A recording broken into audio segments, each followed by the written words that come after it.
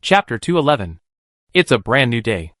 After eating the storm buns made by Naoki, Dragonite felt that it had become the most powerful Pokemon in the ranch. This made it feel extremely excited, and even its walking was like the wind.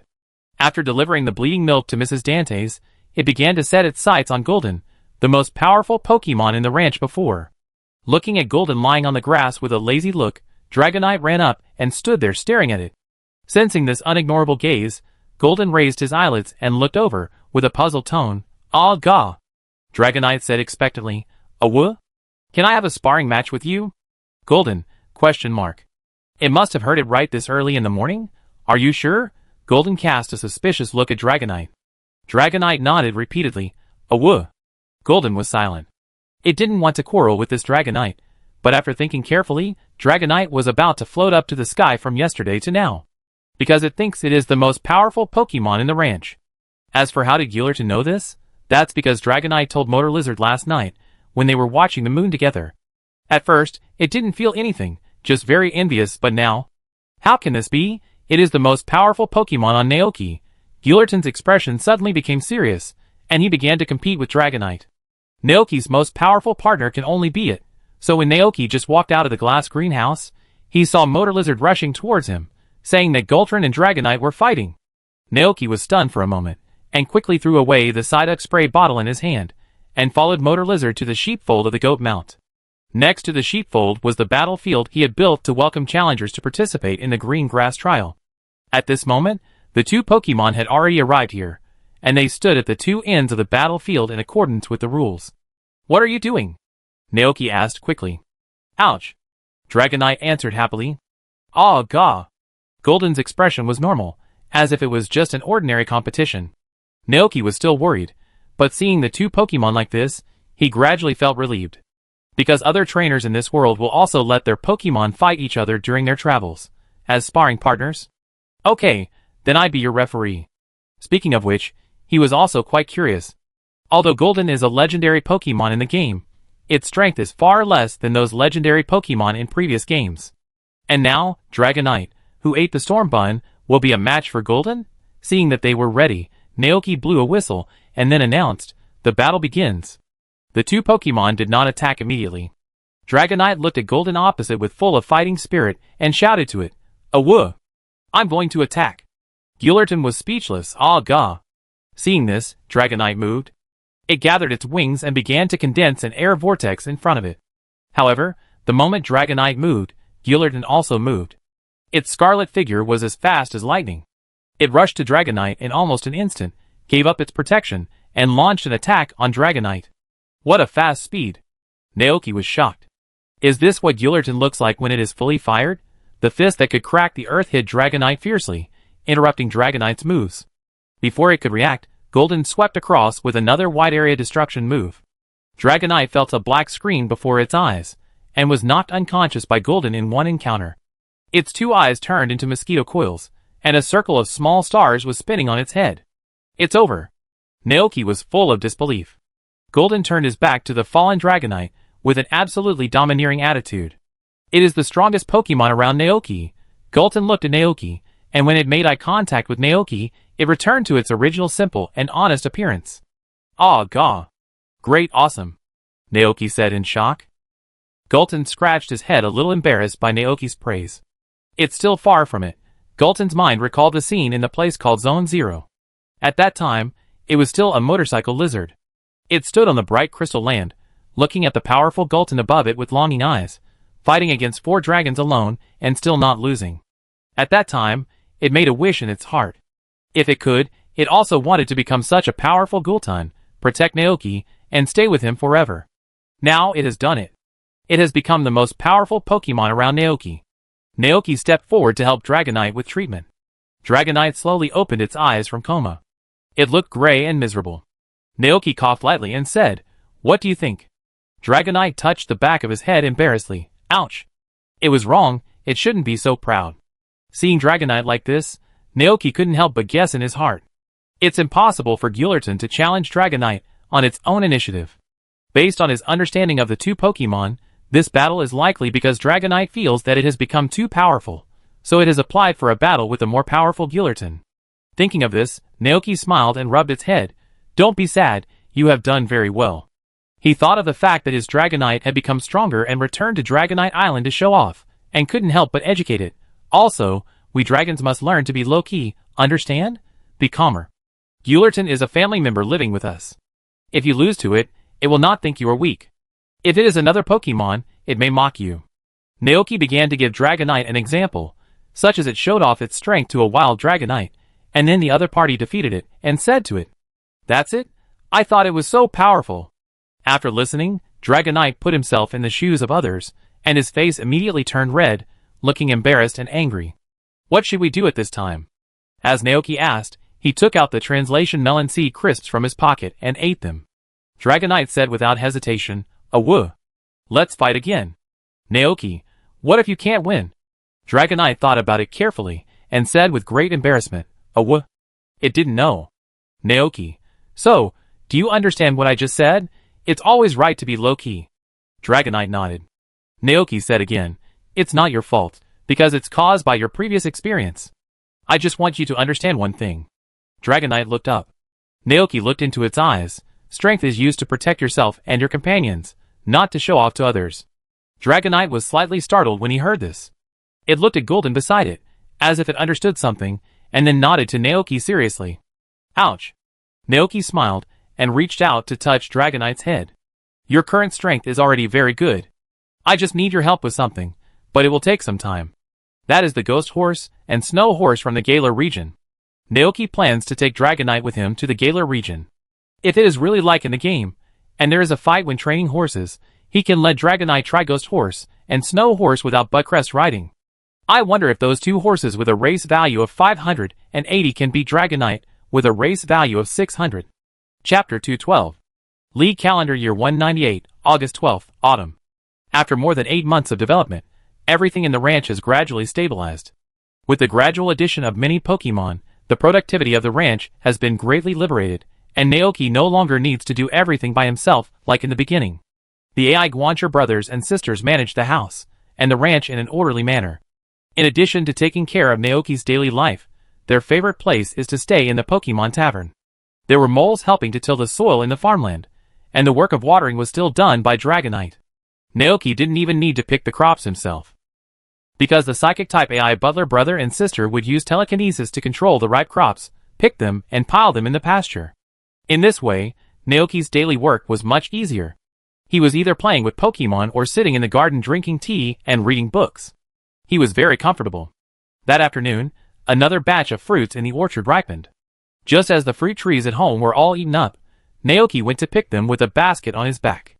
Walking in the orchard full of fruit fragrance, even though he had seen it several times before, Naoki couldn't help but feel very surprised when he looked at the heavy fruit trees on the branches. Because after the fruit trees grow up, the fruit trees on them are too fast.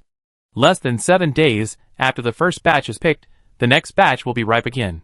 No wonder the fruit trees in this world are sold so cheap. Naoki thought of the price of 20 alliance coins per fruit tree in the market, and couldn't help but say in his heart, at this price, a bottle of ordinary Mimi milk can buy a lot of them. The fruit trees in the wild should be like this too, right? With such abundant fruit resources, the wild Pokemons living in the mountains and forests must feed on them. Huh? Another golden and silver fruit? At this time, Naoki suddenly noticed the golden cranberry hanging on a tree. Not only that, there was also a bunch of golden banana fruits hanging on the tree next door. This surprised Naoki. Last time when he was picking fruits, he also encountered a lot of golden and silver fruits, all of which were very rare species. From this point of view, the chance of getting rare fruits is very high, at least much higher than the mutant crops in the field. Naoki went forward to pick them off. Looking at these fruits, a new idea suddenly popped up in his mind. Fruit platter. According to his observations over the past few months, if the quality and rarity of the ingredients used in making dishes are improved, the effect of the dishes will also change accordingly. The number of golden fruits produced in the previous few times was relatively small, and the silver feather attracted his attention, so Naoki didn't think much about it. Now it seems that he can give it a try. If these rare varieties of fruits are used to make a fruit platter, will the effect of the fruit platter change? As soon as he thought of it, he did it. Naoki immediately returned to the kitchen with a basket full of fruits on his back. His brother AI Guancher, who was cleaning, saw his actions and couldn't help but look puzzled. Why are you still cooking at this time? If he remembered correctly, Naoki had eaten several sandwiches and a large bowl of porridge in the morning. Naoki noticed his brother Ai Guancher's gaze, and when he looked up, he saw his puzzled face, so he explained to him, I suddenly thought of a new dish. Well, it's not new, to be precise, it's an improved version of the dish. Hearing this, his brother Ai Guancher understood instantly. It nodded and didn't ask any more questions, but he couldn't help but be curious about the dish. So it cleaned seriously while glancing at the kitchen area. Naoki didn't notice his brother's little trick of being a waiter. He picked all the golden and silver fruits out of the basket, rinsed them with clean water, and cut them into pieces of different sizes with a knife, and then placed them on a white plate. In this way, a simple fruit platter was made. These fruit pieces exuded a golden and silver luster on the white porcelain plate, and they looked very precious at first glance. Naoki cast his eyes towards them. The next second, the information about this improved fruit platter appeared in his mind. Super Fruit Platter, a delicacy made from various fruits, blending the flavors of different fruits, quite popular with some Pokemon. Cooking effect. Skill refinement, large, after eating, a certain move of the Pokemon will change randomly, and the chance of understanding a rare move will be increased. Evaluation. Basic cooking, easy to make, a good choice for home travel. It has really changed. Naoki opened his eyes wide. Then, he made a regular version of the fruit platter, and put the two together for comparison. The level of the dish has been raised from the relatively lame C- to a negative, and there is also a big effect after the skill refinement. Looking at the last words, Naoki muttered in thought, the probability of comprehending rare moves has been improved? Does it mean that the move pool has been expanded and more powerful moves have been added to it? Unfortunately, the result is still uncontrollable. This made Naoki feel very sorry. This dish didn't even have a guaranteed bottom line, which was very unfriendly to Africans. At this time, his sister Ai Guancher happily trotted in from outside. It saw Naoki in the kitchen at a glance, and its eyes lit up immediately. Ai, huh? Looking at his sister Ai Guancher who ran over, Naoki smiled and explained, this is a fruit platter. As he said, he noticed that his brother Ai Guancher, who was not far away, was also looking at this side. Ai, huh? The little sister Ai butler looked down at the golden fruit on the white porcelain plate. It's so beautiful. Can I try it? The little sister Ai butler cast an expectant look. But this made Naoki a little embarrassed. He thought about it, and explained carefully, this is different from ordinary food. After eating it, Pokemon has a 50% chance of understanding new moves, but at the same time, there is also a 50% chance of forgetting the moves they have already mastered. Ai, huh? The little sister Ai Guancher was stunned. Naoki said happily, are you scared? The little sister Ai Guancher shook her head quickly. Aya. No. It looked down at the fruit platter, its eyes full of curiosity. Aya. It wanted to give it a try. Naoki was not surprised to see the little sister Ai Guancher's choice. Because although this Ai Guancher was a girl, she was very lively and outgoing, and had a heart that loved adventure. However, the brother Ai Guancher next to her immediately looked at his sister's choice with disapproval. Ai. You don't know many moves to begin with. What if you become an idiot after eating it? Sister Ai-chan put her hands on her hips in anger. Ai. Brother is the idiot. Naoki? Why are you quarreling all of a sudden? He motioned the siblings to stop, and said with a smile, it's not that you will forget the move forever, it's just a temporary forgetfulness. As long as you work hard and practice again, you will soon be able to comprehend it again. Butterfree ate it, and comprehended the electric move Electric Grid, Motorbike ate it, and comprehended Dragonite, and Dragonite ate it, and comprehended Speed. But later, because it wanted to learn more moves, it ate more fruit platters. As a result, it not only failed to learn, but also forgot the dragon tail that it had learned with great difficulty. It was so anxious that it almost cried. Naoki began to vividly tell the dark history of Dragonite. These were things that the brother and sister had never heard of. Their attention was immediately diverted. From Naoki's description, plus the understanding of Dragonite during this period, they could almost imagine what Dragonite looked like at that time. Ai? What happened next? The younger sister Ai Guancher couldn't help asking. Naoki smiled slightly. Later, Dragonite practiced hard day and night, and after spending a week, he finally remembered the dragon tail, but he didn't dare to eat the fruit platter afterwards because he was afraid of forgetting other moves. In that case, do you still want to try? Naoki asked. The younger sister Ai Guancher thought seriously for a while, and then a bright light burst out of her eyes. Aya! It sounds so exciting, it wants to experience it too. Seeing his sister's look, the elder brother AI Butler knew he couldn't stop her. But since Naoki said it wouldn't hurt the Pokemon, he didn't need to worry too much. The elder brother AI Butler sighed helplessly. But at the same time, he was also a little curious. Will his sister learn new moves? Or will she forget the moves she has already learned? Don't cry when you forget a move, Naoki said with a smile. AI ah. The younger sister AI Guancher immediately cried out in protest. It has become a reliable, caring AI Guancher, and will no longer cry like a child. Very good, let's give it a try. Naoki nodded. He had previously made information records for the two AI Guancher. The moves that the elder brother AI Guancher currently mastered are Auxiliary Power, Harmonious Coexistence, Help, Telekinesis, Meditation. The moves that the younger sister AI Guancher currently mastered are Auxiliary Power, Harmonious Coexistence, Telekinesis, Help, and Finger Wave. Naoki silently recalled these moves in his mind, and then watched his sister AI Guancher enjoy the super fruit platter. 1 piece, 2 pieces, 3 pieces. When his sister AI Guancher ate all the fruit platter, a magical wave suddenly appeared on his body. Naoki's heart moved, and his eyes were instantly attracted by the changes in his sister AI Guancher. Have you learned a new move? He asked. His sister AI Guancher carefully felt it, and then nodded with bright eyes. AI ah. What good luck.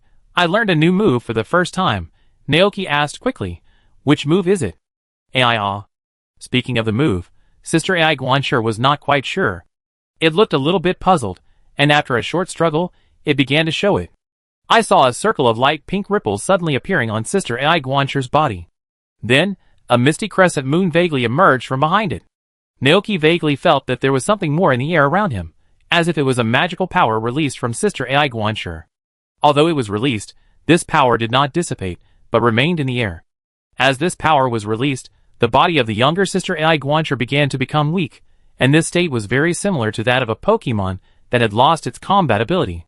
Seeing this scene, Naoki was slightly startled. What kind of move is this? Moon, the user loses the ability to fight. Suddenly, an incredible name emerged in his mind. Crescent Moon Dance. Cresseria's exclusive move, Crescent Dance.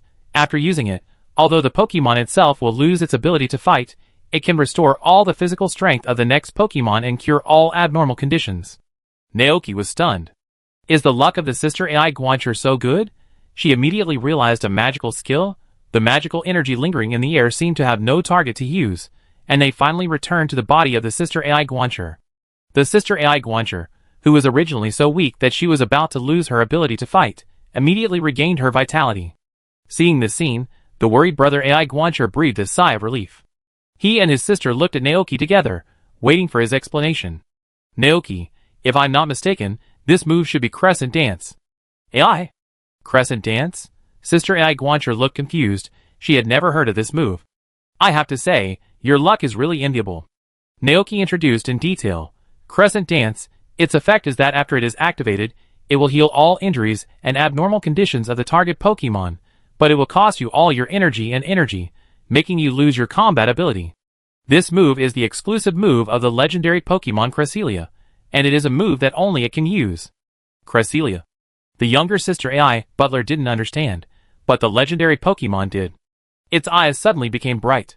It actually understood the moves that only legendary Pokemon can use. This is so exciting. The younger sister AI Butler looked at her brother with joy and said proudly, AI? I am awesome, right? Brother, AI. Sister AI Guancher turned to look at Naoki, eager to try. It wants to try again. Naoki hesitated, thought about it, and said, actually, I don't recommend it, because the Crescent Dance is a rare move. If you forget it later, this legendary move may not be relearned by recalling it.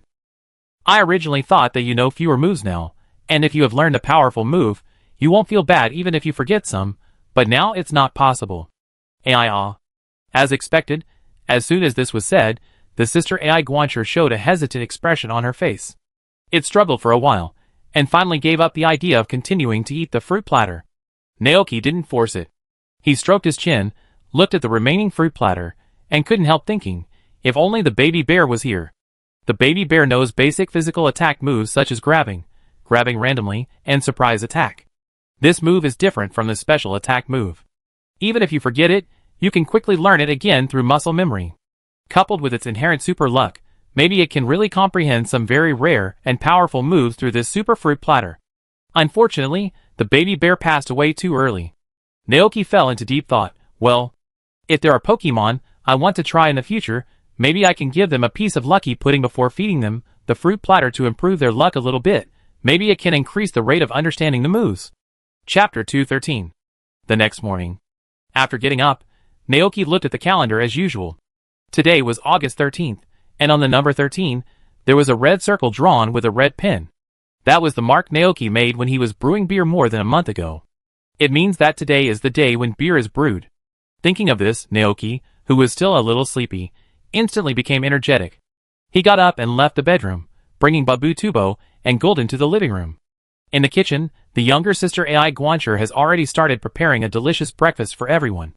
The older brother Ai Guancher is in the living room cleaning up the mess made by Frosty Milk Fairy and other Pokemon. Motor Lizard lies in front of the fireplace, squinting lazily, as if he hasn't woken up yet. Seeing this scene, Golden couldn't help but remind him, "Ah, Golden! Why did it look like a lazy pig before?" Hearing Golden's voice, Motor Lizard woke up instantly, opened his eyes, and found that everyone was looking at him. Gaw! The Motor Lizard was a little flustered, thinking that he had done something wrong.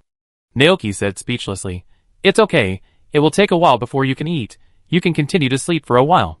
The Motor Lizard was relieved, but after being frightened, it was no longer sleepy, so it simply shook its body and ran outside to breathe fresh air. The pasture in the morning is always so relaxing. The breeze carries the faint fragrance of flowers and grass, and the leaves of crops in the fields are hung with crystal clear and plump water droplets. The strolling Glacian, the photosynthesizing Orinu, the hard-working Tribe, and the wild bird Pokemon that stopped on the roof, all of these gave people a leisurely and lively feeling. Motor Lizard liked it very much, and then joined in, and began to run energetically on the green grass. In the living room, Frost Milk Fairy stood on the cupboard and watched her sister, Ai Butler, prepare breakfast. Babu Tubo jumped onto the sofa, and his furry body was lazily wrapped in the soft sofa. The sun shines in through the French windows. As Babu's foot is plucking, a few strands of hair float in the air, which are particularly clear under the beam of light.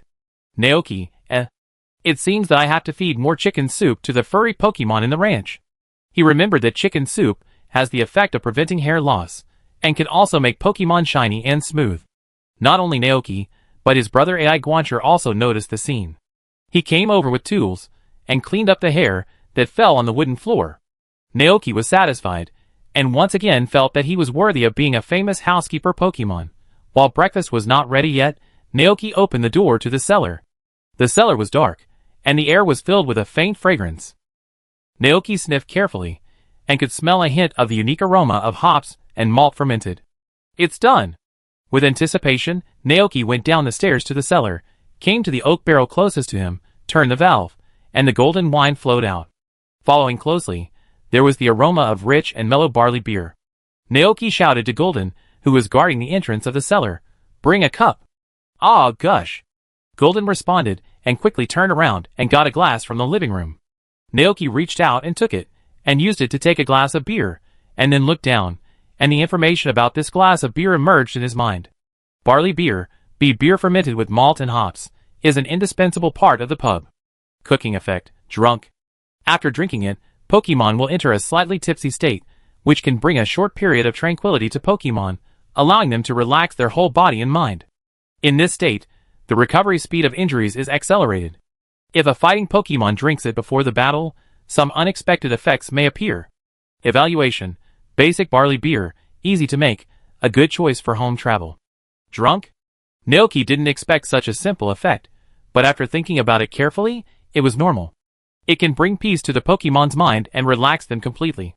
Perhaps those extremely tired Pokemon would like to have such a cup. However, what Naoki finds interesting is that beer seems to have a special effect on fighting Pokemon. If they drink it before the battle, can they perform a set of drunken boxing in the battle? It just so happens that there is also a fighting Pokemon in his ranch. Naoki looked up at Golden above. But after a brief contemplation, he gave up the idea of trying it on Golden, because he was afraid that Golden would get drunk and start destroying the house. If it was an ordinary Pokemon, it would be fine, but Golden was a legendary Pokemon. If it got drunk, no one in the ranch could stop it. After the beer was brewed, Naoki was very happy, and immediately told the news to the butler brother and sister who helped run the tavern. The effect of this beer can help Pokemon relieve fatigue and relax them. If an injured Pokemon drinks it, the healing speed of the injury will also be accelerated. This way, we can add another drink to the menu of the tavern in the future. AI huh?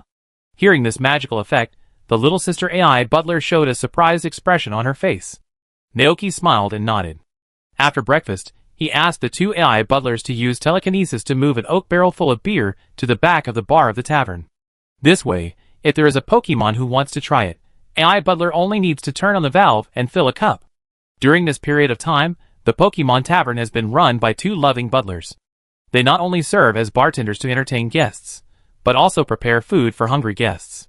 In addition to the milk and tree juice prepared by Naoki, they also specially prepared easy-to-make sandwiches, buttered tree fruit snacks, and buttered popcorn made from corn for guests to choose from. With their efforts and word of mouth from the Pokemon in the town, this tavern transformed from a dilapidated old house has become a place exclusively for Pokemon gatherings. Although it deviated from his original intention of creating this pub, it seemed to be a good idea. Naoki usually didn't bother these Pokemon. He would only run over to watch and eavesdrop on their conversations when some Pokemon he had never seen before or was interested in visited. Today, in order to observe the effect of beer, Naoki came here when the pub was open. He ate nearly a dozen pieces of translation melon sea crisps and stood behind the bar with his sister AI Guancher to entertain guests. The elder brother AI Guancher stayed aside as a bartender, ready to serve the guests or clean the floor and tabletops that were soiled by the guests. At 6:30 p.m., the tavern officially opened for business.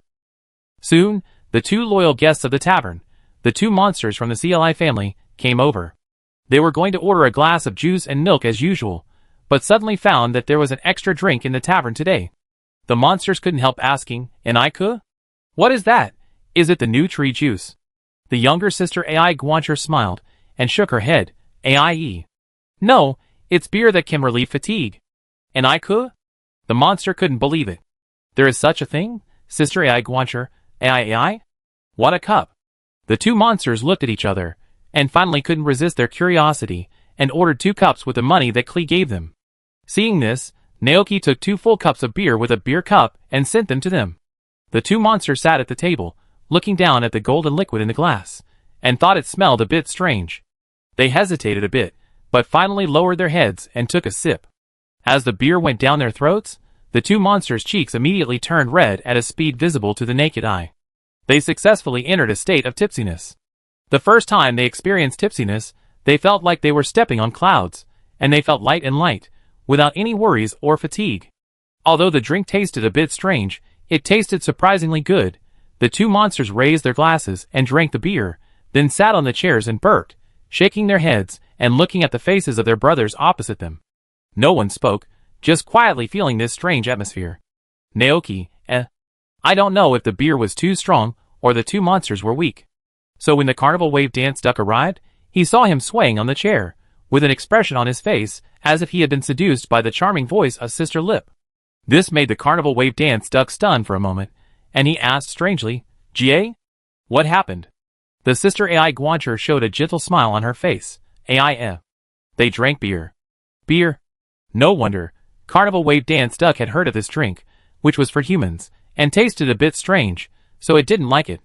Therefore, it rejected the recommendation of its sister, the butler, and ordered a glass of tree juice as usual, sitting there and drinking it slowly. As time passed, many Pokemon guests arrived here one after another. Most of them were Pokemon in the town, and some were stray Pokemon who heard the news and came to eat and drink for free. There was a pair of mice, a lightning petrel, a Pikachu. The empty seats in the tavern were gradually filled, and the Pokemon chattered, and the atmosphere here seemed very lively. The AI Guancher brother and sister looked at this scene happily. Naoki felt very sorry, because these Pokemon thought the smell of beer was strange, so after the strange power, he couldn't sell a single beer.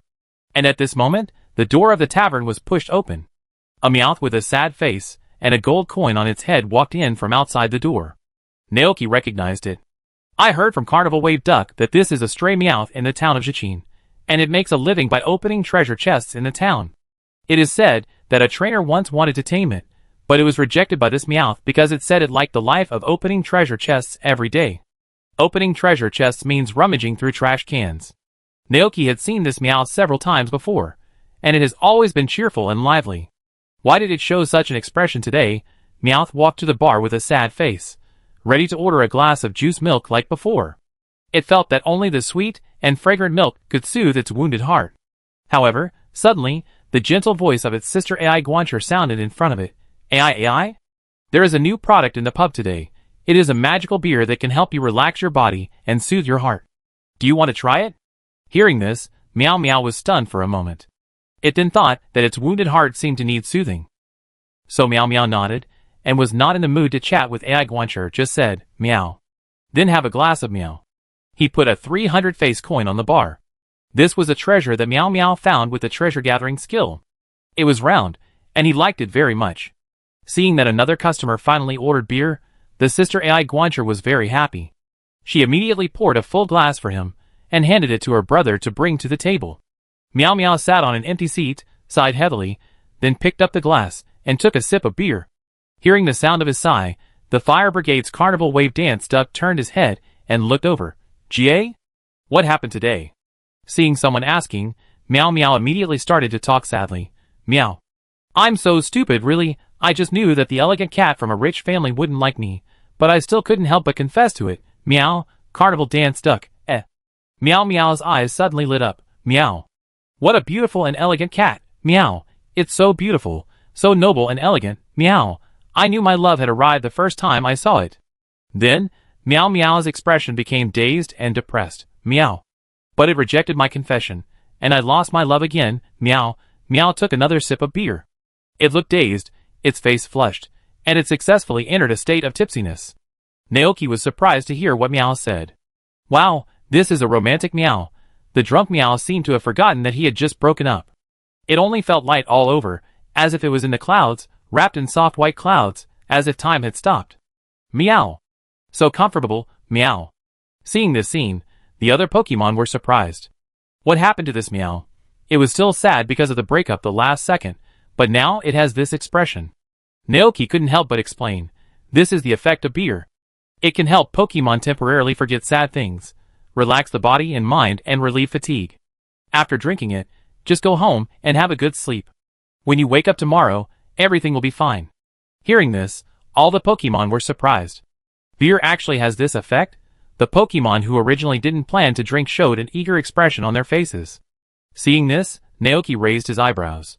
Are you also heartbroken? Pikachu! Squeak! A group of Pokemon hurriedly shook their heads. They didn't. There were also many Pokemon who covered their mouths and laughed secretly. For a while, the tavern was filled with a cheerful atmosphere. Naoki chatted with them like this, but at this moment, the door of the tavern was pushed open again. It was already late at night. Naoki thought that Miss Junsa, who was patrolling the mountains with Growlithe, was coming over, but he never expected that as soon as he looked up, he saw a large group of unexpected figures. Squirtle, Venusaur, Pikachu, Meowth. The Pokemon that opened the door was a Golduck evolved from Psyduck. Seeing so many Pokemon, Naoki showed a look of astonishment on his face. The group of Pokemon also saw him, but the next second, they all made way. Behind them, a creature with a humanoid body and feline Pokemon features was standing in the dark, looking at him calmly, with a pair of eyes that showed no emotion. Chapter 214. Mewtwo. Seeing the figure coming, Naoki was stunned on the spot. At this moment, he had a lot of thoughts in his mind. Why did this person suddenly come to his territory? No, to be precise, how did Mewtwo know this place? Naoki suddenly remembered the photo sent back by Bear Baby and Mew. The photo taken with Mewtwo and the group of copy Pokemon. Thinking of this, Naoki had a rough idea in his mind. He didn't come back to his senses for a long time, but his sister AI Butler beside him smiled warmly at Mewtwo and the group of copy Pokemon after a brief surprise. Aya, welcome. Mewtwo didn't say anything. Its eyes swept calmly from the Pokemon in the tavern, and finally stopped at the only human in the room. Mewtwo thought, is this the human chosen by Mew? He doesn't seem any different from the humans I've seen before.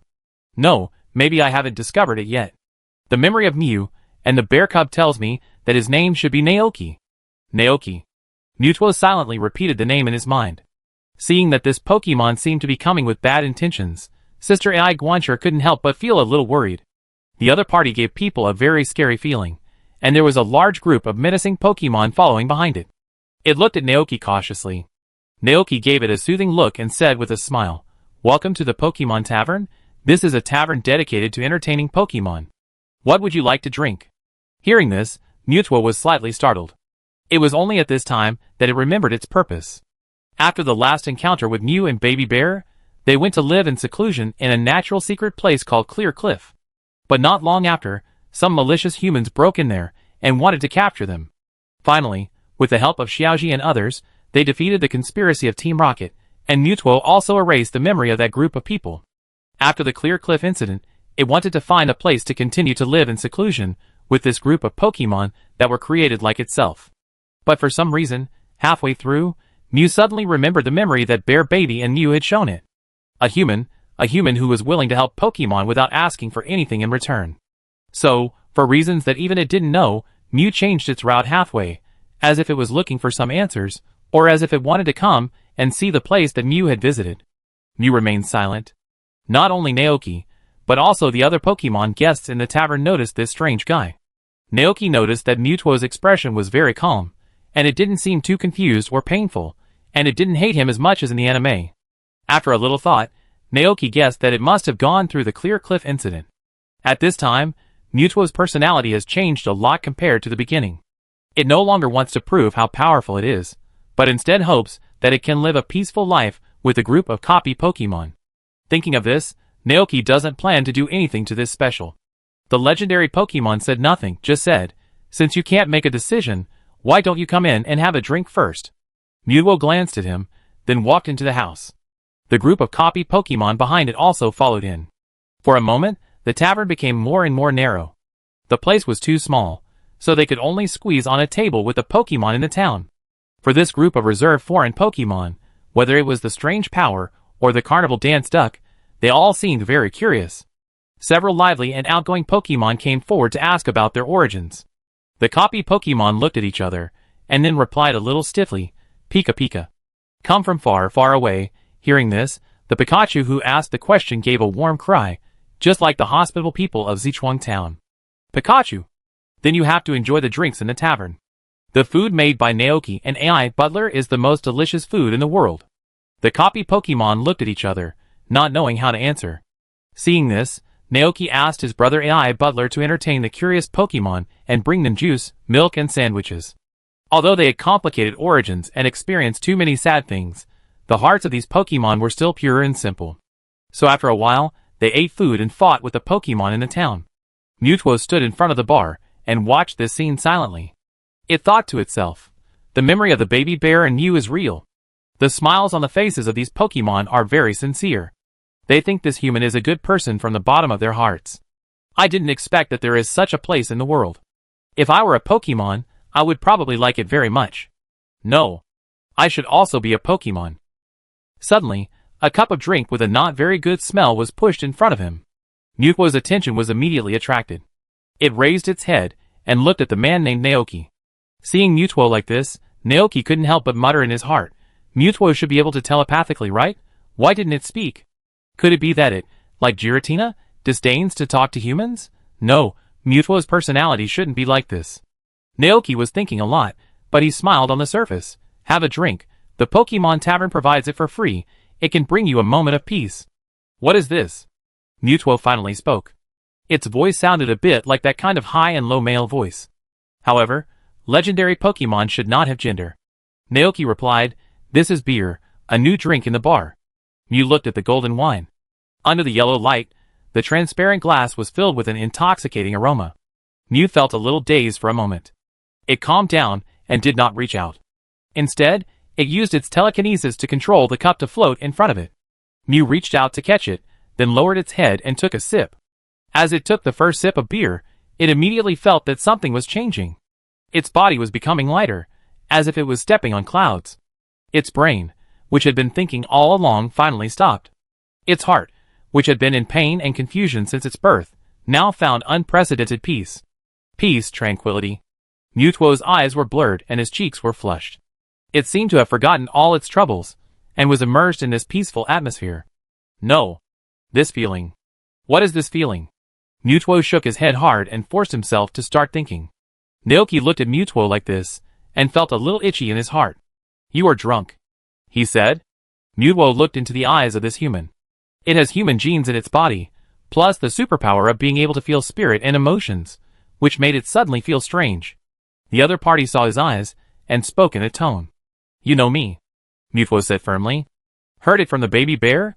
Naoki raised his eyebrows slightly, but did not deny it, but asked, Who are you? Who am I? Mutwo answered subconsciously, I am Mutwo, a Pokemon created by humans using Mew's genes. It seems that Mutwo has begun to think of himself as a Pokemon now, and Naoki nodded. Then, he saw Mutwo drink a large glass of beer. Mutwo, who was not very smart, looked at him and nodded, and suddenly thought of the purpose of his coming here. Mew said that you can help us. Huh? Naoki was stunned for a moment. He thought about it and asked, Is there anything you need my help with? No. The drunk Mutwo thought seriously, and said, We are not helping. We are here to find an answer. Naoki, what answer? Mutwo looked at the group of copy Pokemon playing and chatting with a local Pokemon, but suddenly stopped talking. Naoki was speechless. He recalled Mutwo's experience in his mind, and then said, Regarding this kind of thing, it is useless for others to tell you anything. You can only experience, feel and think by yourself. As he said that, he also looked at the group of Pokemon replicas. Look, you are drinking here like them now. Whether you are man-made or born naturally, what difference does it make? Mutwo was thoughtful, thinking, and then fell asleep. Naoki, the legendary Pokemon's alcohol tolerance is too bad, right? He sighed helplessly, and said to his worried sister Ai Guancher, Go, and send it to the guest bedroom to rest later. Ai, The Ibuta siblings nodded. The group of copy Pokemon were frightened when they saw Mutwo, and they were relieved until Naoki told them that Mutwo was just asleep. At 10 o'clock in the evening, the Pokemon in the town left one after another. Naoki closed the tavern only after the last Pokemon went home. He arranged the group of copy Pokemon to sleep on a soft lawn in the pasture. After doing these things, Naoki yawned and returned to the room with Babu and Motor Lizard. The next morning, before Naoki woke up, his brother Ai Butler knocked on his door. Naoki rubbed his eyes and opened the door. His brother Ai Butler looked at him and pointed outside. Ai. Naoki was slightly stunned, then walked outside and saw Mutwo and the group of copy Pokemon standing in the pasture ready to leave. Hearing the door open, Mutwo looked up. The memory of getting drunk yesterday still lingered in its mind. Thinking of how it looked like, this legendary Pokemon felt an emotion called shyness for the first time in its life. At this time, it saw the human walking towards it.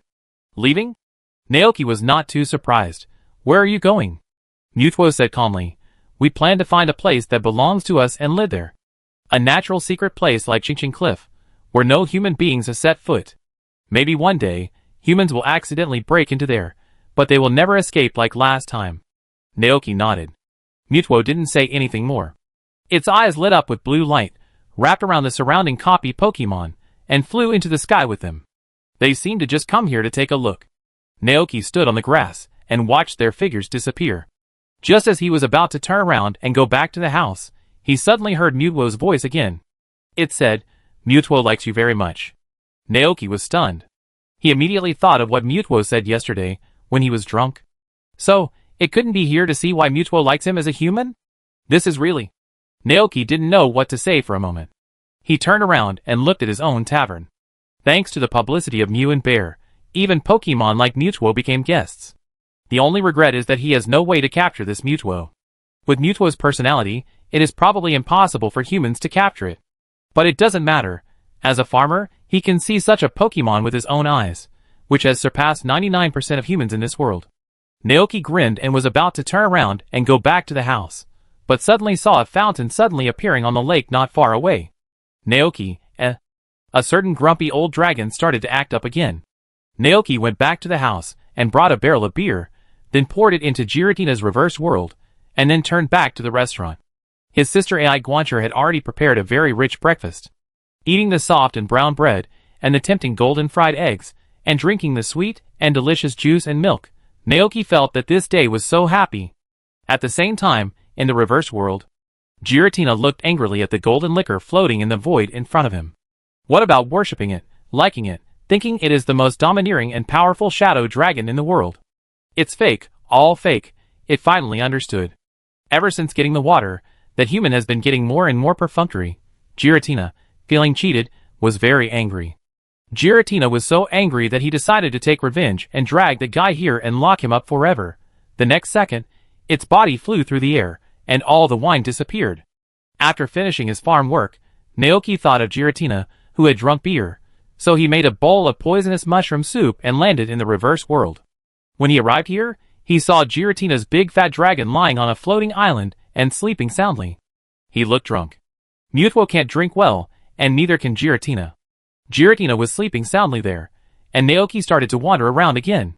He still remembered what Giratina had said before, that he wanted to invite him to the reverse world to farm. Naoki also considered this matter carefully afterwards. He had this plan, but the environment of the reverse world was very special. Although there was water and land here, it lacked the most important factor for plant growth, sunlight.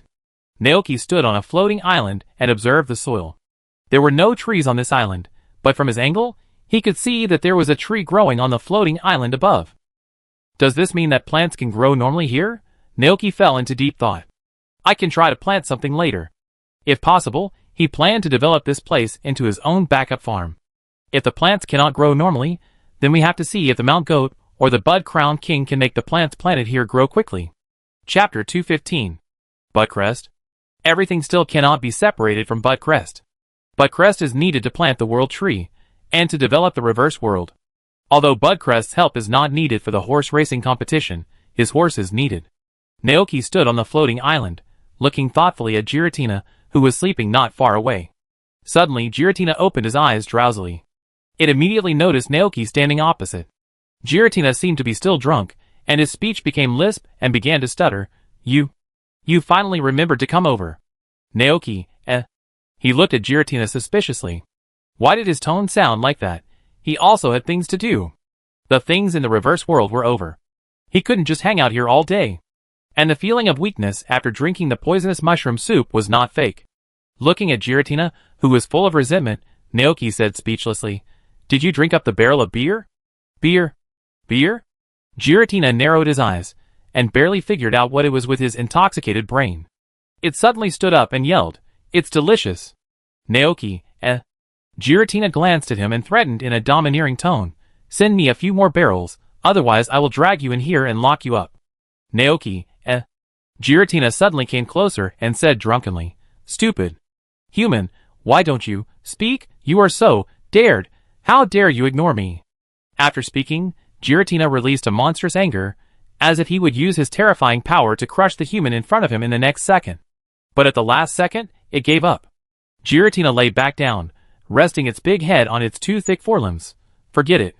Forget it, if I beat you to death, no one will talk to me.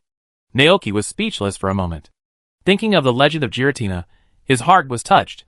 He was about to say something, but he heard the dragon muttering, Although you are a small, insignificant human, you don't have the ambitions of those humans before.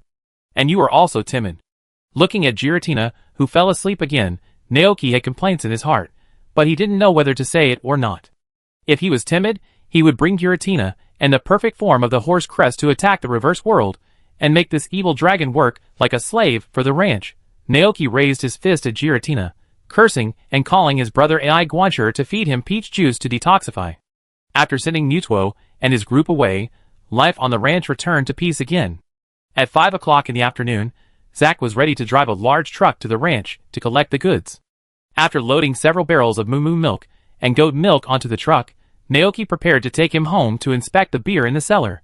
Standing in front of the brand new house, Zack couldn't help but stop and look up. He looked at the new house, then at the old cabin not far away, and couldn't help but sighed. Wow, you are making this ranch more and more prosperous. Naoki looked at the group of Pokemon around him, and smiled knowingly. This is not just my credit. Hearing this, Zack also looked at the group of Pokemon raised in the ranch. They are all great, to be honest. When I first saw you, you were so thin and weak that Mayor Thomas and I couldn't help but worry whether you could do the work on the ranch. Hearing his words, Naoki also remembered how he looked when he first came. He couldn't help but say happily, What about now? Zack, it turns out that our worries were unnecessary. Now you are as strong as a Kintaro. Naoki thought of the group of black Kintaro in the Padilla area and couldn't help but defend himself. It's not that exaggerated. Ha ha ha. Zack laughed immediately, and he looked at the stubble outside Naoki's mouth and said, You have to shave your beard well, otherwise you will look like an old man in his 30s. And girls of your age will call you uncle on the street. Naoki, to be honest, I have encountered this kind of thing before. It was summer. He often worked outside on the farm. His skin was tanned and his beard grew. When he went to the market to buy vegetables, he forgot to shave, and a girl of 16 or 17 years old called him uncle. Zack had a look of "I said so," which made Motor Lizard and Golden beside him laugh. After the chat, the two went to the cellar, and Zack, a professional, checked the quality of the beer.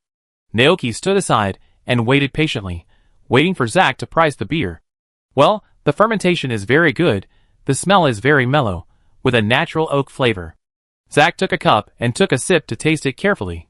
The rich malt aroma is mixed with the bitter substances in the hops. It tastes mellow and refreshing, and the aftertaste is clean, very good. Zack couldn't help but show regret. It's a pity that the fermentation time is too short. If it is longer, it will be better.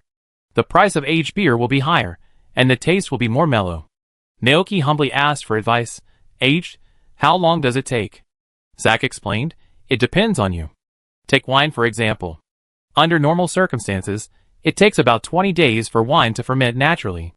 Depending on the winemaker's ideas and the style of the wine, if it is aged, the time can be as short as a few months or as long as a few years.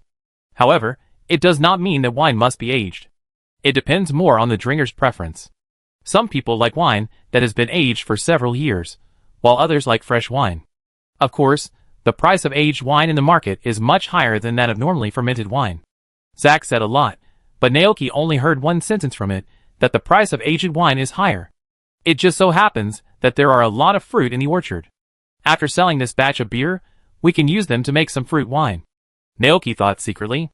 At this time, Zack's inspection has produced results. 3,000 Alliance coins per liter. This season is not the season for drinking beer. The market price is slightly fluctuating. If it is summer, the price will be higher. 3,000 Alliance coins per liter. Naoki calculated in his mind. An oak barrel is 3 liters, and there are a total of 30 oak barrels in the cellar, which means that this batch of beer can be sold for about 270,000. Compared with the price of milk in a large milk can, the money earned from brewing is also a very considerable income. Naoki nodded and agreed to the price. He had saved a large amount of hops in the summer before. After this batch of brewed beer was sold, the hops he had stored would come in handy. If we save some more money, we can build a greenhouse. Seeing him nod, Zack thought for a moment and said, I come and get this batch of goods tomorrow. It's a little late today, and the truck is already full of goods. No problem.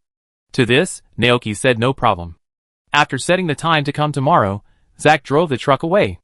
It was evening, and the lake was covered with colorful clouds. Dragonite and the mini dragons happily flew to Dragon Island with a day's salary. After seeing them off, Naoki also started the finishing work for the day. Together with Babu Tubo, he drove the hens back to the chicken coop and closed the doors and windows.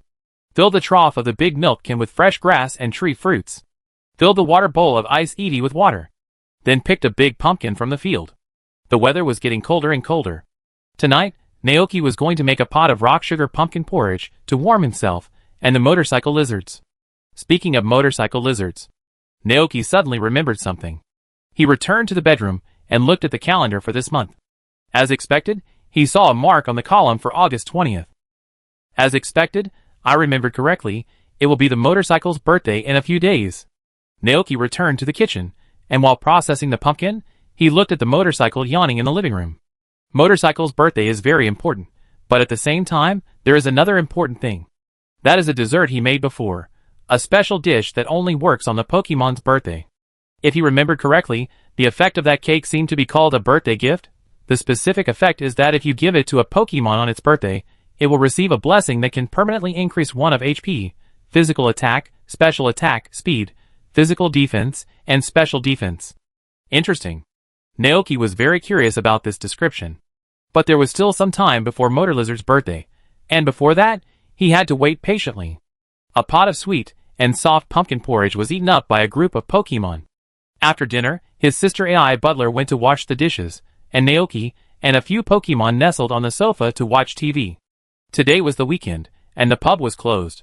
They didn't need to stay there, so they all stayed at home. The living room was lit with warm lights, and the TV was broadcasting tomorrow's weather forecast. The female host in formal clothes was reading the script to the screen, affected by the cold air, Some areas in the northwest of Padia are expected to experience rainfall at midnight today. Please prepare in advance and close the doors and windows. Hearing this notice, his brother Ai Guancher turned around silently and checked if there were any doors and windows at home that were not closed properly. Naoki continued to lazily nestle in the sofa, leaning against the furry Babu Tupo and pinching its meat pads. This was his favorite time of the day. The work on the ranch was all done. The outside world was shrouded in darkness. There might be gusts of cold wind, but the house was brightly lit and extremely warm. The Pokemons also gathered together, nestling on the sofa with him like cats huddling together for warmth in winter. On the wooden coffee table in front of him were snacks and milk that each Pokemon loved, and a cup of steaming black tea. The old-fashioned TV opposite was playing news programs from the Padia region. They will watch the weather forecast for tomorrow together, and after hearing the weather for tomorrow, they will switch to the news program. This program can help them understand the outside world. For example, the Padia Academy held another academy competition. A trainer reversed the situation in the battle because of the unexpected Taijing attribute, and a large-scale event was held in a certain place. The antenna in the Padia area can occasionally receive news programs from other regions, like Professor Oak's Pokemon lecture in the Johto region. Although Guillerton and the others can't understand human programs, they still watch them with him. Whenever this happens, Naoki will think that maybe Pokemon like this atmosphere, and feeling just like him, Naoki turned his head and looked at his group of Pokemon. Motor Lizard lay on the soft carpet, closed his eyes and rested. Frosty Milk Fairy stood on the coffee table, standing in the middle of a pile of puddings and buns, and swayed her body leisurely there. He used Babu Tubo as a pillow. After his sister Ai Guancher washed the dishes, she came to the sofa and sat down to watch TV together. His brother stood aside, like a loyal old butler, always waiting for his master's call. As for Gulton was looking at him. Seeing that he was discovered, Gulton did not look away and felt embarrassed, but his eyes lit up, and he looked very happy. Naoki looked at Gulton. At this moment, he felt that if Gulton was a big dog, he would probably have wagged his tail. Thinking of that picture, Naoki suddenly felt like laughing. This Pokemon, Gulton, is really cute. I wonder what Gulton looks like in this situation. Naoki imagined the character of Gulton in the game. Maybe he turned his head away coldly and pretended not to care. However, for him, compared to this Sundra Pokemon, Gulton, a passionate and straightforward dog that would come up and lick you at the slightest disagreement, is more likable. Naoki felt that if he continued to watch, Gulton would pounce on him and lick him. He quickly retracted his gaze, and continued watching TV, and glanced at Gulton's reaction from the corner of his eye. After seeing him look away, Gulton immediately drooped his head, and became listless. Naoki, He thought about it, and simply lay down on the sofa, leaning his head against Babu Tubo, and resting his legs on Gulton. As expected, Gulton instantly became happy. He is still a big dog who likes to cuddle with people. In the early morning, it really started to rain outside. The autumn rain was continuous, mixed with a hint of chill, and fell on the roof with a crackling sound, and finally dripped down the bricks and tiles into the soil. Naoki was awakened by the rain, listened to the sound of rain, yawned, turned around and hugged the sleeping Babu Tubo to continue sleeping. The next morning, the rain had not stopped, and the sky was gray. Naoki stood under the eaves and looked at the dripping rain above, realizing that he might not be able to go out today. Even the goat stopped moving, lying in the shack and eating grass balls. At this time, the Dragonite and the Hacken that were working in the ranch came to the ranch in the rain as usual. When Naoki saw them, he didn't know what to say for a moment. As a kind-hearted farmer, he thought about it and said, in the future, when the weather is bad, you can rest on the island for a day and come back when the rain stops. However, the Dragonite and the Hacken immediately opened their eyes wide and said no. Awuh! How can this be possible? Then they won't be able to eat the delicious Pofin, Naoki, See, he's definitely not exploiting his employees on purpose. They want to work, but that's right. For Dragonite and Hacken, this scale of rain won't have any effect at all. Naoki sighed and said helplessly, as long as you don't feel tired. Awuh! The Pokemon cheered, then took the work bags and fresh bottled milk prepared for them from Naoki and flew to the direction of Jichin town. Looking at this scene, Naoki suddenly thought that maybe he could print the words Dragonite Express, mission accomplished, on Dragonite's package. Chapter 216. In the 198th year of the League calendar, August 16th, autumn. For days before the Motor Lizard's birthday, Naoki began to think about what kind of birthday gift would be best for it. This was his first time celebrating a Pokemon's birthday, so a sense of ceremony was necessary. However, Naoki thought for a long time, and could not think of what kind of gift the motor lizard would like. Based on his understanding of the motor lizard, it didn't seem to have anything it particularly liked or wanted. How about making a meal for the motor lizard's favorite food? No. Naoki quickly rejected this idea. Giving motor lizard the food it eats every day is not a birthday gift at all. What about the training device that can help Pokemon become stronger? Naoki recalled carefully and found that motor lizard's pursuit of becoming stronger is far less exaggerated than Dragonite. It may like it, but it only likes it because it is a gift from him, not because it likes the gift itself. So what better choice is there? Naoki sat under the eaves, listening to the pleasant sound of the wind chimes above his head, but his eyes were looking at the motorcycle lizard playing in the sun. Golden lay lazily on the side, closing his eyes for a nap. It seemed that he noticed that Naoki had not spoken for a long time, so he opened his eyes a little and looked over, but saw Naoki staring in a trance in one direction. Golden followed his gaze, and saw the past him holding his tail with tears in his eyes. A saltstone pile stood aside with an apologetic look on his face, shaking his head in panic, as if to say that he didn't mean it. Seeing that his mecha was not moving, Frost Milk Fairy, who was driving a large vehicle on top of Saltstone, looked down in confusion. "Ah, Gaw?" Seeing this, Golden was a little confused. Naoki explained, "Saltstone accidentally stepped on the tail of Motorcycle Lizard. I go over to take a look." As he said that, he stood up and walked over there. As Naoki left, Golden also stood up, shook his body and followed. Frost Milk Fairy had already jumped off Saltstone, and was healing Motorcycle Lizard's wound. The movement here attracted the attention of many Pokemon, and Glacian and Butterfree came over. Lay. Seeing Naoki coming, the Saltstone Lay that accidentally stepped on the tail of the Motorcycle Lizard looked at him apologetically. "Don't worry, let me take a look." Seeing that it was very worried, Naoki first calmed it down, and then took its tail from the Motorcycle Lizard. The tip of the originally slender tail was now swollen like a pig's hoof, and the white skin was slightly red. A saltstone pile weighs more than 230 kilograms, and the pain of the Motorcycle Lizard can be imagined. It was in so much pain that tears came out. After a simple check, Naoki said to his brother Ai Guancher who came over, "Please bring me the gauze and wound medicine at home, and put them on the cabinet in my bedroom." Ai. Brother Ai Guancher nodded calmly, glanced at the Motorcycle Lizard's tail, and then turned and left. Naoki held the Motorcycle Lizard's tail, and was about to say something to comfort it, but the weight in his hand suddenly lightened. He was stunned for a moment, then looked down, and saw a pale tail lying quietly in his hand. Naoki was stunned on the spot.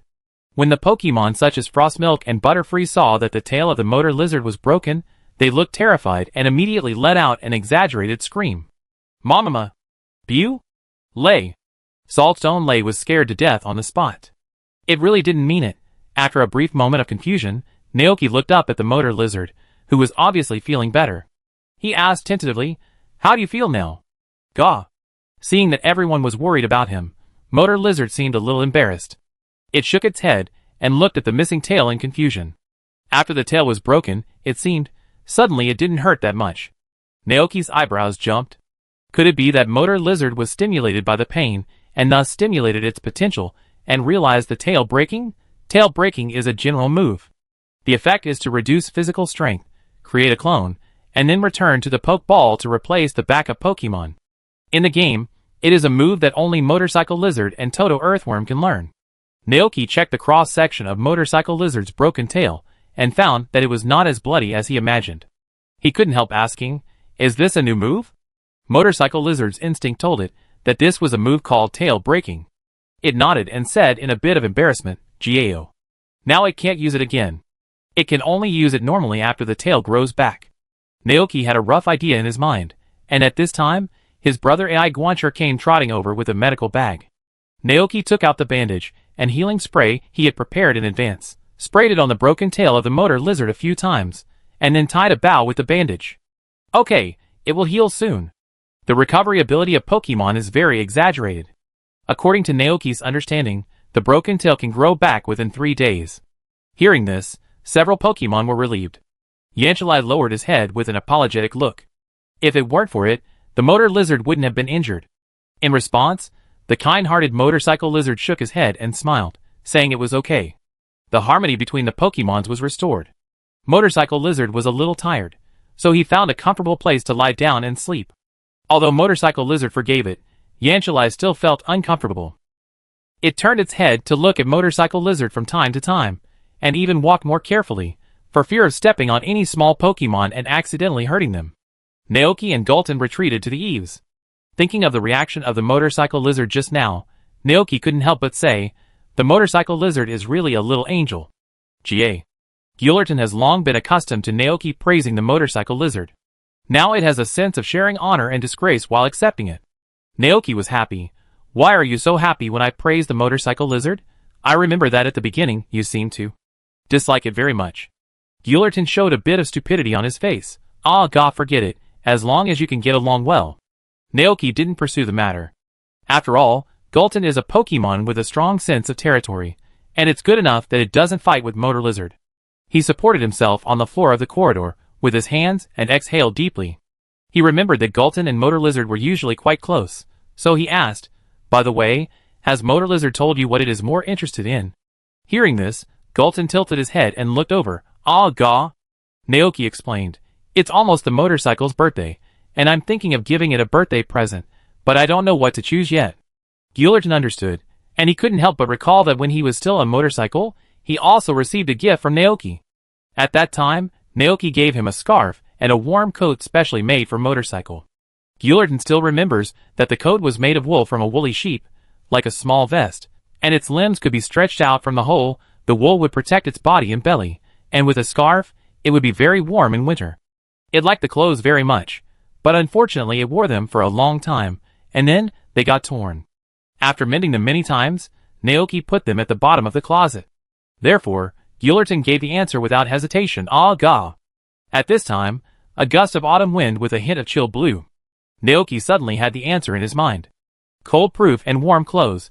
He remembered that there were scarves and clothes for Pokemon in the town. Winter was coming soon, so he could give them to Motor Lizard in advance to let it prepare for the coming winter. Got it! Naoki stood up suddenly and prepared to go to the town. Motor Lizard's tail was injured, so it was not suitable for him to go to the town. In addition, Naoki wanted to hide it from Motor Lizard and give it a surprise later. So this time, he chose to ride a Loki goat to the town. Before leaving, Naoki did not forget to remind Golden, "Don't tell Motor Lizard what I told you today." Golden, Seeing Golden nod, Naoki rode on the back of the goat and set off for Zichin town. After not being here for a long time, the town of Zichin is still so lively and prosperous. Following the direction in his memory, Naoki went straight to the Pokemon beauty shop. Only here are some Pokemon costumes sold. The Pokemon stylist, who was dressed in colorful clothes and very fashionable, received him. "Good afternoon, young man. Do you want to design a style for this Mount Goat? Oh my god, its wool is so lush and soft. Well, it is very suitable for the hairstyle I just designed." As he spoke, the stylist pushed a picture of Dormia with a mohawk in front of Naoki. He covered his mouth and chuckled. "Want to try this popular hairstyle?" Naoki, The goat understood what this strange man said. It came up to take a look and suddenly opened its eyes wide. "Me?" The green light on the goat began to surge, and it looked at the human who wanted to shave its wool with a bad expression, as if it would hit the human with the holy sword of grass as long as the other party moved. "Oh, don't be angry." Naoki couldn't accept these fashionable hairstyles and popular styles. He felt that they were too non-mainstream. He put these things aside and asked, "Are there any clothes suitable for Motorcycle Lizard here? I want to buy one for the winter." "Motorcycle Lizard?" The stylist seemed very surprised. "No, we only have some clothes for small dog Pokemon." Seeing this, Naoki knew that he had come to the wrong place. He said goodbye to the other party politely, and rode his Mount Goat to a shopping mall specializing in selling clothes. However, this time, they still failed. Sure enough, the big mall only sells human clothes. Naoki stood at the door of the mall, not knowing where to look for a moment. Just then, a young female clerk called him from the mall. Naoki turned around and looked over with some confusion. The girl asked, "Do you want to buy a warm piece of clothing for Motor Lizard to spend the winter?" Naoki nodded, "Yes." "Girl, I'm afraid there is no such clothing in Zichin town, because clothes will affect the usual actions of Pokemon, so except for some ladies who pursue the fashion of Pokemon, basically no one will put clothes on Pokemon." "Is that so?" Naoki nodded in thought. The girl smiled and suddenly said, "But I have a way. I see you have been running on this street for a long time. You must like that Motorcycle Lizard very much. In this case, I will give you a direction. What? Girl, that is to do it yourself. There is a ranch near Zhiqing town that raises wool and sheep. You can buy some wool from those ranchers, and then find someone who is good at tailoring to make a special piece of clothing for the motorcycle lizard. This is a good choice. Naoki nodded, thanked the other party, and took advantage of the early time to ride his mount goat to visit the Thunder Ranch next door.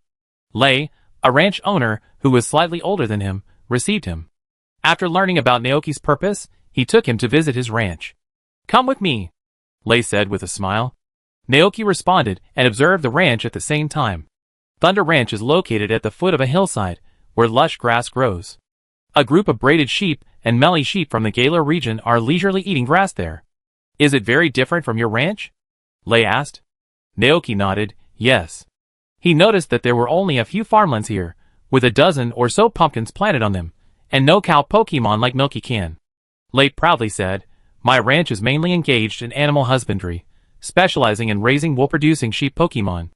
The wool from the wool-braided sheep is the best material for making clothes. In the Galar region, clothes and carpets made of this wool are very famous products. The wool from my flock of braided sheep can be sold throughout the entire Padilla region. Very impressive. Naoki praised sincerely. Compared to him, Lei is really an excellent rancher. He managed the ranch to this point with his magical cooking and a group of Pokemon. And Lei managed this braided sheep ranch in an orderly manner with just his own hands. Ha ha. Hearing his praise, Lei showed an embarrassed expression. Want to buy some wool, right? Naoki, that's right. Hearing this, Lei waved his hand and called around, cute-eyed braided sheep. It's time to shear the sheep. Lei took out a special pair of scissors and shaved the braided sheep while saying, the hair of the braided sheep keeps growing throughout its life. Even if the hair is shaved cleanly, it only takes 3 months to return to its original shape. If you don't shave them for a long time, these little guys will be unable to move because their hair grows too long. Lei's shaving technique was very skillful, and soon, a complete woolen leather cover was freshly produced. Lei picked it up. Look, it's amazing, isn't it? These furs are very complete and elastic. As long as you wear it, you won't get hurt even if you fall off a cliff. As he said that, he patted it, and the woolen leather cover bounced a few times. Naoki opened his eyes in disbelief. So amazing. If it is put on the main rock werewolf, wouldn't it directly become a big bad wolf in sheep's clothing? I round off the price and charge you 2,000 alliance coins per kilogram. Well, there are 6 kilograms, a total of 12,000 alliance coins. Lei weighed the wool. 12,000. To be honest, wool of this quality is not expensive at this price. Naoki thought that it was just right to buy all of it and keep it for making clothes later. He paid the money and rushed back with the wool. The next step was to find someone who was good at tailoring to help Motorcycle Lizard customize warm clothes. Chapter 217. If he could mend clothes and weave cloth, he could make clothes for Motor Lizard himself. But unfortunately, he did not master this craft. There were still several days before Motor Lizard's birthday. Naoki looked at the wool ball in his arms, that was almost bigger than himself, and felt a little troubled. After thinking for a while, he decided to send the wool back to the ranch first, and then come to the town to slowly find someone who could help make clothes. The speed of the goat was not as fast as Golden, but it was more stable. At 3 o'clock in the afternoon, Naoki returned to the ranch. He jumped off his goat, and the goat returned to the sheepfold on its own. The ranch was still as lively as when he left. Haxorus was playing on the grass, Tribibi and Butterfree were flying among the flowers, and Babu Groundhog was taking a nap on the roof of the chicken coop. Seeing this scene, Naoki smiled slightly. He touched the head of Gulton who ran in front of him, and then looked up at Motor Lizard, who had not woken up yet not far away. This is a unique behavior of Pokemon. Whenever they get hurt, they curl up and stop moving, and recover through sleep or hibernation. Gulton opened his mouth and said "Aw." When Naoki said "Sh" to him, Gulton immediately closed his mouth, with a little grievance in his eyes. Let's go back to the room first. Naoki reluctantly took Gulton back to the room. He put the wool on the sofa and said to Gulton who followed him in, "Are you afraid of the cold?" Gulton nodded immediately. "Ah gah." Huh? Naoki was a little surprised. Because he didn't feel that Gulton was afraid of the cold during his daily interactions, and according to the information he knew, Winged King, who could crack the earth with his fists, was not afraid of the cold. Golden's scales and dragon skin were much thicker than Motor Lizard's. Is this probably the nature of dragon attribute Pokemon? Naoki thought. After all, it is twice weak to ice, and attribute restraint is too important. Okay, Then I find someone to make you a winter coat with these wools," Naoki said. He was worried that only Motor Lizard had it, and other Pokemon would feel unbalanced. Just like raising a child, it is wrong to be partial. Agahi. Gullerton made a rather pleasant cry. Seeing this, Naoki smiled and couldn't help but reach out and touch the head of this Pokemon with a big dog personality. It took nearly 2 hours to go to the town. Naoki was a little thirsty, so he prepared to drink a sip of water first. As soon as he picked up the cup, he heard a knock on the door outside. "Is anyone there?" Hearing this familiar voice, Naoki was very surprised. He went to open the door, and sure enough, he saw Mrs. Dantes, who lived in the town, standing in front of the door with a package. Under the warm autumn sun, the gray-haired old woman had a kind smile on her face. Seeing Naoki, she raised the bag in her hand and said gently, "Good afternoon, Naoki. These are the pumpkin cookies I made. Because I accidentally made too much, right, and I couldn't finish them, so I came to give you some." Naoki looked at the bag of cookies, but he didn't say no. He smiled and took it. "Come in and sit down." He welcomed the old man into the living room. Without him saying anything, his brother AI butler brought the guest a cup of warm black tea. Mrs. Dantes looked at the layout of the house. Although it was not luxurious, it was full of the breath of life and traces of Pokemon. Mrs. Dantes was happy for Naoki from the bottom of her heart. "It's great. This place is even more prosperous than when your grandfather ran it." Was the ranch very backward at that time? Naoki only had sporadic memories in his mind, and his impression of that time was very vague.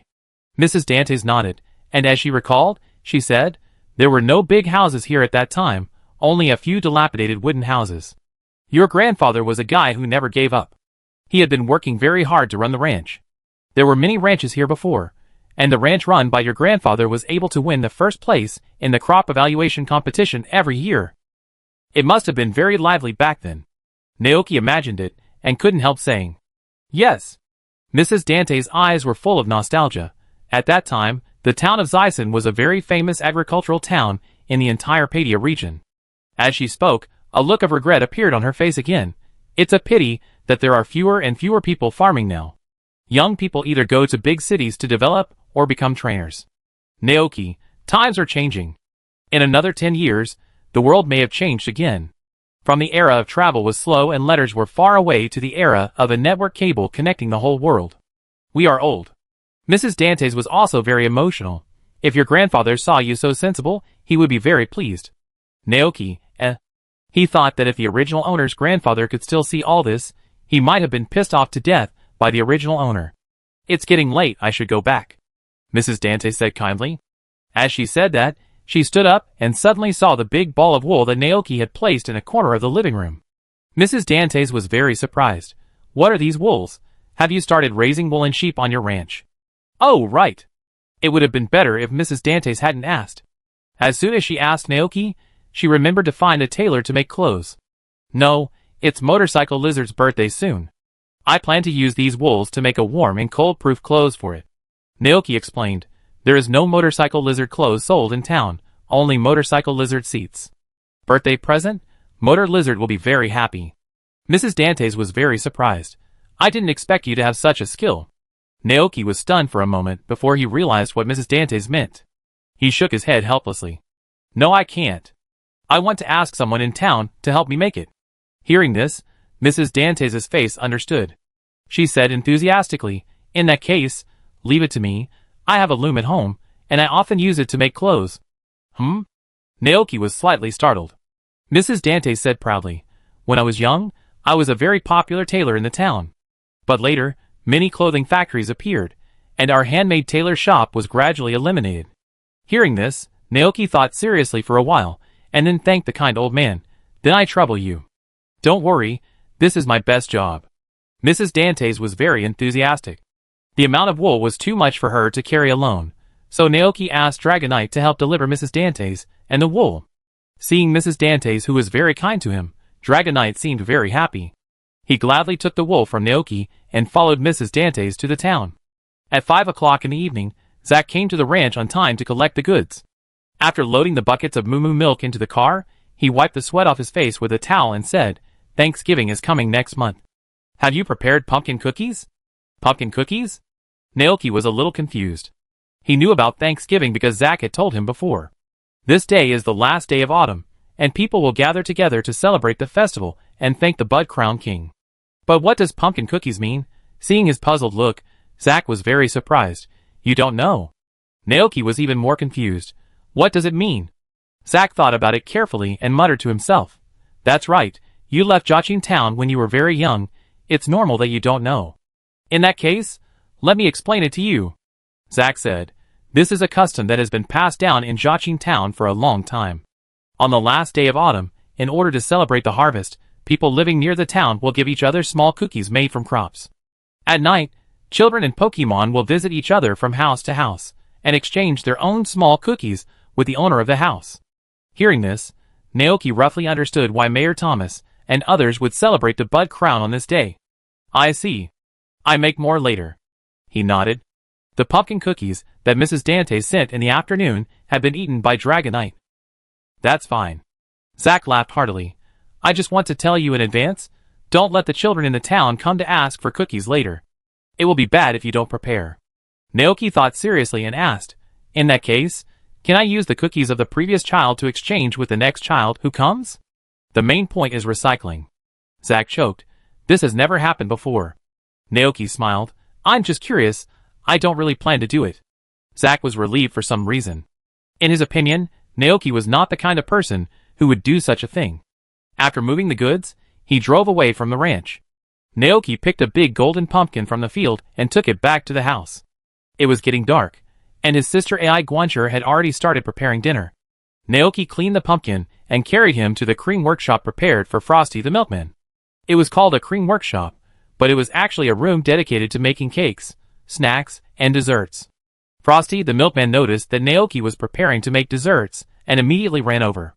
But it was too small, and its steps were not big, so it couldn't keep up and could only shout to Naoki to wait. Mama! Naoki stopped and watched the little Frosty the milkman run over the sofa to him. He lowered his body, and the Frosty the milkman jumped onto the big pumpkin in his arms. Mama! It also wants to make desserts together. Seeing Frosty Milk Fairy's look, Naoki said with a smile. You and Saltstone have been crazy outside for a whole day, aren't you tired? Mama. Frosty Milk Fairy shook her head and swayed her body happily, and a faint sweet fragrance emanated from her body. But then again, I see that other Frosty Milk Fairies are very timid. They will hide in fear when they see anyone except the trainer. Why are you so brave? Naoki was a little puzzled. Not only does it have to fight with Saltstone, which is many times bigger than it, every day, it also dares to squeeze on the same sofa with Galton. Ma!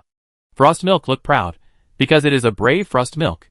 Do you know what the fate of courageous Pokemon usually is? Naoki raised his eyebrows and asked deliberately. Ma? As expected, Frost Milk was curious. Naoki, the first type, courageous Pokemon are not afraid of anything, and their lively and cheerful personalities make them good friends with everyone. Frosty Milkman listened carefully, and then said happily, Ma. That's it. Don't worry, there is a second type. Naoki smiled slightly, and seeing that Frosty Milkman listened carefully, he continued, but they are too small, and they will emit a very sweet cream smell. This smell may attract some Pokemon who like to eat sweets, and then eat them in one bite. At first, Frosty Milkman was still listening carefully, but slowly, it felt something was wrong the more it listened. This made it feel a little scared. Frosty Milk Fairy, I'm going to start making pumpkin cookies. You go to the side for a while. While talking, Naoki came to the cream workshop. He said Frosty Milk Fairy to the windowsill, and then started making pumpkin cookies. Frosty Milk Fairy had already realized that Naoki was scaring it. It shouted, Ma. Bad Naoki. Naoki was going to cut the pumpkin into pieces, put it in the microwave to steam it, and then mash it into a paste. When he heard Frosty Milk Fairy's voice, he didn't look up. While busy with his work, he said seriously, I'm not scaring you. This kind of thing really happened. You are all covered with delicious sweet cream. Wild Pokemon have no trainer to teach them, and they are likely to eat you directly. Hearing this, Frost Milk Fairy felt that Naoki was right, and it started to get scared again. Naoki comforted him. Don't be afraid, the Saltstone pile will protect you. When they evolve, they will become tall and big Saltstone giants. When 5 of them are together, ordinary Pokemon can't beat them at all. The elder brother Ai Guancher, who was standing in the corridor, outside the door to see if Naoki needed help, had a complicated expression. Is it really effective to comfort people like this? It turns out that these comforts are very effective for Frost Milk Fairy. It was obviously relieved and sat in the cream workshop for a while. Seeing that Naoki didn't need its help, Frost Milk Fairy quietly left here. It went downstairs, ran to the living room, ran out of the door, and ran to the underground cave of Saltstone. Looking at the 5 Saltstones walking around in the cave, still full of energy after a day of playing, Frost Milk Fairy breathed a sigh of relief. Seeing Frost Milk Fairy suddenly come down to the ground, the faces of the Saltstones were full of confusion.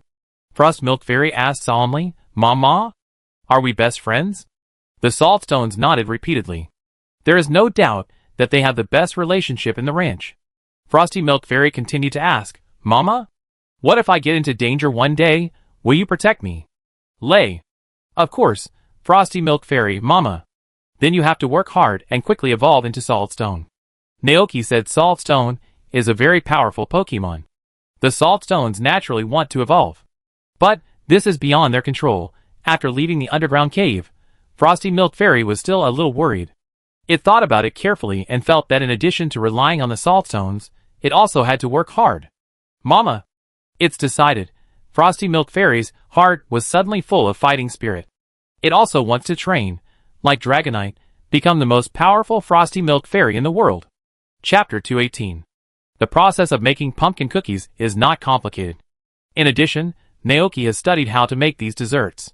Now he can make cakes, puffs, puddings, and cookies. Puree the sliced pumpkin, then add it to the prepared moo milk and mix it evenly. Then, pour the olive oil and sugar of Orleans into the eggs and beat them with a whisk until they expand.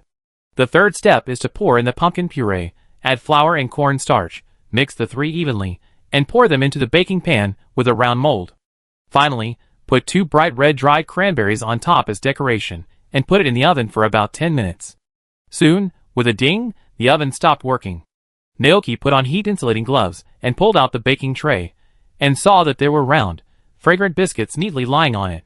It was the unique flavor produced by the combination of the sweet fragrance of milk and the fragrance of pumpkin.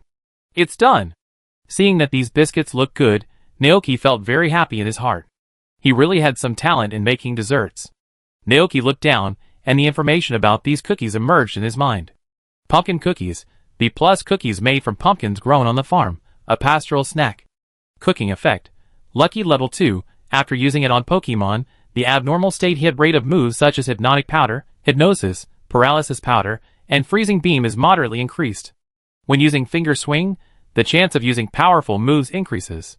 Effect duration, 10 minutes. Comment, a delicious cookie created to celebrate the harvest. It is said to bring good luck to Pokemon. Lucky? When Naoki first saw this effect, he thought he had made a dish similar to Lucky Pudding. But when he looked closely, he found that this effect seemed to only work when Pokemon used a move. Naoki picked up a hot cookie with interest. The abnormal state hit rate of moves such as Hypnotic Powder and Freezing Beam is improved. The following Finger Swing is interesting. As we all know, Finger Swing is a move that requires a lot of luck. In the game, Finger Swing is described as waving your fingers to stimulate your brain and use any one of all the moves. This means that you can shake out Groudon's Cliff Blade, Kyogre's Root Wave, Palkia's Subspace Slash and Dialga's Time Roar. To shake out these skills, there is only one requirement for the Pokemon itself, that is, good luck. Speaking of finger swinging, the first thing that came to Naoki's mind was Misty's Togepi in the anime. He couldn't help but imagine a Togepi shaking out Arceus's Light of Punishment in a battle. Just thinking about that scene made him excited. Naoki licked his lips excitedly. This pumpkin cookie is interesting, but unfortunately, it has no effect on the Pokemon in his ranch. And it lasts only for 10 minutes. Unless it is used specifically for battle, it is not used at all on weekdays. Something is better than nothing. Naoki poured the baked pumpkin cookies into a plate and took it downstairs. Not many of his Pokemon like sweets. Apart from Frosty the Butler, there is only one Pokemon, his sister, and although the other Pokemon don't hate sweets, they don't have much interest in sweets. Therefore, Naoki originally planned to ask Frosty the Butler to help him taste it. But he looked around and didn't find Frosty the Butler in the living room. Naoki couldn't help asking his brother, the butler, who was closest to him, "Where is Frosty the Butler?" Brother Aigwancher looked out the door. Outside, Naoki was a little surprised. He looked at the sky outside the door. It was already dark. Why was Frosty still outside at this time? He left most of the cookies for his sister Aigwancher to share with them, and he came to the ranch with a plate. He walked around the ranch and finally found Frosty under the guidance of Butterfree. Frosty was talking to Dragonite with a fighting spirit.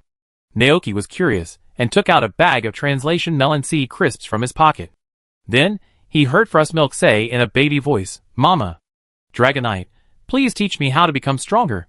Dragonite looked at the small Frostmilk in front of him with an embarrassed face. My method may not work for you, because you don't have wings and can't fly." Frostmilk looked confused. "Mama? What's the connection between becoming stronger and being able to fly?" Dragonite explained with bright eyes. Because only if you can fly can you deliver goods." Naoki said that the process of delivering goods is training, which can help Pokemon become stronger. "My current situation is closely related to delivering goods." Hearing this, Frosty looked down at her body. It was very sad. Because it did not have wings like Dragonite, it could not deliver goods. Frosty said sadly, "Mama, I want to be the most powerful Pokemon in the world. Because then I won't be eaten." Dragonite was already confused. Naoki then walked forward with Butterfree and comforted the lost Frosty. "Don't worry, no one will eat you. Everyone in the ranch will protect you." Frosty and Dragonite looked over. Seeing Naoki, Dragonite cheered. "Awoo! Naoki!" Naoki nodded to it, then smiled and said, "Open your mouth." "Awoo!" Dragonite immediately opened its mouth obediently. Naoki threw a few biscuits over, then looked at Frosty. Frosty heard Naoki's comforting words, and looked a little tangled. "Mama. But I still want to become stronger, Naoki, If he had known, he shouldn't have told a story to scare Frosty. Recalling what Frosty had just said, he became the most powerful Pokemon in the world. The strongest. Even he was not sure, but the biggest was definitely a sure thing. He could grow pumpkins of any size in his field, which could change Frosty's size. In addition to pumpkins, he could also help Frosty to Gigantamax, but he needed to go to the Galar region. Thinking about it, Naoki handed the biscuits in his hand to it. "Okay, I help you think of a solution later. Now let's have some snacks. How about trying the cookies I just baked?" Frosty began to eat pumpkin cookies. Looking at this scene, Naoki suddenly thought of something. That is, Frosty can also learn finger swinging skills. It is a bit difficult to directly help Frosty grow into the most powerful Pokemon in the world, but at this time, smart people must learn to save the country in a roundabout way. For example, let Frosty eat the lucky pudding first, and then eat pumpkin cookies when the good luck of the lucky pudding takes effect. The combination of double good luck may allow Frosty to use some amazing moves. But the problem is that Frosty Milkman doesn't know how to use the finger swing skill yet. In his entire ranch, only his sister, Ima, knows this move. After thinking for a moment, Naoki said to Frosty Milkman, "I have a way to help you become stronger." Hearing this, Frosty Milkman's eyes lit up, and he quickly asked, "Ma? What method? Is it to teach it to fly?" "Finger swing skill." Naoki pointed to the pumpkin cookie in front of him and explained the effect of this small cookie to Frosty Milkman. Although it can't make you stronger directly, it can help you borrow the power of other Pokemon and use those powerful moves. "Ma." Frosty Milk Fairy didn't understand. Naoki thought for a moment and gave an example. "You know Gulton, right? Its most powerful move is to jump high into the sky, and then hit the opponent with full force. If you understand the finger-waving skill, and eat a piece of this cookie, you will have the opportunity to borrow the power of Gulton, and use this move that only it can use to defeat the bad guys who want to eat you." "Ma." Frosty Milk Fairy looked longingly. "Can it really use such a powerful move?" Naoki smiled and said, "It's not just Gulton. Finger Swing can also use many powerful Pokemon's moves." "Awesome, it wants to learn this move, but how can it understand it?" Frostmilk looked confused. Seeing this, Naoki smiled and said, "Then we need the help of AI Guancher. But now it's time for dinner." They went home to fill their stomachs first, and then found their sister AI Guancher. Naoki looked at his cute sister AI Guancher with some expectation. "You can use the move of Finger Swing, right?" AI. The younger sister AI Butler nodded happily, then looked over again in confusion. "What's wrong?" "I want to ask you to teach this move to Frosty Milk Fairy." Naoki explained. "The pumpkin cookie you just ate has the effect of enhancing the finger swing skill." The younger sister AI Butler understood instantly. It looked down at Frosty Milk Fairy with an expectant face and nodded happily. AI. So Naoki brought a few Pokemon to an open grassland. Naoki cast his eyes on the younger sister AI Butler. "Pumpkin cookies also have an effect on you. When it takes effect, you may be able to use some very rare moves." The little sister AI Guancher nodded slightly. It already understood the effect of this cookie. Seeing this, Naoki did not say much, but stood behind and watched the little sister AI Guancher's demonstration. Watch it, I'm going to demonstrate. The little sister AI Guancher looked at the Frosty Milk Fairy. The Frosty Milk Fairy nodded excitedly, Ma. Then, the little sister AI Guancher gently waved her fingers. Its hands were immediately wrapped in milky white light, and a magical power was released from its body. All the white light gathered at one point, and when the energy was accumulated to the limit, it turned into a dazzling beam of light cannon, which suddenly blasted forward. Feeling the terrifying power contained in this move, Frost Milk Fairy's eyes lit up. Ma. So powerful. Steel-type move, cannon-like cannon. Naoki recited the name of the move that was shaken by the finger in his mind. Seeing the reactions of Naoki and Frost Milk Fairy, his sister AI Guancher was a little helpless. Shouldn't the focus now be on its action of shaking the finger? Naoki scratched his head a little embarrassedly. Sorry, this is the first time I've seen the finger-waving technique, and I think it's amazing. He looked at Frosty Fairy, and thought that the target that Frosty Fairy had just focused on should also be the cannon, not the actions of the butler. Naoki, do it again? The little sister butler nodded helplessly. Naoki looked at Frosty Fairy and instructed, this time, focus on the butler's fingers, observe its movements carefully, and then try to imitate them. Ma. Frost Milk Fairy responded, indicating that she understood. Very good, let's start. Naoki gestured. The sister AI Guancher shook his finger again. The rich white light enveloped its hand again, and then a strong current suddenly surged out, instantly covering the whole body of the sister AI Guancher. For a moment, the night was illuminated by the strong electric light as if it were daytime.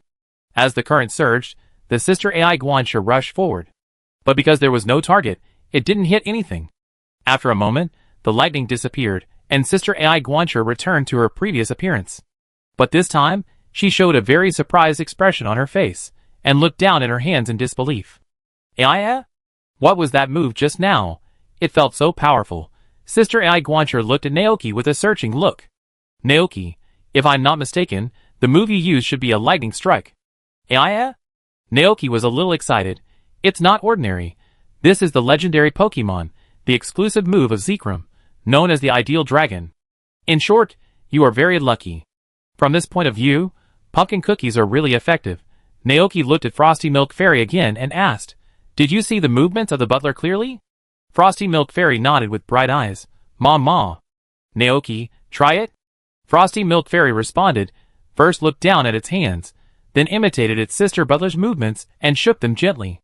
But after shaking it for a long time, the white light that indicated the successful launch of the move did not light up.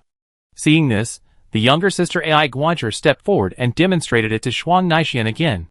This time, it failed to shake out the exclusive move of the beast, and only shook out an ordinary high-speed star. AIE. The younger sister AI Guancher began to teach her experience in using the finger wave skill.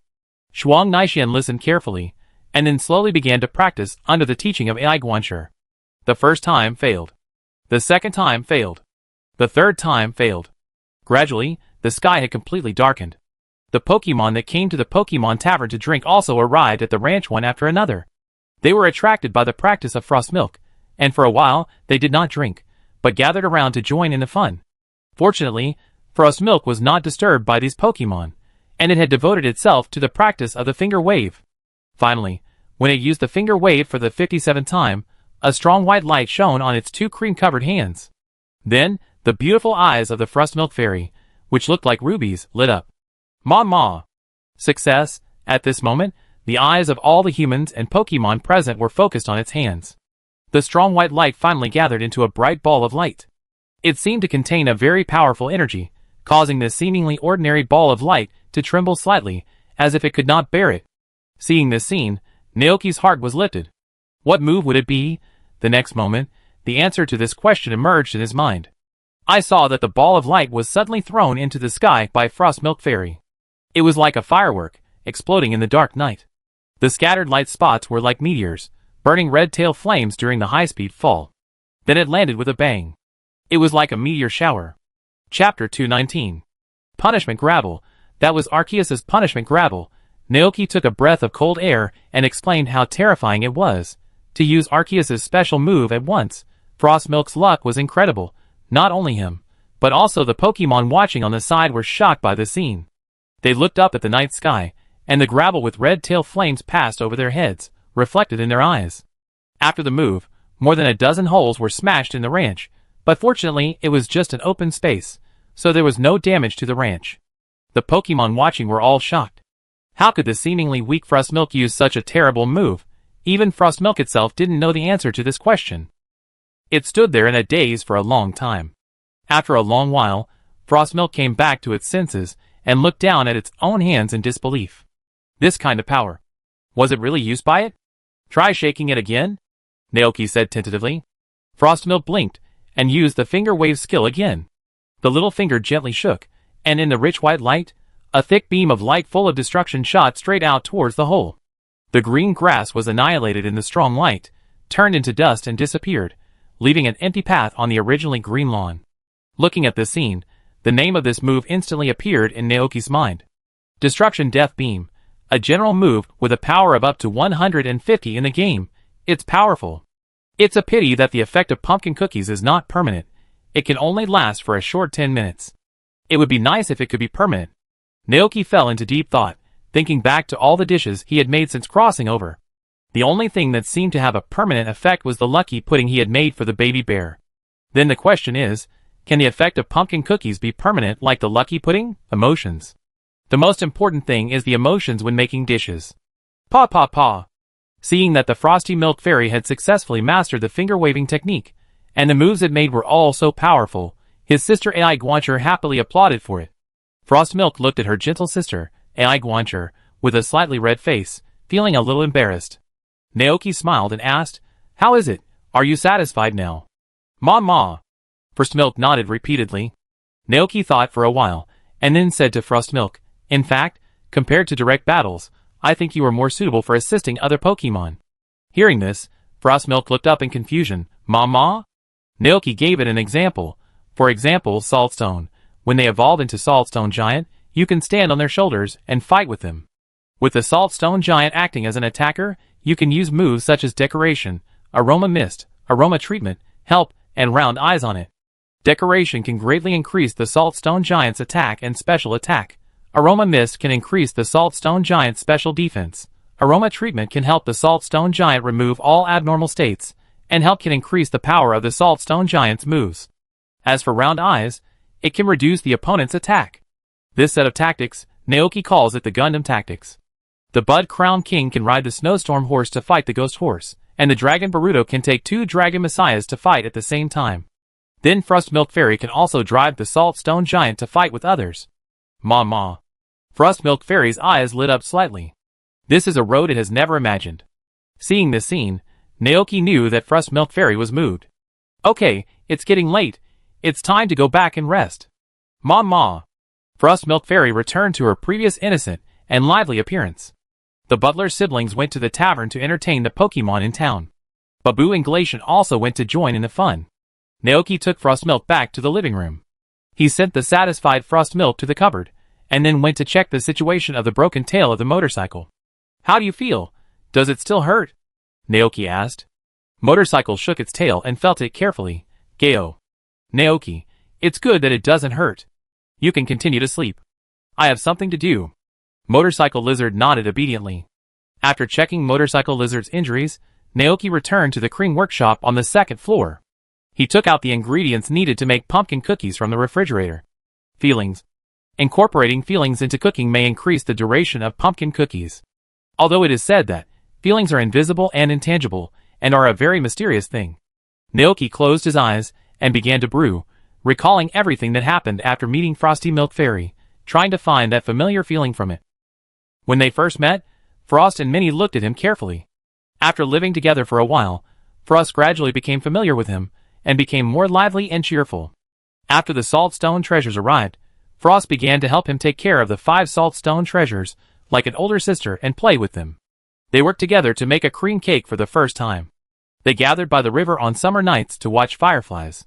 They lived together, from the spring, when everything came back to life, to the autumn, when the leaves turned yellow. They will live together for a long, long time, until the end of their lives. Naoki's mind flashed back to the scene of himself sitting in a rocking chair, and reminiscing with Frosty Milk Fairy, when he was old. It's almost time. Naoki opened his eyes, and began to make the second batch of pumpkin cookies with surging emotions. 30 minutes later, with a ding, the oven stopped working.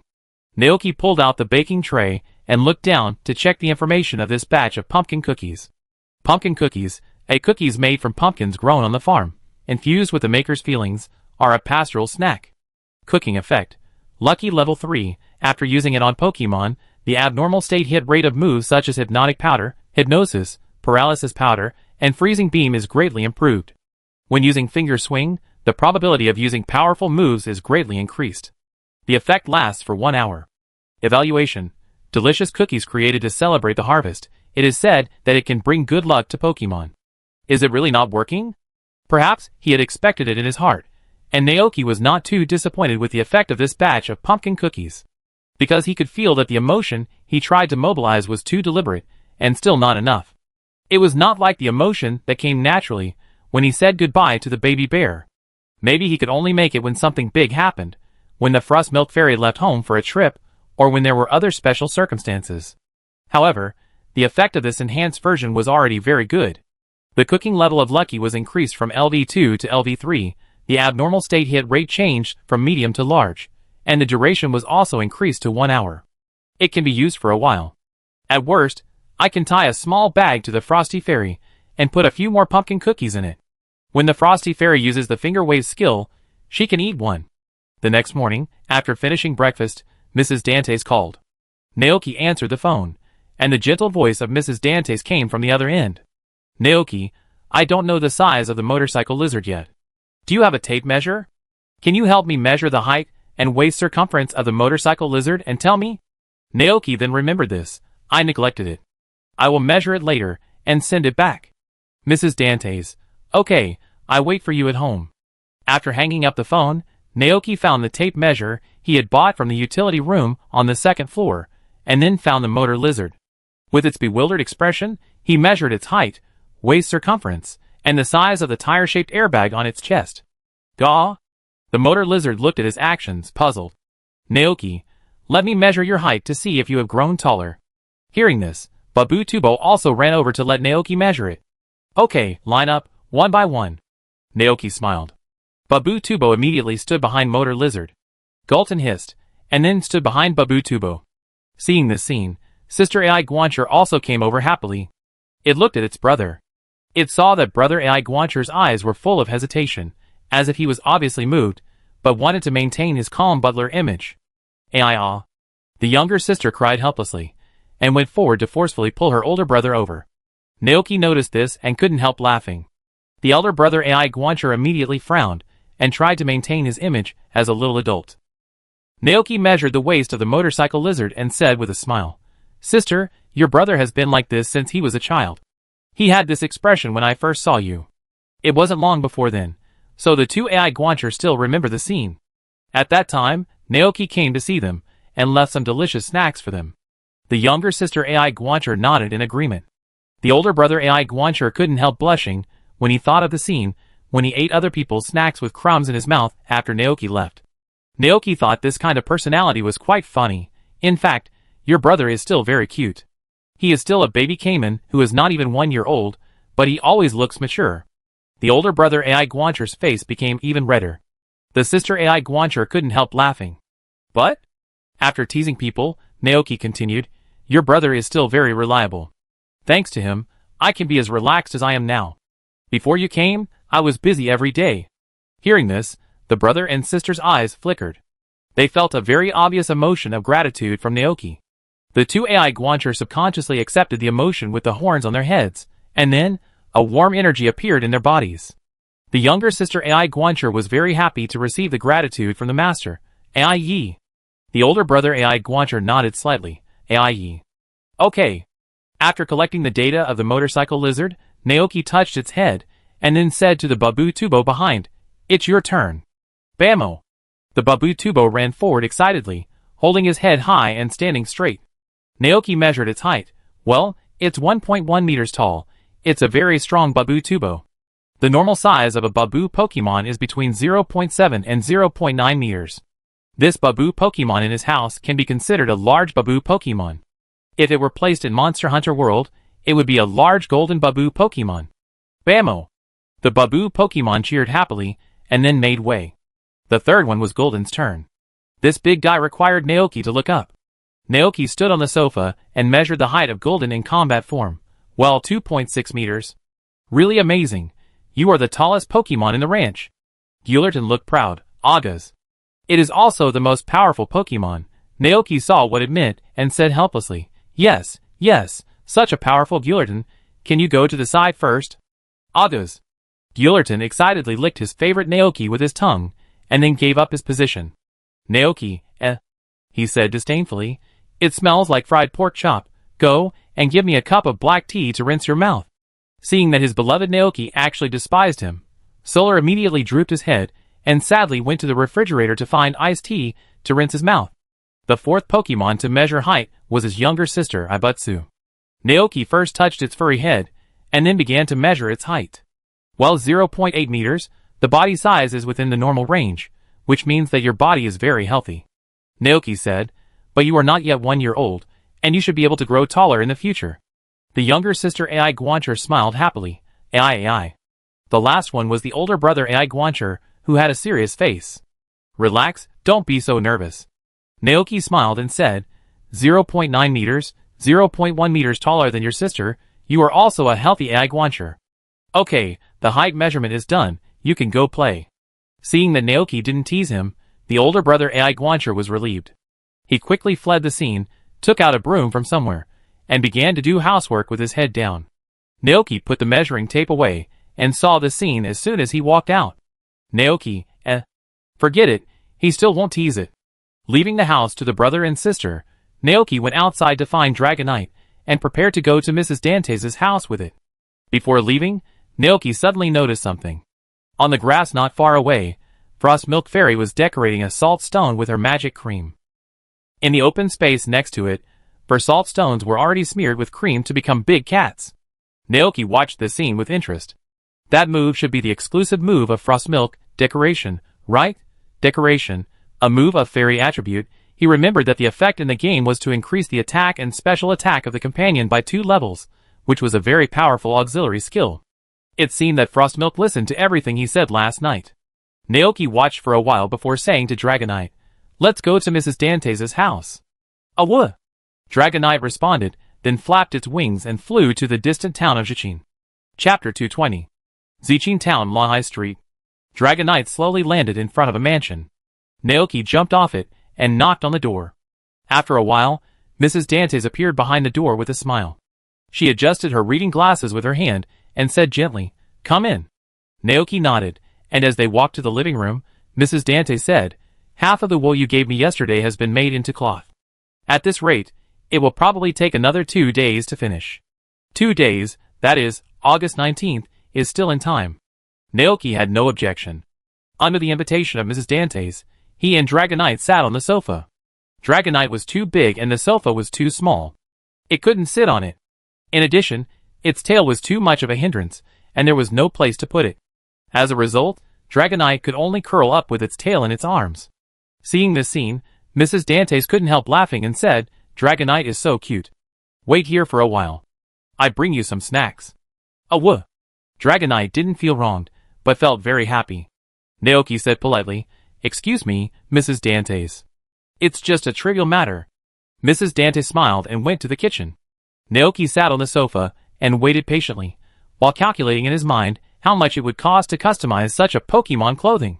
Soon, Mrs. Dante's came over with a cup of tea and a cup of tree juice. She placed the cup of steaming black tea in front of Naoki. This is for Naoki. Then, he placed the cup of tree juice in front of Dragonite. This cup is for Dragonite, and there are some cookies I baked earlier, have some. Awoo! Dragonite cheered and started eating the cookies with his paws, as if he regarded this place as his home. Naoki noticed this scene and couldn't help asking, Is Dragonite usually like this when it's here? Mrs. Dante's understood what he meant and said quickly, Dragonite is a very sensible Pokemon, don't blame it. I forced it to eat. Naoki, Mrs. Dante's has been living in this town with her husband, right? Naoki has never heard of their children, and he has no way of knowing the details, but judging from the old lady's appearance, she really likes Dragonite. Forget it, that's it, he will ask Dragonite to send more ranch specialties here later. Naoki sighed and did not continue the topic, but turned to business. He handed the measurements he had taken in the morning to Mrs. Dantes. These are the height and waist circumference of Motor Lizard. Mrs. Dantes took it and looked at it for a few seconds, then said gently, "Okay, I understand. Next, I will make clothes for Motor Lizard according to the size above." "Naoki, what about the price?" Mrs. Dantes was slightly stunned, but then smiled and shook her head. "No money, I am happy to help you."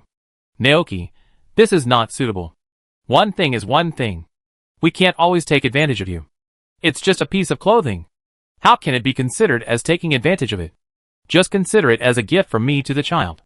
Mrs. Dantes was firm in her attitude, as if she would not do it if he paid her. Naoki sighed helplessly. "Okay, then I trouble you." Mrs. Dantes smiled again. "That's right. Actually, if you think about it carefully, we should thank you. If it weren't for the goat milk you gave us, Right wouldn't have recovered so quickly." Naoki wanted to say that you paid for the goat milk, but he noticed that it seemed that only Mrs. Dantes was here, so he asked, "Where is Mr. Wright?" "Mrs. Dantes. Him?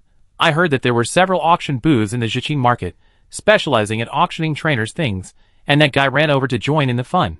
Naoki, "Okay." He didn't say anything more, finished the cup of black tea in front of him, said goodbye to Mrs. Dantes, and rode Dragonite back to the ranch. He had no choice. Since Mrs. Dantes didn't want to take money, he could only ask Dragonite to send him some specialties produced in the ranch. Looking at the crops, rock salt, tree fruits, and fresh milk in front of him, Dragonite was puzzled.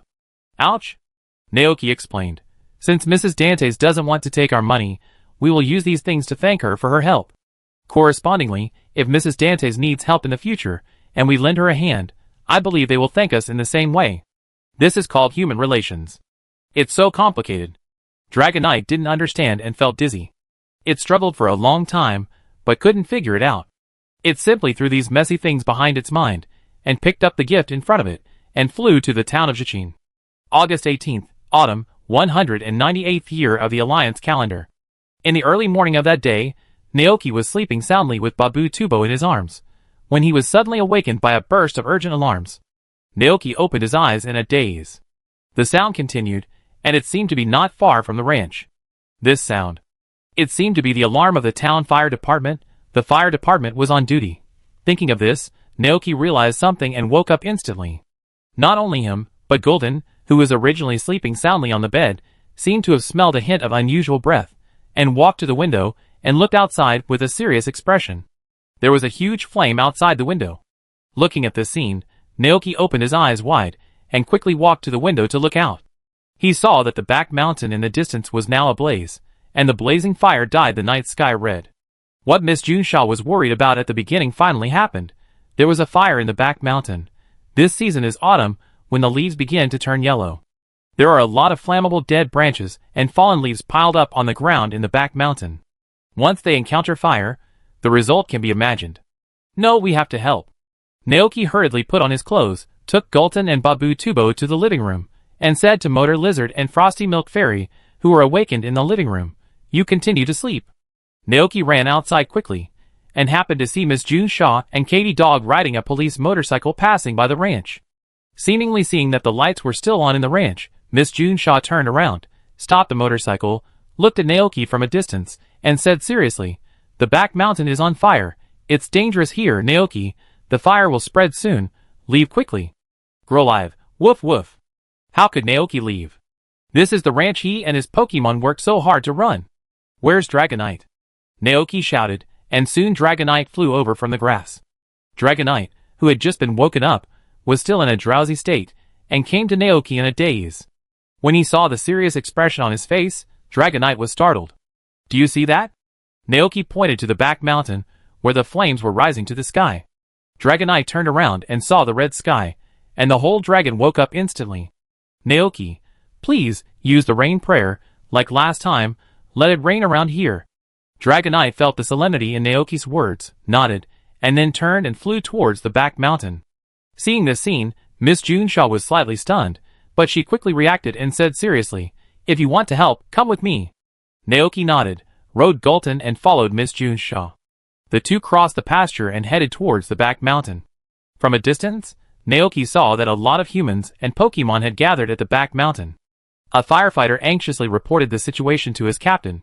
It's no use, the fire has spread completely, our firefighter Pokemon are not strong enough, and the rain prayer range is only a small area, which can't completely stop the fire.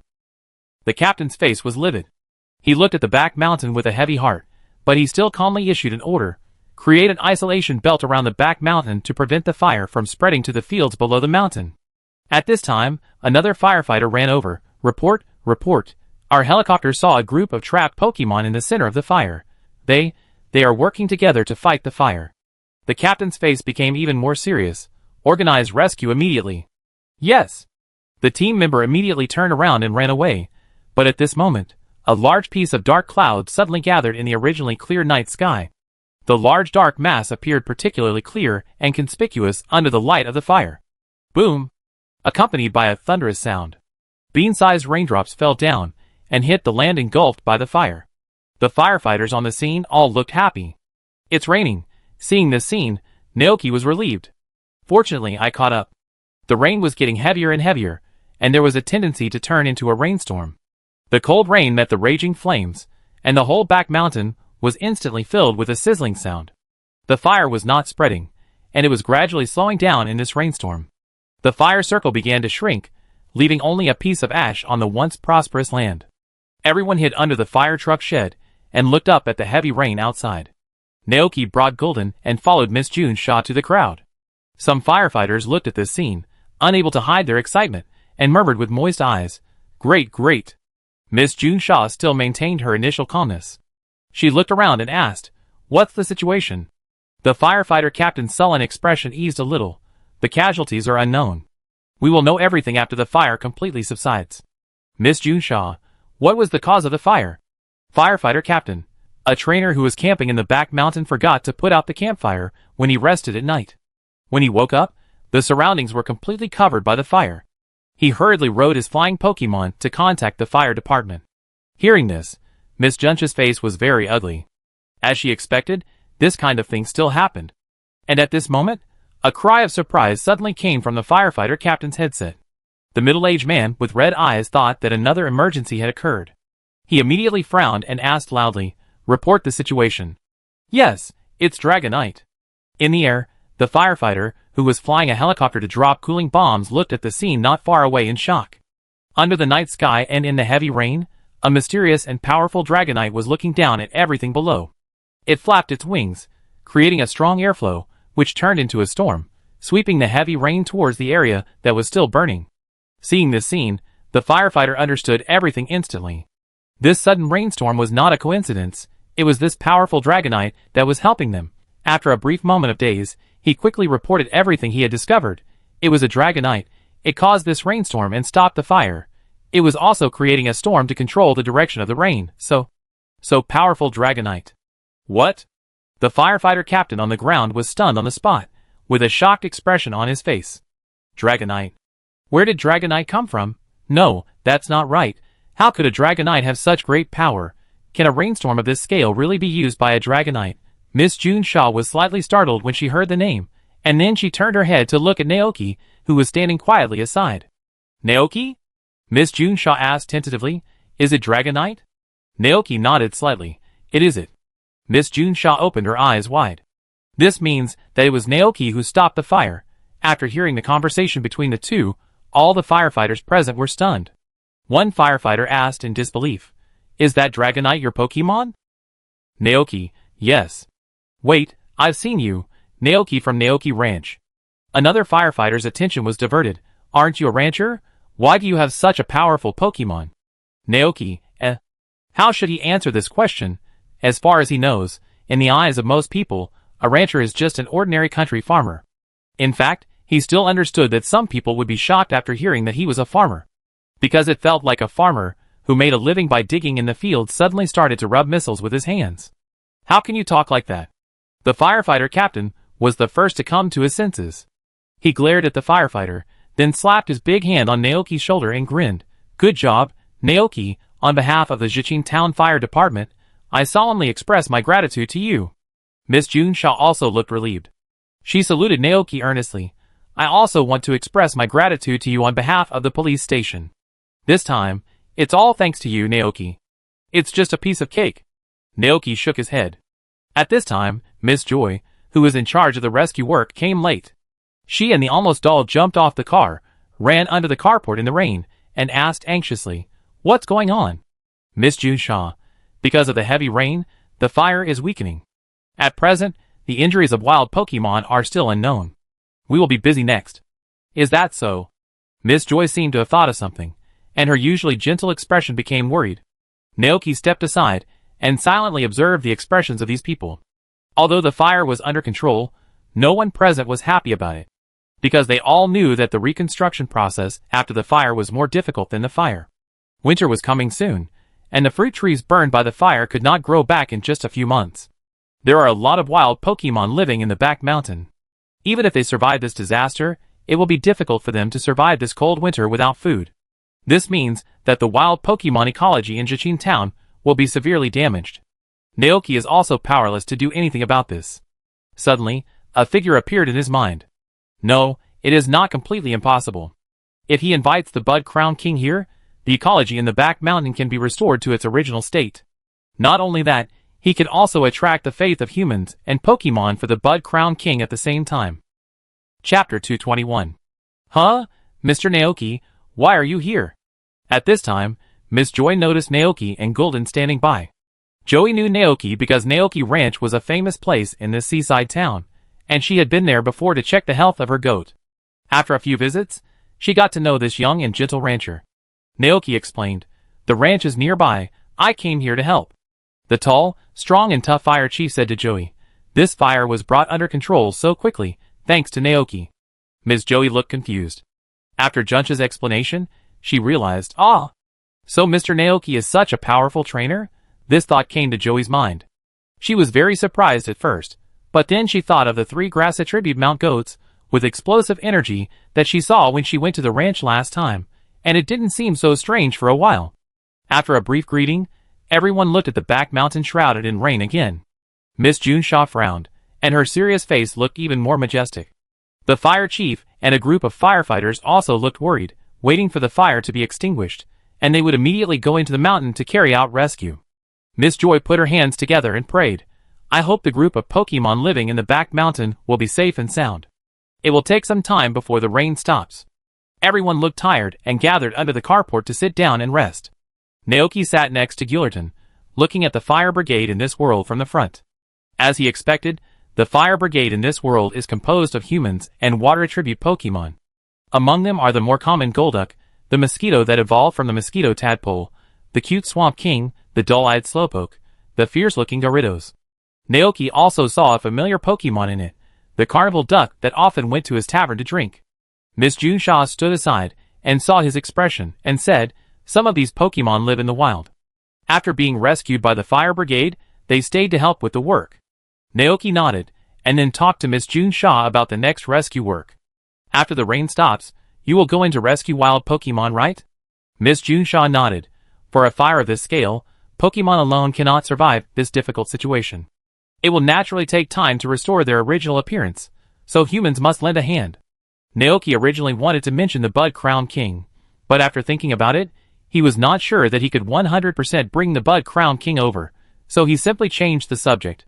"My ranch still has a lot of tree fruit stored. If the rescue resources are not enough, you can contact me." In this kind of thing, he should help as much as he can. Hearing this, Miss June Shaw was slightly startled, and then smiled. "Thank you, but you have helped a lot. The Padilla Alliance will provide us with rescue supplies. If something like this happens, I think the chief champion, Lord Yessie, will also come." Yessie. Naoki noticed Miss Juncha's admiring tone, and he thought, the people of Padilla should all like this chief champion, right? At this time, Miss Juncha's Katie made a wrong cry. Naoki turned his head, and saw that the furry Katie was soaked by the rain, and there was a lot of mud on its paw pads. At this moment, it was sitting next to Miss June Shaw, looking down at its dirty self. Naoki couldn't help but comfort her. "Don't be sad, wait until you are done, go back and wash it." The Growlithe looked up, and then shouted happily twice, "Woof woof. It liked you very much." Miss Junsa was a little surprised. Naoki thought for a moment, and said, "Maybe it's because I offered it juice and milk?" The Growlithe wagged its tail enthusiastically. "Woof woof." Seeing this scene, Naoki felt itchy in his heart. He also wanted to raise a furry, warm and friendly Growlithe. but it seems that only the Junsa family has a Pokemon like Growlithe. In this world, Growlithe and Arcanine are the symbols of the Junsa family, and almost every Junsa lady is equipped with a Growlithe. Monopoly? Naoki doesn't think so, because he has never heard of the rumor that the Junsa family prohibits trainers from raising Pokemon like Growlithe. And some traveling trainers also have Pokemon like Growlithe around them. After all, it is impossible for a Pokemon to be controlled by one family. For example, the Naduyulong family has not been able to monopolize all the Dragonites in the world. Maybe it's because of the loyalty, reliability, and high intelligence of Pokemon like Growlithe. It's perfect for being a police dog. It's just that the Junsa family uses it too much, so it's easy to form a stereotype. As a police officer, Miss Junsa is very sensitive to sight. She noticed that Naoki was looking at her, and turned her head and asked, "What's the matter?" Naoki came back to his senses and said, "It feels like Miss Junsa all over the world looks the same." Hearing this, Miss Junsha couldn't help laughing and said, "It is indeed like this. The Junsha family is a very magical family. Every girl born by Junsha looks like Junsha. Maybe this is because our family's genes are exactly the same. Not only us, but also Joey's lineage is like this." Naoki looked at Miss Joey, who was busy not far away. Miss Junsha continued, "However, it is not exactly the same, because there are also some Junshas and Joeys living in tropical areas with black skin. This may be affected by regional factors. It's amazing." When talking about this topic, Miss Junsha looked dazed. "If possible, I don't want to be like this, because outsiders can't always tell me apart from other Junshas." Naoki, This made Naoki think of Brock, who traveled with Xiaoji in the anime. Because Brock has the ability to distinguish every Joey and Junsha. Gradually, the fire covering the back mountain completely receded, the rainstorm stopped, and the sky gradually brightened. In the morning light, Dragonite slowly descended from the sky to Naoki's side. The firefighters around them saw Dragonite, and their eyes lit up immediately. It was this Dragonite that stopped the fire, right? What a powerful Dragonite. It's the benefactor of Jichin Town. We must thank it. Even the water-type Pokemon showed admiring eyes. So, the fire chief walked up to Dragonite on behalf of the entire fire brigade and saluted it solemnly. "Thank you for your hard work, Dragonite. Thank you very much for your help this time." Facing so many grateful and admiring eyes, Dragonite felt a little happy, but also a little embarrassed. "Aww!" It called out to these people twice. The fire chief looked confused, and turned to look at Naoki beside him. Naoki smiled and explained, "It should be saying that this is what it should do, because it is also a part of life here." "Aww!" Dragonite nodded repeatedly. Seeing this, the tough guy showed an admiring look in his eyes. "Good Dragonite, but no matter what, we have to say thank you." "Aww! Now is not the time to chat." The fire faded, leaving a mess. The originally lush back mountain now only had some black ashes, and the big trees were burned to charcoal. The firefighters began to get busy again. They and Junsha Joy organized people to go into the back mountain and search for the surviving Pokemon. Naoki took Dragonite to watch here for a while, and soon saw a Pokemon being carried out on a stretcher and sent to Miss Joy's ambulance for emergency treatment. Seeing this scene, everyone present and the Pokemon were not in a good mood. Naoki sighed and said to Gulton and Dragonite, "Let's go." They couldn't help much here, and they came out too hastily, which alarmed many Pokemon. Now they should be very worried. With Dragonite and Gulton, Naoki hurried back to the ranch. As expected, when he got there, he saw Moto, the Butler brothers and sisters, Glacian and other Pokemon waiting anxiously. Naoki quickly stepped forward to comfort them. "It's okay, don't worry." The Pokemon breathed a sigh of relief. Naoki patted their heads one by one, and just when he wanted to let them go back to sleep, he suddenly saw Babutubo flying over from not far away in a panic. It pointed in the direction of the chicken coop. Bamo Bamo. "Huh?" Naoki was stunned for a moment. What's wrong? Now he didn't eat the translation seeds, so he couldn't understand Pokemon talking. Seeing Babutubo's appearance, could it be that a hen was taken away by a weasel? Babutubo pulled his arm, as if wanting him to go over and take a look. Seeing this, Naoki brought a group of Pokemon to the chicken coop. In front of the chicken coop was the river that passed through the pasture. At this moment, Naoki saw a mass of things being washed down from the upper reaches of the river. He looked closely and saw that the mass of things was not garbage, but a group of dirty and embarrassed Pokemon. They looked panicked and kept flopping in the river. Seeing this, Naoki quickly asked the Aishu brothers and sisters to go to support. The two Aishu nodded, stepped forward and stood by the river. They stretched out their hands, and a layer of blue light appeared in their eyes at the same time. Before the group of Pokemon were about to be submerged by the water, a superpower enveloped their bodies and rescued them from the river in time. The Pokemon who returned to the shore coughed violently and vomited the water in his stomach. The sister Aishu gently patted the back of a well-fed chinchilla. Naoki stood aside and glanced at the group of Pokemon. In addition to the chinchilla, there are a total of 5 Pokemon here. The electric frog, the painter, the little blacksmith, the ancient moon bird, and a pair of mice. Each Pokemon looked so embarrassed, with burn marks all over their bodies, and a lot of black stains on their faces and fur. It's obvious that this group of Pokemon escaped from the fire. They may have wanted to hide in the river to avoid the fire, but they never thought that they were washed downstream by the rushing river. After a moment of contemplation, Naoki said to his brother Ai Guancher, "Go get me some burn medicine." Ai. The brother Ai Guancher nodded calmly, ran back to the house quickly, and took out a few bottles of burn treatment spray from the medical box. Naoki came to the weak but very alert 2 Biaoku and said to it, "Don't be afraid, I have no ill intentions. You are injured and I am here to treat you." As he said that, Naoki took out the burn medicine and shook it in front of it. 2 Biaoku seemed to feel that the human in front of him had no ill intentions and really wanted to help it, so it let down its guard. Naoki sprayed the burn medicine all over its body, and then came to the chubby electric-bellied frog. Compared to the vigilant painter, the electric-bellied frog had not yet recovered from its fear, and its body was trembling slightly. Sensing someone approaching, the electric-bellied frog immediately shrank its chubby body in fear, and suddenly, a strong electric current emerged from the power navel on its belly and wrapped around its body. Naoki tried to calm its emotions. Electric-bellied frog, don't be afraid, there is no danger anymore, it is safe here." The electric frog was trembling with its body tense, still looking very scared. Seeing this scene, Naoki was a little confused. Looking at the electric frog wrapped in electricity, he didn't know how to get close for a moment. At this moment, Babu Tubo next to him volunteered. It patted its chest and flew in front of the electric frog, releasing a current from the electric sac on its cheek. This current met the current of the electric frog, and immediately made a sizzling sound.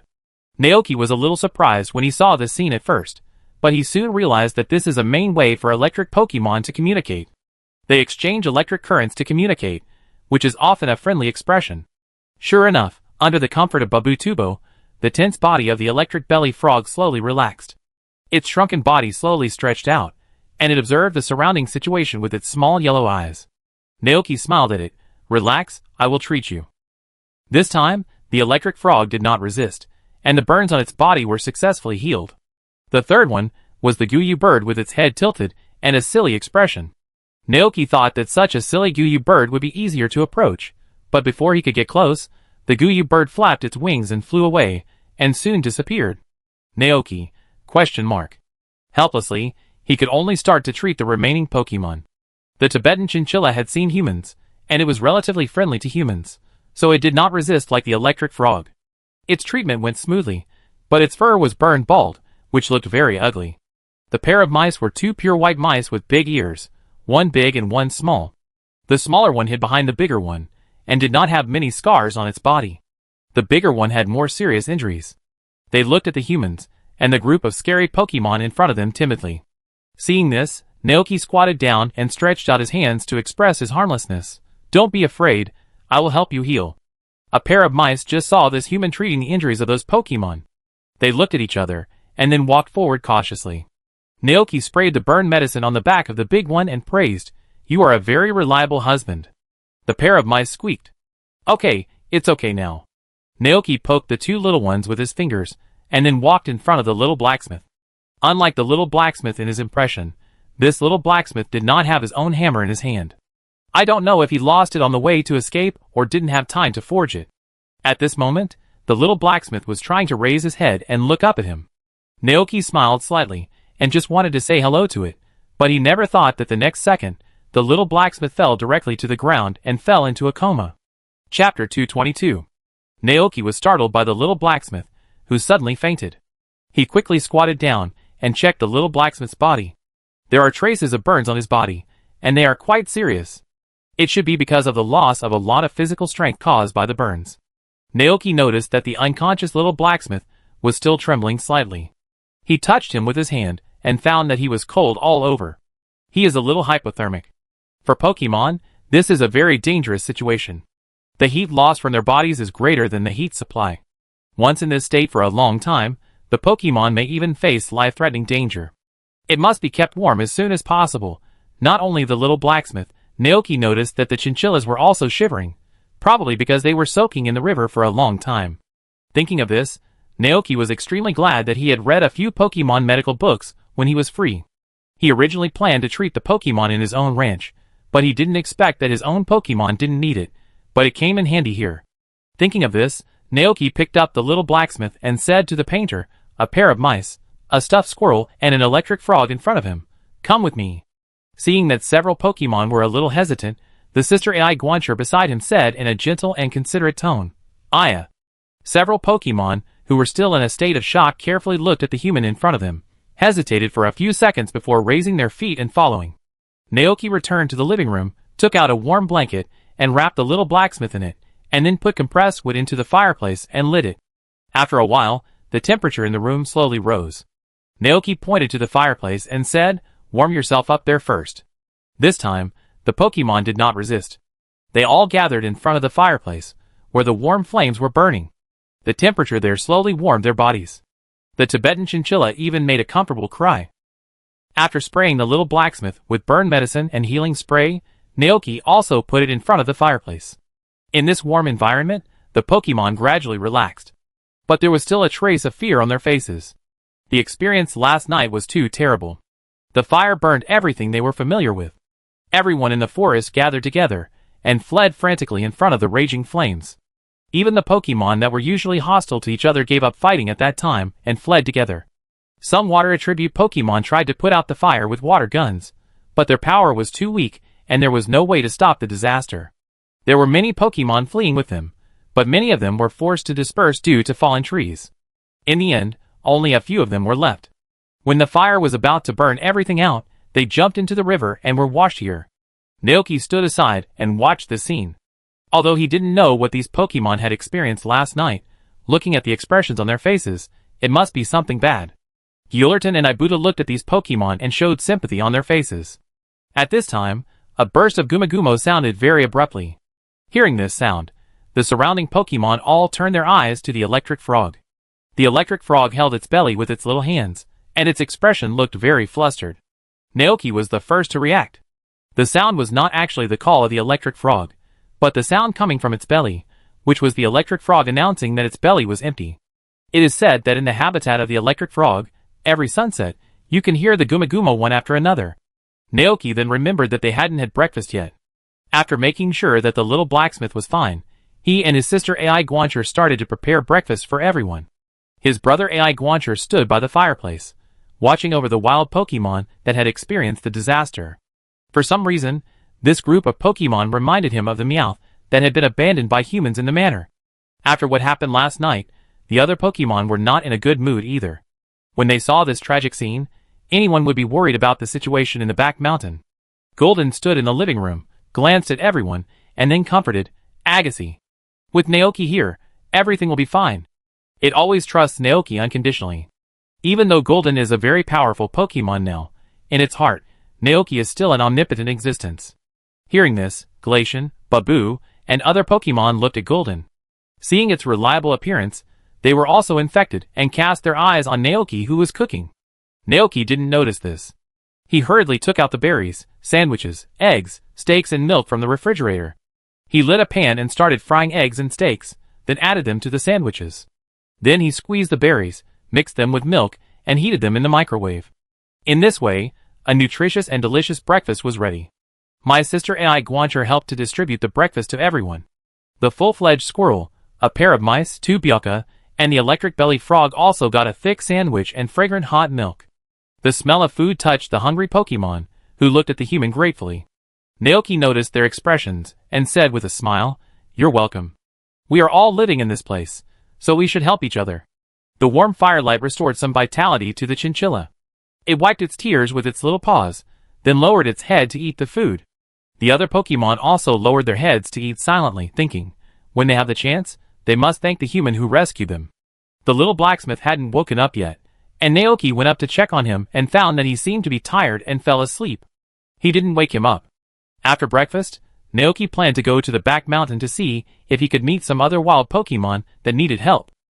But he didn't expect that after hearing Naoki's plan, the chinchillas said they wanted to go too.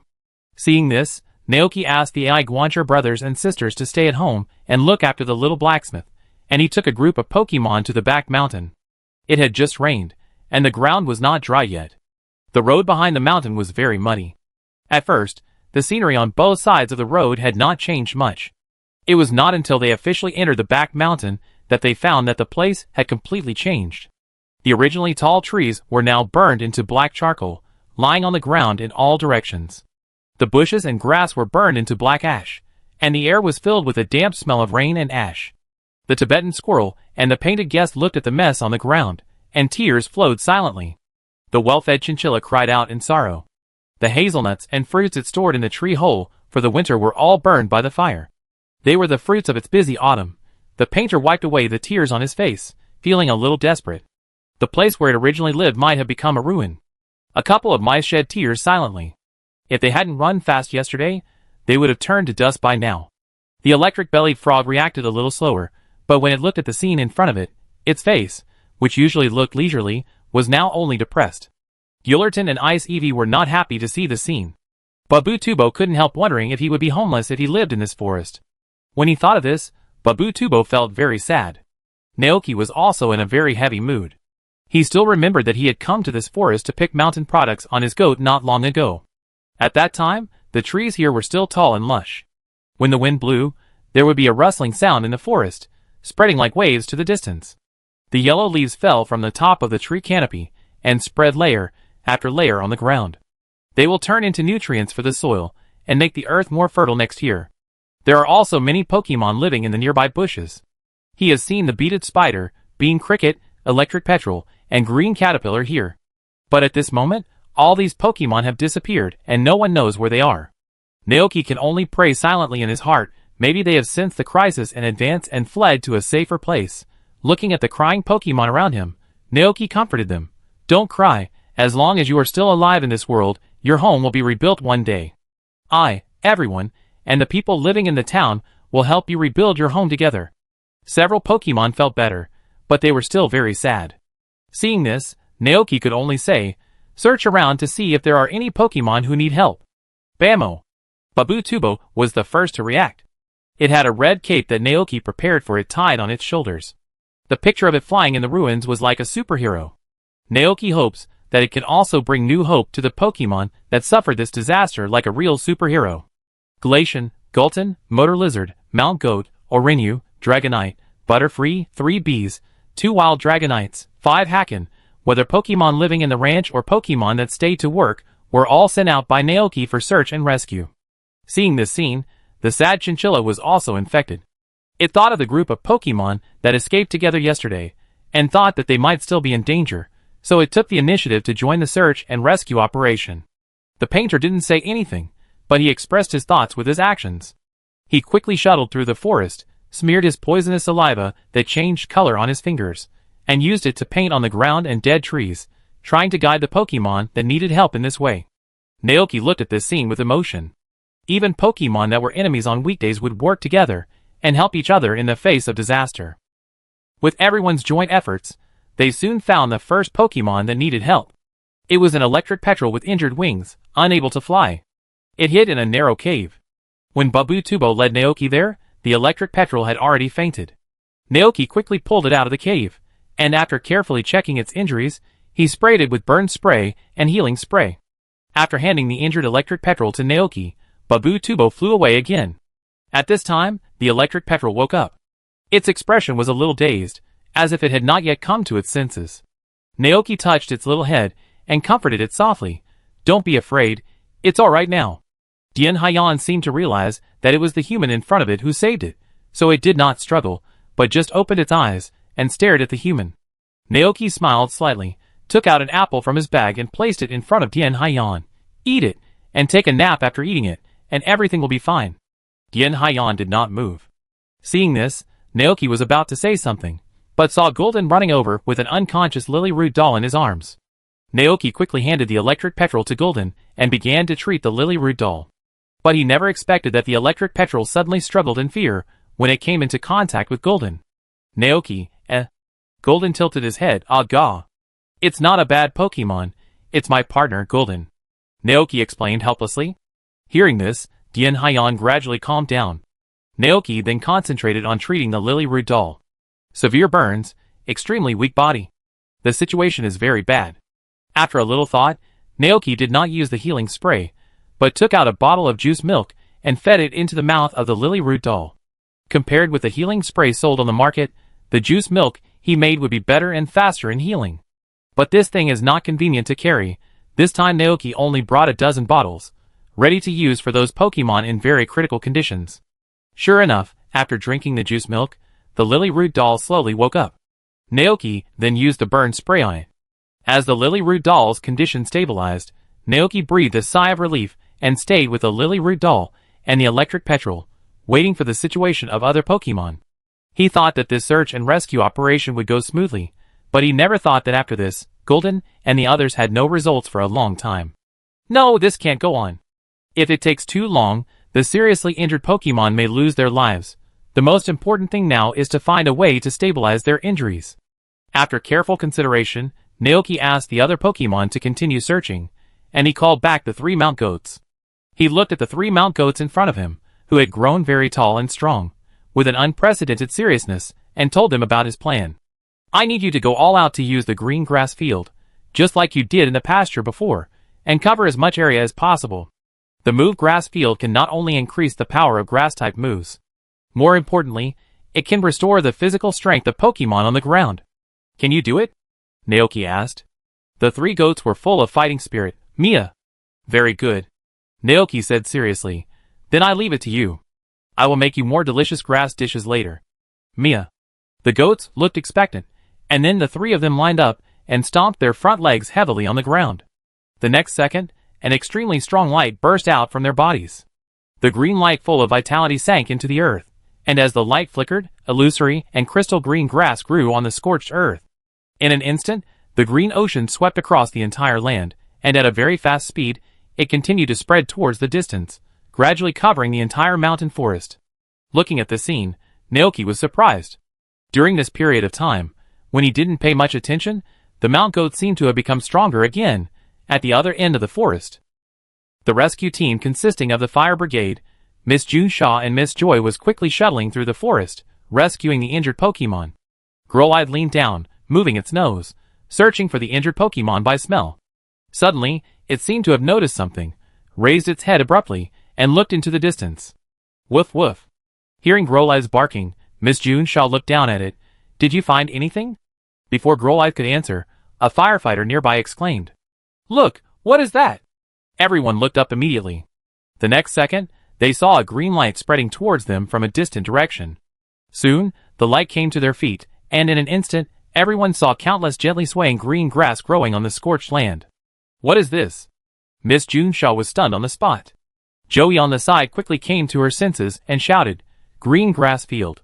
It is a green grass field that can restore the physical strength of Pokemon. Someone is helping these Pokemon.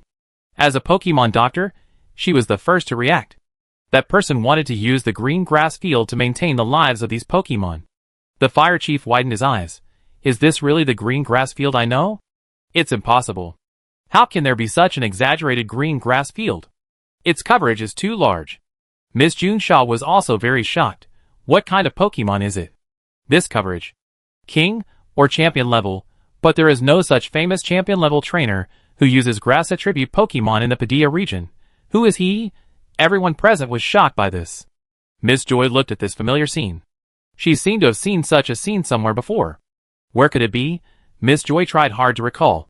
Soon, a picture emerged in her mind. It was a ranch, and there were 3 Mount Lambs in the ranch. The Mount Lambs would release green grass and then jump and run on the green grass, as if they were dancing. And the owner of that ranch. It's Mr. Naoki. Miss Joy exclaimed in surprise. It's the lambs that Mr. Naoki raises as his mount. I've seen them at Naoki's ranch. What? Everyone was stunned, and then, their faces were filled with shock. How could such a thing be possible? Could it be that the farmer they were familiar with was actually a champion-level trainer who lived in seclusion in Jichin Town? Chapter 223. 8 o'clock in the morning. UCI arrived at Jiqing Town by helicopter. As the current chief champion of the Padilla Alliance, her job is not only to recruit talents for the Padilla Alliance, but also to maintain peace and stability in the Padilla region. Now that this happened, UCI rushed to Jiqing Town as soon as possible.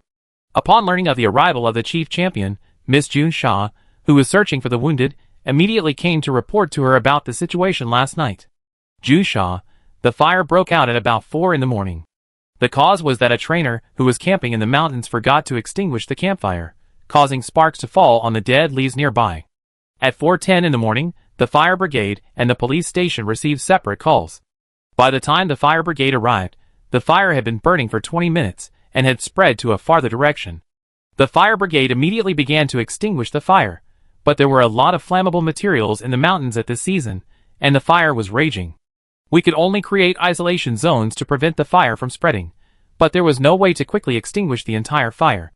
At this moment of crisis, At this point, Miss June Shaw paused, and then said, "A trainer came to our aid. He sent out a dragonite, which used prey for rain, and the fire began to weaken. It was 6 o'clock in the morning before the entire forest fire was completely extinguished. After that, we immediately launched a search and rescue operation." UCI listened to Junsh's report while entering the mountain. After hearing that a famous trainer sent Dragonite to use rain prayer to put out the fire, she couldn't help but ask, "Are there no Pokemon in the fire department that can use rain prayer?" "Yes, there are." Miss June Shaw looked strange. "It's just that those Pokemon are not powerful enough. Whether it is the coverage of rain prayer or the rain intensity, it is too small to completely curb the spread of the fire." "And the trainer's Dragonite?" Miss June Shaw imagined for a moment and described, "It has mastered the rain prayer to perfection. It was not an ordinary rain prayer, but a heavy rainstorm that covered the entire back mountain. Thanks to it, the fire was brought under control so quickly." Hearing this, UCI showed a surprised expression on his face. "A Dragonite that has practiced the rain prayer to perfection? This is rare."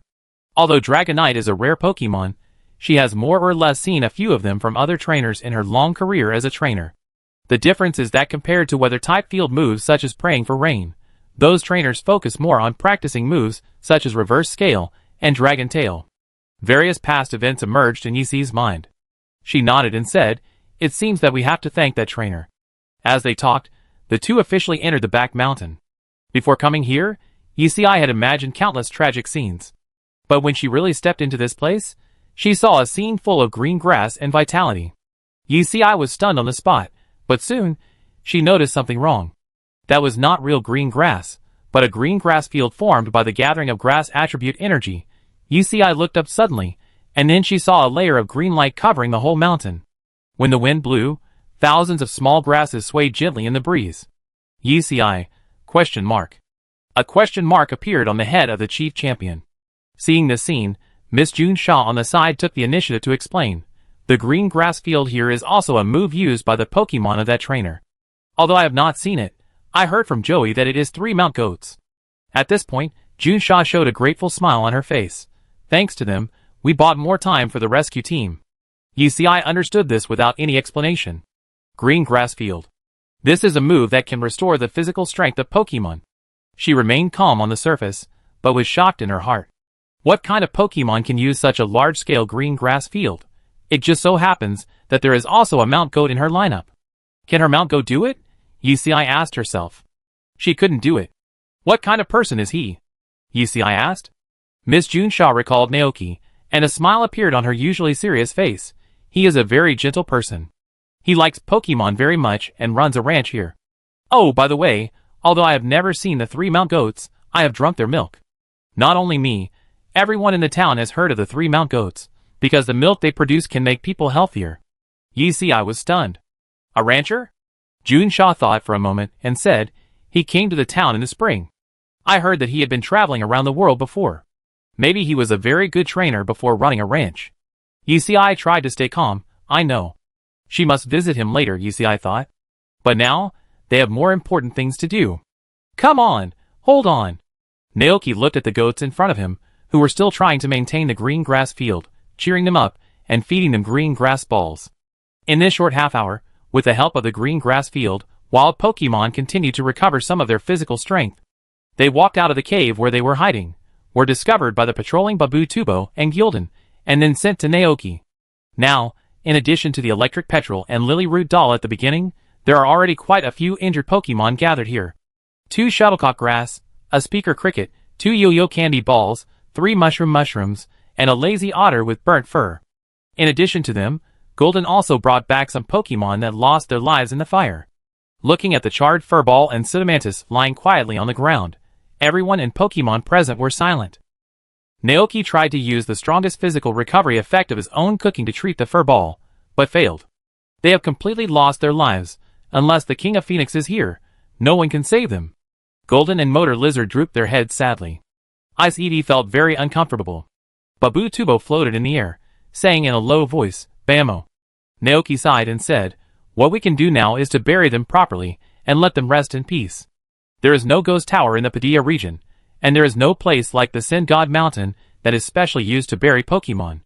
All they can do is find a good place in the forest to bury them." At this time, the Mount Goat finally couldn't hold on, and the grass on the ground turned into dots of light and disappeared. "Thank you for your hard work. Next, let's go back and have a good rest." Naoki reached out and touched their heads. The rest of the Pokemon continued to search for the injured Pokemon, but they found nothing after searching for a long time. Naoki thought maybe it was because the Pokemon nearby had already escaped in advance. Seeing this, he stopped the search and rescue operation, and then found a piece of land that had not been affected by the fire, dug a few pits there, and buried the dead Pokemon in them. The Pokemon such as the Electric Petrel, Mushroom, and Speaker Cricket looked at this scene with sad expressions on their faces. Naoki comforted them. "Don't worry, they are not dead, but their souls have left this body and started a new life. Their bodies will eventually return to this world." Naoki played the role of a priest and held a simple funeral for these Pokemon. After the funeral, he looked at the Pokemon behind him and said, "For the next period of time, you will live with me first. I will provide you with enough food to survive this winter." Hearing this, the Pokemon lowered their heads and looked sad. They knew what had happened to them. If no one helped them, even if they survived the fire, they would not be able to survive the cold winter. The fire burned everything. There was not enough food, and no warm nest. The chinchilla curled his lips, and began to cry sadly again. It's tree hole full of hazelnuts and fruit, Naoki, He sighed and said, "Come with me, go to my place, and next spring, I will plant big trees on this land again and help you rebuild your home." Hearing that their home could be rebuilt, a group of Pokemon immediately raised their heads with hope. "Squeak?" a pair of mice asked. Naoki didn't understand, but judging from their expressions, they should be asking if it was true. He nodded. "Of course it is true. When the time comes, I will plant saplings here again. It won't be long before the saplings grow into towering trees again. Then, you can return to the forest and live in the rebuilt home." The expressions of the Pokemon group were better now. They looked at the human in front of them with moving expressions, and their hearts were full of gratitude.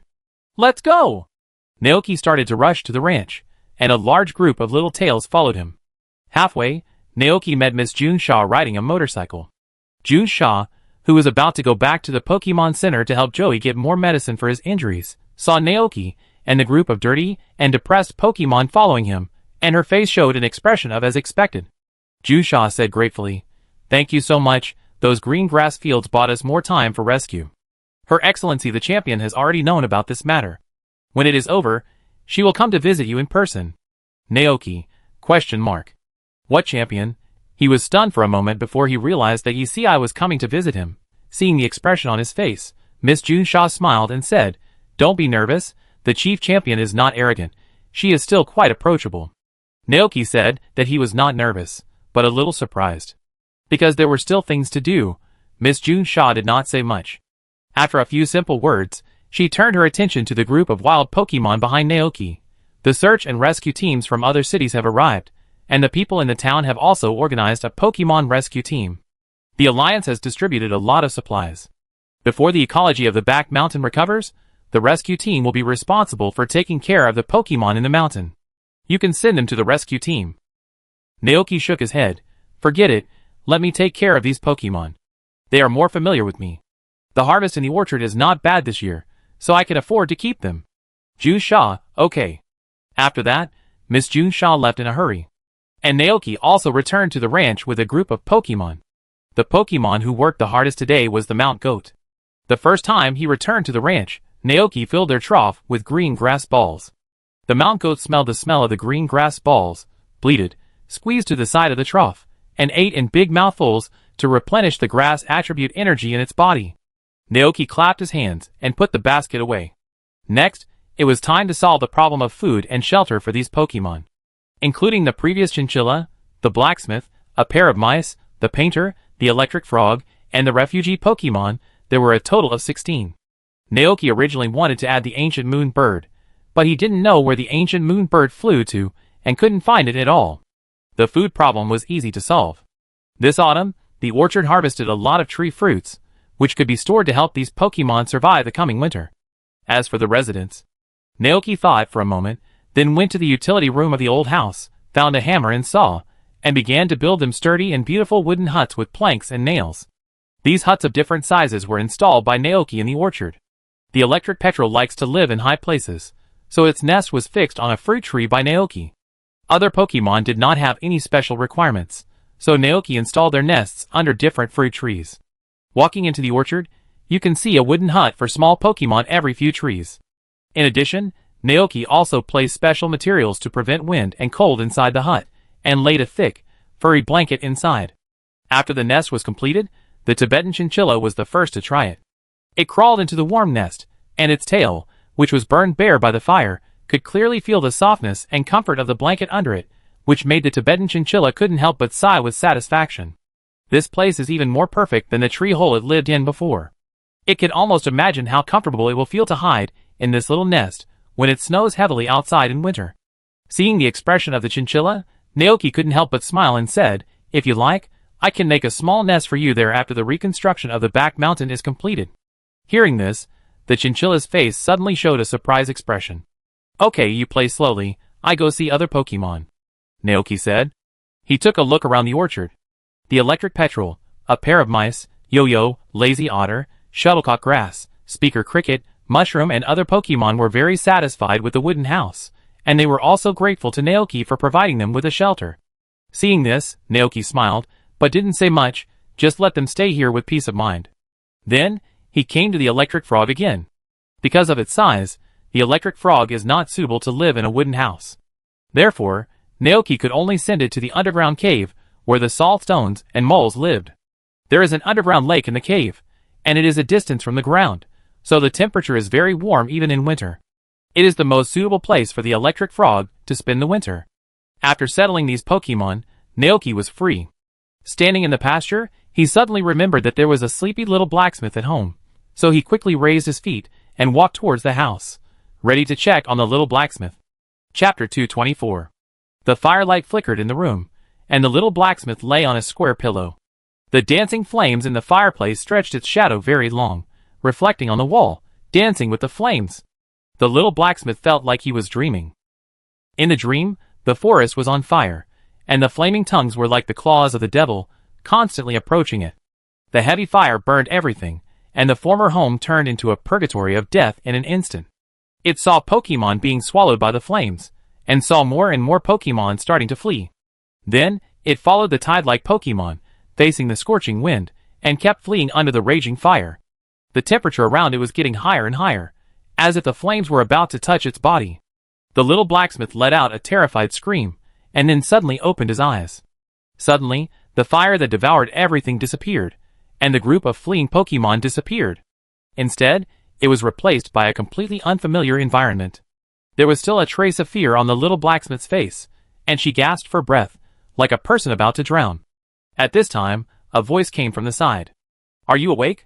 The little blacksmith turned his head, and saw a strange human. The memories in his mind were remelted, and the little blacksmith recalled everything. They had escaped from the fire, and were saved by the human in front of him. But what about the Pokemon that escaped with it? The little blacksmith turned his head in panic, and searched for the figures of those Pokemon in the room. Looking at its actions, Naoki roughly guessed what the little blacksmith meant. He said, "If you are looking for the chinchillas, you can see them outside." Hearing this, the little blacksmith struggled to get up and wanted to go out to see them. Because it accidentally fell when it was escaping, and when it was about to be burned by the fire, it was the chinchilla that stopped and saved it. For this reason, the hair on its tail was burned to a bare patch. Jishu did not stop it. After a sleep, The little blacksmith's physical strength was obviously restored a lot, and it was not as weak as before. He followed the little blacksmith outside, and finally found the figure of the full-fledged chinchilla in the orchard. The little blacksmith couldn't help but breathe a sigh of relief. Naoki said, "Although your body is no longer in danger, you still need to pay more attention to rest. Stay in my ranch for the time being. After this winter, I will help you rebuild your home, and then you can go back to the mountains and forests." Not only him, but the Padia Alliance will also arrange people to stay in this place to help until the ecological environment here recovers. At that time, the rescue Pokemon will also be released back into the wild and return to their homes. Hearing this, the little blacksmith exhaled softly. He turned around, looked up at the human who helped them, and then whispered, "Woo wow." Naoki smiled and asked, "I also made a small nest for you. Do you want to try it? Live with everyone?" Although in a safe environment, the little blacksmith's mood did not recover immediately. It lowered its head and whispered, "Woo." Looking at this weak little blacksmith, Naoki found it hard to connect it with the Pokemon called Padilla Bully in the illustrated book. Padilla Bully refers to the giant blacksmith evolved from the small blacksmith. This Pokemon is not only highly intelligent, but also very heroic. Although it looks petite and cute, it can swing a big hammer to hit Steel Jaw. Naoki brought the little blacksmith to the wooden hut prepared for it. Looking at the hut in front of him, the little blacksmith looked back at Naoki, and then walked inside under his encouraging gaze. Seeing this scene, Naoki breathed a sigh of relief. Finally, the accommodation for all the injured Pokemon was perfectly solved. It was not dark yet, and these Pokemon did not stay in the hut. Their figures were scattered all over the orchard, and their moods were very low. Naoki expressed his understanding of this. After all, that kind of thing happened not long ago, and it was normal that they could not adjust for a while. He just called the Pokemon over and said to them, "You can pick and eat any fruit from the orchard. If you want to walk around, you can go find Babu or Frost Milk, but be careful not to eat Frost Milk. The ripening cycle of fruit is much shorter than that of ordinary fruits. These fruit can fully support the Pokemon to survive this winter." The Pokemon nodded, indicating that they remembered that they would not eat the Pokemon who helped them. Before he knew it, it was already 5 in the evening. Zack drove a truck to pick up the goods. Apparently, he had also heard about the forest fire in the back mountain. "This is so sad, alas." Zack couldn't help but sigh. "Yeah." Naoki recalled the Pokemon who lost their lives in the fire, and he was also very sorry. Not only does it take time for the ecology to recover, but these Pokemon must have also suffered a serious blow in their hearts. "All we can do is try to help them get through this difficult time." Zack sighed. "Everything will be fine," Naoki comforted. Hearing this, Zack smiled. "Yes, we can definitely get through this difficult time if we work together." He handed today's milk money to Naoki, then waved and turned to leave the ranch. After seeing Zack off, Naoki felt a deep sense of fatigue coming from his body. From early morning till now, he has hardly rested for a moment. After putting out the fire, he immediately took the Pokemon in the ranch to the back mountain, and after returning, he began to build a wooden hut for them. Naoki yawned. Although he was very tired, he still managed to prepare dinner with his sister Agwancher. After finishing dinner, he went to fill the water tanks of the big milk tank and the Mount Goat, and drove the hens back to the chicken coop, so that he could rest for a while. Agwancher brother and sister were also very tired. Seeing their appearance, Naoki simply hung a sign of closing the tavern, preparing to let the brother and sister have a good rest. That night, the lights in the ranch were turned off early, and Naoki fell asleep early with a group of Pokemon. The next morning, it was a brand new day.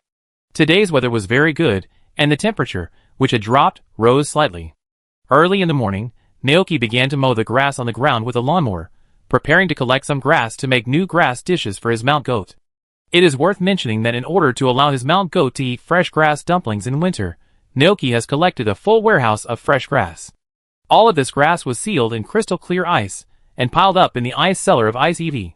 This way, when they are needed, they can be taken out to thaw and then made into grass dumplings. Just as Naoki was busy on the pasture, a new visitor arrived outside the pasture. Ms. Yessie, the chief champion of the Padilla League, was standing on the country road at this moment, looking up at the bustling pasture in front of her. "Is this the champion-level trainer who lives in seclusion here that Junsha mentioned?" Yessie muttered to herself.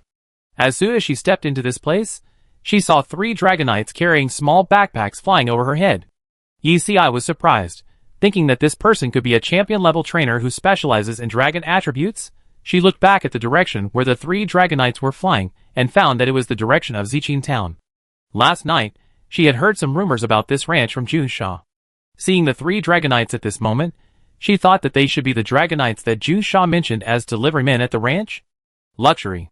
I commented softly, but Dragonite is indeed suitable for this job. They should be the main Pokemon of the owner of this ranch, right? I thought so in her heart. However, when she turned her head, she saw a Pokemon stretching its limbs on the grass not far away. It was a tall and strong Pokemon with a scarlet body, gorgeous feathers on its head, and a pair of golden pupils. The Pokemon seemed to have noticed something, and raised its eyelids to look in her direction. The 2 people's eyes met in midair, and looking at each other's appearance, I was stunned on the spot. That is, the Paradox Pokemon that Dr. Olin and Dr. Fudu are studying? The existence of King Wing recorded in the Book of Vermilion? As the chief of the Padilla Alliance, I knew about the existence of Area Zero and the Paradox Pokemon. If outsiders want to enter Area Zero, they must first apply to the Padilla Alliance and obtain approval from her, the chief, before they can be qualified to enter Area Zero. No, King Wing cannot appear here. I subconsciously denied. As far as she knew, Dr. Olin and Dr. Forta had only summoned 2 powerful and violent Paradox Pokemon here. If Wing King was here, then what was the Pokemon in the deepest research institute in Zone Zero? But the look that Wing King gave her was so hard to ignore. Even if she didn't believe it, the Wing King in front of her was not an illusion, but a real one. So, who is this rancher? How could he subdue the violent and fierce Wing King? At this time, Naoki received a notification from Butterfree that someone had broken into the ranch. He stopped his work and went to check. From a distance, he saw Yessie, who was wearing a black and blue champion uniform, looking at Gillardin in surprise. Naoki raised his eyebrows and greeted him. Mr. Champion? Yessie came back to her senses, turned her head, and saw a familiar face. Yessie frowned slightly, and then asked politely, have we met before? Naoki, He thought about it carefully. Compared with before, he had become darker and stronger, and had a new hairstyle. It was normal that I could not recognize him. Naoki explained concisely, yes, when the giant Dragonite visited the Padilla region before. When he said that, I immediately remembered it. She opened her eyes in disbelief. Is it you? Naoki, it's me. No wonder. I murmured. No wonder you were able to control the giant Dragonite back then. It turns out that you are a champion-level trainer. This makes sense. Hearing this, Naoki was stunned for a moment, and asked in confusion, what champion? I looked at him puzzledly. Aren't you the champion-level trainer who solved the fire yesterday? Naoki was even more confused. How come he didn't know that he was a champion-level trainer? Seeing his expression, I was also very confused. Isn't it? Naoki. No, as you can see, I'm just a rancher. Hearing this, I frowned slightly, as if thinking. Then, she didn't know what she was thinking of. Her brows gradually relaxed, and a smile appeared on her face. I understand. Naoki. ? What do you understand? I has not forgotten the main reason why she came here today. She straightened her face and said, Mr. Naoki, no matter what, I have to express my gratitude to you on behalf of the Padilla Alliance. The Padilla Alliance owes you a favor. As a thank you, we will meet one of your needs within our capacity, whether it is money, Pokemon, or Alliance positions such as gym leaders. Of course, the position in the Alliance was added by her personally, because before coming here, I had the idea of recruiting this talent. However, when he heard this, Naoki twitched his mouth. Recruiting him to work in the Alliance, right? Are you kidding? He didn't want to be a social animal like Aoki. Therefore, Naoki decisively rejected the third point. I still prefer to run a ranch here. I was very regretful. Really don't consider it. The Alliance will pay generous salaries to excellent trainers, and while serving as an Alliance employee, you can also run a ranch here. The two are not contradictory. Naoki smiled politely. Thank you very much for your invitation, but these Pokemon can't leave me. Hearing this, I looked at the group of Pokemon behind him who were crying for food, and could only say regretfully, well, if you have any ideas in this regard in the future, you can contact me at any time. By the way, since you don't want to work in the Alliance, the first 2 options are still valid. Please don't refuse again. This is our little thought, and it is also the reward you deserve. Naoki, He began to fall into deep thought. As an ordinary person, it is really difficult to make a choice in this situation. As for money, he has no shortage of it now. As for Pokemon, Naoki's mind came up with the furry EV family and his favorite Growlive. Seeing that he was hesitant, he said kindly, you can think about it slowly. This thank you will take effect forever. You can tell me when you have made up your mind.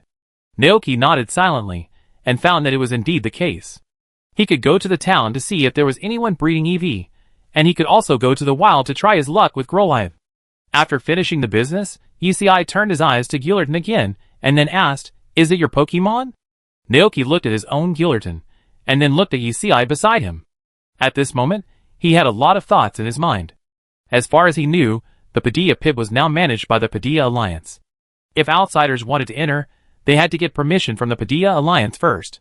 And Dr. Olin and Dr. Futu, who established an observatory and a research institute under the giant pit, must have been able to carry out their research smoothly with the support of the Alliance. So, as the top champion of the Padilla League, yes, he should know the existence of the Paradox Pokemon. After pondering for a moment, Naoki nodded and said, "Yes, it's called Gulton, which was named by Dr. Olin. 8 months ago, it appeared in the ranch. Dr. Olin gave it to me to take care of, hoping that I could find more ecological information from Gulton." Chapter 225. I see. Yes, he nodded in understanding. Although the Padilla Alliance knew that the two doctors were doing research in this area under the giant pit, they only knew the general idea and did not know everything they did. In addition, the Thai crystallization developed by Dr. Olin and Dr. Futa not long ago made Pokemon battles more interesting. During this period, the Padilla Alliance has been promoting Thai crystallization in various places. The first to bear the brunt are the gym leaders scattered throughout Padilla. Looking at the Pokemon named Gillerton, Yusei's mind once again appeared Dragonite that summoned a rainstorm, and the goats that spread the green grass field all over the mountains. At this moment, she suddenly became more interested in this ranch. "If it's convenient, can you take me to see the 3 goats?" Yusei asked. "Of course." Naoki smiled and nodded. "Please follow me." The two walked forward, and Yusei looked at the surrounding environment while moving forward. Judging from the fertile ridges and the neatly trimmed lawns, this ranch is perfectly maintained. Some Pokemon are running and playing on the grass. Yusei looks at them and recites their names in her heart. Frostmilk, Saltstone, Glacian, Butterfree, Tribeca, Miltank. Naoki, who was walking in front, noticed Yusei's gaze and deliberately slowed down his pace to introduce her. These Pokemon are gradually gathered in this ranch. Saltstone can produce nutritious rock salt, Tribeca can collect nectar to brew sweet milk, and Miltank can also produce delicious fresh milk. Hearing this, Yusei, who had never been exposed to this, nodded slightly. She cast her eyes on the big milk can and said softly, "I roughly understand. There is more than one ranch farm in the Padilla region. The grains and fresh milk produced from these places will be sold to various places, thus feeding batches of Padilla people." Yusei smiled, and just as she was about to say something, a bright red suddenly appeared in her sight. She looked up and saw Babu Tupo, with a red cloak tied around its neck, flying in front of Naoki, and handed him an egg wrapped in mud. Looking at this scene, Yusei was stunned. Was she seeing right? Babuta flew up? It rained yesterday, and a hen laid an egg outside, which was covered with mud. Just now, when Babuta was patrolling the chicken coop, it happened to find the egg, so it gave it to Naoki. Bammo!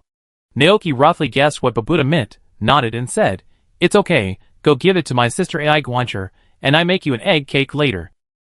Bammo! Hearing that there was egg cake to eat, Babu Tubo happily took the egg and flew away.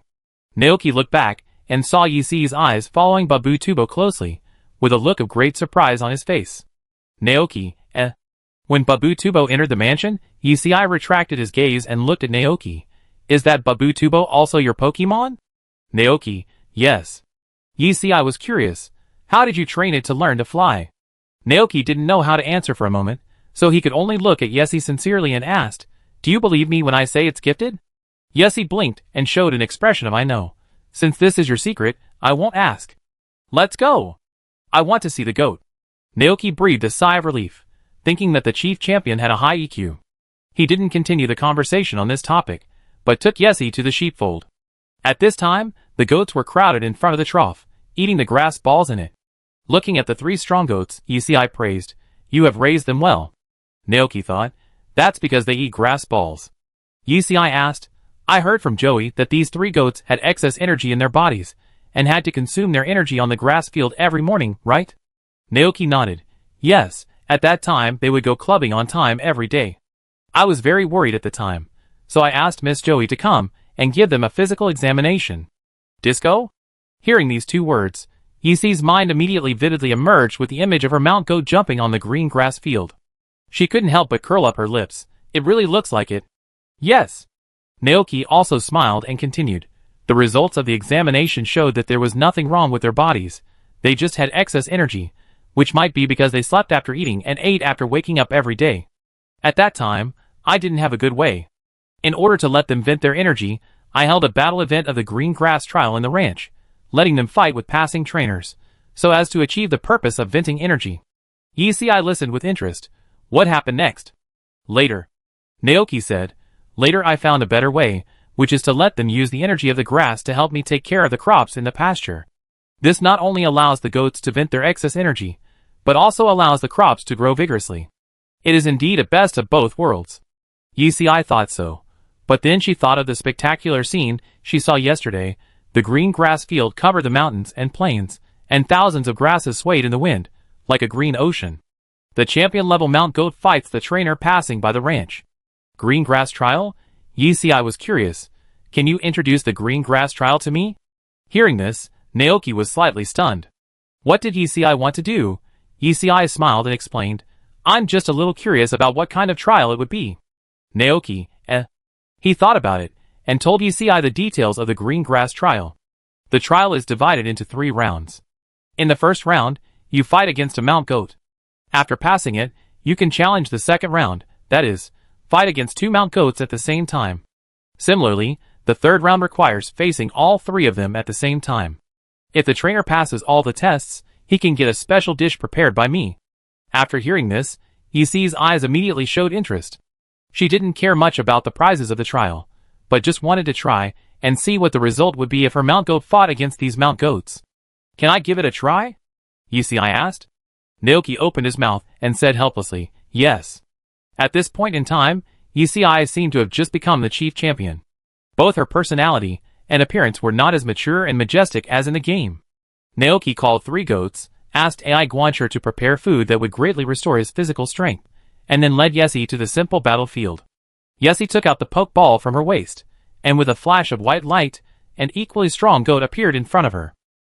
Yesi said, this is the goat I bred, let's have a competition between them. Looking at the goat, Naoki suddenly felt a headache, and hurriedly said, wait. Yesi looked over in surprise. What's wrong? Naoki pointed at Yesi's mount goat. Can I ask what its characteristics are? If it is herbivorous, then this battle may not be necessary. Because one of his mount goats is also herbivorous. Herbivorous, after being attacked by grass attribute moves, it will not be damaged, but the Pokemon's attack will be increased. If the battle is carried out under this characteristic, it may eventually turn into. Don't fight anymore, go to the dance studio if you want to fight. There is no need to fight this kind of battle. As expected, Yisi also thought of this. She nodded and said, it is indeed my negligence. In this case, I will change a Pokemon. As she said that, she put the mount goat back into the Pokeball, and took out another Pokeball. Looking at this scene, Naoki was curious. Yisi's Pokemon. Is it Superpower Ostrich or Crystal Flower? Accompanied by a flash of white light, a sharp-eyed general with a warrior-like look and a general-like demeanor appeared in front of Yisi. Naoki, well, neither of them. Servant Blade, a Pokemon with both steel and evil attributes, evolved from Commander, is good at using brute force to suppress opponents. Are you ready? Yesi stood at one end of the battlefield. Naoki nodded and motioned one of the goats to go forward. The other 2 goats stood behind and watched. Both Naoki and them were very familiar with this set of procedures. Seeing this scene, Yesi was stunned for a moment. Aren't you going to step forward and give orders? Naoki, the mount goat can fight on its own. He is really just a rancher. Yisi frowned slightly and said softly, this is not the fight I want. She pondered for a moment, then stepped back a few steps.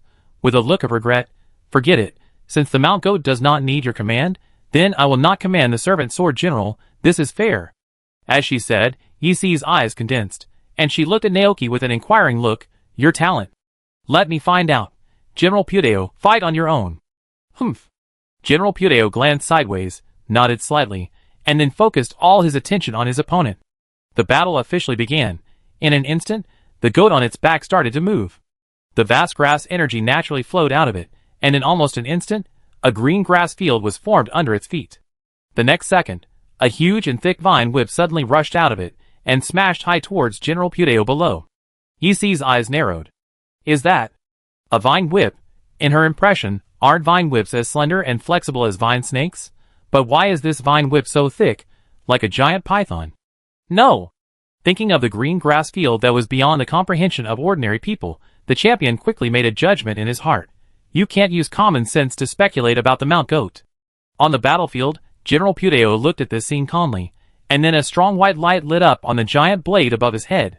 The thick vine whip fell on it, and was split in half in an instant. In the first round of the battle, no one was at a disadvantage. General Puteo's eyes were fixed on the goat. At the same time, the goat condensed more thick vine whips, and smashed towards General Puteo.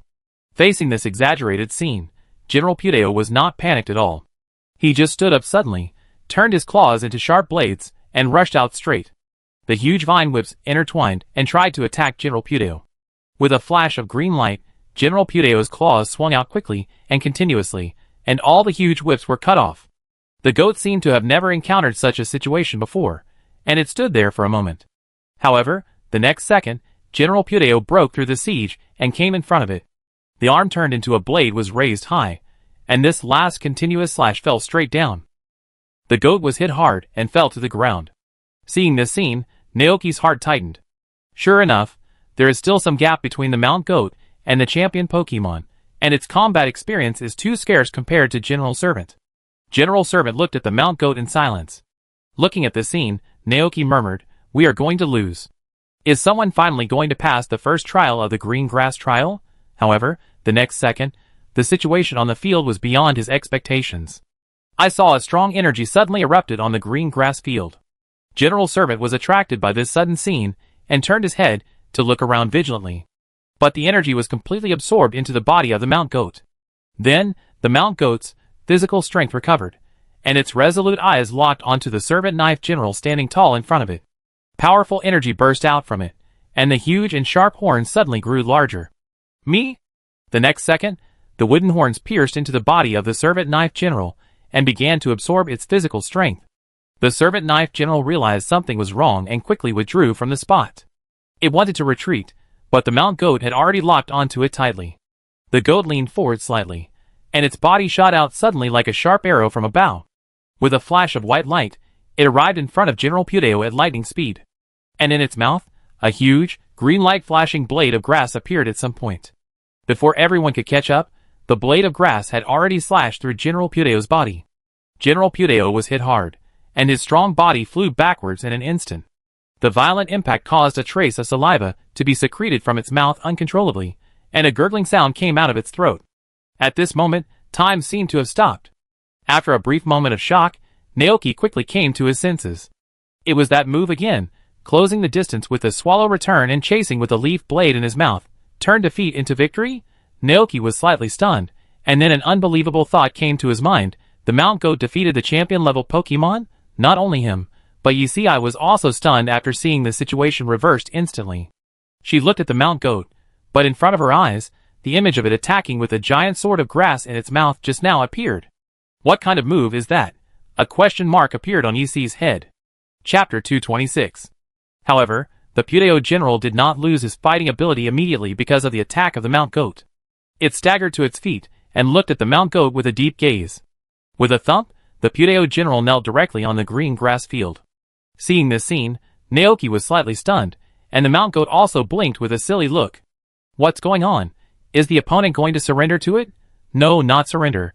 Naoki's heart was alarmed. That was the Puteo General's exclusive move. Puteo, by kneeling down, it lets the opponent relax their guard, and when the opponent is careless, it will launch a surprise attack instantly. This is an extremely insidious and despicable move. If Pokemon has encountered this situation before, it will be able to be vigilant and avoid being attacked. But the key is that the Mount Goat has never encountered this situation before. Naoki wanted to remind him, but suddenly realized that this was a Pokemon battle on its own, and he couldn't remind him out loud. What? The Mount Goat took a step forward with a slightly confused look, as if he wanted to see the situation of the opponent. At the moment it reached the attack range, the huge knife on General Puteo's head suddenly exuded a strong malice. Then, General Puteo slammed his head to the ground, and with his movement, the huge knife also slashed directly at the Mount Goat. Bang! The servant knife hit the vital point, and the Mount Goat cried out in pain, "Mia!" While it was in pain, General Puteo suddenly stood up, with a faint light flashing on his body, wanting to end the battle, while the green grass field had not given the Mount Goat time to recover. At this moment, Yi-Si's voice sounded from behind it, "Enough, stop." The servant sword general paused, then put away his edge, and retreated to Yi-Si's side. The green grass field once again surged with vitality, nourishing the body of the Mount Goat, and restoring its physical strength. The Mount Goat stood up, looking at the servant sword general opposite with a resolute look and anger. "Me? This Pokemon has no martial ethics." The other two Mount Goats also ran up and glared at the servant sword general opposite. Seeing these simple and honest Mount Goats, Yi-Si suddenly felt a little guilty. "Sorry." Naoki sighed, and walked forward helplessly. Although he knew that Servant Blade was the exclusive move of Servant Blade General, it was too insidious and despicable in front of Pokemon that had never encountered this move. Naoki reached out and touched the head of the Mount Goat to calm their emotions, and patiently explained to them what Servant Blade General had just done. That was not Servant Blade General maliciously attacking you, that was its move. You have never encountered it before, so you have no experience, but now it's good. If you encounter this situation again, you know what to do, right? Naoki asked. The goats looked at him, thought carefully for a moment, and then nodded. "Mia." "Good boy." Naoki smiled and stroked their necks. "Go, that's all for today, go eat some green grass dumplings." When they heard about green grass dumplings, the goats ignored the sinister General Puteo and turned around and ran away. Naoki then stood up and looked at Yessie. Yessie looked at him, his eyes full of confusion, and commented on the battle just now. The goat is very strong, but it doesn't seem to have much combat experience. Yes. Naoki nodded. They have been training in the ranch. So far, they have only had a few battles, but they are not interested in this. They are not Pokemon specifically used for battles. If they fight. Naoki cast his eyes on several Pokemon not far away. Dragonite and Golden are better at it. Yessie suddenly realized, no wonder. She showed a puzzled expression on her face. If I saw it right just now, the Mount Goat seems to be very talented in using moves. As a champion with rich experience in fighting, I could see that every grass attribute move used by the Mount Goat was so different, like an enhanced version. The green grass field not only covered a wider area, but also seemed to restore much more physical strength than ordinary green grass fields. Not to mention the vine whip, the thick and terrifying vines were obviously not ordinary moves. As for the last move, the image of the Mount Goat holding a huge sword in its mouth appeared in Yissie's mind. She couldn't help but ask, what move is that? Naoki, Leaf Blade. Yissei was slightly stunned when she heard this answer. Naoki noticed her expression and explained, it's still Leaf Blade in essence, but it's just used in a different way. A different way of using it? Yissei pondered slowly, and after a long time, she murmured, so that's it. The question in her heart was answered, and Yissei returned to her usual appearance. She showed an admiring look in her eyes. I'm very happy. Your strength is quite outstanding, and beautiful moves are emerging one after another. It seems that the Padilla region has ushered in a great trainer again. Every Pokemon trainer is a treasure of our Padilla region. Naoki, I welcome you back to the Padilla region. Naoki, He didn't know where to start complaining for a moment. Forget it, if she said yes, then yes, Naoki asked, do you want to continue the challenge? Yes, he thought about it, and shook his head. Forget it, this is not very fair to the Mount Goat. If one day they have enough battle experience, maybe they can have another battle. Naoki really didn't plan to continue. Yessie, let's stop here today. Yessie was very satisfied with her harvest today. Before leaving the ranch, she left her contact information for Naoki. What I said before is still valid. The Padilla region will fulfill one of your wishes within its capacity. This is a reward for hero trainers. Of course, if you plan to work in the Alliance in the future, you can also contact me. At that time, I will definitely arrange a good job for you. She has not given up inviting this trainer to work in the Padilla Alliance. Watching Yissei's figure go away, Naoki looked down at the number in his hand, speechless, really. In the evening, Naoki was making grass dumplings and grass cakes at home, and suddenly received a call from Dr. Olin. As the call was connected, Dr. Olin's face appeared on the screen of the video phone. Good afternoon, Naoki. Dr. Olin's heroic face in the photo showed a smile. Naoki also said, good afternoon, Doctor. Golden is doing well recently. Hearing his words, Dr. Olin on the other side of the screen was slightly stunned, and then the smile on his face became even wider. I am very happy that Golden can get along well with you, but I am not calling you today to talk about Golden, but to tell you something else. Naoki was stunned. What? Dr. Olin explained. In the morning, UCI contacted us, and I heard about you from UCI. I didn't expect you to be such an excellent trainer. If so, your strength should be enough. Naoki was confused. Dr. Olin didn't keep him in suspense and said with a smile, if you want to visit Area 0, you can take this opportunity. We just want to do a physical examination for Guillerton. If ordinary people want to enter Area 0, they need to get approval from the Padia Alliance. You are strong enough to protect yourself in the giant pit, and you also stopped the fire. If you apply to the Padia Alliance at this time, you may get permission. However, the inside of the giant pit is very large, and it will take a long time here. If you come to visit, you must be prepared in advance. Chapter 227. The space inside the giant pit is huge, and the terrain is complex. Although there is an observation station inside, there is only a simple bed for resting, so you need to bring a change of clothes and enough food. The area we are in is at the bottom of the giant pit. Although you can ride Gulton directly from a high place, I don't recommend you to do so. Because there are a lot of violent Pokemon living along the way, from the same time and space as Gulton. We call them paradoxical Pokemon. Hearing this, Naoki's heart moved. Paradox Pokemon, are they Majestic Fong, Roaring Tail, Roaring Moon, Flutter Hair, and Iron Thorn? Naoki asked. Paradox Pokemon? Dr. Olin nodded. They are other Pokemon from different timelines. In layman's terms, they are the appearances of some modern Pokemon we are familiar with in ancient times and future times. Naoki frowned and thought. He has always wanted to go to the Padia pit to see those special Paradox Pokemon. But unfortunately, there has never been a chance to meet them. And now, as Dr. Olin said, this is a good time. Do you want to visit? Without thinking, Naoki already had the answer in his mind. He wanted to take a look, see the time machine, see those paradoxical Pokemon, and if possible, he would like to capture 1 or 2 paradoxical Pokemon. Because they are so cool.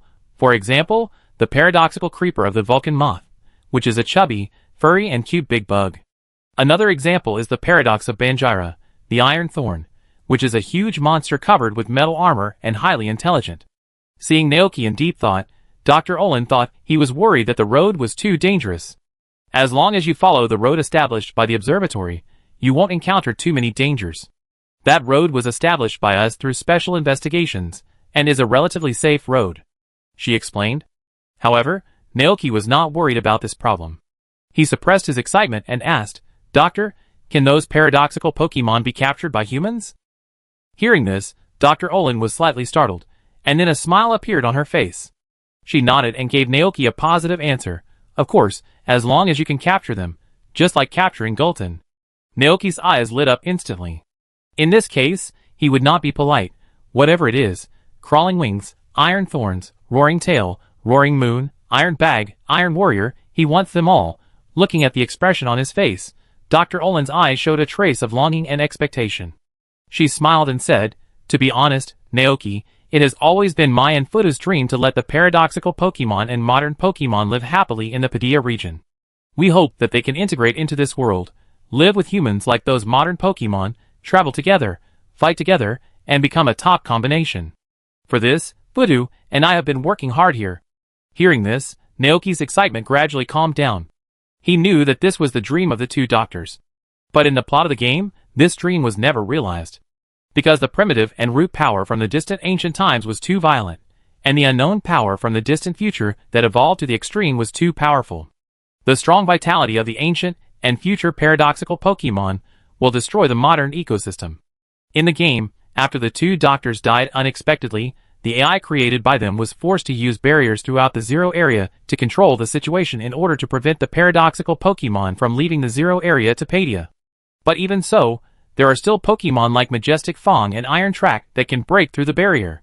They broke into the Padia region and became the Pokemon of the Treasure Master. After thinking for a moment, Naoki nodded silently. I understand. If it can be realized, this is indeed a great dream. Dr. Olin smiled slightly. Then we will wait here for you and Guillerton to come. After hanging up the phone, Naoki's heart could not calm down for a long time. He thought of his previous warning to Dr. Olin to be careful of the explosion in the laboratory. If they take this to heart, then one day in the future, maybe the two doctors will survive the explosion unharmed. At that time, will they give up their dreams? Naoki didn't know. Things seemed to be moving in an unknown direction. Forget it, There will always be a way out. It's useless for me to think about those things now. With Yessie and the group of champion-level trainers raised by the Padilla Alliance, it shouldn't cause much impact. Thinking of this, Naoki felt relieved. Anyway, Yesii would support him even if the sky fell. Now he just wanted to visit the Padilla pit and see those paradoxical Pokemon. So he hummed a little tune, took out the contact information left by Yesii, and called her. He didn't want the reward given by the Alliance, he didn't lack money, and he wasn't very interested in Pokemon eggs. In comparison, it would be better to visit the Padilla pit. For him, catching a paradoxical Pokemon was a profit. Soon, the call was connected. After a simple greeting, Naoki told Yesii his wish. I want to go to Area 0 to take a look. Dr. Olin happened to ask me to do a physical examination for Gillerton, but she said that going to the giant pit requires approval from the Padilla Alliance. Yesii seemed to be easier to talk to than he thought. After hearing this, Yesii did not say much, but just asked, the inside of the Padilla giant pit is extremely dangerous. Without the strength of a champion, it is difficult to move there. Are you ready? Yes. Naoki was grateful to Yessie for the beautiful misunderstandings he had with him. Gillerton had definitely reached the champion level. By then, he would bring more strengthening and recovery food to ensure his own safety. Okay. Yessie nodded. I will submit an application to the Alliance, but it will take some time. I will contact you after the Alliance gives a reply. Okay, thank you for your help, Naoki said. Yessie smiled. I would be even happier if you are willing to work in the Padilla Alliance. Naoki, After hanging up the phone, Naoki walked out of the living room and came to the eaves outside. Sure enough, he saw the figure of Gul'dan on a piece of grass covered in sunlight. Gul'dan had smelled Naoki's scent, and it immediately opened its eyes and looked up. Ah! Gul'dan! Naoki walked up to it, squatted in front of it, rubbed its face, and asked, Have you seen other Pokemon from the same place as you? For example, there are Pokemon that look like elephants and have a pair of huge teeth, and there are Pokemon that crawl on the ground and have a pair of huge wings that look like flames. Hearing this, Gul'dan was confused at first, but when it heard Naoki's description, it suddenly showed an expression of enlightenment on its face. It nodded and said, Agas. Naoki, then are they powerful? Are they fierce? Aga. Gul'dan recalled carefully, and then said proudly, Agas. It doesn't know whether they are fierce or not, but they are not as powerful as it anyway. Chapter 228. Naoki, Okay, compared to Majestic Fong and Roaring Tail, Gul'dan is definitely the most powerful Pokemon. Naoki simply sat next to Gul'dan and basked in the sun with it. Gul'dan squinted his eyes comfortably, and Naoki began to recall what ancient paradoxical Pokemon there were. Dunka's paradoxical species Majestic Fong, Jigglypuff's paradoxical species Roaring Tail, Flying Ball's paradoxical species Fierce Mushroom, Incubus's paradoxical species Flutter Wings, Vulcan Moth's paradoxical species Crawling Wings, Magnetron's paradoxical species Sand Iron Hide, and Dragonite's paradoxical species Roaring Moon. In addition, there are the three ancient species of the Phoenix Guard. Two of them were announced when he traveled through time, namely Suicune's paradox species, Wave Water, and Reiku's paradox species, Thunder Drum. Only Entei's paradox species has not been announced, and its name and image are unknown. I wonder how strong these three ancient species of the holy beasts are. Naoki muttered in his heart. They must have been summoned by the time machine like many paradox Pokemon. If this is true, then it means that he has a chance to meet them in the Padilla pit. After lunch, Naoki went to the orchard to check on the injured Pokemon. The orchard was very quiet, and the Pokemon's voices were almost inaudible, which was in stark contrast to the laughter of Frost Milk and Saltstone on the grass outside. Naoki looked inside and saw that the Pokemon were hiding in the wooden hut, as if they had not yet walked out of the shadow. It was now 1 o'clock in the afternoon, and nearly 30 hours had passed since the fire. Although the Pokemon are now safe and don't have to worry about food and shelter, their mental state still looks very depressed. Seeing Naoki coming, some Pokemon poked their heads out of the hut. Naoki made eye contact with them, smiled at them, and said, Let me check how your injuries are recovering. Guji. The lively chinchilla was the first to jump out of the cabin. Its big furry tail swayed behind it, looking very cute, of course. The premise is to ignore the burnt fur. The Tibetan squirrel held its injured tail and brought it to Naoki, letting him check its wound with a pitiful expression. The Guji. Naoki carefully checked it and couldn't help laughing and said, It's okay now, the burnt area has healed, and after this winter, the burnt fur will grow back. Guji. When the carefree chinchilla heard that it could grow again, it immediately stopped worrying. It turned around, wagging its big tail, and ran back to its hut. Naoki looked over and saw a pile of fruit behind the chinchilla. Those must be what the chinchilla stored for the winter, right? Because this Pokemon's habit is like this, very similar to squirrels in reality, and has the habit of storing food. Thinking of this, Naoki couldn't help but think of the bare forest on the back mountain that was burned. Will the chinchilla fill a tree there with fruits? But if those places are burned, the chinchilla will be very sad, right? The chinchilla is indeed very sad. It was sad all day yesterday, and it felt better until it stored another batch of fruits in its nest this morning. Looking at the piles of fruits in the wooden house, the chinchilla felt very happy. It used its tail to hold the fruits, and then lay on them with a happy face. Seeing that the chinchilla was fine, Naoki continued to move forward. First, the electric petrel on the tree. Yesterday, its wings were burned, so it lost the ability to fly, and the electric petrel was in a state of depression for a while. It had been trying to flap its wings to fly, but all failed. Seeing this, Naoki went forward to pick it up and checked its wings wrapped with bandages. As expected, he saw more serious injuries on it. Naoki frowned and called his brother Ai Guancher to bring him a medical kit. While applying medicine to the electric petrel again, he said, "You can't fly again before the wound is completely healed. Now every time you flap your wings, the injury will become more serious. If you continue like this, it is very likely that you will never recover." Hearing this, a trace of fear flashed in Tien Haiyan's eyes, and it immediately calmed down and hung its head to show that it would not do this again. Naoki touched its head and said, "I know that flying is your nature. Now that you have lost your wings, you are very scared. You are afraid that you can't fly anymore, so you keep trying." Tien Haiyan raised his head and looked at the human. "I promise you, as long as you don't flap your wings as violently as before, your wings will definitely get better. It won't be long before you can fly back to the sky. Do you want to believe me?" Naoki asked. The electric petrel looked into his dark eyes, then nodded hesitantly. "Very good." Naoki smiled and touched its head. "From today on, I will come to give you medicine twice a day." Putting the electric petrel back into the hut, Naoki continued to move forward and saw the figures of Lily Root Doll, Shuttlecock Grass, Mushroom, and Yo-Yo Candy Ball under several fruit trees in front. Most of these Pokemon are very docile. When they saw Naoki, although they were in low spirits, they still took the initiative to greet him. Naoki walked forward with a smile and checked their bodies. "Your injuries have improved a lot. You should be able to recover after a good sleep." Dala. Hearing this, the three mushrooms happily circled around Naoki. The two scorpions also began to float around Naoki. Yo-Yo and Lily Root watched this scene with a smile. Seeing that the Pokemon finally smiled again, Naoki was relieved. He looked at the little blacksmith, the painter, the speaker cricket, and a pair of mice who had gathered around after hearing the noise, and whispered, "Everything will be fine." Naoki checked their bodies, and saw that they were all fine, so he stood up and looked around. Suddenly, he noticed that a Pokemon was missing. The electric frog was in the underground cave, and its body had recovered yesterday, so it was fine. And the missing one? Where is the lazy otter? Naoki looked around but couldn't find it. At this time, a pair of mice squeaked and pointed in a direction. Naoki walked towards it, and soon saw the figure of the lazy otter on a piece of grass surrounded by fruit trees. A beam of sunlight shone through the leaves in the forest, and the lazy otter lay motionless on the grass that could be illuminated by the sunlight. Even if someone came, it just moved its eyes and yawned lazily.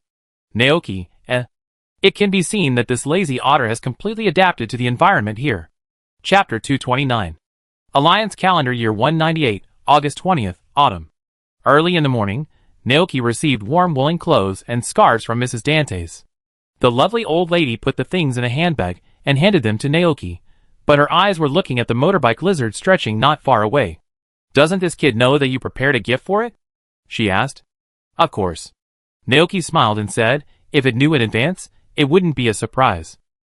Mrs. Dantes nodded gently and said in a gentle tone, "Since you are ready, I will not disturb you. Say happy birthday to Motor Lizard for me." "Okay."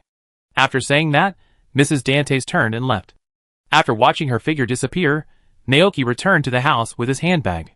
He looked at the Ai Guancher brother and sister with a smile and asked, "Are you ready?" "Aye. Aye." The brother and sister nodded in unison. Seeing this, Naoki said, "Then let's start the preparations. Gillerton, I leave the motorcycle lizard to you. Take it outside to play, and come back when the sun rises." "Ah, ga." Gillerton thought that today was also its birthday, although it had experienced it once before. At that time, it was also taken out to play by Gillerton, and the Gillerton left it behind and ran away alone.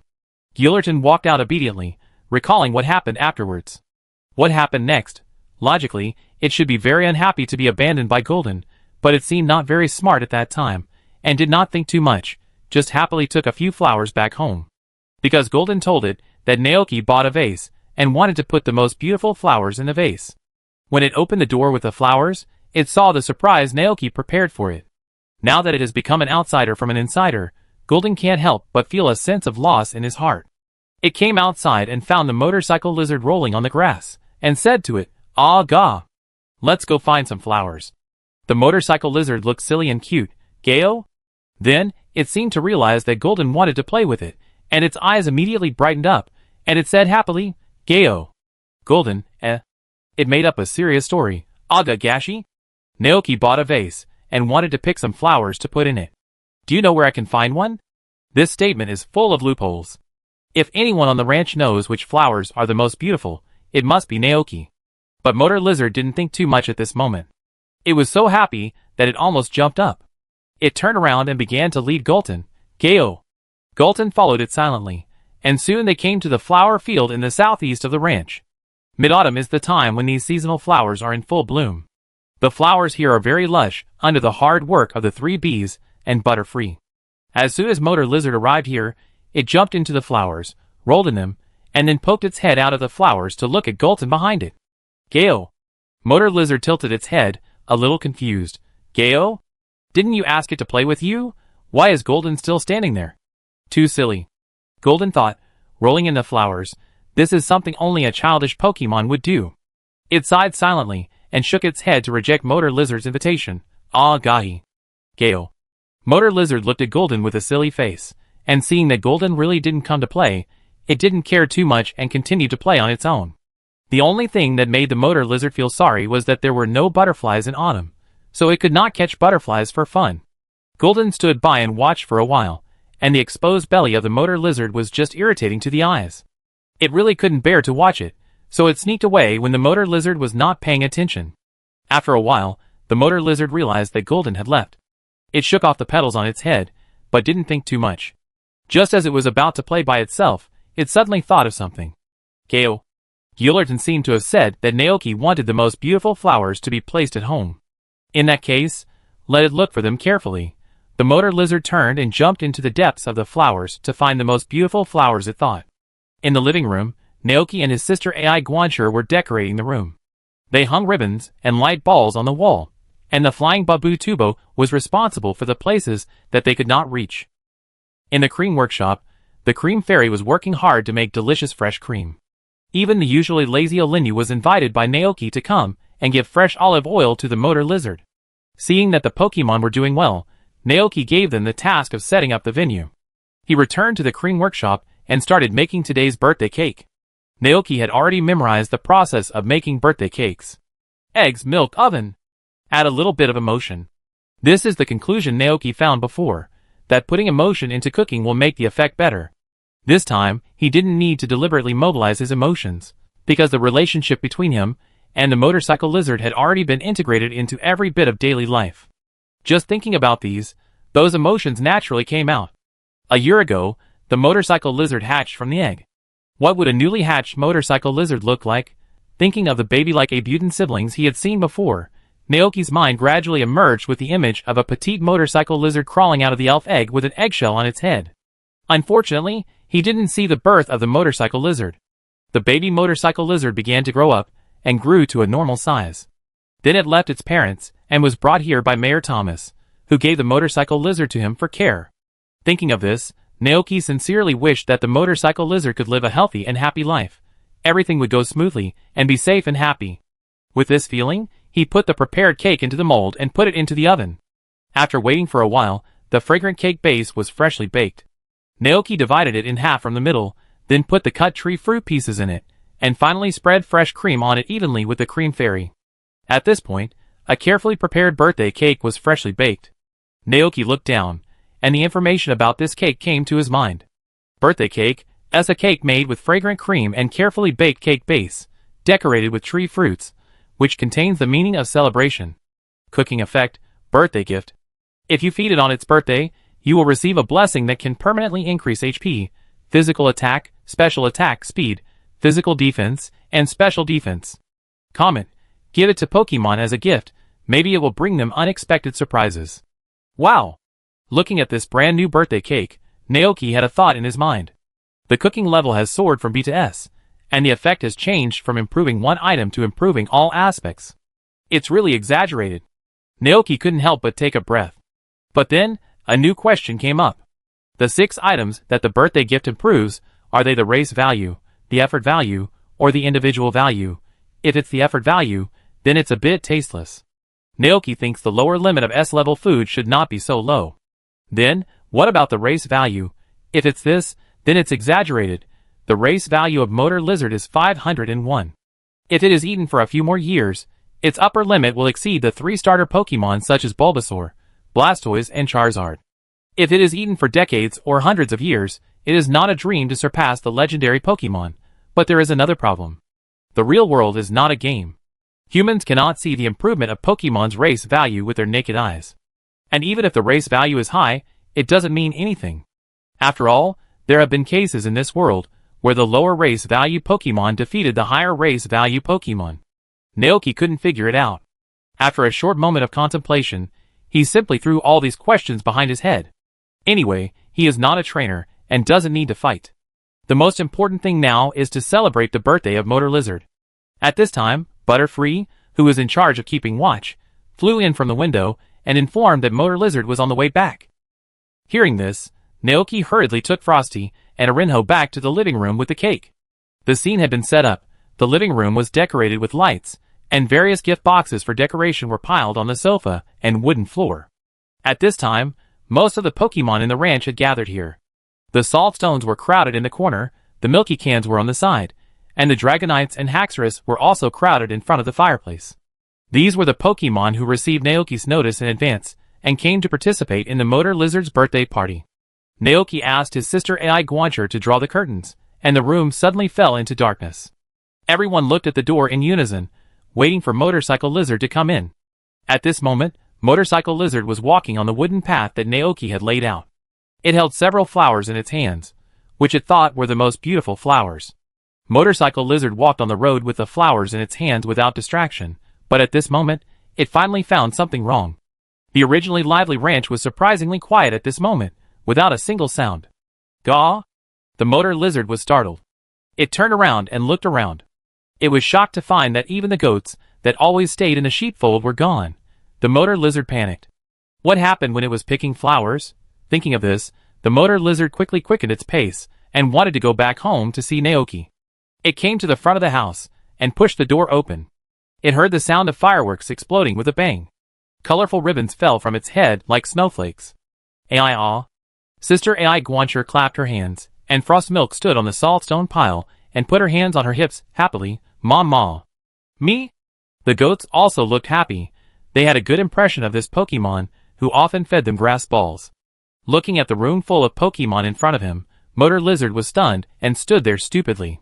Motor Lizard, happy birthday. Naoki smiled and walked forward, pulling Motor Lizard, who had not yet recovered, over. Motorcycle Lizard still didn't react until he came to the cream cake with a candle on it. Seeing this, Naoki said helplessly, "Did you forget? Today is your birthday. On this day last year, you hatched from a Pokemon egg." Motorcycle Lizard nodded with a silly look on his face. Ga. It opened its eyes wide, and finally realized the current situation. Now, Naoki and everyone, are you celebrating its birthday? This is the dress I specially commissioned Mrs. Dantes to order for you. Naoki took out the handbag and put the clothes in front of the Motor Lizard. With these, you won't feel cold in winter, and you can play in the snow with everyone outside. The Motor Lizard listened to these words blankly, and the sudden surprise almost rushed over its head. At this moment, it felt that its whole body was bathed in a sea of happiness. Ga. The Motor Lizard made a silly cry, and looked at everyone with emotion. Gillerton, it's too much to watch. Blow out the candles. Naoki led the scooter to the cake. Under everyone's gaze, the scooter puffed up his mouth and blew out the candle. Pa. The Sister Ibutai started clapping again. Under its lead, The surrounding Pokemon cheered. After blowing out the candles, it was time to share the cake. The scooter didn't know how to cut, so Naoki came to help it.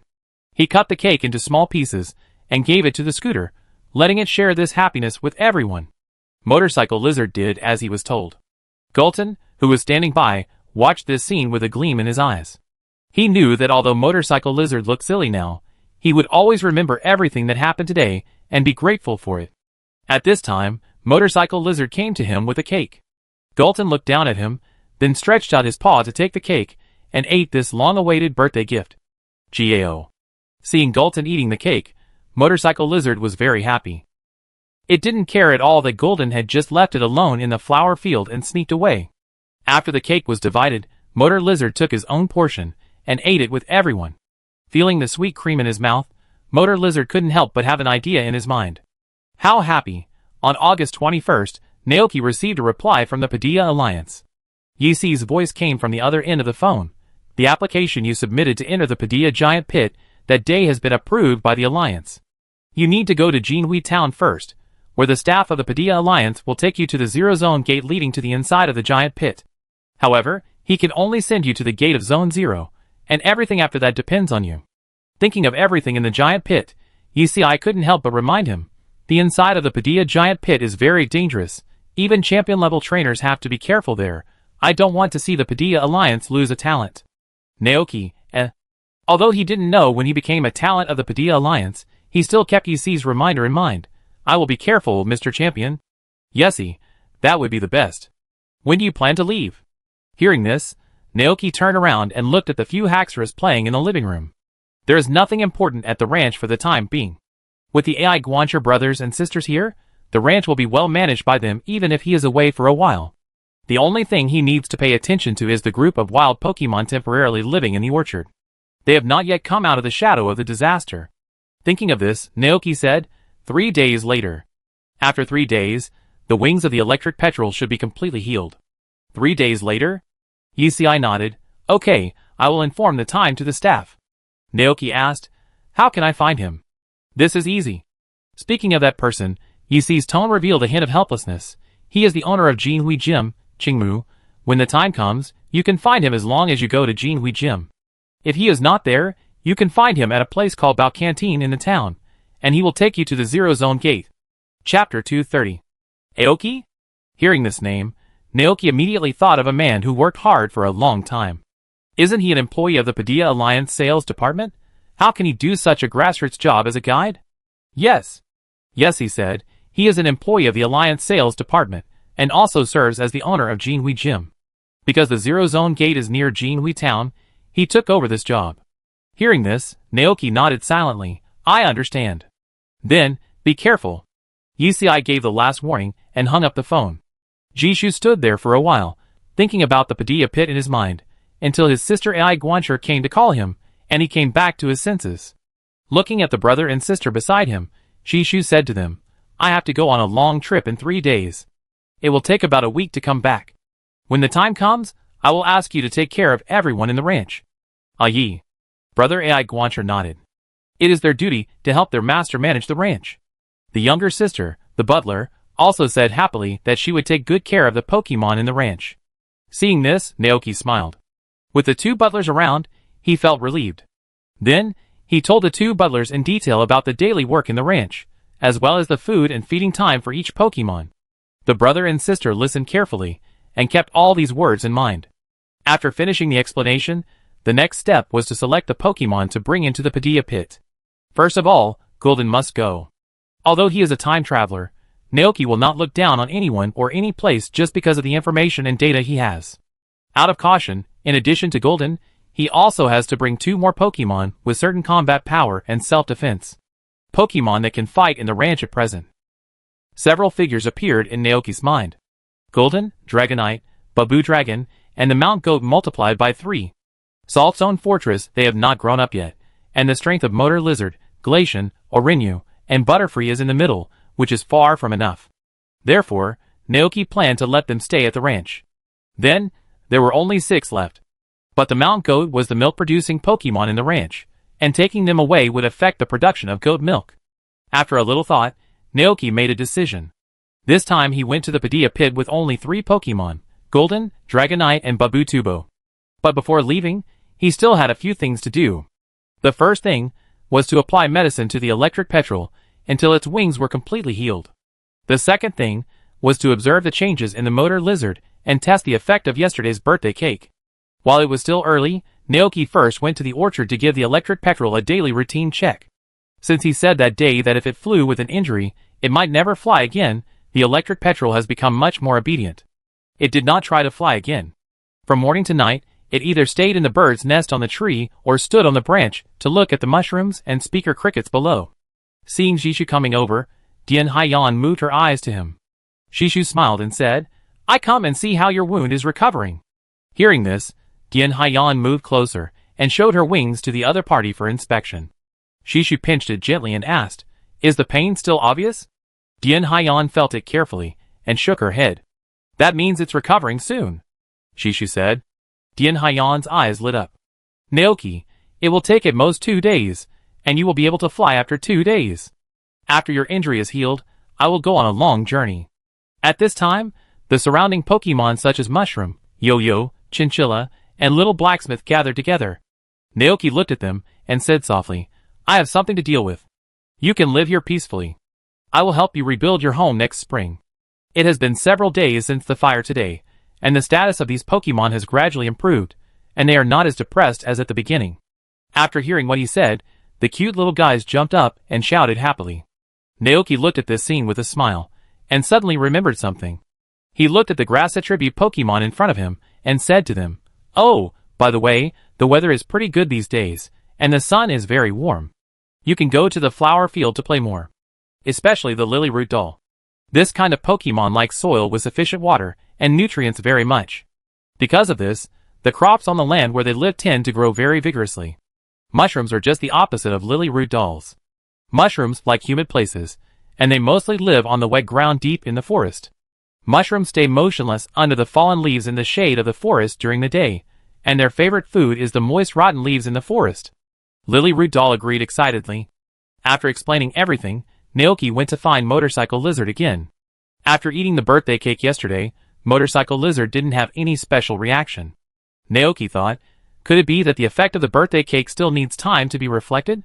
The Motor Lizard was basking in the sun on the grass. Naoki came to it and asked tentatively, "From last night to now, have you felt any changes in your body?" "Gaw?" The Motor Lizard looked confused, as if it didn't understand. Naoki explained, "For example, it runs faster and has more strength." Hearing this, the Motor Lizard felt it carefully, and then shook its head in confusion. Strange. Naoki couldn't help but ponder. Could it be that the birthday cake has no effect? No, it's impossible. He thought of his thoughts yesterday, and suddenly had a bold guess in his mind.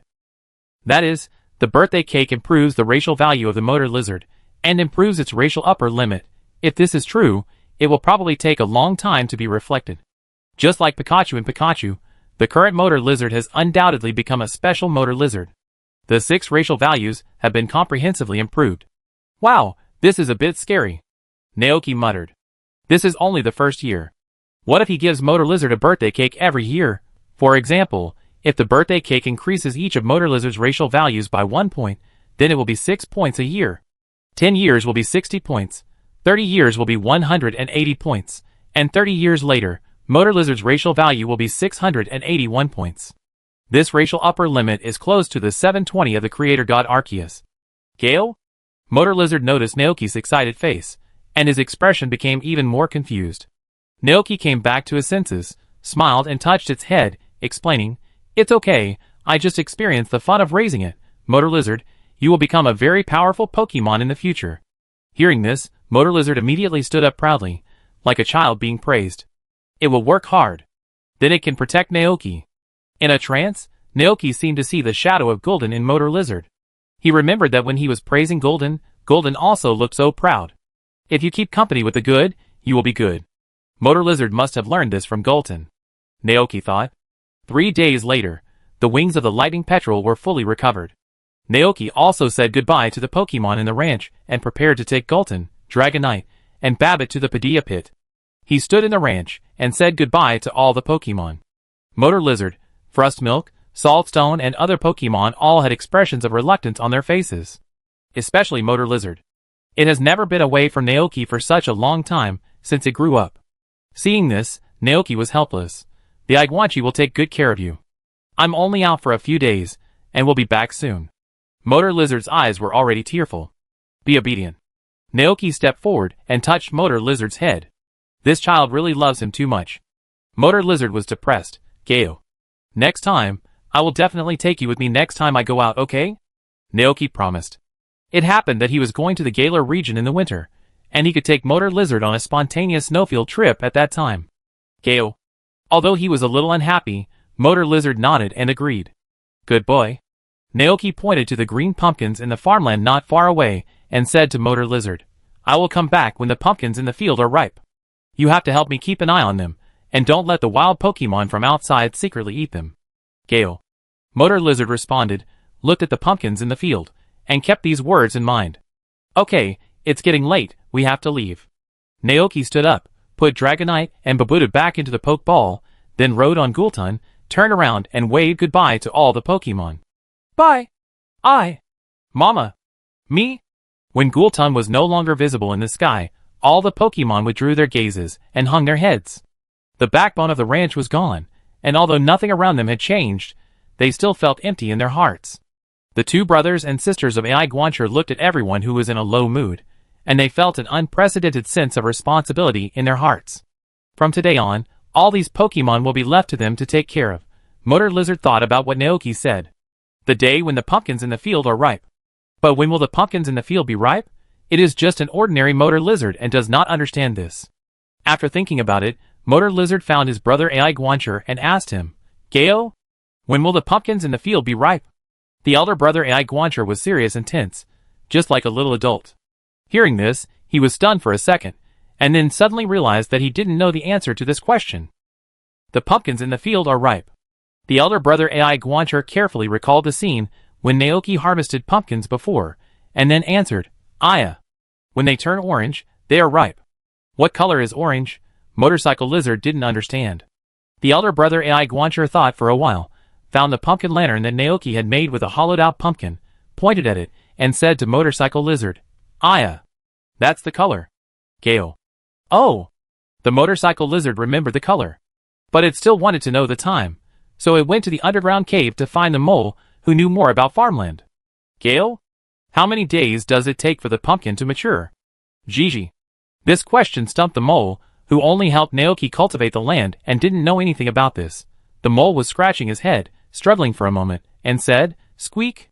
Maybe Butterfree would know? The Butterfree flew around the ranch every day, and everything that happened in the ranch could not escape its eyes. It should know when the pumpkin would be ripe. So, Motor Lizard went to find Butterfree again. Faced with Motor Lizard's question, Butterfree looked at the sun in the sky, then looked at the pumpkin in the field, and replied, Me. Wait for the sun to set, and the moon to rise, and the pumpkin will be ripe after 7 rounds. Gaw. The Motor Lizard remembered this sentence. So from that night on, a Motor Lizard counting the moon appeared in the ranch. The Motor Lizard didn't know when the sun would set, and when the moon would rise. It only knew that when it counted to 7, Naoki would come back. Jinhui Town is located in the west of Padia, under the Padia giant crater. It is a gourmet town exuding a nostalgic atmosphere. The distance between the two towns was not too far. Naoki rode the Gulton without stopping for a moment. When he arrived at Jinhui Town, it was exactly 3 hours. As soon as he landed, Naoki heard the hawking voices coming from the town. Mapo tofu, green pepper and pork shreds, wild jellyfish and cucumbers with vinegar, authentic ramen. The most delicious food in Padilla is in our store, come and taste it. Chicken stick, good neighbor of the mouth, kiss the cho. There are chocolate flavors, cinnamon flavors, and authentic original churros. Lemonade, coffee, sandwiches, cheese pie. This is the welcoming coffee shop, a great place for you to relax. Seafood skewers, rice pudding, ceviche, seafood macaroni. This is a top seafood restaurant. No need to wait, the deliciousness is right now.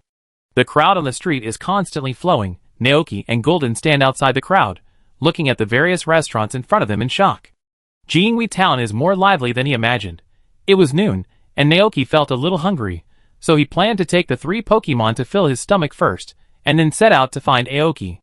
The first time he came to Jinhui Town, the intricate streets and buildings in the town really made him feel dark.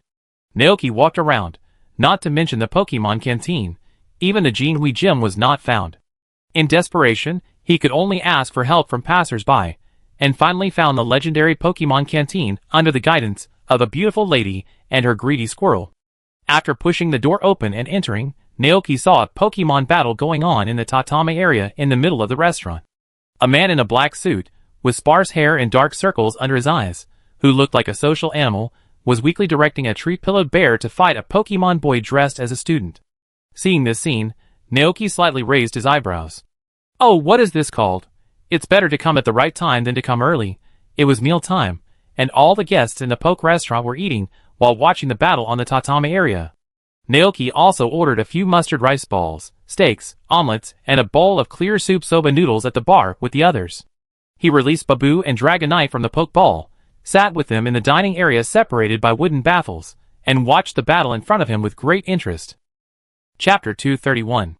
At this time, the battle on the field has reached a white-hot stage. Chingmu's tree-pillowed bear and the boy's dumb fire crocodile have little physical strength left. Facing the dumb fire crocodile that was rushing towards him, Chingmu once again let the tree-pillowed bear use Yawn. Yawn successfully hit, and the dumb fire crocodile suddenly felt drowsy. But just as it was about to fall asleep, the boy suddenly shouted to hold on. The dumb fire crocodile woke up instantly, and got out of the drowsy state. The flames in its mouth condensed, and it defeated Chingmu's tree-pillowed bear with a spark. Great! The boy showed a surprised expression on his face. Aoki looked calm, and silently took out the poke ball, and took back the tree bow tail. You are very powerful, but you only have one weak Charmeleon left, and I still have one Pokemon with intact physical strength. We will not give up. The boy shouted with great energy. The diners were ignited by his fighting spirit, and they all cheered for him loudly. Hey, boy, hold on. Hungry customers are waiting. Let us see how good you are. That classmate and Aoki, keep up the good work. That's right, Mr. Aoki, the boy said with full of fighting spirit. Aoki, I know, if I chat too much, my boss will get angry. Let's start the battle. As he said that, he sent out his last Pokemon. It was a sharp-eyed, agile Mookhawk. The final battle officially begins. Faced with this nearly impossible-to-beat strong enemy, the boy still did not choose to give up, and his fighting spirit infected the dumb fire crocodile on the field. Dumb fire crocodile tried hard to overcome the intimidation of the Mook Eagle and used his best move, Sparks, on it. Maybe it was luck, or maybe it was Aoki's deliberate act. This spark successfully hit the Mook Eagle, and luckily put it into a state of burns. Seeing this scene, the boy clenched his fists excitedly. Yes, that's it, Charmeleon. When burned, Pokemon stamina will gradually drain away. As long as they hold on long enough, they are more likely to win the battle. Some of the audience, who supported Aoki, were very dissatisfied with this scene. What are you doing, Aoki? You were hit so easily by that kid's moves. Be serious. I'm not here to watch you lose the battle on purpose. After hearing these words, Aoki looked exhausted. He looked at the trainer opposite him, and said to him weakly, Excuse me, it's okay for me to use moves that people in society are good at, right? The boy was slightly stunned. And Aoki had already issued an order. Mook Eagle, use the hard hold. Hard hold is a general move, and its effect is that when the player is in a state of burns, paralysis, or poisoning, the power will be doubled. Receiving this order, Mook Eagle exuded a dazzling white light, and then swooped down from the air towards the stupid fire crocodile. As expected, the stupid fire crocodile was hit by this hard hold and lost its ability to fight. The boy opened his mouth in a daze. The diners cheered enthusiastically. Wow, as expected of Aoki. What a wonderful fight, it's really delicious. I've already eaten 2 bowls of ramen without realizing it. Aoki ignored these voices and said calmly, I'm sorry, you didn't pass the challenge of Jinhui Gym. I can't give you the gym badge, so goodbye. After that, Aoki picked up his briefcase and walked off the stage, walked to the bar, and started eating. This is Aoki. Naoki looked at the man, with a very high hairline with interest. Even though he was wearing a neat black suit, he looked tired, and had obvious dark circles around his eyes. Thinking of the main reason he came here, Naoki asked Babu Tubo and Dragonite beside him, Are you full? Bammo. Awoo. Seeing that the 2 Pokemon were full, Naoki took them back into the Pokeball, then walked up with Golden, sat next to Aoki, and ordered 2 bowls of red bean soup to relieve the greasiness. Before he could speak, Aoki noticed him, and Golden beside him. Aoki's expression was not surprised, still very calm. You are here. Naoki was stunned on the spot. Do you know me? Could it be that Yesi showed him his photo? No, how could Yesi have his photo? Seeing that he was thinking about it, Aoki explained, the time to meet the chief. An uninvited rare guest. From the first moment you came in, I noticed you and that Pokemon. Ordinary people like me will not be recognized when walking on the street, but people like you are different. No matter where you go, you will be dazzling. Naoki was speechless, exaggerated. Aoki said calmly, you dared to go to such a dangerous place as Jukin. If it were me, I would definitely not do it. Hello, I am Aoki. Please give me more advice. I am Naoki. Aoki nodded. Please wait a moment. I will take you there after I finish my meal. Naoki didn't say much. Okay. Aoki seemed to enjoy the peaceful meal time. He ate slowly and leisurely. When he finished all the food in front of him, Naoki and Golden also finished the 2 bowls of red bean soup. Aoki stood up and picked up his briefcase. Let's go, let me finish this work quickly. Naoki, okay. The 2 left Bao restaurant. Naoki thought Aoki would ride a motorcycle taxi or drive his own car to take him to the Zero Zone gate. But he never thought that after leaving the door, Aoki went straight to a bicycle parking area, pushed out a bicycle from there and rode on it. Naoki, ? Aoki turned around and wanted him to follow, but he saw the man's confused expression. After thinking for a while, he explained, this is the means of transportation I usually use. It's very ordinary, right? Naoki nodded, yes. Aoki, general attributes. Ordinary. Common. Ordinary. Not rare. It fits me, who has no personality, very well. I like it this way. Ordinary is true. As he said, Aoki started pedaling his bicycle. Naoki had no choice but to ride the Golden to follow. On the way, Aoki began to explain another thing. Originally, I was not responsible for taking you there, but that person had something urgent and asked for leave, so I had to take you there. Naoki didn't know how to get along with a social animal like Aoki, so he could only reply woodenly, thank you for the trouble. Aoki, you are too polite. This is the job of social people. Naoki was speechless. Aoki seemed to be tired because he had too many part-time jobs. After a few simple introductions, he didn't speak again.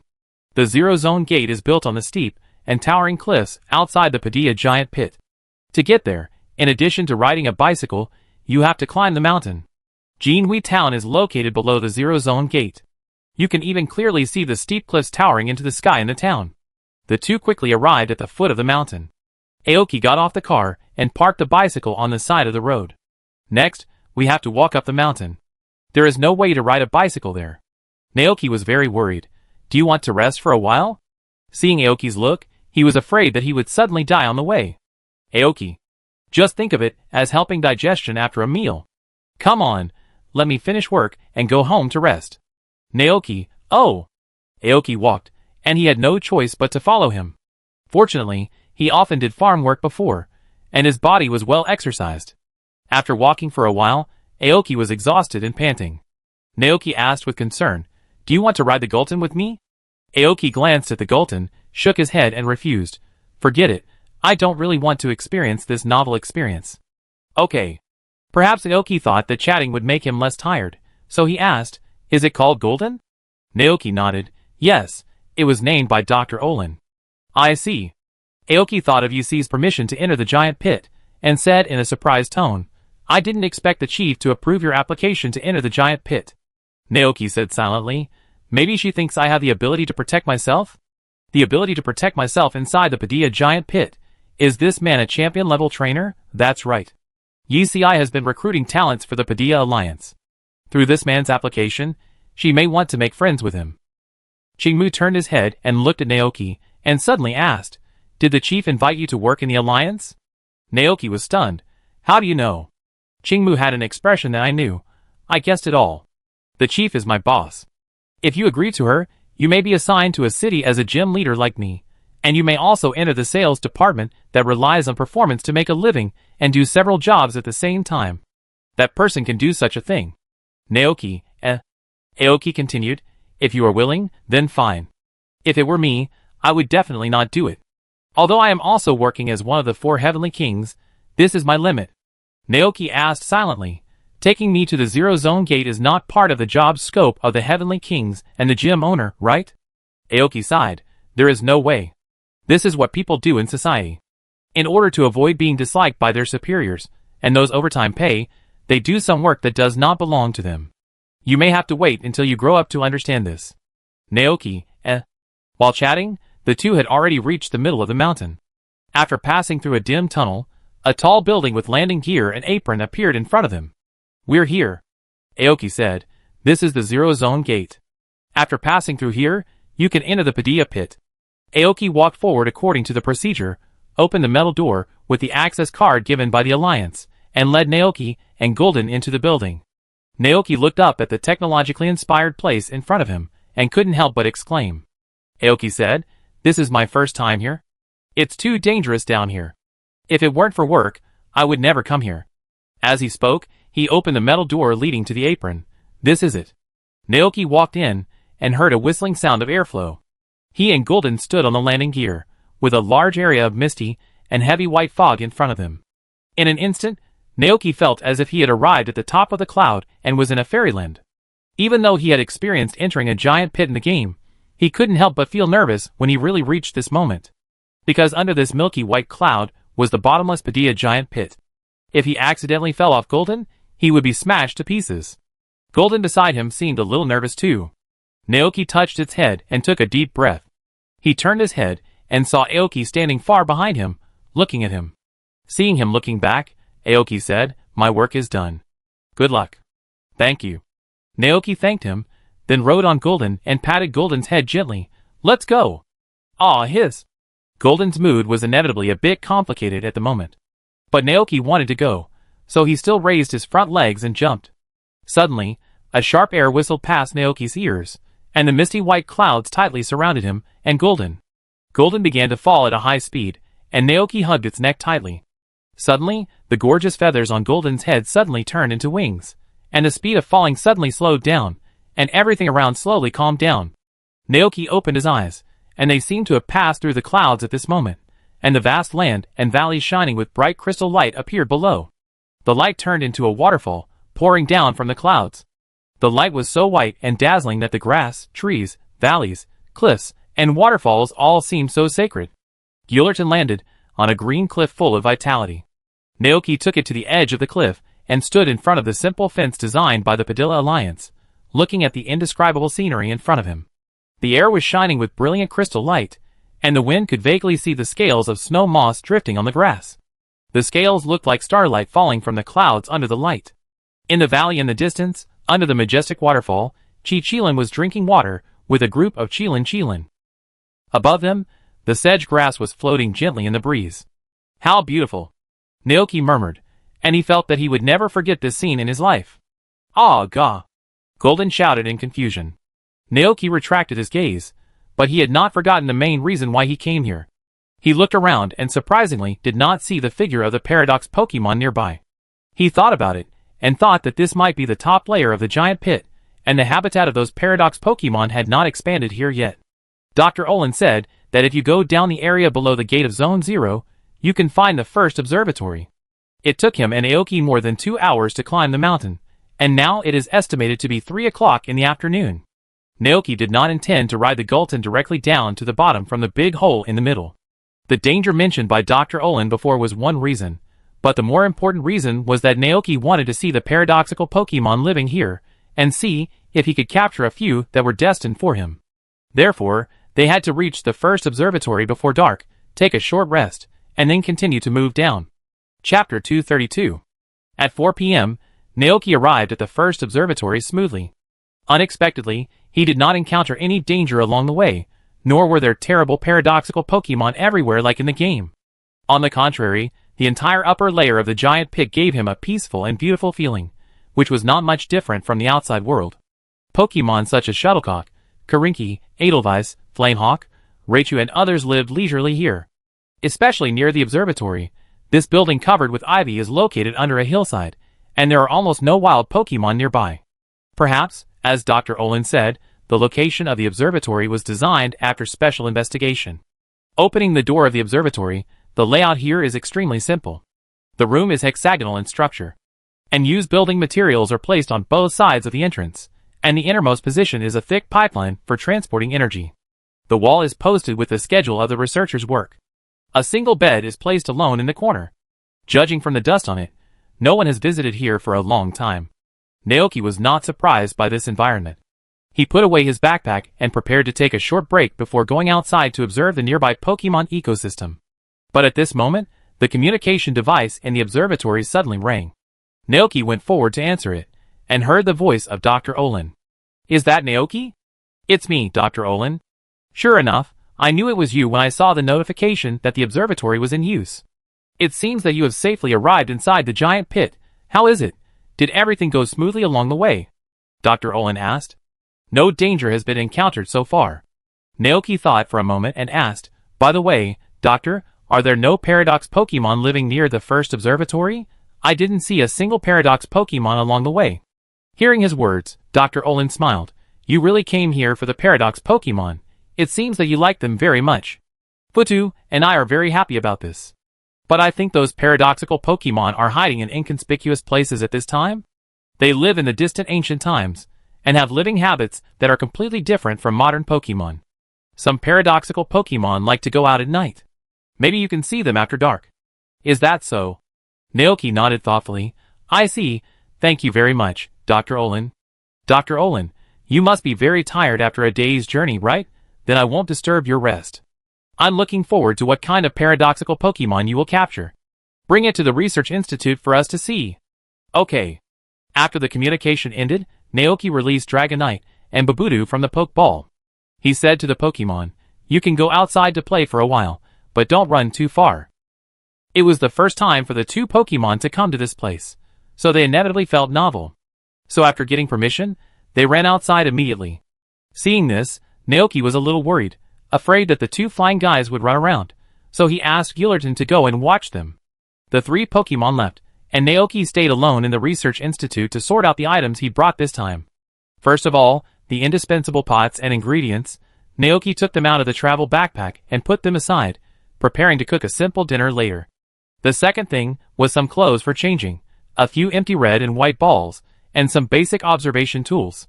For example, a compass to identify the direction, a telescope to see far away, etc. These are specially prepared for this trip. After sorting everything out, Naoki began to prepare for today's dinner. It is not convenient to do anything when you are away from home, so he chose a sandwich that is easy to make and nutritious for dinner. At this time, the three Pokemon returned to the observatory after smelling the smell. Naoki looked at them and asked, "Did you find anything?" Babutubo's eyes sparkled. "Bamo, bamo bamo. It's so beautiful here." Dragonite was full of fighting spirit. It felt several strong auras nearby. There must be powerful Pokemon living nearby. Golden also felt it. It deliberately released some auras so that those Pokemon dared not approach here rashly. Several Pokemon kept mumbling. Naoki handed over the sandwich while listening. They took the sandwich with their paws and ate it in big mouthfuls, with happy expressions on their faces. After dinner, the sky outside gradually darkened. The giant pit was silent at night, with occasional rustling sounds coming from nowhere. Naoki couldn't sleep, so he took a telescope and went outside the observatory to look for the paradoxical Pokemon that Dr. Olin said would appear at night. The weather today was very good, and the visibility here was very high even at night. A bright moon hung in the night sky, and the bright moonlight fell through the clouds, covering the entire Padilla giant pit with a hazy veil. Gillerton and other Pokemon guarded Naoki. Naoki looked into the distance through the telescope. He slowly moved the telescope, and the scene of the opposite cliff slowly unfolded in front of him like a scroll. Is that the little elephant and the donkey? They look cute sleeping under the rocks. Sure enough, Steeljaw is out in action. The real Steeljaw looks so handsome. Huh? That Pokemon is a single-headed dragon. It's a quasi-god Pokemon from the Unova region. What is it doing? In the telescope, the single-headed dragon was running out of the cave behind him briskly, lowering its head and sniffing around, biting the grass on the ground from time to time, and then spitting it out. A single-headed dragon with herbivorous characteristics. Naoki was amused by this scene. Single-headed dragons are quite rare Pokemon. The evolved three-headed dragon is strong and fierce. Should he raise one? Naoki fell into deep thought. And at this moment, through the telescope, he saw that there was a sudden abnormality on the side of the single-headed dragon. The group of Duinjia and the little elephants, who were sleeping peacefully nearby, suddenly woke up, turned around and fled. The single-headed dragon seemed to have sensed some terrible breath, suddenly became panicked, turned around and wanted to escape. But before it could run a few steps, a dark shadow suddenly covered it. Naoki was slightly stunned, then his eyes moved up, and then he saw a blood-red figure with extremely fast speed. A huge body, scarlet eyes, ferocious claws, and a pair of huge dragon wings behind it that were fully opened, covering the sky and the sun, like a broken blood moon. Suddenly, a strange roar resounded throughout the valley. The ferocious Pokemon swooped down towards the single-headed dragon below and cruelly preyed on it. Under the moonlight, the blood-stained white teeth of Roaring Moon looked particularly terrifying. It was hunting in the most primitive way, eating. Fuck. Naoki opened his eyes wide, and felt a bang in his heart, as if his worldview collapsed. Is this the Paradox Pokemon? At this moment, Naoki probably understood what Dr. AI said in the game: the vigorous vitality of the Paradox Pokemon will destroy the modern ecosystem. If a wild and violent Pokemon like Roaring Moon were allowed to go to the world outside the giant pit, Naoki didn't dare to think about what would happen. Chapter 233. Seeing Naoki's shocked expression, Babu Tubo beside him looked puzzled. It came over and wanted to see what was happening over there, but Naoki covered his eyes. Babu Tubo asked in confusion, Bamo? Naoki shook his head. Children can't watch. The scene just now seemed to make him hallucinate the Nergigantes preying on small herbivorous dragons in the Monster Hunter game. As he said that, Naoki looked at the opposite hillside through the telescope again. There was no trace of Roaring Moon there. It must be that the hunting was over and the Pokemon have left. The surroundings were quiet again. Not long after Roaring Moon left, the group of Dunja and the little elephants walked back carefully and returned to the big rock where they had slept before.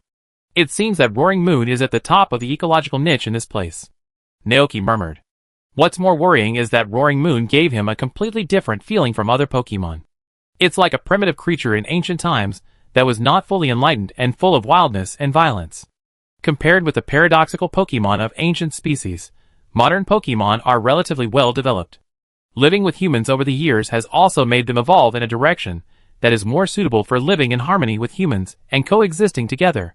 The difference in their temperaments is as huge as that between the natural savages living in the wild jungle in ancient times and the office workers living in the city today.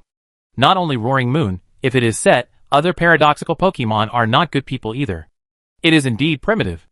Naoki suddenly lost the mood to continue observing. He felt that he could no longer look at these paradoxical Pokemon with the stereotype of ordinary Pokemon. At this moment, a fierce explosion suddenly came from the valley below. Hearing the noise, Naoki quickly came back to his senses from his thoughts, and ran to the fence on the edge of the cliff with a few Pokemon and looked down. Amidst the burning flames, a group of weak Pokemon were running away in panic.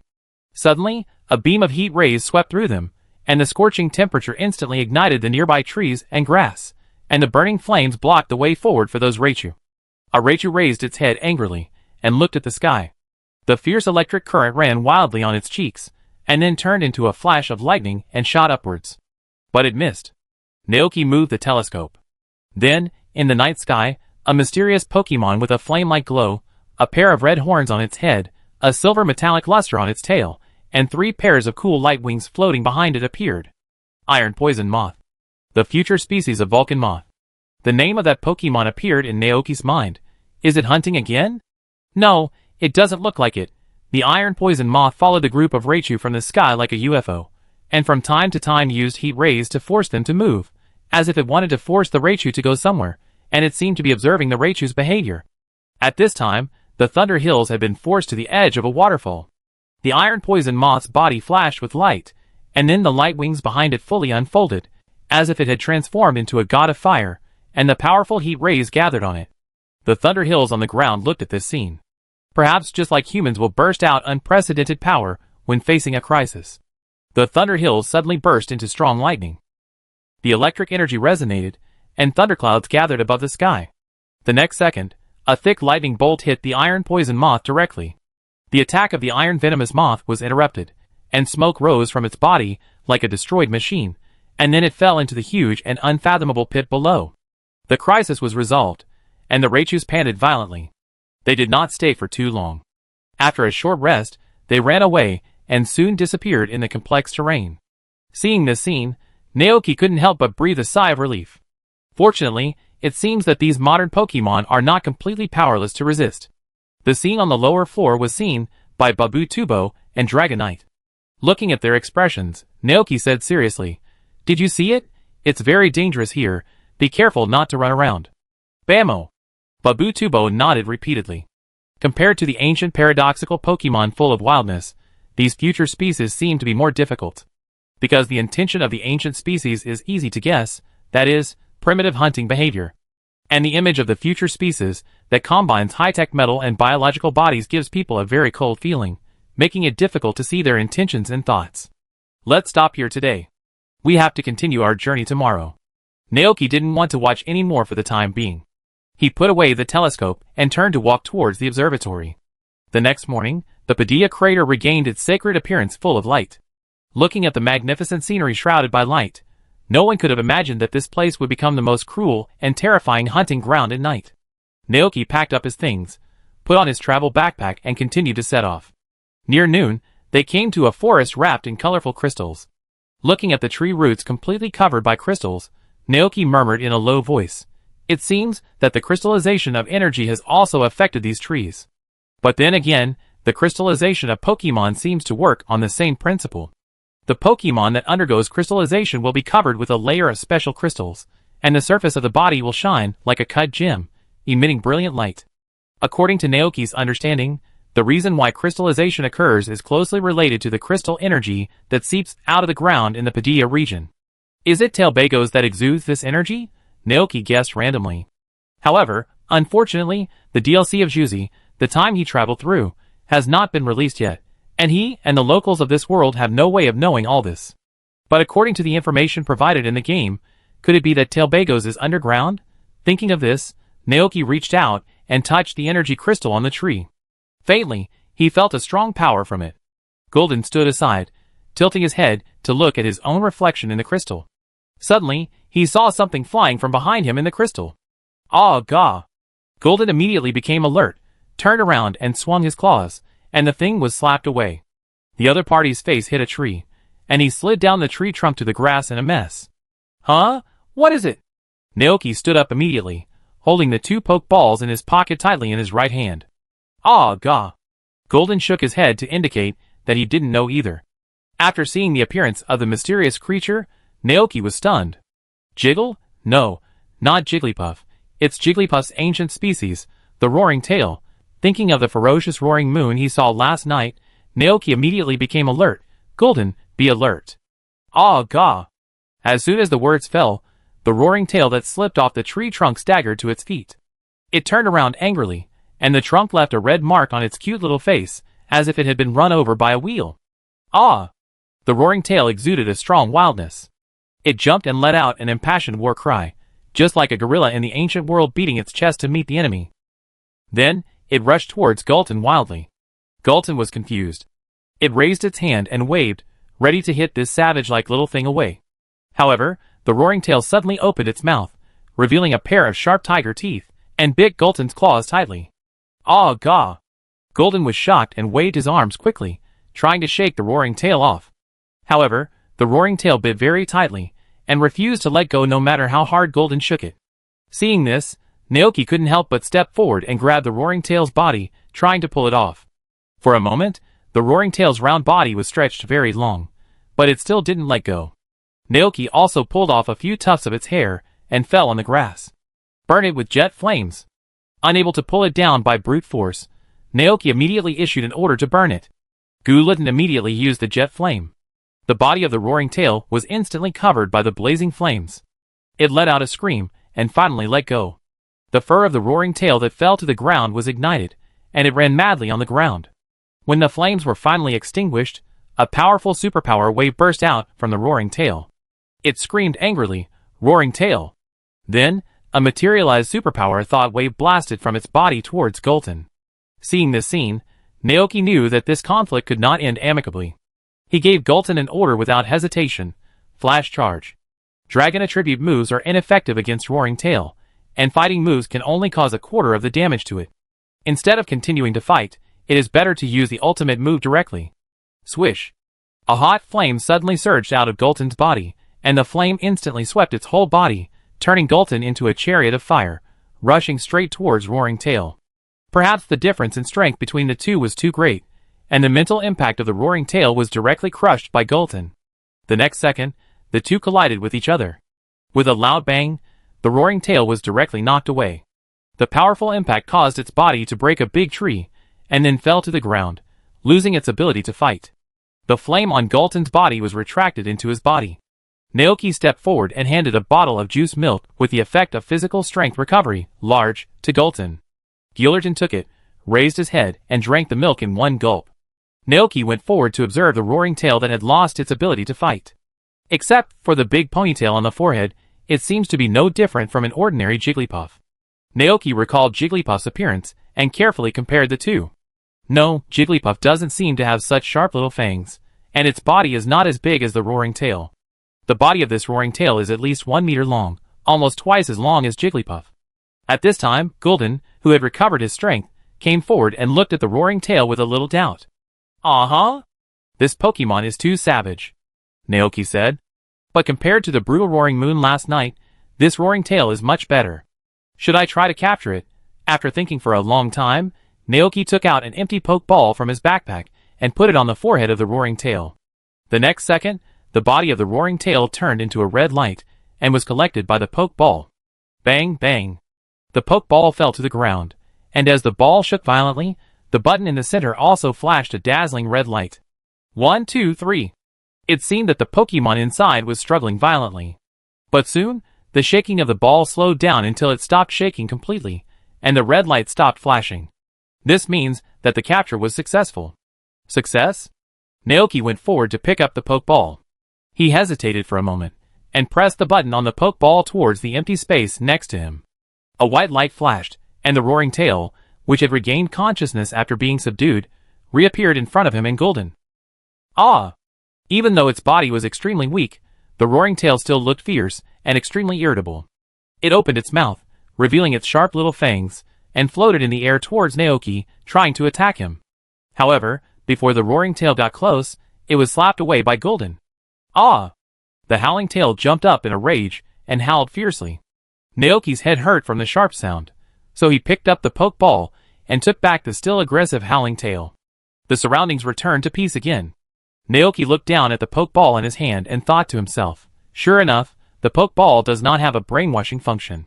Even if you capture a Pokemon, you can't make it completely obedient. He thought about the behavior of the howling tail just now, and suddenly wanted to laugh, as expected of an ancient species of howling tail. As a Pokemon with fairy and psychic attributes, it rarely uses special attacks such as phantom beams, but prefers to attack with its body and teeth. This behavior is really like a primitive savage, which is in line with its identity. It's a pity that it looks so cute, but has such a wild and violent personality. Then the next step is how to deal with this roaring tail. Naoki couldn't help but fall into deep thought. Obviously, if he can't completely tame Roaring Tail, then Roaring Tail will never go back to the ranch with him. With its current personality, as long as he and Gulton are not careful, several Pokemon on the ranch may lose their lives. For example, Frost Milk was eaten in one bite, and the hens in the chicken coop were bitten off the neck by Roaring Tail in the dead of night. Arinho and Glacian may also be attacked by it. Thinking of this, Naoki couldn't help but sigh. Alas, this is really difficult. Chapter 234. At noon, Naoki arrived at the second observation station smoothly. The layout here is almost the same as the first observation station. Naoki looked around, then put down his backpack, ready to take Gulton and other Pokemon here to rest for a while, and then continue to set off after filling their stomachs. Dragonite, Babu Tubo, everyone come out. Naoki took out 2 Pokeballs, and accompanied by 2 flashes of white light, Babu Tubo and Dragonite appeared in the observation station. But looking at the last Pokeball in his hand, Naoki couldn't help but hesitate. After thinking for a while, he finally didn't release Roaring Tail. After preparing all the lunch tools, just when Naoki was about to show his skills, the communicator in the observatory suddenly rang. Naoki was stunned for a moment, stepped forward to answer it, and Dr. Olin's voice came out. I saw the notification that the second observatory was activated. It seems that you have successfully arrived there. How is it? Is it safe along the way? Have you captured any Paradox Pokemon? Dr. Olin asked with interest. It's safe. Naoki reported his experience from last night to now truthfully, Roaring Moon, Iron Venom Moth, Roaring Tail. At the end, Naoki asked tentatively, Doctor, Don't you think these paradox Pokemon are not suitable to live in the same place as modern Pokemon? Dr. Olin is a smart person. She immediately understood what Naoki meant. Her heroic face showed a thoughtful expression. From our current research, not all paradox Pokemon are so dangerous. Moreover, we see new possibilities in you, which means that they can live harmoniously with humans in this world just like modern Pokemon. Naoki was confused. What did he see from him? But if you think about it carefully, Golden seems to be a paradoxical Pokemon summoned by the time machine. Thinking of this, Naoki looked at his Golden. Dr. Olin smiled slightly and continued, this means that paradoxical Pokemon can be tamed. If they are integrated into this world, it will bring a new opportunity to the trainers in the Padilla region. The Pokemon Encyclopedia ecosystem will expand, and trainers will know more Pokemon. One day, we will be able to run with the paradoxical Pokemon in the vast land of Padilla. This is our dream. We want to create a paradise where all Pokemon can live in harmony, and live together without violence or struggle. Naoki was speechless, and for a moment he didn't know what to say. He could feel the strong desire and emotion in Dr. Olin's tone. Paradise? Naoki asked. Dr. Olin raised his lips. You will see it soon. I will wait for you in paradise. Naoki, For some reason, he felt that Dr. Olin was a little crazy, so weird. By the way, at this time, Dr. Olin seemed to have thought of something and said, I put a book of red in the drawer of the table in the second observation station. If you want to know more about the paradoxical Pokemon, read that book. After that, Dr. Olin hung up the phone. Naoki was stunned for a moment, then walked towards the dusty table. He opened the drawer, and saw a slightly yellowed book inside. The words the Book of Vermilion were printed in red and purple on the cover. Naoki looked up at the three Pokemon standing in front of him and asked, Are you hungry now? Bammo. Agas. Oh. The three Pokemon shook their heads. Very good, then wait for me a little longer. Naoki sat on the simple metal bed, and began to flip through the Book of Vermilion in his hand. I am Hyja. Today is July 8th, 002 in the Alliance calendar. In order to explore the mysterious Padilla crater, I organized an observation team and set out towards the interior of the crater. The Padilla crater is in a dangerous terrain, and there are almost no towns around for supplies. In order to enter there, my Motor Lizard went with me to help the observation team transport goods. With the help of Motor Lizard, the observation team was able to successfully enter the giant pit. At first, the Pokemon found on the upper layer of the giant pit were no different from other Pokemon in the Padilla region. But as the observation team went deeper, incomprehensible weird scenes began to gradually appear in front of the observation team. We found strange traces similar to magic circles on the ground, but based on its appearance alone, we could not confirm whether it was made by explorers in the Imperial period.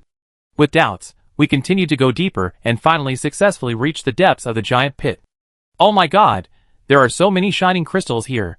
However, at this moment, the observation team was suddenly attacked by a Pokemon similar to Donka, but more wild. Damn it, several members of the observation team were fatally injured.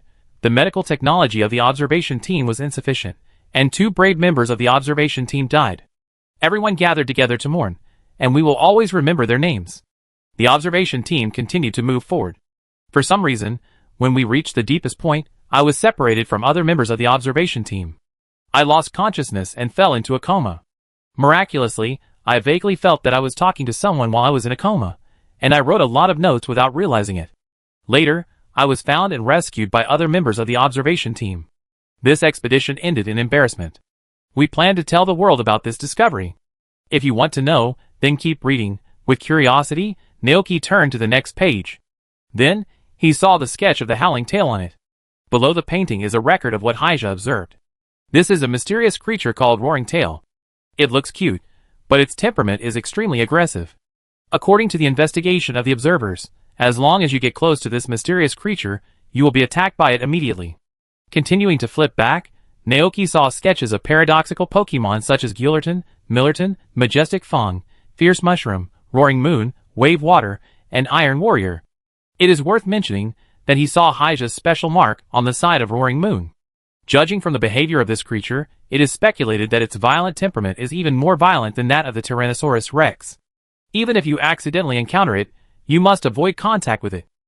It can be seen that the observation team led by Hyja suffered heavy losses when facing the Roaring Moon. Ah gah! Seeing that Naoki was concentrating on reading the book, Golden couldn't help but put his big head close to read with him. Naoki looked at Golden, and then turned to the page that recorded Gulden. The appearance of this mysterious creature is very similar to that of the motor lizard, but its temperament is more tenacious and violent than that of the motor lizard. When we first saw it, it used its fist to crack the ground below. What a terrifying force! It was even more terrifying than the dangerous creatures that the observation team had encountered before. We thought that this expedition would end here, and the observation team would be wiped out, but this mysterious creature did not attack us. It was undoubtedly on guard against humans, but at the same time, its curiosity seemed to be very strong. After observing us for a while, it even came over to play. Such a close contact allows us to understand this mysterious creature better. It is at the top of the ecological niche in this place. Perhaps because it is very confident in its own strength, it did not immediately attack the observation team that did not pose any threat. This is the confidence of an absolute strongman. There are almost no other predators in the place where it lives. And its temperament is very changeable, and like the motor lizard, it can transform into several forms. In the process of observing this mysterious creature, we saw it use its powerful foot power to push the ground, jump to a height of more than 20 meters, and then spread its wings and hit the ground violently. Because of its ecological habit, the observation team named it Wing King. Wing King. Naoki pushed away the big head that was almost sticking to Gillerton, and silently thought about the content of the book. He remembered that the red and purple book sold on the market was incomplete. In addition to being deleted, some key parts were also covered by ink marks. From his point of view, the red and purple book written by Hyja is an extremely valuable research material for the Padia region. Unfortunately, because the contents were too bizarre, these stories were eventually regarded as strange stories by the world, and the Book of Vermilion was gradually neglected in the second-hand book market. However, there is one thing that is very worrying. As we all know, Hyja entered the giant pit 200 years ago. Judging from the Book of Vermilion he wrote, paradoxical Pokemon had already appeared inside the Padia giant pit at that time. However, Dr. Olin and Dr. Forta said that these paradoxical Pokemon were summoned by them through the time machine. Could it be that Dr. Olin's act of summoning paradoxical Pokemon through the time machine affected the past time? Naoki couldn't help but speculate. But this is too paradoxical, right? Or is it that the Padia pit connects two special worlds, and even without a time machine, those paradoxical Pokemon can run here because of the energy of the crystal? Naoki's head hurts from thinking about it, and he can't figure it out for a long time, so he can only lie down helplessly and give up. At this time, Dragonite's stomach suddenly made a gurgling sound. Naoki immediately stood up and looked at it. Dragonite looked innocent. Ah! Naoki sighed, stood up and said, "Wait, I prepare food for you." Dragonite immediately cheered. Naoki took out a bunch of ingredients from his travel backpack. For lunch today, he planned to make fried eggs and fried steaks, and add a few tree fruits and a few bottles of moo milk to make a nutritious lunch. Heat the oil in a pan, and when the oil is hot, put the tender and firm steaks in. After a while, the aroma of the steaks spread around. The fat was fried to a golden and fragrant aroma, and the sizzling juice jumped on the steak, making it look so plump and juicy.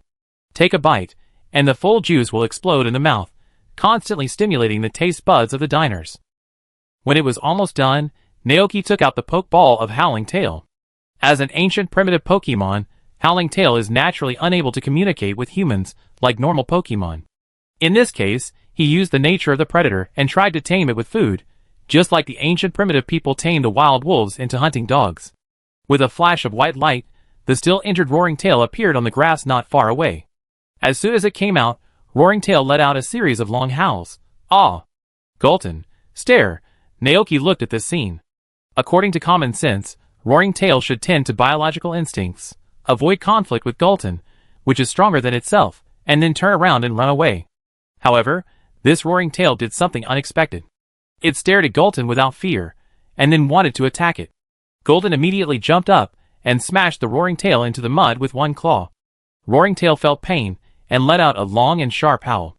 Naoki, He began to doubt whether his behavior was correct, because this Roaring Tail looked really brainless, and it wasted its cute appearance. Naoki was silent for a while, then let Gulton hold down the Roaring Tail with his fist, and put the steak in front of it. Roaring Tail's attention was immediately attracted by the fragrance, and it immediately opened its mouth, revealing its small tiger teeth, wanting to tear the steak fiercely.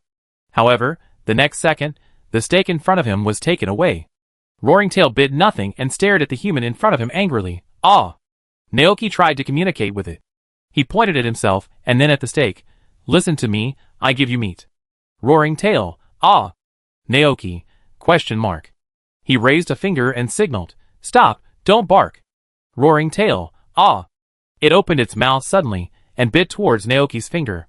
Fortunately, Naoki was prepared and retracted his finger in time. Ah gah. Golden was furious, and he released his aura without reservation. The terrifying pressure like a tide instantly enveloped the roaring tail. The roaring tail finally began to show fear. Its eyes were full of terror, and it let out a miserable howl similar to the wailing of a small animal. Isn't that enough? Naoki was speechless. He looked at the roaring tail, put the stake in front of it, and soothed its emotions. Don't be afraid, as long as you don't attack me, we won't hurt you, eat it. The biological instinct made the roaring tail tremble, and it dared not eat due to the tyranny of Golden. Seeing this, Golden reluctantly relaxed a little and said, "Ah gah." The roaring tail immediately began to concentrate on tearing the steak with its sharp tiger teeth. The eating style was extremely rough and wild, forming a very strong contrast with its appearance. Naoki patiently waited for the roaring tail to finish eating, but when the roaring tail saw him approaching, it suddenly began to grin and growl in a threatening manner. Roar, roar, roar. Ah. Naoki sighed with a hint of disappointment. This kind of wild Pokemon with low IQ may not be suitable for being tamed by humans. From the performance of this roaring tail, it seems that it will only succumb to Pokemon like Gulton that are stronger than it. But for him, an unarmed human, Roaring Tail will never succumb to him.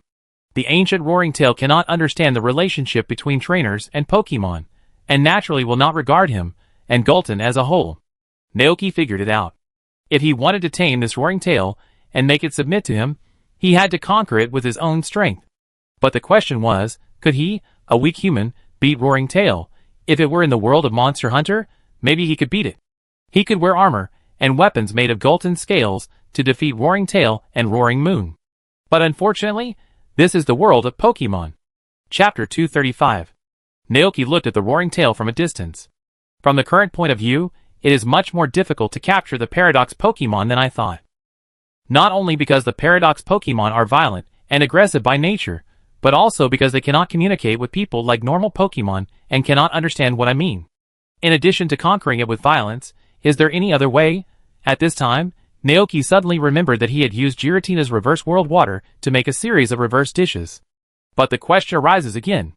Although there is a reversal dish that can reverse Roaring Tail's personality. But Giratina recovered quickly last time, does this mean that the effect of the dish is not permanent? If he brings Roaring Tail back and temporarily reverses its temperament and makes it obedient, then if one day, when he is not paying attention, Roaring Tail returns to its original nature. Naoki dare not bet. He struggled for a moment, then let Golden hold it tightly, and he stepped forward and rubbed Roaring Tail hard. He didn't let go until he had satisfied his desire, then took out the Pokeball and pressed it against Roaring Tail's body, first collecting it in it, and then activated the Pokeball's release function. A beam of red light flashed, and Roaring Tail's figure left the Pokeball. It growled and bared its teeth in a threatening manner. Ah! Seeing this, Golden roared, and the terrifying breath turned into a strong wind and swept towards Roaring Tail. Following biological instinct, Roaring Tail immediately turned around and fled, and soon disappeared. Ullerton was relieved when he saw this scene. He said, "That's it." He had never seen this Pokemon in the pasture. Naoki ran to Babutubo and touched his docile baby. He couldn't help but sigh, modern Pokemon are cuter. Babutubo was very comfortable with his fur being stroked, and couldn't help but look up to enjoy it. Dragonite, who was standing next to him, also came over to touch it. Okay, touch them all. Naoki began to give several Pokemon a simple massage. After a short rest at the second observatory, they continued on their way. This time, Naoki did not continue walking on the ground. He rode on Golden, ready to ride it to break through the Padilla pit and head to the deepest area 0. Golden's descent speed was extremely fast, and with the sound of the wind, the surrounding scenery was also changing rapidly. The further down, the darker the light, caves and cliffs can be seen everywhere, and towering waterfalls are falling from above. For a moment, Naoki felt as if he had come to another world. At the same time, the number and size of the strange crystals were increasing at a speed visible to the naked eye, until Golden landed on a huge crystal column. Standing here, Naoki saw the human buildings standing below. Those must be the research institutes built by the 2 doctors in Area 0. Let's go! Let's go! Naoki said. Golden turned around and looked around. His expression became depressed, and he seemed to dislike this place a little. But looking at the back of Naoki walking in front, He still raised his feet and followed. As expected, just like in the game, there are a lot of crystals in Area Zero. Naoki looked at the surroundings and said to himself, "It is impossible for sunlight to reach such a deep place. But the magical thing is that this big hole is so bright and spacious. There is no doubt that all these lights come from the colorful crystals embedded in the surface and walls. The light they release illuminates the entire bottom of the giant pit." Continue to move forward. Some Pokemon that are hard to encounter in the outside world began to appear in front. It was a Pokemon called Crystal Bud and Crystal Flower. They bloomed on the crystal, looking mysterious and beautiful. The number of Crystal Flower was extremely large, and their roots were close to the crystals, as if they had grown from inside. When Naoki and Golden walked past them, the group of Crystal Flower just moved their petals slightly. The beautiful and dazzling Taijing bloomed with poisonous Crystal Flower. This looked quite weird. Naoki shuddered for no reason, deliberately avoided these crystal flowers, and came to a cave that meandered downwards. There was a sign in front of the cave, which showed that you could reach the Research Institute by passing through this passage. Okay, there should be no danger on the road ahead. Finally arriving here, Naoki couldn't help but breathe a sigh of relief. He continued to move forward with Golden, but just as he passed through this passage, he suddenly saw a mysterious Pokemon on a lonely huge crystal pillar in front of him. The Pokemon was covered in a layer of green metal armor, and green light spikes like thorns protruded from the holes between the armor, forming a complete chain of thorns. That was the future species of Banhila, the Iron Thorn. Naoki was slightly stunned, and when he discovered the Iron Thorn also noticed him, and looked at him with its cold, emotionless metal eyes. Unexpectedly, the Iron Thorn did not attack immediately like the Roaring Tail. It just stood there and looked at this side, its eyes moving with Naoki's walking. As the record says, the Iron Thorn has an extremely calm temperament and doesn't like meaningless fights, Naoki said silently. At this moment, a sound of footsteps came from not far away. Naoki turned around and saw Dr. Futu in a white coat walking towards him. He smiled and said to Naoki, "I saw your figure from the surveillance of Area Zero, so I came to pick you up. I'm glad to see you, Naoki. Let's go. I take you and Golden to the Research Institute." Naoki glanced at the Iron Thorn, then walked to Dr. Fortu. He looked back and found that the Iron Thorn's eyes were still following him. Dr. Fortu noticed the scene and explained, "The Pokemon is called Iron Thorn, and its behavior pattern is very different from the Roaring Moon you have seen before. This Iron Thorn has an extremely calm temperament and does not like meaningless fights. It is a highly intelligent and smart Pokemon. I have found some ways to live in peace with it, so it has been staying in Area Zero for a while. Coexist peacefully." This surprised Naoki, who had witnessed Roaring Moon's predation, the wild man Roaring Tail who only retained his hunting instinct, and the iron venomous moth who observed Raichu like a UFO. "Coexist peacefully?" he asked incredulously. "Yes." Dr. Futa nodded, "but it is still very difficult to do this. Before you came, we took a lot of effort to prove to it that humans are harmless, and fed it food regularly every day, so that it could accept our existence." Naoki was confused. Why not the ancient species? Dr. Futa thought for a moment and replied, "It may be because the ancient species Pokemon are born with a primitive and fundamental ferocious power, which makes them wild and difficult to tame. Compared with the ancient species, the future species Pokemon are not wild, but because the unknown power in them has evolved to the extreme, and their thoughts and intentions are full of unknowns and uncertainties. To us, they are as dangerous as ancient Pokemon. For example, there is a Pokemon called Iron Bag. It does not attack people, but uses its bag to transform the environment and turn the surrounding area into an ice field." Naoki's heart, which was heard by the ancient species, suddenly felt a warmth. His eyes lit up and he asked, "So, I can capture future Pokemon without worrying about them attacking me?" "Only partially," Dr. Futa said with a smile. Then, he didn't know what he was thinking of, and his expression became serious. "Also, if you encounter a Pokemon that looks like Gardevoir or Alito, don't look at it. Otherwise, it will regard this behavior as a provocation. It has a very brutal temperament, and will not hesitate to swing its blade at you when this happens." At this point, Dr. Futa showed a thankful expression on his face. "I'm glad it doesn't know how to teleport, otherwise I wouldn't be able to appear in front of you now." "So brutal?" Naoki smacked his lips. "We didn't expect it either," Dr. Futa said bitterly. As they talked, the two of them brought Golden to the front of the institute. Naoki then realized that there seemed to be more than just Dr. Futu and Dr. Olin, but also many researchers in white coats. At this moment, two people stood in front of the door, with binoculars and notebooks, observing the iron thorn in the distance. They were very excited. Oh, look at the look in the eyes of the iron thorn. It feels so rational and smart. It is indeed a Pokemon from the distant future. Yes, the technology in that place must be much more advanced than ours. When the two heard the footsteps, they immediately put down their telescopes and shouted respectfully, "Doctor." "Yes." Dr. Futu nodded. The door of the institute slowly opened, and Naoki followed Futu inside. Before the door closed, he heard the two researchers whispering, "That Gulden is number one, right? I can't believe that Gulton can be so obedient. It really likes that person."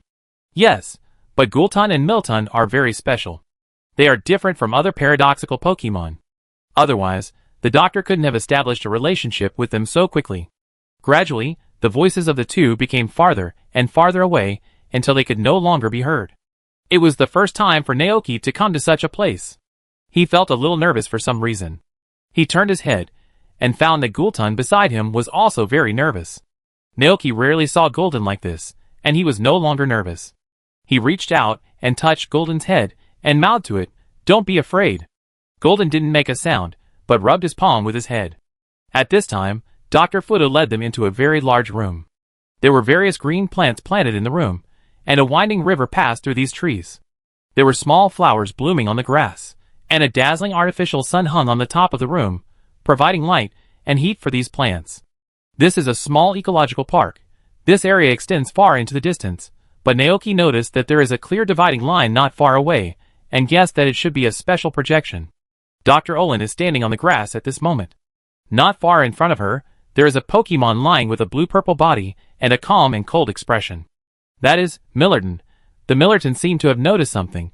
Its pupils moved slightly, and then quickly locked onto the suddenly appearing Gulperton.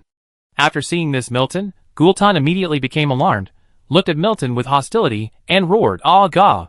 Milton's expression did not change at all, and he looked like a mechanical creature without vitality and emotion. But the trace of electricity on his claws showed his thoughts. Seeing that the two Pokemon were about to fight, Naoki hurriedly said, "Gulton, stop." Dr. Olin also stepped forward and stretched out his hand to Millerton, comforting him and saying, "This is not an enemy. It lives far away, and will not compete with you for this land." Millerton's pupils moved, and the current on his paws disappeared. And Gulden calmed down after hearing Naoki's voice. It hung its head, and looked very aggrieved. In desperation, Naoki could only touch it. "Okay, it's okay." For some reason, the way Gulden and Millerton just looked made him feel as if he saw a big golden retriever fighting with a cool cat. Gillerton's emotions gradually calmed down. Naoki then stood up and looked across. Dr. Olin smiled and greeted him. "Welcome to paradise, Naoki." "Long time no see, Doctor." Naoki also politely asked, "Is Piper okay?" Dr. Olin nodded gently. "Since the last meal at your place, Piper's relationship with us has eased a lot. Now he should be taking care of the Mastiff Godfather at the lighthouse in Shropshire Town." "Okay, don't say more here." Dr. Fuda glanced at the time and said, "It's already 5:10, it's time to have dinner. I take you to your accommodation after dinner." "Thank you very much," Naoki said politely. Before leaving the ecological park, he looked back at the Milatan. This Milatan was different from other paradoxical Pokemon he had seen. It seemed to have completely adapted to humans and this world. Dr. Olin handed over the work to Futu, and then took Naoki to the dining area. On the way, she slowly said, "I feel sorry for your experience on the road, but I hope you cannot look at all paradoxical Pokemon in that way." Naoki was slightly startled. Dr. Olin said softly in a gentle tone, "They have just come to this strange environment, and have not yet adapted to the world we live in. But I believe that one day, they will adapt to everything here, and live with us like Gulton and Milton." Chapter 236. There are not many kinds of food in the Institute. It can be seen that these researchers do not have a strong appetite. Under the leadership of Dr. Olin, Naoki and Gulden came to the dining area of the Institute. It was dinner time, and many researchers with plates had gathered here, both men and women. When they saw Dr. Olin, they nodded and greeted her. Naoki looked at the group of researchers, and saw admiration in the eyes of some of them. It seems that Dr. Olin and Dr. Fudo have a high prestige here, but they do have the ability, Naoki thought. Dr. Olin walked on the road with a heroic look. While responding to the group of researchers, she said to Naoki, "Because of the limited ingredients, the dishes here may not be as good as those outside. You will have to work hard in the next few days." Naoki didn't care. He looked at Gillerton and smiled and said, "It's okay, we are not picky about food." Dr. Olin raised the corner of his lips and smiled slightly. "After the meal, I will have someone take you to your accommodation. Tomorrow morning, we will take you to visit this research institute." Naoki was very polite. "Then I will trouble you a lot." "Don't be so polite. Considering the age, Futu and I are only 8 years older than you. The gap is not that big." Dr. Olin thought Naoki was quite interesting. She continued, "And if it weren't for you, I'm afraid we wouldn't be able to master the method of communicating with the Paradox Pokemon so quickly." Naoki smiled and said nothing. He thought that even without him, the two doctors would be able to make the Malatin adapt to them. Dr. Olin took him to the food pickup area, introduced him to the chef at the window, and said, "You can come here to eat by yourself in the next few days if you are hungry." The bearded chef at the window waved his spoon and gave Naoki and Malatin a welcoming smile. "Don't worry, doctor, I will take good care of our guests." "Thank you for your hard work." Dr. Olin nodded to him, then called a younger researcher and said to him, "Take this guest to his accommodation after dinner." "Yes." The researcher immediately nodded respectfully. After that, Dr. Olin said goodbye to Naoki and turned to leave. The young man smiled brightly at Naoki. "Hello, I am Dr. Olin's assistant Butch. I will take you to visit here." Then he looked at the Gulton again. "This Gulton is number 1, right?" Naoki was a little puzzled. "Number 1? Butch explained. "It is the first Gulton summoned by the doctor. In addition to number 1, there is also a number 2 Gulton and a number 1 Malatin in our institute, but the personalities of the two guys are not compatible, so the doctor deliberately separated them." Naoki was slightly stunned when he heard this. "This means that there are now 2 Gultons and 1 Malatin in this Zero Zone Institute. That's not right. Why is it different from what he knows? In theory, if this is a fusion world, there should be 4 Pokemon in total, 2 Gultons and 2 Miltons. If according to the plot in the game, these 4 Pokemon will have a fierce conflict because of the territory, causing number 1 to escape from the giant pit and be picked up by the protagonist of the game. Could it be that because of the fusion world of the Shuzi version, some places have automatically changed?" Naoki was confused, but he didn't show it. He released Dragonite and Babudu from the Pokeball, then took some Pokemon food for them, and sat down at random. Not to mention, although the food for humans in the Institute was not very good, the variety of Pokemon food was much richer. There was everything here, such as Pofin dessert after dinner, magical energy cubes, delicious Pokemon cookies, and fresh fruit. Naoki guessed that this should be specially prepared by the doctor, in order to tame the Paradox Pokemon. Butch was a very cheerful young man, about the same age as Naoki. While Naoki was having a meal, he sat opposite and told Naoki a lot about Dr. Olin and Dr. Fortu. For example, they are very powerful people, inventing crystallization, and risking their lives to contact Paradox Pokemon, etc. Naoki listened and recalled what happened after he met the 2 doctors. Putting aside the fact that the 2 doctors dreamed of summoning ancient and future Pokemon to the present, they are really good people. Butch looked admiring. "Everyone in the Institute admires the doctor. It is precisely because of this that I applied to become the doctor's assistant. I also want to be a great researcher like them in the future." Naoki, He was about to say something, when he suddenly heard a complaining murmur from behind. "Really? Those paradoxical Pokemon are so scary. Dr. Olin and Dr. Fortu are planning to study them, and let them live outside the giant pit. I heard that many researchers were attacked by them, and lost their lives. I'm very scared. I can't die. My wife and daughter are waiting for me at home." Another researcher asked, "Do you want to quit?" "What can we do? Alas, I don't know what happened. Why did they suddenly restart the Frozen Tail project and move the entire base to the Zero Zone Research Institute?" The man wanted to say something, but Butch stepped forward to interrupt them. "Hey, this is not the time to say such things. The research on paradoxical Pokemon is at a critical stage. Even if we lose our lives for them, it is worth it. At least we have made a contribution to the entire Pokemon science community." The 2 of them quickly shut their mouths and stopped talking. Butch came back to his senses and grinned at Naoki. "It's okay. Humans have never stopped exploring. Sacrifices are inevitable. It is because of the sacrifices of our predecessors that we are what we are today, so we should also try to leave something for future generations." Naoki nodded, showing his understanding on the surface, but in fact he was thinking secretly in his heart. No wonder there is not a single researcher in such a large research institute in the game. Because of the lack of manpower, and the 2 doctors did not trust the newly recruited researchers in the later stage, they created their own AI to help themselves work. It turned out that there were signs now. Naoki finished his meal silently, and went to his residence under the guidance of Butch, a silver, very simple room. The room was not big, with a bed, a desk and a wardrobe inside, and a bathroom and toilet near the door. The overall decoration style of the room tends to be a cold-tone technological metal style, which looks cold and does not feel like home at all. After coming here, whether it was Dragonite, Babu Tubo or Gulton, their expressions looked a little depressed. They all disliked this place. Seeing this, Naoki said helplessly, "Sorry, I didn't know it would be like this, but I promise you that after the work is done, we will go home and never come here again." His inner curiosity about this place has been satisfied. Moreover, the atmosphere of the Zero Zone Research Institute is weird, and with the overwhelming crystal buds and crystal flowers outside, Naoki feels that this place is very weird and doesn't like it very much. Seeing Naoki's expression, several Pokemon made cute noises and nodded in agreement. Naoki smiled and touched them one by one, then said, "Okay, time to rest." The next morning, Butch came and knocked on Naoki's door. Naoki had already washed up and finished breakfast, and when he heard the knock, he opened the door and walked out. "Good morning." Butch showed a lively smile. "The doctor asked me to take you to see her." "Okay." Naoki nodded, and walked out of the room, with Golden following Butch. After walking through a corridor and turning a corner, they came to a laboratory full of various research instruments. Dr. Olin and Dr. Futu, wearing white coats, were debugging a machine there. Seeing Naoki coming, Dr. Olin came forward, greeted Naoki first, and then said, "Next, we want to do a physical examination for Golden." "Ah, gah." Golden tilted his head in confusion. Seeing this, Dr. Olin smiled and said, "Don't be afraid. We are just checking your body and your health. We will never hurt you." Golden looked at Naoki.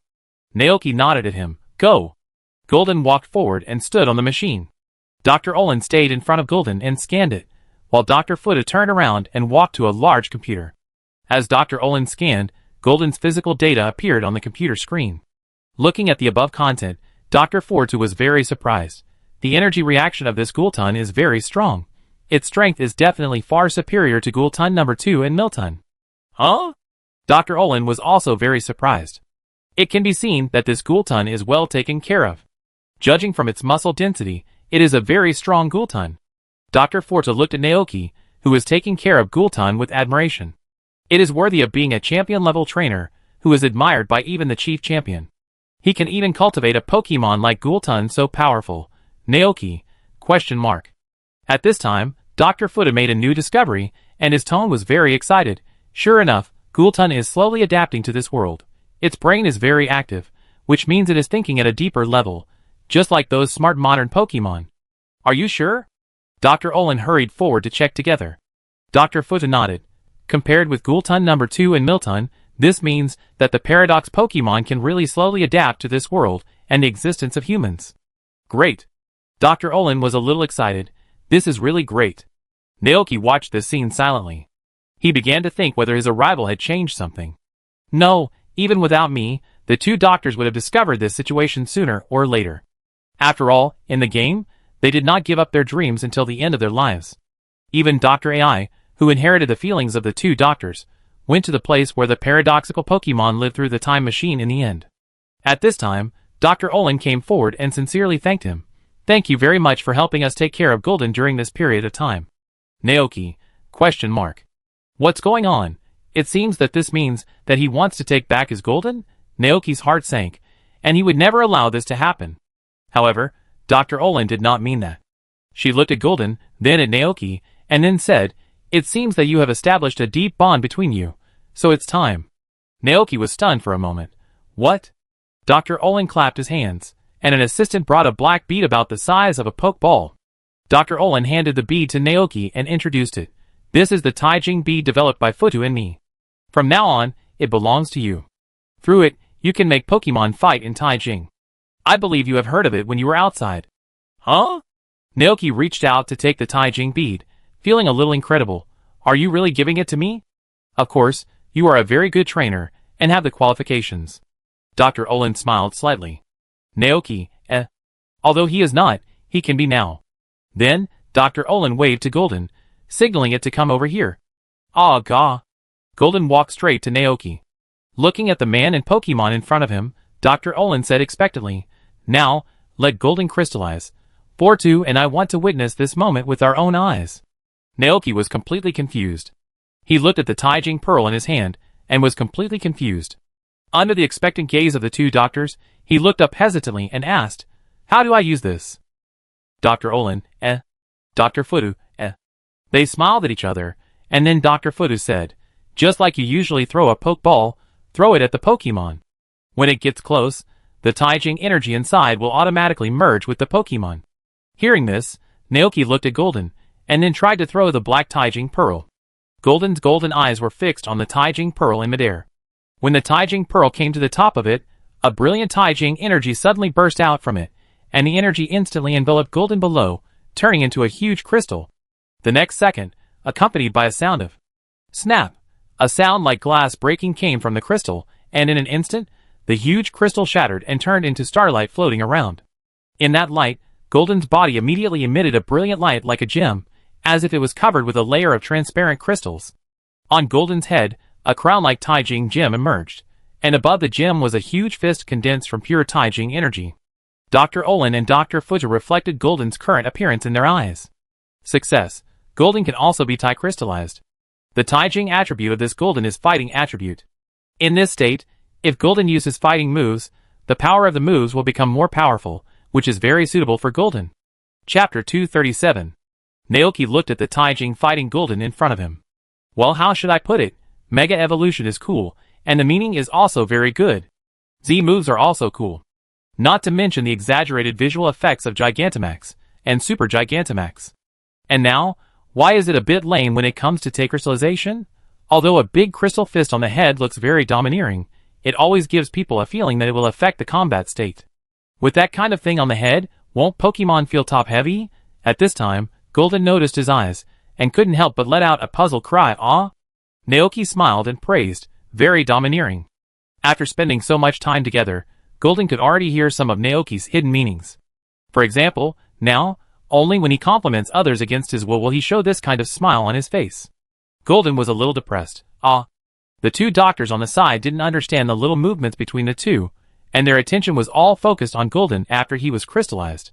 Dr. Olin introduced, "This is the research result we obtained in the Institute, Tai-crystallization, which is an ability that all Pokemon can use." Speaking, Dr. Olin looked at the Tai-crystal orb in Naoki's hand again. After Tai-crystallization, the Tai-crystal energy in the Tai-crystal orb will be exhausted, making the Tai-crystal orb unusable. Hearing this, Naoki looked down and saw that the black Tai-crystal orb dimmed. "And then?" he asked. Dr. Fuda took over the conversation. "We have signed an agreement with the Padilla Alliance.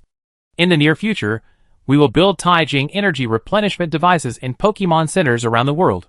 If the trainer's Taijing beads are exhausted, they can go to the Pokemon Center and ask Joey there to help recharge. However, there is another way." Dr. Futa asked, "On the way here, you have seen the crystals growing on the rock walls and the ground, right?" Naoki nodded. Dr. Futa continued, "As long as you get close to those crystals and put the Taijing Zoo in contact with them, you can also help the Taijing Zoo store energy. It's just that this kind of crystal is rare in the Padia region, so most of the time, trainers need to go to the Pokemon Center." Naoki understood. The two doctors still have research to do. After helping Golden with his physical examination, they handed Naoki over to Butch, asked him to take Naoki to visit the Research Institute, and then hurriedly left here. "Let's go, I take you around this place." Butch grinned and led the way. Seeing this, Naoki could only symbolically follow him to visit the entire Research Institute. Just like in the game, the entire Zero Zone Research Institute has more than one building, and it is divided into different areas. There is an entertainment and dining area for researchers to rest, an ecological area for raising and observing paradoxical Pokemon, and a serious research institute. Butch took Naoki inside for a tour, and Naoki saw a lot of large machines that he couldn't understand. Finally, Butch pointed to a very special building that looked like a hexagonal crystal tower and said to Naoki, "See it? That's where the time machine is. The power of science is so great. Even a time machine can be made." Hearing this, Naoki looked at that place and thought, that should be the place where the player and Dr. AI fight in the game, right? Galton, who was following behind him, also looked there, with a complicated expression on his face. It was there. "Do you want to go in and take a look?" At this time, Butch suddenly asked. Naoki was slightly stunned. "Is it okay?" Butch grinned. Hee, just kidding, that place is the most important place in the entire Zero Zone Research Institute. Except for the doctor and a few researchers, even we are not allowed to enter there. Naoki, Butch looked there with a look of longing. It is the time machine that brings ancient and future Pokemon to our world. The time machine has been running, and more Pokemon will come to our world through there later. The doctor is going to build a paradise for them. Not only that, they also made an agreement with number 2 Gulton and Milton, asking them to protect this place and the time machine from being destroyed. Naoki listened to these words silently. When he heard this, he suddenly said, "Paradise Guardian Dragon?" Huh? Butch was a little surprised. After thinking carefully, his eyes lit up. This name is very suitable for Gulton and Milton. Naoki, forget it. The tour of the Research Institute came to an end. After lunch, Naoki began to try to develop the crystallization of Babudu and Dragonite. It happened that the crystal energy at the Zero Zone Research Institute was very abundant, and it could be replenished even without getting close to those crystals. After a series of attempts, he successfully learned the crystal attributes of the 2 Pokemon. Babudu is crystal electricity, and Dragonite is crystal flight, both of which are their basic attributes. Both Pokemon have been strengthened by food before. Lightning Bun strengthened Babudu's electricity, and Storm Bun strengthened Dragonite's airflow. With the addition of their basic crystals, they will become even more powerful after crystallization. While overall, it's pretty good. If 2 Pokemon fight in pairs, they can form a combination of Thunder God and Lightning Mother. It's a pity that there is no need to fight in the ranch. Even if you have strong strength, it will be useless. Naoki pondered carefully for a moment. He turned his head to look at Babu, Groundhog, and Dragonite, who were holding a few pieces of Pokemon to eat, and then a relieved expression appeared on his face. All of this is their own choice, not because they can only live in the ranch, but because they like it. If Naoki wanted to travel around the world like Xiaoji in the anime when he first came to this world, then now, he just wants to stay at the ranch with the Pokemon, stay at their homes, watch the wind, flowers, snow and moon outside, and spend every spring, summer, autumn and winter together. Thinking of this, Naoki couldn't help but feel homesick. Unconsciously, he has been away from the ranch for 3 days. I don't know how everyone in the ranch is doing now. The things at the Research Institute have been solved. Although he didn't capture the Paradox Pokemon he wanted, the group of Pokemon in the ranch are more important than the uncontrollable Paradox Pokemon. Then, it's time for them to go home. So that afternoon, Naoki found Dr. Olin and Dr. Futa and told them that he was going to leave the Zero Zone Research Institute and return to the ranch tomorrow morning. After hearing this, Dr. Olin was slightly stunned. "Don't you want to stay here for a few more days?" "No, Golden is a little homesick." Naoki smiled and shook his head to refuse. Hearing this, Dr. Olin looked at Golden on the side. She nodded gently. "In that case, we won't keep you any longer. If there is a chance next time, when you come to the Institute again, we will treat you well again." Dr. Futa beside him nodded slightly. "By that time, our research may have achieved new results, and we will definitely find a way to communicate and live peacefully with these Pokemon." Dr. Olin: "Yes, by then, you can safely bring them back to the ranch to live." They all knew that Naoki liked the Paradox Pokemon, and one of the reasons he came to the giant pit this time was to capture them. But because the personalities of those Pokemon were too ferocious and had not yet adapted to the existence of humans, they could not communicate, so he had to release his favorite Paradox Pokemon. Hearing these words, Naoki was slightly stunned. He could sense what the 2 doctors meant. I have to say, if they didn't get stuck in a rut, they would be a very competent Pokemon doctor. But maybe smart people just like to get stuck in a rut? Naoki sighed in his heart. Given the 2 doctors' obsession with paradoxical Pokemon, he knew it was useless to persuade them, so he just asked, "Pippa will soon be old enough to go to school, right?" Dr. Olin smiled and nodded. "There are still 2 years left. By then, we will send him to Padilla College to study there."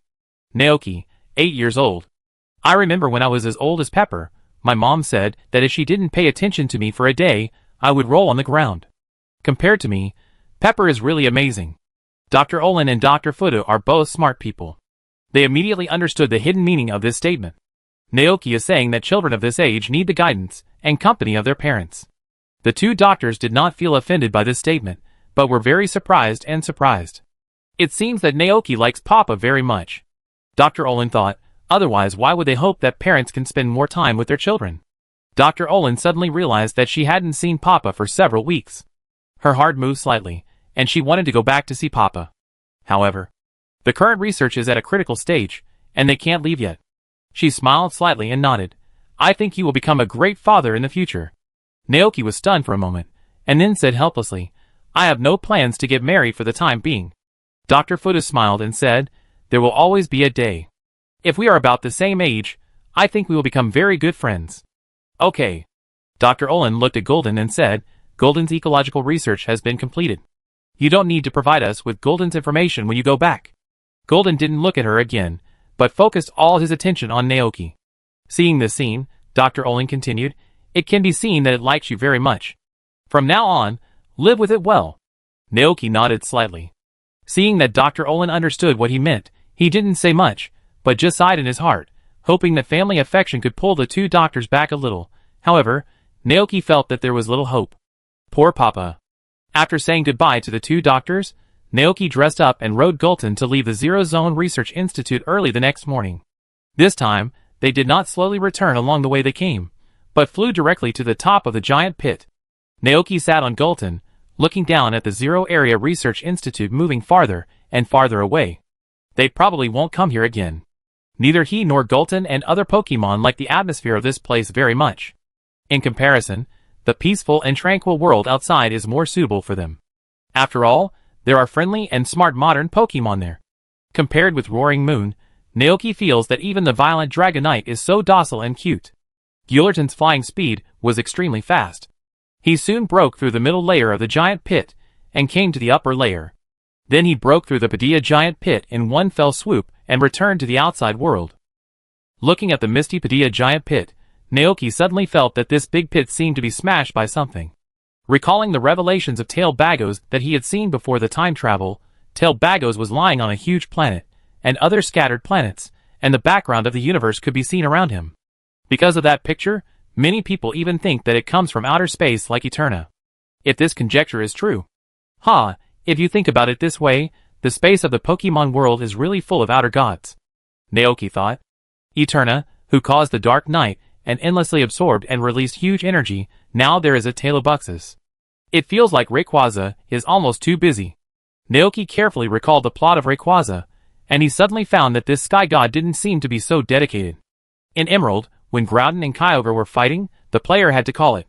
In Pokemon Rescue Team, because a meteorite was about to destroy the Earth, the player and other partner Pokemon crawled to its house and called it, but it didn't believe it.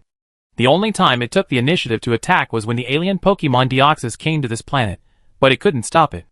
I just don't know if there is only one Rayquaza in this world. Dragonite has seen a black one before. While thinking, the Padilla crater had disappeared far behind them.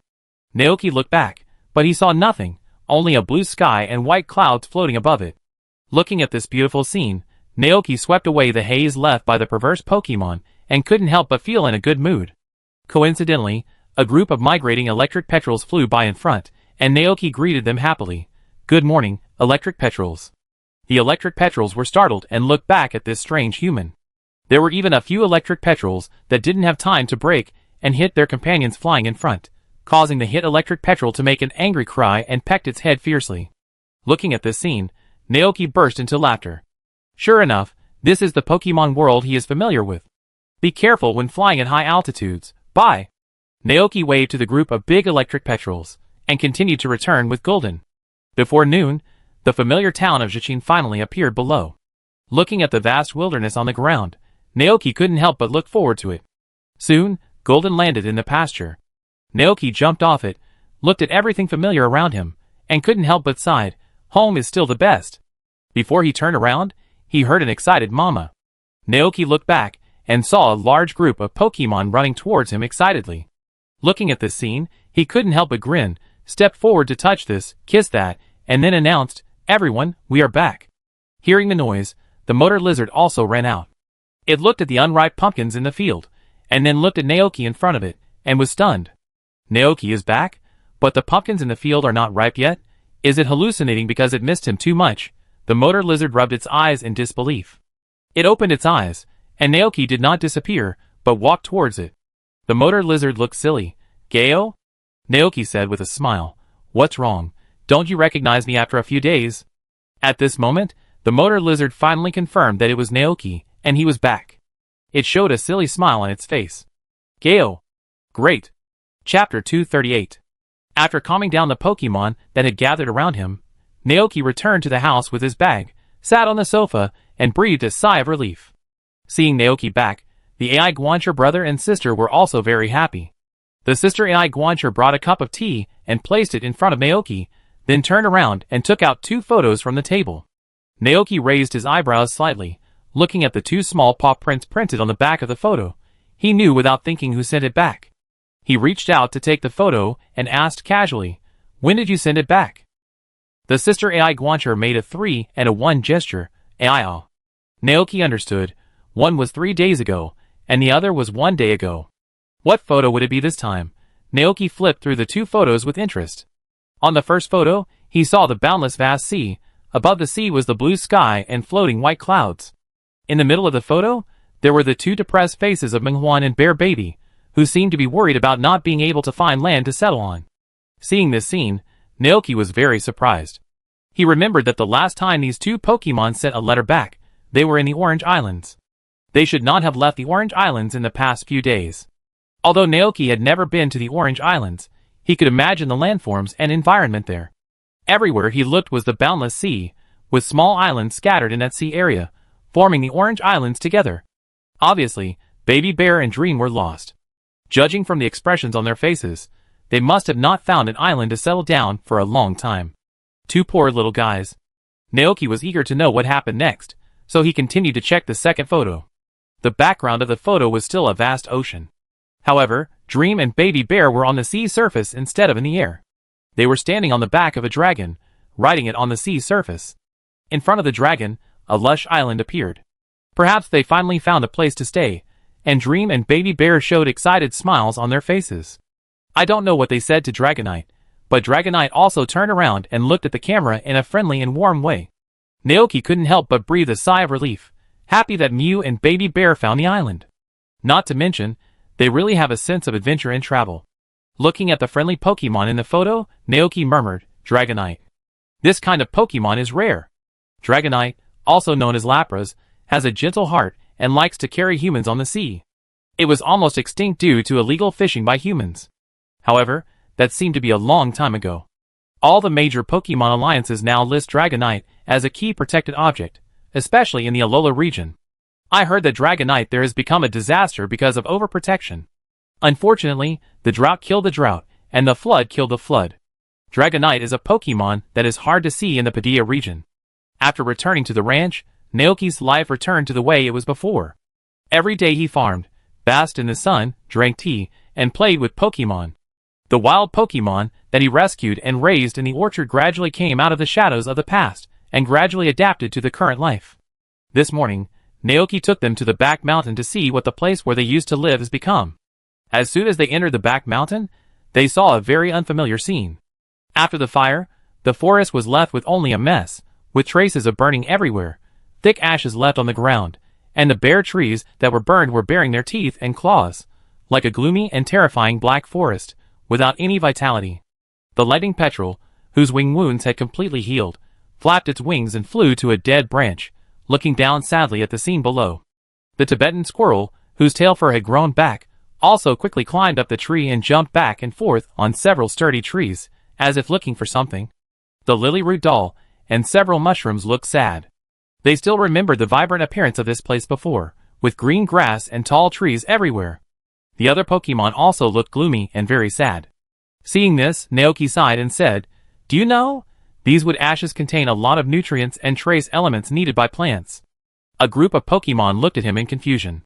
"Naoki, these ashes will make the soil more fertile, and all the flowers, plants and trees will become nutrients for the earth and reparticipate in the cycle of nature. Next year, they will grow again, and by then, they will become more lush than before. Dead trees will eventually sprout new buds, and this forest is waiting for rebirth." At this time, the speaker cricket standing among a group of Pokemon seemed to understand what Naoki meant. It waved its forearms, like an inspired performer, and uttered a melodious and strange melody.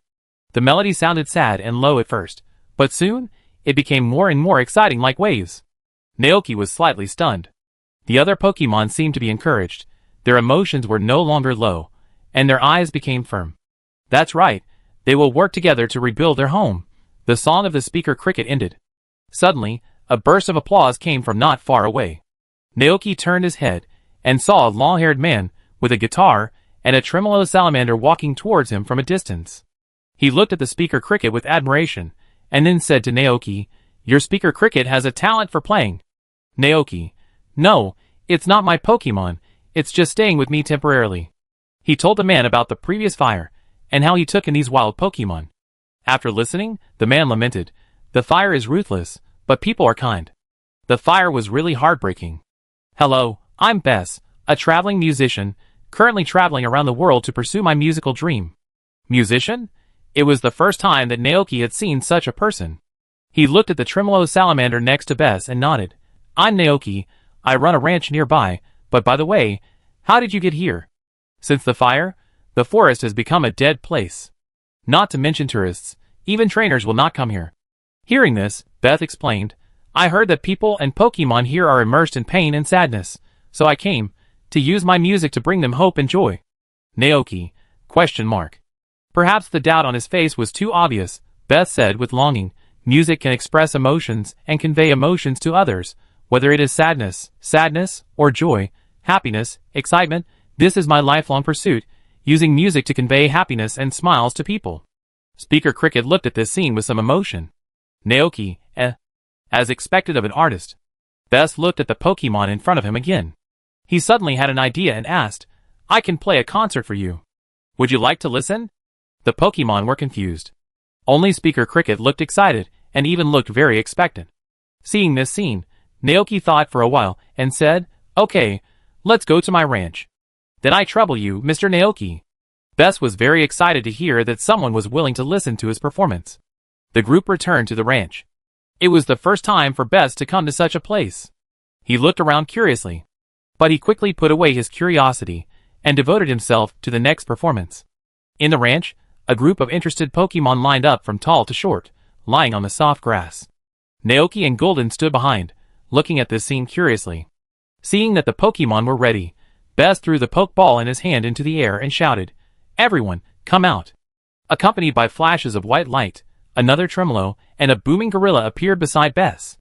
Bess held his guitar in his arms, his eyes full of passion, and shouted to the sky, "We are the tremolo, to bring hope and happiness to people and Pokemon. Everyone, ready, go." As soon as the voice fell, Booming Gorilla struck the wooden drum in front of him. Bang, bang, bang. Amidst the dense and exciting drum beats, two tremolo salamanders made bass-like calls, followed by the melodious guitar sound played by the bass and passionate singing. "Come on! Let's go on a journey! Explore the universe and change the world." Listening to this sound, Golden felt a headache. Naoki, forgive him? He is a person without musical talent like Golden. He turned around and looked around, and found that the other Pokemon also looked painful, but Cricket's eyes were shining, and he waved his arms to the melody. Seeing the expressions on everyone's faces, Bess and Booming Pokemon stopped. Bess said dejectedly, "Sure enough, I still can't do it." Booming Pokemon and Trilling Newt also looked discouraged. Naoki walked up and asked, "Are you okay?" Bess looked at him and thanked him first. "Thank you very much for listening to our performance, Naoki. I don't think I can do it. I used to make the Pokemon who listened to the music faint when I performed. I am still a half-baked musician. No, not even half-baked." Naoki didn't know what to say for a moment.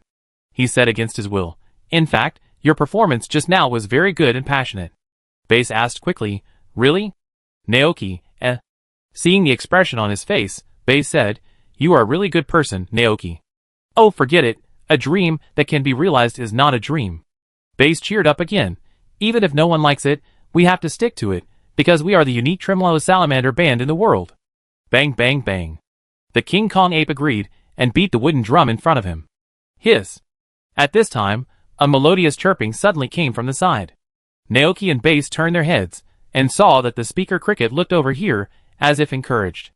Bess looked into its eyes, stunned for a moment, and then asked, "What? You said you liked our performance just now." Hiss. The Speaker Cricket made another melodious buzz to express its approval. "Thank you, Speaker Cricket." Bess laughed. "In fact, you are also a very talented musician. If possible, I really want to invite you to join my band." Hiss. Seeing this scene, Naoki raised his eyebrows. An idea suddenly popped up in his mind. "Speaker Cricket, do you like playing music too?" Naoki asked. Speaker Cricket nodded happily. Then do you want to join Bess's band and travel with him? Naoki asked again. Hiss. Speaker Cricket nodded happily. Hearing this, Bess was slightly stunned, and then looked at Naoki in disbelief. Mr. Naoki, what are you doing? Naoki nodded gently.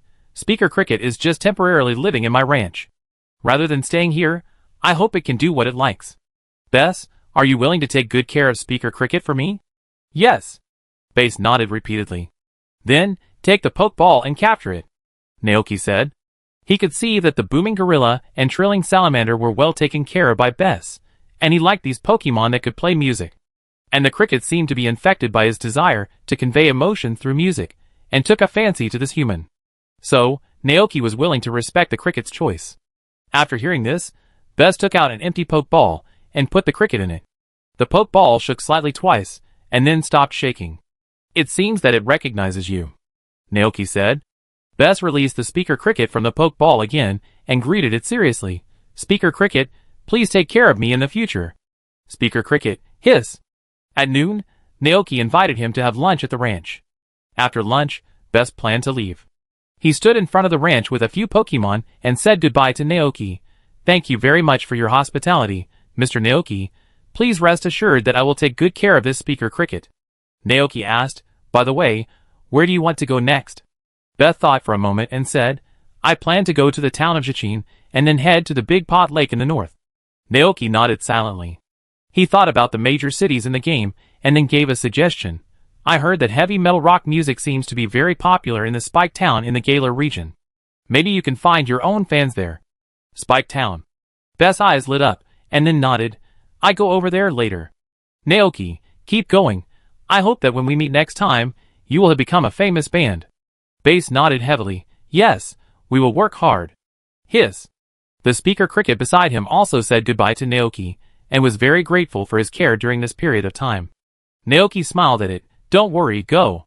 Perhaps his small action will change the fate of this Speaker Cricket from now on. For him, why not?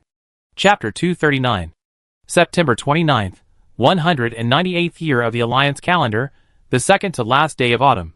Time has already entered late autumn, the grass in the pasture has gradually turned yellow and withered, and even the leaves of the fruit trees in the orchard have fallen down, forming a thick layer in the orchard. That morning, Naoki went out to check the situation in the pasture. The season is about to change, and the next step is the cold winter. Before the snow season comes, they have to prepare in advance. Walking in the pasture, a cold wind would blow from time to time. Some Pokemon without fur shivered and continued to play on the grass. Other Pokemon with fur were not affected at all. Winter was coming, and in order to survive the winter, they began to grow thick fur on their bodies. As Naoki walked, he looked down at the Pokemon running past him, shaking his head helplessly, but letting them go. The temperature is now as low as 15 degrees. According to the weather forecast, there will be another cold wave arriving in the Padilla region next month, and the temperature will probably drop again. Naoki silently thought about what to do next. By the end of October and November, it will start snowing, and the snow season will last for 2 months. It is said that at that time, ice attribute Pokemon will begin to be active on this land. A few days ago, he brought a group of Pokemon to collect the last batch of crops from the field and stored them in the cellar. The cold winter is not suitable for the growth of crops. Although there is winter wheat that is cold resistant and frost resistant, Naoki has something to do this winter, so he does not plan to plant it. In addition, there is the problem of wintering for the Pokemon in the ranch. Miltank lives in the Pokemon house, where he installed air conditioning. With Babu Digger, it is no problem even if it is open all day. The Mount goats have thick wool on their bodies. They are naturally able to adapt to the winter environment, but if they still feel cold at that time, they can be allowed to live with Miltank. The next ones are the Saltstone and Diggers that live in underground caves. They are a distance away from the ground, and the temperature is not too cold. Glacian is not to be mentioned. If an Ice attribute Pokemon is afraid of the cold, it is not an Ice attribute Pokemon. As for Gulton, Motor Lizard, Babu, and Ayaka, they all live in the house with him. And the wild Pokemon he rescued all live in special cabins, so he doesn't need to worry about keeping them warm. The only thing he needed to ask about was the group of stupid Psyducks living on the other side of the river. Naoki found them, ate a few pieces of translated melon seed crisps, and asked, "Winter is coming soon, it will be very cold outside, do you want to live with me on the ranch?" Hearing this, the group of Psyducks tilted their heads, then jumped on the ground a few times, with stupid eyes. Quack! Winter? Naoki, it will snow, and the whole world will be covered with snow, and the river will freeze, and you won't be able to swim in it. This time the Psyducks understood. One Psyduck suddenly had an idea and jumped twice happily. Quack! Psyducks are not afraid of the cold. Another Psyduck also touched his cheek and said, quack! Ducks of feathers. Naoki, He thought about it carefully, and found that it was true. Psyducks with water attributes are naturally resistant to ice attributes. In this case, he will give each of these Psyducks a scarf, just as a winter outfit for them. See you later? Naoki waved to the Psyducks, turned around, and came to the beehive. He called the strong Gulton over, and asked it to help him move the beehive to the glass greenhouse. He had transplanted a lot of flowers there, and with the honey he bought in advance, the 3 bees could spend the winter safely. When they moved the beehive, the 3 bees followed behind. Naoki and Gulton put the beehive in the glass greenhouse, and said to the 3 bees in front of them, the weather is getting colder and colder, and the flowers outside are withering. From today on, you can stay here and go outside next spring. Buzz. The 3 bees swayed gently, looking very happy. Seeing this, Naoki called Butterfree, who also liked flowers, over and asked it to live here in the future. After finishing everything he could think of, Naoki returned to the room and sat at the desk to calculate the income and expenditure from this year to now. With more and more Pokemon raised in the ranch, the family's expenses are also increasing. In addition to the money spent on building various facilities and buying furniture before, his family now has a total of 680,000 Alliance coins in savings. Well, this number is about right. Naoki flipped through the account book and made a plan in his mind. After a while, I can ask Carrie to build a multifunctional greenhouse. At that time, he would not be limited to the season, and he could plant any crops he wanted at any time. With the crop cultivation ability of his Mount Goat, he might be able to mutate more vegetables and fruits with magical powers. However, there is no rush. It won't be too late to build it next spring. Naoki thought to himself. Because next, he had to go to the Galar region, and he didn't know when he would be back. In the evening, Zack came to collect the goods. When he saw Naoki, he asked happily, Hey Naoki, have you prepared pumpkin cookies? Tomorrow is Thanksgiving, and there may be many children coming to ask you for cookies. Of course. Naoki grinned and said, I started preparing a month ago, don't worry, there will be enough cookies. Then I don't have to worry. Oh, by the way, has Mayor Thomas just come to inform you to attend the festival? Zack asked again. Not yet. Naoki shook his head. Zack, is that so? I just saw the mayor rushing here. He should be here soon. In that case, I won't say much. The mayor will tell you about tomorrow's affairs later. Naoki nodded, okay. After that, Zack left with a full bag of goods. Naoki waited for a while at the ranch. Less than 3 minutes later, he saw Mayor Thomas coming to the ranch. The old mayor greeted him with a kind smile. Good afternoon, Naoki. Naoki, good afternoon, Mayor Thomas. Wow, you should have heard, right? Tomorrow is Thanksgiving. Mayor Thomas said, at that time, nearby ranchers and people in the town will gather in the celebration square to celebrate this holiday together. You should also come to participate. Naoki smiled. Of course, I will definitely go. Mayor Thomas, the time is tomorrow morning, and the event will last until noon. You can bring your Pokemon with you, because the town will set up a stew pot in the square. The nearby ranchers, farmers, and people in the town will bring their own ingredients. At noon, everyone will put the food into a big pot and cook it, and then enjoy the food together. If you want to bring any ingredients, you can also bring them over and share them with everyone. Mayor Thomas said with a smile. Naoki was stunned for a moment. Why did he feel so familiar with this process? After a little thought, he asked, any ingredients are okay. Try to use crops harvested from farmland. Mayor Thomas looked embarrassed. Also make sure they are not poisonous or weird, because once during the Thanksgiving season, someone accidentally put poisonous mushrooms picked from the back mountain in, causing many people and Pokemon to have stomach problems. Naoki, I know. Mayor Thomas's brows gradually relaxed. In fact, we used to hold this Thanksgiving season to thank the land under our feet. But now, in addition to this land that nourishes us, we also have to thank the King of Plenty, Butcrest. Everyone in the nearby ranches said that since they believed in him, this year's harvest has been very good. Naoki nodded in agreement. Butcrest is a great Pokemon. Such a kind existence, I really want to see him in person. Mayor Thomas murmured. However, such a Pokemon must be as elusive as in the legend, and it must be difficult to meet, right? Naoki, that's not necessarily the case. Mayor Thomas sighed with emotion, and then said, Okay, let's not talk about this. Remember to come and celebrate with everyone tomorrow. Naoki nodded. Yes, I will definitely go. Mayor Thomas smiled kindly, then said goodbye to Naoki and turned away. Naoki watched his back go away, until he could no longer see it. Then he cast his eyes on the shrine of the Bud Crown King placed in the pasture. It's quite touching to say. He had only wanted the 2 horses of the Bud Crown King, but he had never thought that he would indirectly spread the name of the Bud Crown King in the Padia region. He realized that the Bud Crown King seemed to be able to sense the situation here.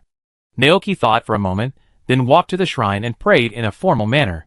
Great King of Plenty Bud Crown King, I will go to the Galar region next month, and I hope to see you there. At the same time, in the Galar region, the Crown Snowfield.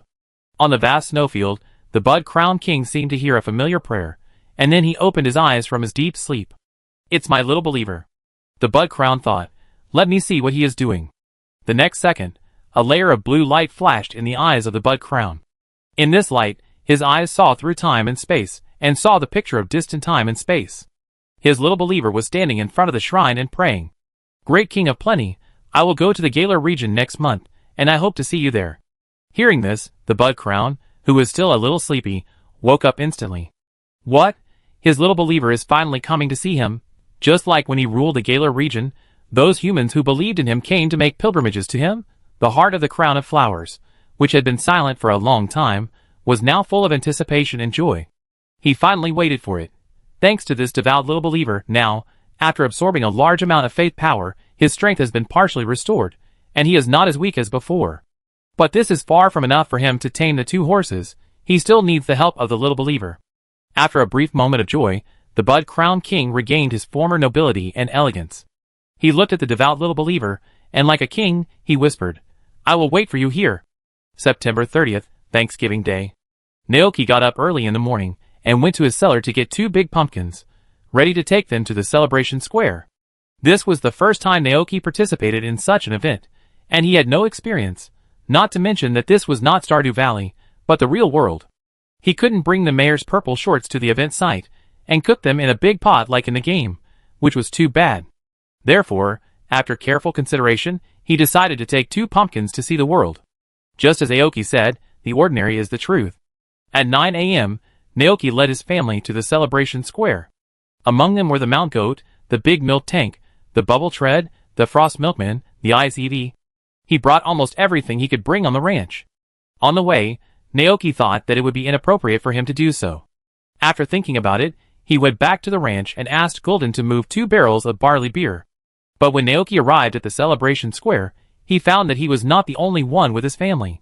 Although it was still early, and the venue was still being set up, a large number of townspeople and Pokemon had gathered here, and it was crowded and lively.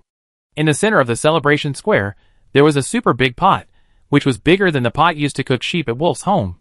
Looking at this scene, Naoki was completely stunned. Coincidentally, Ivan, who was on vacation, ran to his side. Naoki looked at him and said in shock, This is too exaggerated. Ivan seemed to have been accustomed to it. Hey, it's actually okay. There are so many people. 1 bowl of soup per person is enough. It's been like this in previous years. Oh, I forgot. This is your first time here. As he said that, Ivan looked behind Naoki. Where are the motor lizards? You didn't bring only 1 Pokemon, Golden, did you? Naoki patted his backpack. Here it is. There was already a full backpack of Pokeballs there. But, do we really want to let everyone out? Naoki hesitated a little, because there were so many people here. What if a Pokemon got lost, ran away, or was kidnapped by someone with ulterior motives? Ivan seemed to realize this as well.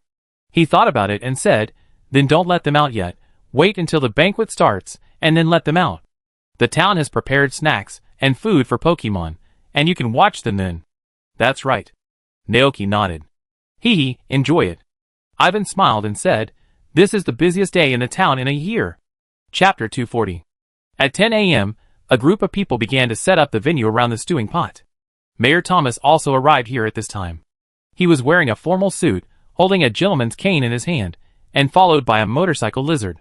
Mayor Thomas walked up to the platform on behalf of the entire town of Jichin, took the microphone from the hands of others, and said in a kind tone, Welcome everyone to participate in this year's Thanksgiving, and thank you for bringing delicious ingredients for this festival.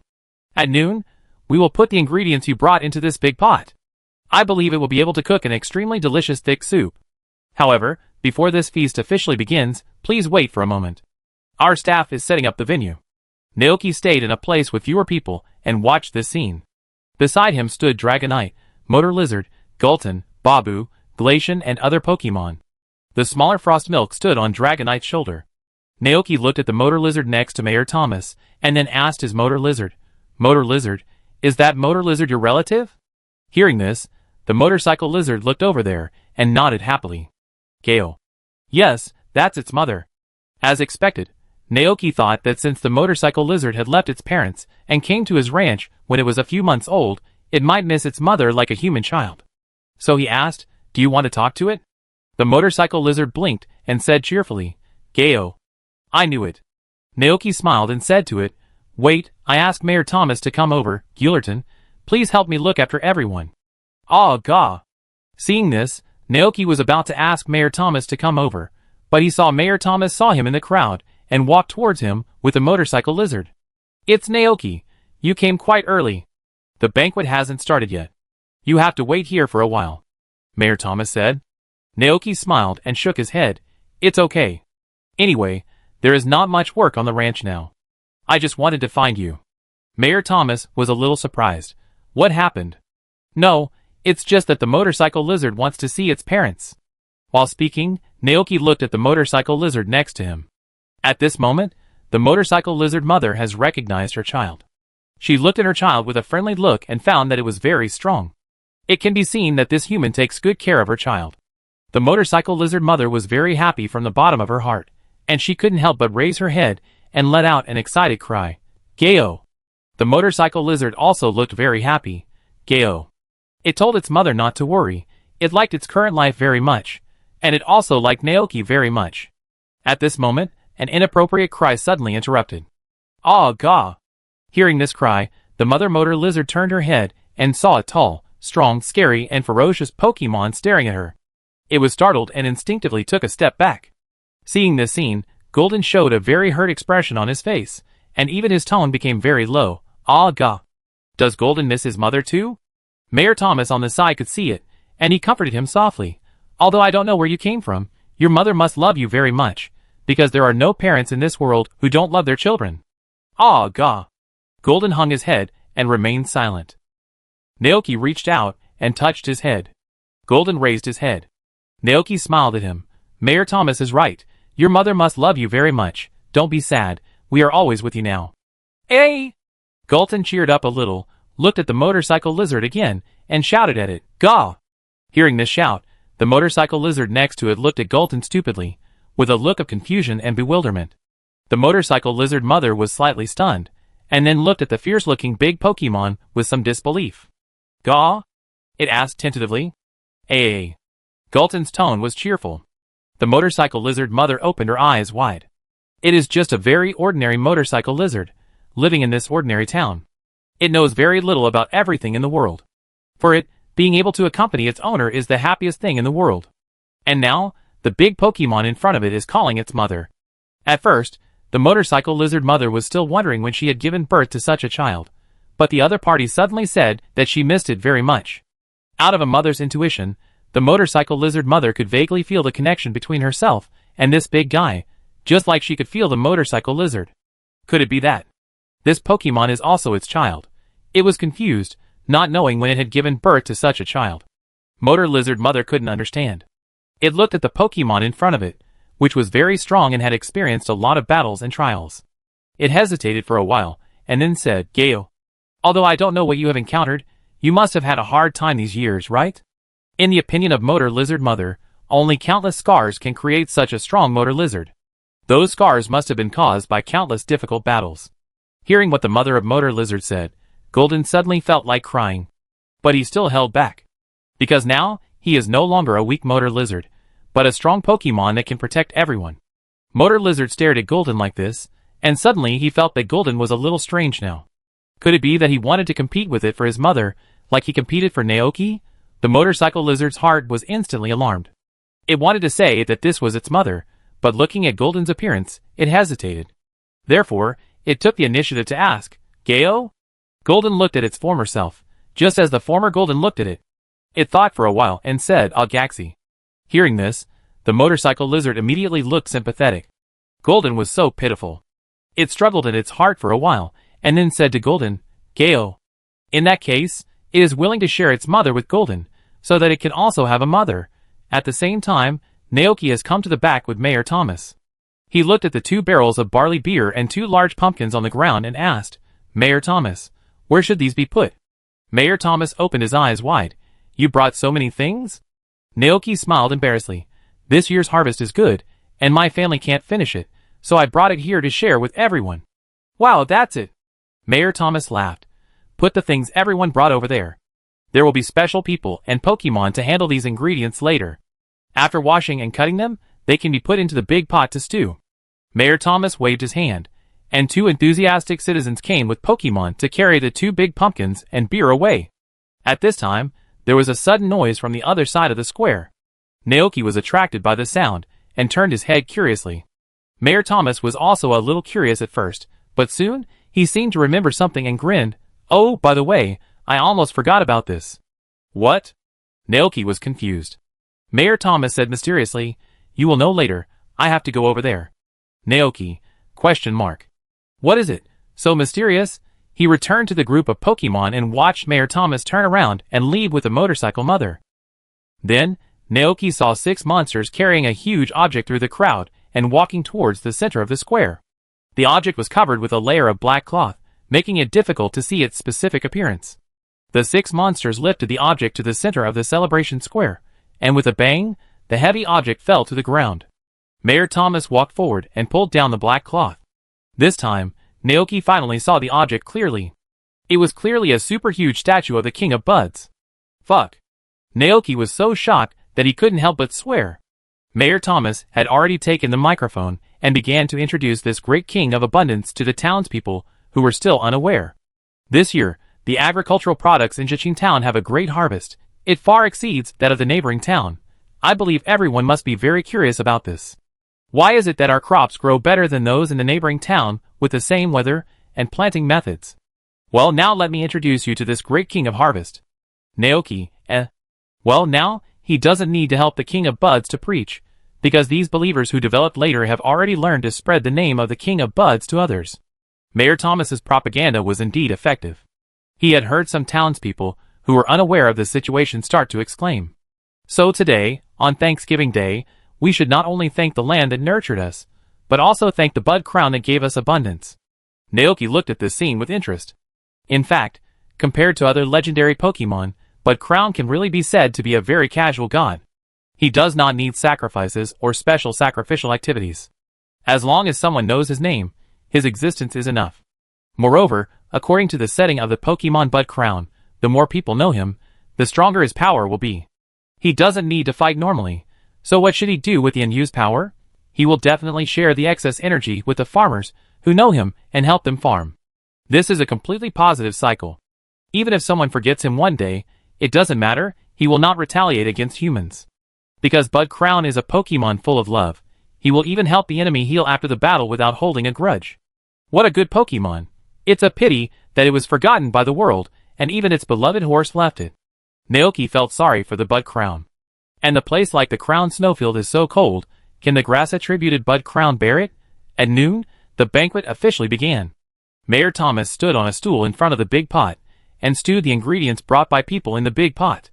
These mushrooms and vegetables are easy to cook, so soon, a fragrance floated from the big pot. Naoki sat at a long dining table with a group of Pokemon. Opposite him sat several townspeople. After hearing that the young man in front of them was the rancher of Naoki Ranch, the children of the townspeople became curious about him. One of the 5 or 6-year-old boys looked at Golden with round eyes, and asked innocently, Big brother, what is the name of this Pokemon? Naoki smiled and explained, It's called Golden, a Pokemon with dragon and fighting attributes. Dragon attribute and fighting attribute. The boy thought about it carefully, and then asked, Is it restrained by fairy attribute and ice attribute Pokemon? Yes. Naoki nodded, then shook his head. However, attribute restraint does not mean everything. Some trainers and Pokemon can win the battle even if their attributes are against each other. The boy blinked his eyes, not quite understanding what he heard. A little girl holding a greedy chinchilla next to him also cast a curious look in this direction. Naoki turned his head and saw the little girl, and the greedy squirrel immediately asked, "Big brother, can I go to your ranch this afternoon to exchange pumpkin cookies with you? The cookies made by Mom are delicious. The greedy squirrel likes them too."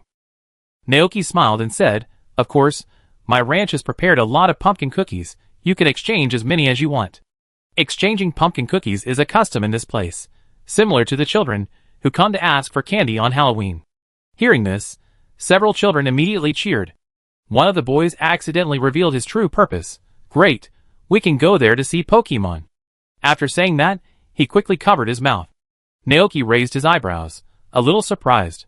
Seeing this, the boy's mother smiled and explained, "Because Dragonite can often be seen flying from the ranch to deliver milk in the town, Daki has wanted to visit the ranch where Dragonite delivers goods for a long time." Hearing this, the boy named Daki's eyes sparkled, and he raised his hand. "Uncle Zack said that Mr. Naoki's ranch has many Pokemon." Then the boy looked hopeful. "Mr. Naoki, can I go for a visit? I promise I will be obedient." "Of course." Naoki smiled slightly. If these children were not naughty, he would still like them very much. Moreover, he could see the shadow of Xiaoji in the eyes of these children. Who knows which child will grow up to be a trainer who loves Pokemon like Xiaoji. Seeing him agree, the boy cheered, "Great." At this time, the food in the big pot was fully cooked. Some enthusiastic townspeople took the initiative to serve the soup and share it with everyone. Soon, a bowl of soup was placed in front of Naoki. Naoki looked down, and the information about this bowl of soup immediately appeared in his mind.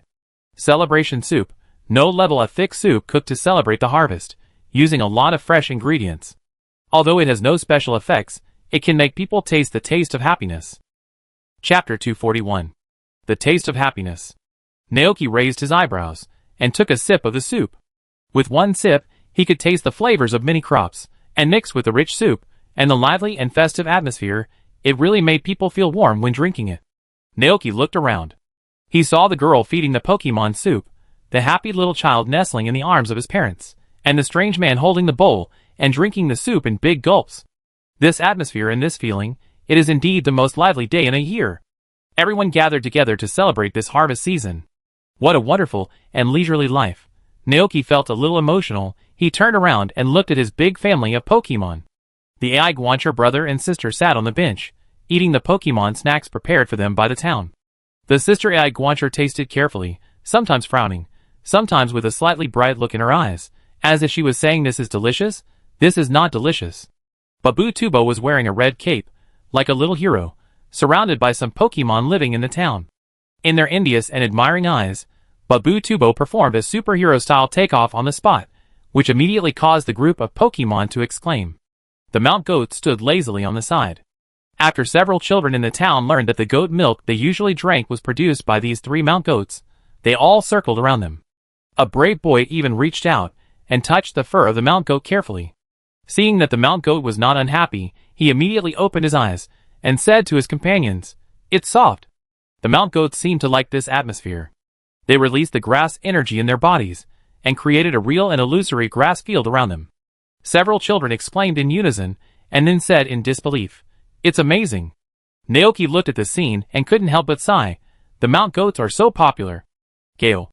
At 2 o'clock in the afternoon, this autumn Thanksgiving officially came to an end. The townspeople who had eaten and drunk enough left one after another. After saying hello to Mayor Thomas, Naoki also left here with a group of Pokemon and returned to the ranch. The autumn is getting stronger and the temperature is slowly getting colder, but the weather today is not bad. The temperature is more than 20 degrees in the evening, and the sun is warm and shining on people is very comfortable.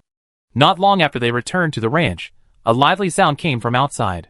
When Naoki went out, he saw that it was the children in the town who had brought their Pokemon friends to exchange pumpkin cookies with him. The boy named Daiki whom he had met in the morning was among them, and he was followed by a rock dog with beautiful blue eyes. Seeing Naoki coming out, Daiki's eyes lit up, and he handed over the small bag wrapped in ribbons and oil paper in his arms. "Mr. Naoki, I'm here to exchange pumpkin cookies with you." "Okay." Naoki smiled and nodded, turned around and asked the AI Guancher brother and sister to take out the pumpkin cookies he had prepared before, and exchange them with the other party. After receiving the pumpkin biscuits, the boy shyly thanked them. "Thank you."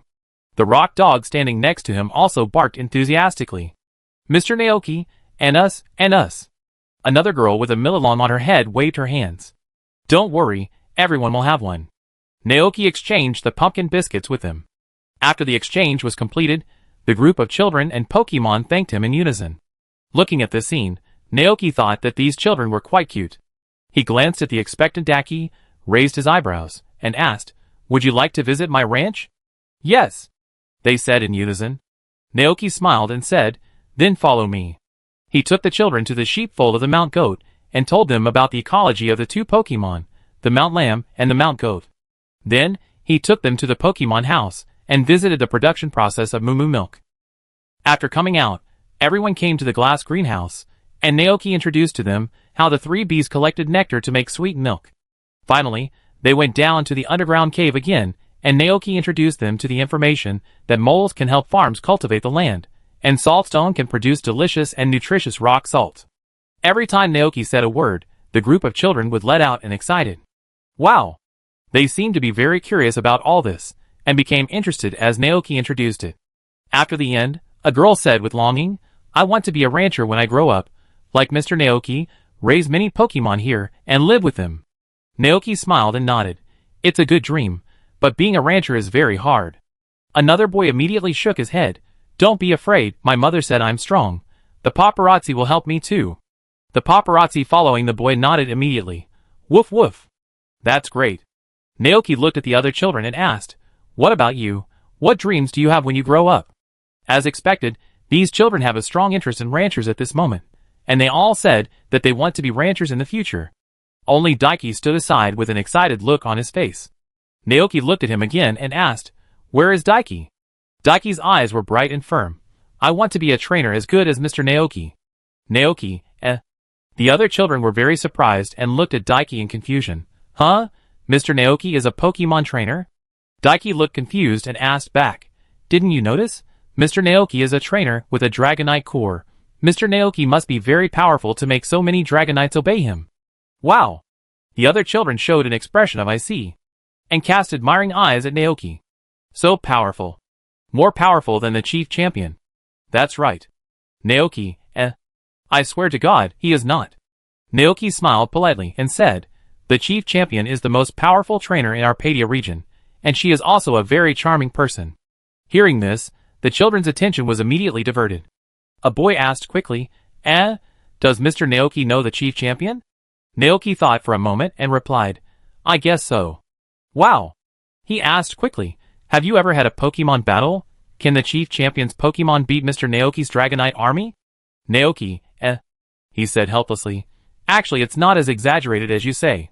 I don't have a Dragonite army. There are only 3 Dragonites in the ranch." Daki looked confused. "But I see you still have 5 Dragonites here, Mr. Naoki. They will evolve into Dragonite in the future." Another girl stretched out her fingers and counted. 5 Dragonites plus 3 Dragonites. A total of 8 Dragonites. "Wow, so many Dragonites. So awesome." Another boy also said, "My mother and I have watched a movie in which a trainer led 5 Dragonites to fight against a country of villains. That trainer defeated the country of villains with just 5 Dragonites. And Mr. Naoki has 8, so he can attack a city and become the king himself." Naoki smiled politely. "Now is a peaceful era, and if you do this kind of thing, you will be caught by Miss Junsha and Cater Pie." The boy thought about it carefully, then nodded. "That's right. Time has unknowingly come to 5 o'clock in the evening, and Zack has driven a large truck to collect the goods." Seeing Zack, Naoki touched a boy's head and said with a smile, "Okay, kids, it's getting late. Let's stop here today." The boys also realized that they had played here for too long. If they went back too late, their parents would worry about them. So the children waved goodbye to Naoki and his Pokemon. "Goodbye, Mr. Naoki. Goodbye, Motor Lizard. Goodbye, Goltron. Goodbye, Dragonite." Gaw. Ah, gaw. Several Pokemon also waved goodbye to the children. Watching them jumping and skipping away from the ranch, Naoki was a little worried. So he asked Dragonite to go with them and take them home. "Awoo." Kalong followed obediently. Zack saw this scene from a distance, and he laughed. "It seems that you are very popular with these children." Naoki was also quite emotional. "It's mainly because they are all well-behaved. Who doesn't like obedient children?" "Haha, well-behaved children are indeed popular." Zack agreed. "Okay, today's goods. I calculated, A total of 48,000 Alliance coins. Here, take it. Naoki reached out to take it, and then helped Zack move the goods to the car. See you later? Zack sat in the driver's seat, waved to Naoki through the glass, and then drove away from the ranch. Watching the car disappear at the end of the road, Naoki turned back to the room and prepared dinner with his sister Ai Guancher. On the way, Dragonite returned to the ranch. Naoki looked up at it and asked, "Is it going well?" Dragonite nodded happily. "Oh, that's fine." Naoki smiled slightly. "Thank you for your hard work. Go and have a good rest first, and we can have dinner later." "Oh, Dragonite agreed happily. Naoki prepared an unusually rich dinner for today. Fried pork chops, chicken stewed with mushrooms, sandwiches, milk pudding, tree fruit cake, fragrant puffin, stewed ribs, steak, pumpkin soup, pumpkin cookies. It almost includes every Pokemon's favorite food. The Pokemon ate happily, and Naoki watched happily. After dinner, Naoki thought of what the children said this afternoon. He first found his own Dragonite and asked it, "By the way, Dragonite, do you hibernate in winter?" Dragonite blinked his big eyes, looking puzzled. What is hibernation?" Naoki thought for a moment and explained. "When the weather is cold, you will hide in the cave to sleep. Some Pokemon have this habit. It is difficult to find food in winter. In order to slow down the loss of physical strength, these Pokemon will eat well before winter comes, and then hide in their warm nests, and start to sleep until spring comes and everything revives." After Naoki's explanation, Dragonite understood what he meant, and nodded its big head. "Oh, some Dragonites can do that, but for them, it doesn't matter whether they hibernate or not, because Dragonite Island is located in the middle of the ocean. The climate won't be too cold even in winter, and there are a lot of small fish in the sea, so they don't have to worry about food at all." Hearing this, Naoki nodded thoughtfully. Then, he found the 2 wild Dragonites that were going to take Bofin and 5 Haxorus back to Dragon Island. "Naoki, tomorrow is winter. The weather will become colder and colder, and it may even snow. If it's too cold on the road, you can rest on the island for a while, and come back to work when the weather warms up." Hearing this, the Dragonites and Hacken immediately shook their heads, indicating that they are not afraid of the cold. "Naoki, he said helplessly. "Okay, I come back to check on the situation when it snows. Go, today's work is over, you guys go home quickly." Under Dragonite's gaze, the group of Dragonites and Haxorus happily said goodbye to Naoki, then waved their increasingly round claws, and flew towards Dragonite Island. In the blink of an eye, they disappeared. Whenever this happened, Naoki couldn't help but feel fortunate that most of the Dragonites on Dragonite Island still had face. Otherwise, if they all stayed in his ranch like these Dragonites for a little food, he would have been eaten up long ago. Speaking of dragons, Naoki has not forgotten that there is another dragon on his ranch. He thought for a moment, then turned back home, brought out a basket of pumpkin cookies, and came to the lake where the Haxorus usually stayed. He coughed twice and asked, "Is Giratina here?" No response. "It seems she is not here," Naoki murmured. The poisonous mushrooms he picked that time had been eaten by him, and he could no longer see the reverse world through the poisonous mushroom soup. And after the forest fire, it was difficult to pick poisonous mushrooms in the back mountain. In addition, Giratina might feel bored and would not keep peeking here. It would leave this area from time to time and wander around other places. Now, he has unilaterally lost contact with Giratina. Just as Naoki was about to carry the basket back, a purple vortex suddenly appeared on the calm lake in front of him. Back, Naoki was slightly stunned, then threw the basket in his hand into it. The purple vortex gradually disappeared. Naoki didn't care, stood up and smiled, and then returned to the living room. At this time, the sky outside had completely darkened. Because of the holiday, the Pokemon Tavern was closed for 1 day today, and the butler brother and sister stayed at home. The elder brother Ai Guancher was cleaning with a broom, while the younger sister Ai Guancher was boiling water beside him, preparing to come back and make tea for Naoki. Naoki called the brother and sister over and said to them, "I will go on a long trip to do something in a while, and it may take about half a month to come back. I ask you to take care of the house when the time comes." Hearing that Naoki was going on a long trip again, the motor lizard lying in front of the fireplace stood up immediately. Naoki noticed it and said with a smile, "Don't worry, I take you with me this time." "Gaw!" The motorcycle lizard was very happy. The 2 Ai Guancher nodded gently. "Ai. Don't worry, they will take care of everything at home." "Thank you. I will bring you gifts when I come back." Naoki smiled and touched his sister Ai Guancher's head. The brother Ai Guancher's face was tense. Seeing this, Naoki also reached out and touched it. The next second, he saw that his brother AI Guancher's face was visibly red, as if he felt a little embarrassed. Naoki raised his eyebrows, didn't say much, just took back his hand and said, "It's getting late, you should go to rest first, I just watch over there." The brother and sister nodded dazedly after being touched, and then obediently returned to their rooms. Naoki stayed in the living room, waiting for the hot water to boil, then turned off the fire, poured the hot water into the insulated kettle, and then went back to his room to rest. Autumn is over, and when the clock strikes 12 at midnight, winter will officially begin. With the expectation of the next life, Naoki closed his eyes, and soon fell asleep with the comfortable snoring of Babu Tubo in his arms. Chapter 242. In the 198th year of the Alliance calendar, the 8th day of winter. With a cold current sweeping in, the Padilla region officially ushered in a cold winter. Although it has not snowed yet, the temperature has dropped to the point where you need to wear long underwear. When Naoki got up in the morning, he found that the withered yellow grass outside was covered with a layer of white frost. The north wind blew through the valley, and a whimpering sound came from afar. It's really getting colder. The weather forecast a few days ago said that the temperature would drop sharply in the next 2 days, so that all citizens should prepare in advance. Now it seems that it is indeed true. Naoki closed the curtains, turned around and sat on the sofa to watch today's morning news. There was a fireplace in the room, and the red flames illuminated the entire living room with warmth. When the weather got cold, the Pokémon were reluctant to go out to play. A group of Pokémon, led by Motor Lizard, stayed in front of the fireplace all day to keep warm lazily. Babu Tudbury even happily exposed his belly.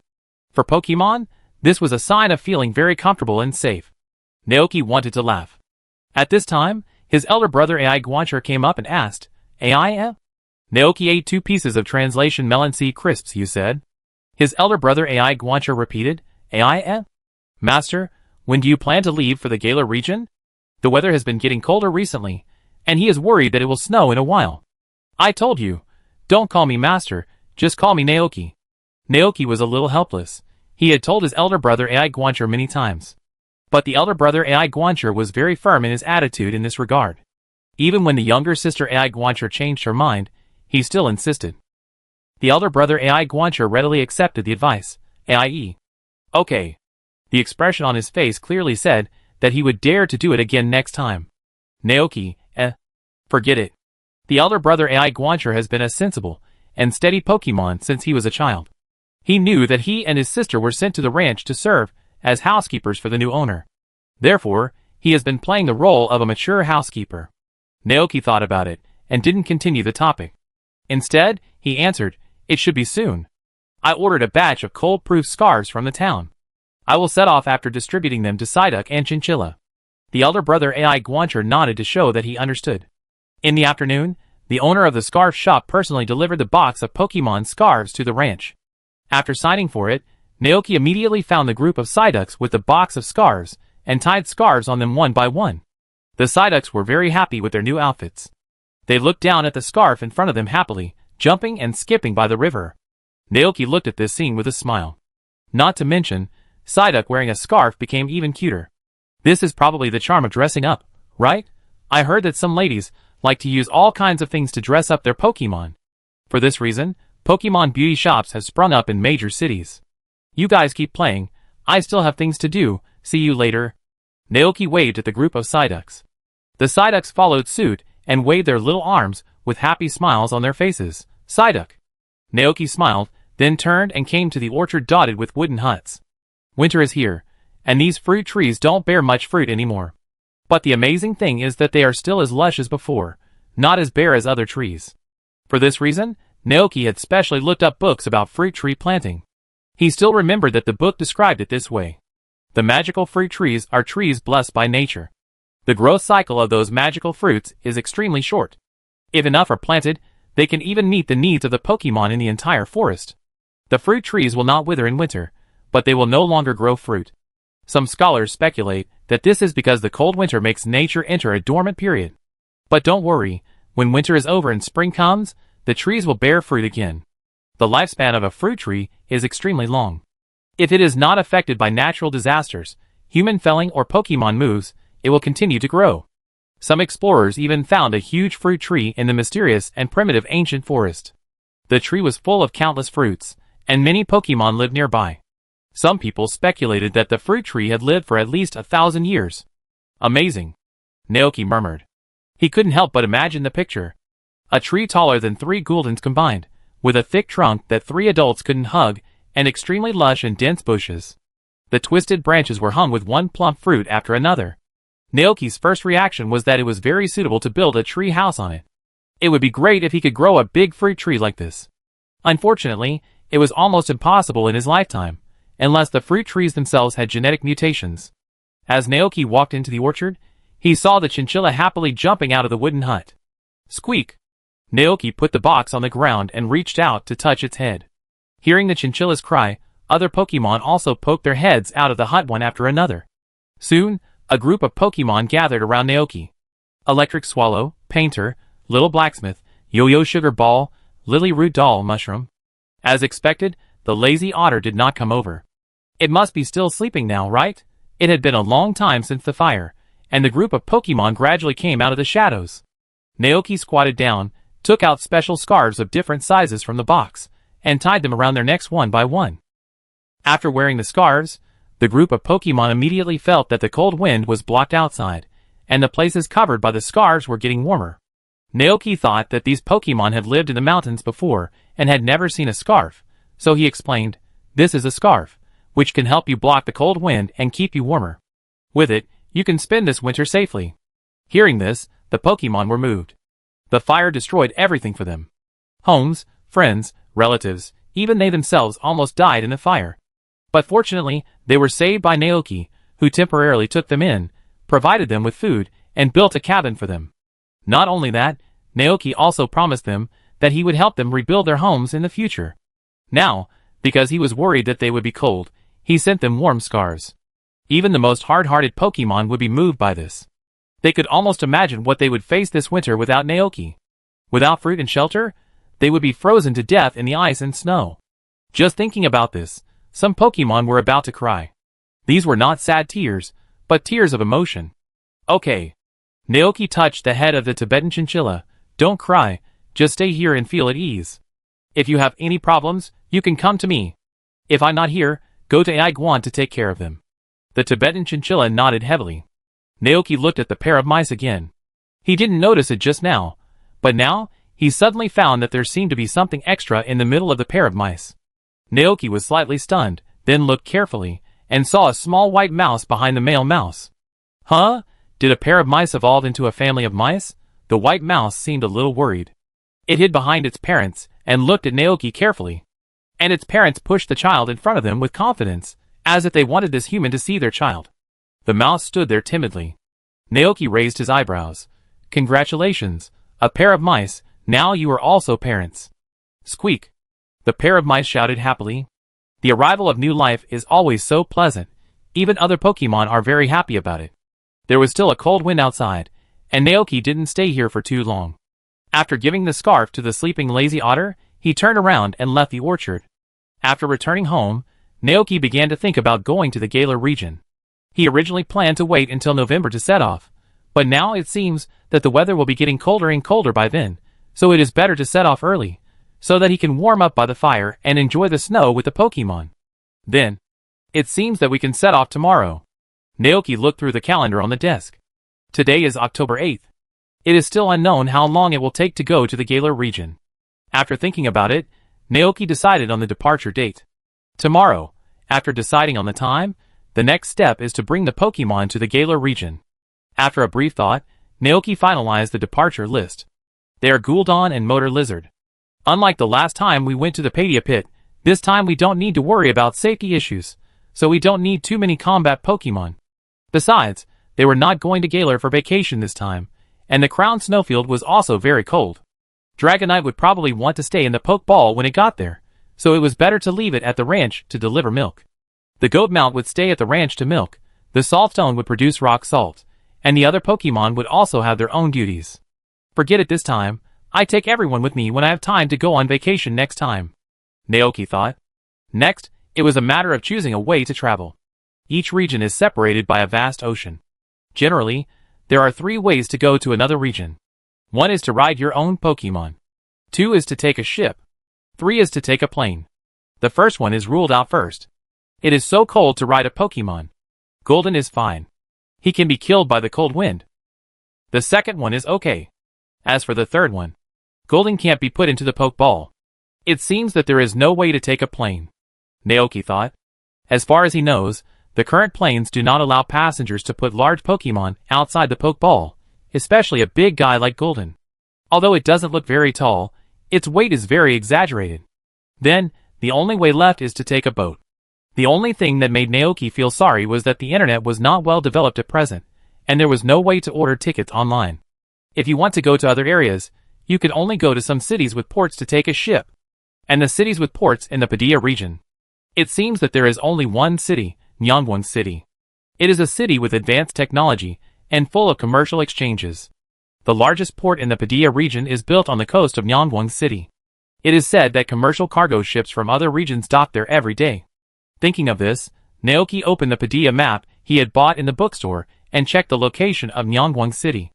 Nyangwon City is at the easternmost end of the Padilla region, and the town of Zichin where he was located was at the westernmost end of the Padilla region, with an entire continent in between. Naoki, forget it, with Gulatin's speed, he should be able to arrive soon. After finalizing everything, Naoki began to pack up his luggage. Cold-proof suits, camping tents, fire-making tools, pots, quilts, water cups and kettles. At this time, a series of crisp knocking sounds suddenly came from the ranch, as if someone was hammering iron. Naoki stopped what he was doing and listened carefully for a long time, but the sound didn't disappear.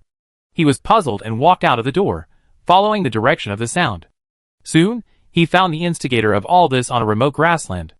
Naoki was a little surprised to see the little blacksmith beating the iron block with his hands. At this time, the little blacksmith also noticed his arrival and turned around in panic. Naoki saw clearly that the iron that was hammered into a mess was made up of several iron nails. It seemed that they had been hammered for a long time and had been flattened. Making a hammer? Naoki asked. The little blacksmith nodded cautiously. Woo-wah. Its hammer was lost before, and it has been trying to collect iron filings and nails from the garbage dump on the ranch during this period, trying to make a new hammer. It seemed to be afraid that Naoki would misunderstand that it stole something from the ranch, so it hurriedly said, Woo-wah. It collected this iron from the garbage dump. It was not stolen. It observed for a long time before realizing that the things in the trash can were all things that humans didn't want. Of course Naoki knew, he had already figured out that those rusty nails were the ones he had removed and thrown away from the old house. Seeing the nervous look of the little blacksmith, Naoki couldn't help but said, Don't be so nervous, if you want to make a hammer just make it, I just heard the sound and came to see, okay, it's okay, you can continue to hammer. Hearing this, the little blacksmith breathed a sigh of relief. It turned around carefully, and wanted to continue forging iron, but found that Naoki hadn't left yet. The little blacksmith was stunned and turned back. Naoki said curiously, I just want to see how you make a hammer. Making a hammer is a natural ability of Pokemon like the little blacksmith. Before they evolve, they are very weak and need to swing hammers to protect themselves. But this is still not enough, because some Pokemon that like to eat metal will specifically snatch the hammer that the little blacksmith has worked hard to make and eat it. Seeing that Naoki really wanted to see, the little blacksmith hesitated for a moment, then turned around and continued to work hard to hammer the iron in front of him. Naoki looked at this scene. He thought the little blacksmith was using his own hands to forge iron, but the fact was a little different from what he imagined. To be precise, the little blacksmith was using the metal claws of steel attributes to continuously hammer iron filings to make a hammer. Chapter 243. Bang! The fist wrapped in steel energy hit the iron block below again, and the collision between the metals made a crisp sound. The little blacksmith looked focused and serious. Gradually, under its hammering, the iron filings and nails gradually merged into one, turning into a piece of metal emitting a silver luster. The little blacksmith stopped, picked up the metal block and looked around, frowning slightly, and seemed to be very dissatisfied with his work. It put the metal block on the ground again, and continued to hammer it. Naoki watched this scene from the side. He just wanted to say that the little blacksmith's skill of forging iron in the void was magical. There was no high temperature melting, no cooling and solidification, just hammering the iron into the shape he wanted. This was completely inconsistent with the physical common sense that Naoki knew. Could it be because of the steel attribute energy? He guessed randomly. The little blacksmith hammered for a while, and it seemed a little tired, so it stopped to rest with a tired look on its face. At this time, The little blacksmith turned around and saw Naoki standing behind him, and was immediately startled. He thought Naoki had left long ago. Why was he still looking here? Naoki was really curious, so he asked, "Have you ever made a hammer before?" "Wow! When it comes to hammers," the little blacksmith nodded with bright eyes. He used to have a hammer, which he made from metal collected from an abandoned wooden house in the wild. That hammer has been with him for a long time, and he also used it to drive away several Pokemon that feed on metal. Unfortunately, when it was escaping, it accidentally dropped the hammer into the sea of fire and lost it. Thinking of this, the little blacksmith's expression became very sad again. Naoki thought he was sad because he lost the hammer, so he comforted him. "Don't be sad. If you can make the first one, you can make the second one." The little blacksmith thought about it carefully, and found that it was true. Its little face was immediately full of fighting spirit, and it clenched its fists. "Woo wow! Then you continue to be busy, I won't bother you." Naoki reached out, and touched the head of the little blacksmith, then said goodbye to it, and turned back to the house. After a while, the crisp sound of blacksmithing was heard again in the ranch. Naoki stood in the living room, and listened for a while, then went back to the bedroom, and took out a book from the desk. This was a biography book about the ecology of wild Pokemon in the Padilla region that he had bought from the bookstore in town. Naoki remembered that there were detailed records about Pokemon such as the little blacksmith in it. He opened the book and looked it up, and as expected, he found content related to the little blacksmith in it. Small Forge is a very special Pokemon. Like Miltank and Kintaro, they are all single-sex Pokemon. This is the same as what I know. Naoki still remembers some Pokemon information from his previous life. People think that Pokemon like Giant Forge are Pokemon that live independently, but in fact, they are veritable Pokemon of the same clan. Giant Forges will live with small forges, and small forges in places full of broken copper and rotten iron, which may be the remains of ancient castles or abandoned human ruins. There are metals everywhere in these places. The small forgers are not strong enough, so they will collect iron filings and metal fragments to make hammers. When they evolve into skillful forgers, these rusty metals can no longer meet their requirements, so they will take the initiative to attack and look for the slashing commanders to collect tougher metals from them. When the skillful forgers evolve into giant forgers, they will attack the poor steel armor crows in order to seek stronger metals, and collect their feathers that are made of the same material as steel to make the ultimate hammer. The giant forgers are extremely strong, and ordinary hammers cannot satisfy them. Some researchers have found through investigation that the weight of each giant forger's hammer will not be less than 100 kilograms. Such a heavy hammer can be easily lifted by the giant forgers, which shows that they are really strong. It seems that as the small forgers evolve, their requirements for hammer materials are gradually increasing. Naoki thought in his heart. From ordinary scraps of copper and iron, to the metal on the commander's body, and finally to the steel feathers of the steel armor crow. The reason for looking up these materials is that Naoki wants to make a hammer for his own Babutubo. Then let it power up the hammer, and match it with the red cape, so that all the props for Babutubo to cosplay Thor are ready. There was no chance before, but now Naoki sees the possibility in the little blacksmith. Can he ask the little blacksmith to make a hammer for Babutubo? Naoki fell into deep thought. Maybe he can help the little blacksmith collect some steel armor crow feathers in advance. Part of it was left to the little blacksmith to make a hammer as a reward, and the other part was used to make the Thor's hammer for Babutubo. It just so happens that there are a lot of Steelix inhabiting the Galar region. I can try to collect them this time, Naoki thought. The Galar region is different from the Padilla region. There is no Pokemon like Giant Blacksmith there. Because there is no natural enemy, Steelix is invincible in the sky of the Galar region. Everyone can see their heroic figures flying freely in the sky. Not only that, some smart steel crows have learned to cooperate with humans, and work as flying taxis to take passengers to various towns in the Galar Caravan Company founded by humans. There must be someone in this place who collects the feathers shed by the steel crows, and he can just buy some when the time comes. October 9th, 198 of the League calendar. That morning, after Naoki finished his work at the ranch, he said goodbye to everyone and rode the Gulton to the other side of the Padilla region. In midair, after Naoki determined the location of Nyangwang City through the map, he commanded Gulden to fly there. He sat on Gulden's back and observed the map of the Padilla region. The map in reality is not the same as the map in the game. To be precise, the map here is larger and wider than the map in the game, and the terrain on it is more complex and diverse. In addition, there are many small villages and towns between some famous big towns that are not in the game. Places like Sunshine Town, Jellyfish Village, and Bullfighting City. If I have a chance in the future, I can come here to visit. Naoki thought. Because the travel guide given with the map said that Sunshine Town is a town surrounded by sunflower fields, a rural town where humans and sunflower monsters live together. For example, Jellyfish Village is said to be named because of the large number of wild jellyfish living near the village. And Bullfighting City is said to be a big city full of Padilla's traditional customs, where a large number of passionate bullfighters gather, and they perform intense and exciting bullfighting skills in the duel arena with their captured Kintaro. After several hours of flying, Naoki finally arrived in the eastern part of Padilla. There was still some distance from Yangwang City, and he rode Golden to overlook the fields and cities below. Looking at the modern high-rise buildings, Naoki suddenly felt that the eastern part of Padilla was more modern and urbanized than the western part. When Golden came to the sky above Yangwang City, this feeling was even stronger. Skyscrapers stood in rows, and the city was bustling with traffic. It was already evening, and the shops on both sides of the road had turned on their lights early. The flashing neon lights made the entire Yangwang City a dream country. In an instant, Naoki felt as if he had come to another world.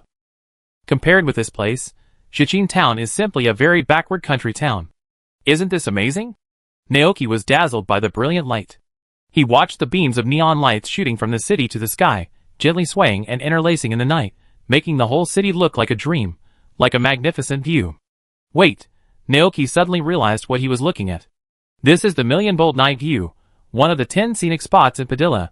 I have to say, it's so beautiful. Gullerton seemed to be shocked by this scene. Naoki heard it cry softly. Ah, gah. Naoki didn't say anything.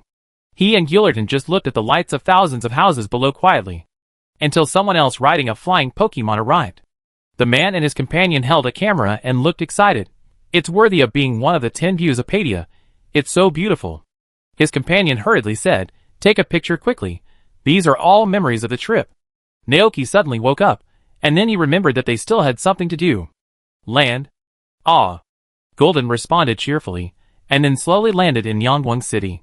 As soon as he arrived in the city, the feeling of disharmony became stronger. Naoki looked around, looking at other passers-by in suits and ties, dressed very fashionably, and some of them cast their eyes at him. Naoki, could it be that someone would mock him as a country bumpkin from a remote area? He remembered that Xiaoji in the anime had been ridiculed like this. However, no one did this. They seemed to be just curious about the sudden landing of Naoki and Gulden. Seeing this scene, Naoki breathed a sigh of relief. He focused on the business, and prepared to go to the port with Gulden to buy a boat ticket to the Galar region. They crossed the street, and followed the city signs to the port. Crossed the central square in the city center, and then go forward through the sea bridge to reach the Brewing Lighthouse. The boat boarding point is near the lighthouse. Naoki silently summarized the route and memorized it. He led Golden to the central square. When they arrived there, they suddenly found that the central square was very lively. Many trainers with Pokemon excitedly rushed there. The battle of the Brewing Light Gym is about to begin. Don't block my way, I want to see the strange tree. Ah, who pushed me? A group of people swarmed in, and Naoki and Golden were squeezed by the crowd to the surroundings of the central square. Naoki, When the group finally stopped, Naoki could see the surroundings clearly. There was already a huge crowd in front of him. Countless humans and Pokemon gathered at the edge of the central square, watching the scene inside. The so-called central square was actually a huge circular Pokemon battlefield, with bright and gorgeous neon lights flashing around the field. At this moment, someone was fighting a Pokemon battle there. After seeing one of them clearly, Naoki was slightly stunned. Long blue and pink hair, cute Magneto hair accessories. That's Chishu? At this time, the battle on the field seemed to have not started yet. Chishu glanced at the audience around the square, grinned, revealing a beautiful shark teeth. Everyone, it's time for Chishu's Chishu performance again! The crowd of onlookers burst into a lively shout. Chishu seemed to be used to it, and responded with a smile.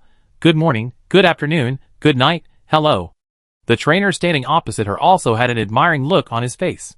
Chishu grinned and said in a playful voice, Everyone, are you ready? I capture your eyes with the eye-catching net. Who's going to tell the story? Chishu is here. Who's today's challenger? The trainer Xiaosong, who is so powerful that he can even knock down the flying electric petrel. It's Chishu. Naoki looked at the girl and couldn't help but feel a little confused. It's still so early now. Has Chishu started to be a gym leader? If he remembered correctly, Chishu seemed to be a broadcaster. However, Chishu seems to have not started live streaming yet, and is simply performing an exhibition match. It should be because the live streaming industry has not yet appeared at this time, Naoki thought. At this time, Gulden, who was standing next to him, saw Naoki's appearance. His eyes suddenly lit up, and his tone was a little excited. Ah ga. Huh? Naoki looked at Gulden with a puzzled look. Could it be that Gulden also likes to watch live streaming of anchors, like Chishu? Noticing Naoki's gaze, Gulden turned his head, and was still a little excited. Ah ga. Naoki asked curiously, do you like her very much? It seems that this is the first time that Gillerton has seen Chishu. Naoki recalled carefully that although Chishu is a gym leader, she seems not very famous now, and her fame has not spread to the town of Zichin in the west of Padia. Although Chishu is indeed very cute. At this moment, countless thoughts flashed through Naoki's mind. For example, will Pokemon fall in love with humans? Will Pokemon fall in love with humans at first sight? If you remember correctly, Meowth and the anime seem to have fallen in love with humans. Under his suspicious gaze, Gulton nodded his big head repeatedly. Augusher. However, Gulton did not think so much. It was just happy to see Chishu. Because before it became Gulton, Chishu took good care of it, and everyone in the ranch. More importantly, she gave birth to a little master. Naoki named the little master Xiaoshu. Gulton remembered that Naoki also changed the name of the ranch to Tree House, where everyone lived happily together. Little master. Gulton's mind appeared when it left. The little master pitifully pulled it, and asked it when it could come back. However, it was not able to go back. Thinking of this, Gulton's mood could not help but become depressed. Augusher. Naoki. ? Chapter 244. Under Naoki's doubtful gaze, Gulton began to think with his not-so-smart brain. He looked at Chishu, who was full of energy and dancing in the ocean of neon lights, and then looked at Naoki, who was low-key in front of him. Gulton suddenly realized that it was too early now. His little master had not been born yet, and Naoki didn't seem to know Chishu. Ah ga. Gulton's head drooped. Naoki recalled carefully and found that Gulton didn't seem to have eaten much at noon. It's getting late now. Could it be that it's hungry and doesn't want to stay here? Thinking of this, Naoki asked, hungry? Gillerton's attention was slightly diverted, and it carefully felt it, and sure enough, it heard a gurgling sound coming from its stomach. It nodded its big head. Agas. Naoki couldn't help laughing and said, okay, then we won't watch it. Let's go buy the boat tickets first, and eat after we get on the boat. Agas. Gillerton agreed happily. So Naoki did not stay any longer, but turned around and left the place with Gulden. After crossing the central square, Naoki saw the huge lighthouse standing on the coast. Not far from the lighthouse was a building with lights on, and on the other side of the building were several huge ships docked on the sea. That was the boat station. The boat station was still crowded at night, with tourists traveling to other regions and trainers coming to the Padilla region from other regions. As soon as Naoki arrived there, he heard a melodious whistle coming from the sea, as if a passenger ship was about to dock at the shore. Naoki saw that the staff at the boarding area began to get busy.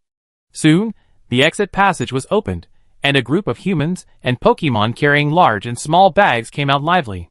A ticket to the Galar region. Naoki came to the ticket office and said to the ticket seller inside. The ticket seller looked through the window at the young man outside and the big Pokemon following him, and said with a warm smile, okay, the nearest passenger ship will depart at 7:25 p.m., and the destination is Shuizhou town in the Galar region. It is expected to take 3 days to arrive. Do you want to take this flight? Shuizhou town. Naoki's mind was filled with a bustling port town with many shops and restaurants. He nodded and said, okay. The ticket seller said, it's 3,200 alliance coins in total. Naoki paid. The ticket seller took the ticket from her. It was already 7 p.m., and there was still half an hour before the ferry departed. He did not stay at the boarding station for long, but followed the staff's instructions to the port and boarded the ship smoothly. The ship is not big, but the facilities inside are very complete. Restaurant, gym, barber shop, battlefield, trainer exchange center, etc. At this time, many passengers heading to the Galar region have gathered on the ship. Office workers in suits and ties, upper-class ladies in luxurious clothes, young and passionate Pokemon trainers. Some people stayed on the deck to admire the flashing neon lights in the distance, while others gathered in the restaurant and feasted with their Pokemon. Naoki also sat at the table with Motor Lizard and Gulton. The uniformed waiter brought them the menu. Grilled pork cutlet, mapo tofu, soy sauce fried rice, omelette rice, sashimi, sushi, ham. There are quite a lot of varieties. Naoki was a little surprised. He ordered a few dishes according to his previous eating habits. Soon, the food was served. Naoki tasted it, and found that it tasted surprisingly good. He looked up at the two Pokemon in front of him, and saw that they were eating happily. The Pokemon were happy, and Naoki was happy too. He smiled and said to them, "Eat, we be here for 3 more days." Gaw. Ah, gahi. The two Pokemon had no objection. As long as they could stay with Naoki, it didn't matter where Naoki took them. Naoki smiled slightly, and just as he was about to lower his head and concentrate on enjoying the food, he heard a conversation coming from the table behind him. "Ah, what a pity! I missed the performance of the main star of the museum because I was catching this ship." The other person's tone seemed a little speechless. "Hey, I say you are too obsessed, right? But by the way, how old is that Chishu this year? Why do I feel like she is a trainer who just went on a trip?" "No, well, I heard that Chishu became a gym leader 2 years ago. At that time, she seemed to be only 14 years old. Now, she should be 16, almost 17, right? Who doesn't like such a lively young girl? This is the charm of Chishu." Naoki listened to all this silently, and was somewhat surprised. 16 years old? 4 years younger than him. Wait, is Chishu so old? Doesn't that mean she must be 25 or 26 years old when the game starts? But looking at her, it doesn't look like that at all. Could it be that she looks younger? Don't you look old easily? But if you think about it carefully, the Pokemon world is based on the real world, and there is an age requirement for live broadcasting in foreign countries. You need to be 18 years old to broadcast live. There were also NPCs in the game who mentioned that Chishu had been live streaming for many years. Obviously, Chishu was already over 20 years old at that time. That's about right. Naoki calculated carefully in his mind. However, all this had nothing to do with him. Naoki didn't think much about it. After finishing his meal, he took Gulton and Motor Lizard to the deck, ordered a few glasses of juice, and lay on the beach chair to look at the stars. 3 days later, the ship arrived in the Galar region on time and docked at the port of Shuizhou town. Naoki got off the boat with Gulden, and walked around the port town with great interest. The temperature here is a little warmer than that in the Padia region. The roads in the town are very clean, with guardrails installed on both sides to prevent tourists from falling into the sea. A tall medieval-style city wall stands on the edge of the town. The medieval-style and modern-style buildings are intertwined, adding a strong sense of fantasy to the town. Along the way, Naoki saw parks, shops, roadside stalls, flower shops. On those clean and tidy lawns, he also saw several Pokemon unique to the Galar region. For example, the raven runs happily on the lawn while generating electricity with the base of its tail. The scout moves on the branches and quietly observes everything in the park below. The tearful lizard stands next to the fountain and plays with water. The tearful lizard, one of the 3 water-attributed Pokemon in the Galar region, looks quite cute, Naoki thought. Unconsciously, he brought Gulton to the side of the tearful lizard. The tearful lizard, who was playing with water, suddenly sensed a terrible breath. It raised its head and saw a big Pokemon it had never seen before viciously staring at him. The tearful lizard froze and burst into tears in fear, with tears pouring out. Seeing this, Naoki hurriedly said, "Don't be afraid, it won't hurt you." However, as he was talking, Naoki suddenly felt a subtle change around him. Then, his eyes became wet, and tears flowed uncontrollably. Naoki was stunned for a second, and heard Gulden's cry behind him. He turned around and found that Gulden had also started crying for no reason. Naoki? ? Taking advantage of this opportunity, the color and pattern of the tear-eyed lizard changed rapidly, and gradually merged with the surrounding environment and disappeared on the spot. Gulden discovered this scene and hurriedly exclaimed, "Ah ga!" Naoki looked down and found that the tear-eyed lizard had disappeared. At this time, someone was attracted by the movement here. It was a girl with brown skin, blue eyes, wearing a swimsuit, and a tall and hot figure like a model. She stood not far away and watched the scene, looking at the stranger, and said calmly, "That's a tearful lizard. This Pokemon is a bit timid. When it is scared, the tears it sheds contain strong tear-inducing ingredients, which can make the surrounding creatures cry continuously, and then take this opportunity to escape." Hearing the voice, Naoki and Gulon turned around with tears, and saw a familiar figure. That's Lurina? Lurina, the water gym leader in the Galar region, also serves as a model. Naoki was slightly startled. Lurina looked at the tears on his face, and gave her advice. "Although that ingredient is harmless to the body, I still suggest you go to the Pokemon Center for a checkup, otherwise this state will last for a long time." Naoki, 10 minutes later, he and Gul'dan came to the Pokemon Center with tears in their eyes. Miss Joy from the Galar region knew what happened as soon as she saw their appearance, and quickly took out eye drops and dripped them into their eyes. Looking at the red eyes of the man and the Pokemon, Miss Joy couldn't help asking, "Are you a trainer from another region?" Naoki nodded. Gulton is not a Pokemon from the Galar region, and anyone with a discerning eye can tell at a glance. Miss Joy couldn't help laughing and said, "It's really hard for you. The ingredient released by the tearful lizard is equivalent to 100 onions in terms of tear-inducing effect. If you are accidentally hit, you will cry until your tears are dry." Naoki, Now he finally understood why Lorena suggested him to come to the Pokemon Center. Thanks to the eye drops provided by Miss Joy, the bad condition soon disappeared. Naoki rubbed his eyes, thanked Miss Joy, and then left the Pokemon Center. When he returned to the park, Lorena was gone. I wanted to thank her. Naoki felt sorry, but because he had something else to do, he could only give up for the time being and wait for a chance to talk about it later. The next destination. Naoki checked the road signs in Shueizhou Town, and soon found the specific location of Shueizhou Town Station. 10 minutes later, Naoki officially arrived at Shueizhou Town Station. The ticket seller at the station looked at him with a smile and asked, "Where are you going?" Naoki, Crown Snowfield. "Ah?" Hearing this name, the ticket seller was slightly stunned, and then she reacted and smiled. "Is it the Crown Snowfield?" Naoki then realized that he was talking about the name of the Sword and Shield DLC. He nodded embarrassedly. "Yes, it is the Crown Treads." The ticket seller couldn't help laughing and said, "I have never seen such Pokemon. Are you trainers from other regions?" "Yes." Naoki also smiled and said, "Padia region, preparing to visit a friend in the Crown Treads." "I see." The ticket seller said, "Welcome to the Galar region. Here, this is the Crown ticket to the Crown Treads. Please keep it. After entering the station, you can board the train after showing this ticket." "Okay." Naoki nodded, took the ticket, and entered the station. Following the signs, he soon found the steam train that led to the Crown Snowfield. He took Golden on the train, and soon the train started to move. The surrounding scene quickly flew backwards. Golden and Motor Lizard, who had never taken a train before, leaned on the window and looked at the scene outside with a curious look on their faces. Naoki looked around and found that the whole carriage was deserted, with only him as a passenger.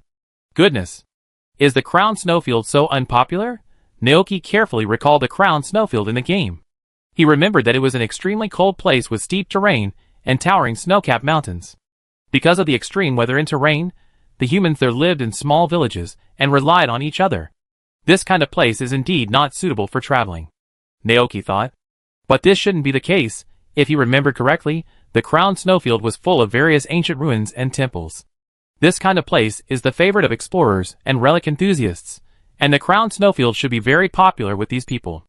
Could it be because it is too cold? Naoki thought it was not that exaggerated, right? It is just a snowfield, right? It would be fine if we just wore thicker clothes. However, it turned out to be that exaggerated. When the train arrived at the destination, Naoki walked out of the station with Golden. A cold wind blew, and the next second, he was shivering in the extreme temperature. Fuck, it's so cold. Naoki's teeth began to chatter. The winter clothes he was wearing were not cold-resistant at all. He still underestimated the extreme environment of the Crown Snowfield, but there was no cold-proof suit for sale in this place, and there was only a station behind him. Naoki exhaled a breath of white air, and he forced himself to calm down. He looked around and saw a vast expanse of white, endless snowfield. There were a lot of cold-resistant trees growing on the snowfield, and a thick layer of snow had fallen on the trees. In the distance were endless steep cliffs, and the terrain was very steep and complex. The Bud Crown King should be here, Naoki thought. But the problem was that he didn't know where to find the Bud Crown King. The Crown Temple? Or some other inconspicuous cave? At this time, Golden looked over with some worry. Naoki comforted him. "I'm fine, how about you? Can you hold on?" "Ah," Golden nodded his big head happily. "Very good." Naoki touched it, and felt that Golden was quite warm. This kind of environment may not have much impact on a Pokemon as powerful as Golden. Naoki looked at the road sign leading to the frozen village standing next to the road in front of the station. After a brief contemplation, Naoki decided to go to the nearby frozen village to find out the news.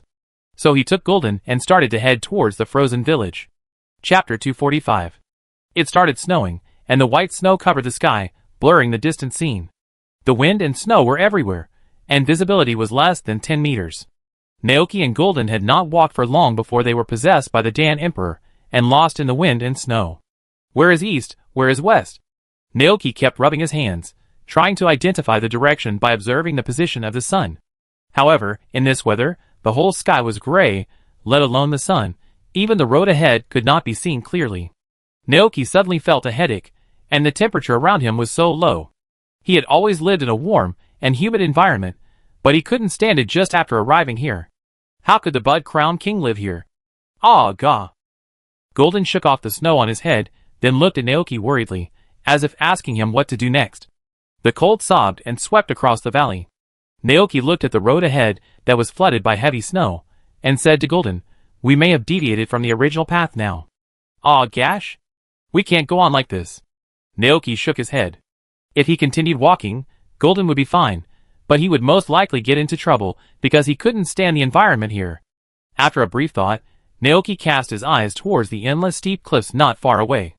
"Go over there, walk along the mountain, see if we can find a cave first, and then set off again after the snow stops." "Aw, gosh." The two immediately ran to the bottom of the cliff and began to explore forward along the cold cliff.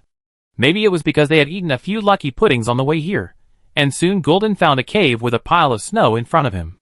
Golden's eyes lit up immediately, and he ran over quickly and stood at the entrance waiting for Naoki to come. Naoki also followed quickly, and he carefully looked inside, but found no trace of other Pokemon, so he took Golden in. The cave was not deep, and there was nothing inside. It didn't look like a Pokemon's nest, but more like a natural cave. It was snowing outside the cave, and occasionally there was a cold snap. Naoki breathed a sigh of relief, shook off the snow on his body, and then quickly took out a simple campfire rack and pot from his travel backpack, set them up, and then poured a small bag of charcoal underneath and lit it. Then, Naoki used his frozen fingers to take out 2 bottles of drinking water and a bag of noodles from his bag.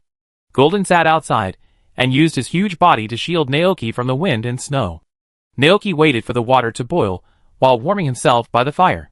He said to Golden, "Just wait a little longer." "Ah," gurgling. Soon, the water boiled. Naoki put the noodles in, then added the seasoning he brought with him. After waiting for a few minutes, a fragrance spread out. "It's done." Naoki took out 2 bowls, evenly put the noodles in, poured the soup, and a simple hot noodle soup was ready. Naoki looked down, and the effect of this hot noodle soup emerged from his mind. Hot noodle soup, be negative simple food, but it is a good choice to warm the spleen and stomach in the cold winter. Cooking effect.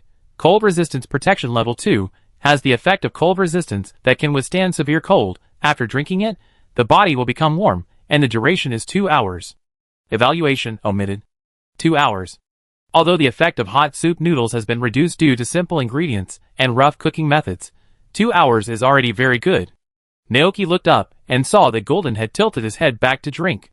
He also quickly finished this small bowl of soup noodles, and felt his body gradually warming up, and Naoki couldn't help but let out a comfortable sigh.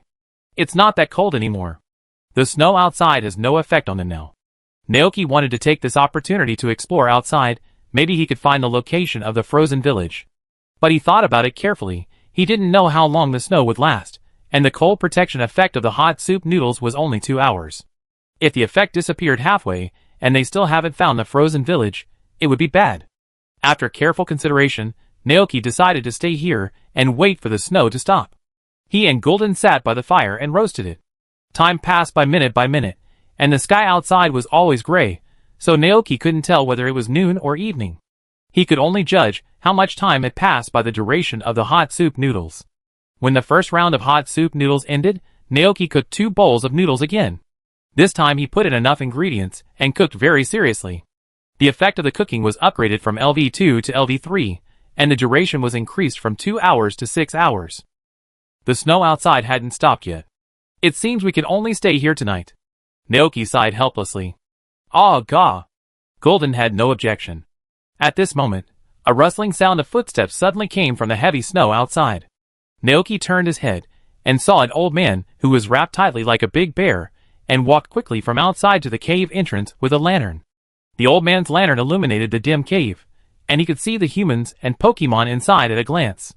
He hurried into the cave, and put the down coat he brought with him on Naoki's face while he was confused. "You are from another place, right?" the old man asked. Gullerton tilted his head in confusion. Naoki was also confused. He nodded and asked, "Who are you?" You are obviously from another place. It is very dangerous to wear so little here. Even hiding in the cave is unreliable. You may be frozen to death. The old man said solemnly at first, and then explained his identity. I am a villager of Dongning village. A few hours ago, my Gigi found you lost in the snow in the mountains, and I came back to the village to call for help. As he spoke, the old man turned his head and looked at his shoulder. Naoki then noticed that there was a small bird Pokemon standing there, with a sky blue body and fluffy feathers like cotton. Hearing the words of its owner, the blue bird named Gigi flapped its wings happily. Seeing this scene, Naoki finally understood what happened. This old man and the blue bird came to rescue them, who were lost in the snow. Although they did not need help, Naoki was still grateful. Thank you very much, blue bird. Chirp. The blue bird jumped twice lively. The old man, come back to the village with me first. When the snow stops, the temperature here will become even colder, and it will be very dangerous. Thank you very much. It happened that they were going to Dongning village, so Naoki agreed. He packed up the things in the cave, and then followed the old man with Gulden. With the blue bird flying in the air leading the way, they finally did not get lost again this time. After passing through the heavy snow, Naoki saw a small village built in the ice and snow in a quiet valley. This is the frozen village. The old man next to him grinned. Although I don't know where you are going, you can rest here before continuing. Naoki nodded. Thank you very much. What should I call you? The old man, just call me Ryan. Let's go. Take your Pokemon and have a good rest at my place first. Ryan took Naoki and Gulden back to his home and let them sit in front of the fireplace to warm themselves. Naoki was slightly touched. The people here are pretty nice. At this time, an old woman with silver hair came over with 2 cups of steaming tea. She smiled kindly. Drink some hot tea to warm yourself up. Thank you. Naoki reached out to take it. It happened that the duration of the hot noodle soup was coming to an end, but because there was a fireplace in front of him and the cup of hot tea, he did not feel cold, but warm. The old woman said kindly, my husband is a very enthusiastic old man. He often rescues lost travelers, like you in the mountains. Naoki nodded gently. Mr. Ryan is a very good person. At this time, the blue bird landed on the windowsill beside it, looking at this side with curiosity. Naoki noticed the scene. The old woman followed his gaze and said with a smile, this blue bird was also rescued by the old man from the mountains. At that time, its wings were injured and it fell in the snow. The poor little guy was almost frozen. The old man rescued it. We originally planned to release it after it recovered, but the little guy didn't want to leave. Since then, it has started to live with us, helping the old man to rescue lost travelers from the mountains. The blue bird seemed to have heard the old woman talking about it, and it immediately flew up happily, landed in the old woman's arms, and made a brisk and pleasant chirp sound from its mouth. At this time, Ryan changed his clothes and walked out of the room. After changing his clothes, he immediately changed from a big bear to a lean, capable, and energetic old man. It was still snowing outside, and Naoki couldn't go out, so the few of them sat in the house and chatted. When he learned that he came from the Padilla region, Ryan showed a very surprised expression. Padilla region? That's a very far place. Fortunately, it only takes 3 days to get there by ship. If you want to talk about far, I think the Kanto region is far away. Naoki smiled. Ryan nodded, and he looked at Gulden beside Naoki. Although he was old and couldn't keep up with the current era, he still understood the profession of trainer. Therefore he asked, that's right, you came to the Galar region to travel, right? At this point, Ryan couldn't help but show a puzzled look on his face. When traveling to the Galar region, shouldn't we go to the big cities in the north? How did we come to this remote place like Frozen Village? Naoki saw his confusion and explained, actually, I'm not here to travel. The reason I came to the Crown Snowfield is because I'm looking for the legendary Pokemon, the King of Plenty. What? What happened to the King of Plenty? Ryan looked thoughtful, and he couldn't remember clearly. I remember it seemed to be called Thunder Crown Yang? Or is it Reagan Tang? Naoki, it should be the Bud Crown King, right? Ryan touched the back of his head a little embarrassedly. So it's the Bud Crown King? The old woman next to him, Ryan's wife, looked at her husband helplessly. She recalled carefully and said, the King of Plenty. I used to believe that it was true. When I was a child, my grandmother told me a story that said that if you were naughty in the fields, the king would take your body away. But now I think it's just to scare children, right? As expected. Although some people in the frozen village have heard of the King of Plenty, the Crown of Flowers, they do not believe that he really exists, and only think that he is a legend. Not to mention faith. And this is undoubtedly fatal to the crown of flowers, whose power comes from faith. Without faith, the power of the crown of flowers becomes weak, and even Snowbron and Ghostbron abandon him. And the culprit behind all this is the Galar royal family, who took the credit for Song Xiang and Zangmarant's repelling the Dark Knight? Naoki fell into deep thought. The game does not explain this in detail. But judging from the actions of the Galar royal family, it is very likely that they took away the contribution of the Bud Crest in order to maintain their rule and their image in people's hearts. As time passed and kingdoms changed, the Bud Crest also disappeared in people's hearts and in the river of history. The king of Galar was forgotten by his people. The loss of faith made the Bud Crest's power gradually weaken, and the spirit horse and the snow horse also abandoned him. Naoki's heart was very complicated. At this time, the snow outside the house stopped. Ryan and his wife were surprised. Finally it stopped. Then, Ryan looked at Naoki and said to him, "If you are not in a hurry to leave, you can stay in the village for a while. The snow scene in Dongning village is also worth seeing." The old woman next to him also said, "During this period, you can stay here with us. Usually, there are only me and the old man living here. It will be more lively with one more guest." "Thank you very much." Naoki thanked him. The blue bird chirped happily and landed on his shoulder. Ryan said with a smile, "Let Shiji show you around the village." Naoki looked at the blue bird and said to it with a smile, "Thank you too." "Chirp." The blue bird chirped happily. Naoki walked out with Gulden and strolled around the small village standing on the snowfield. Generally speaking, the village is not big, with only more than 20 households. Several farmlands were opened up in the center of the village, and some cold-resistant crops were planted in the farmlands. The roads that extended in all directions were covered with snow, connecting the houses together.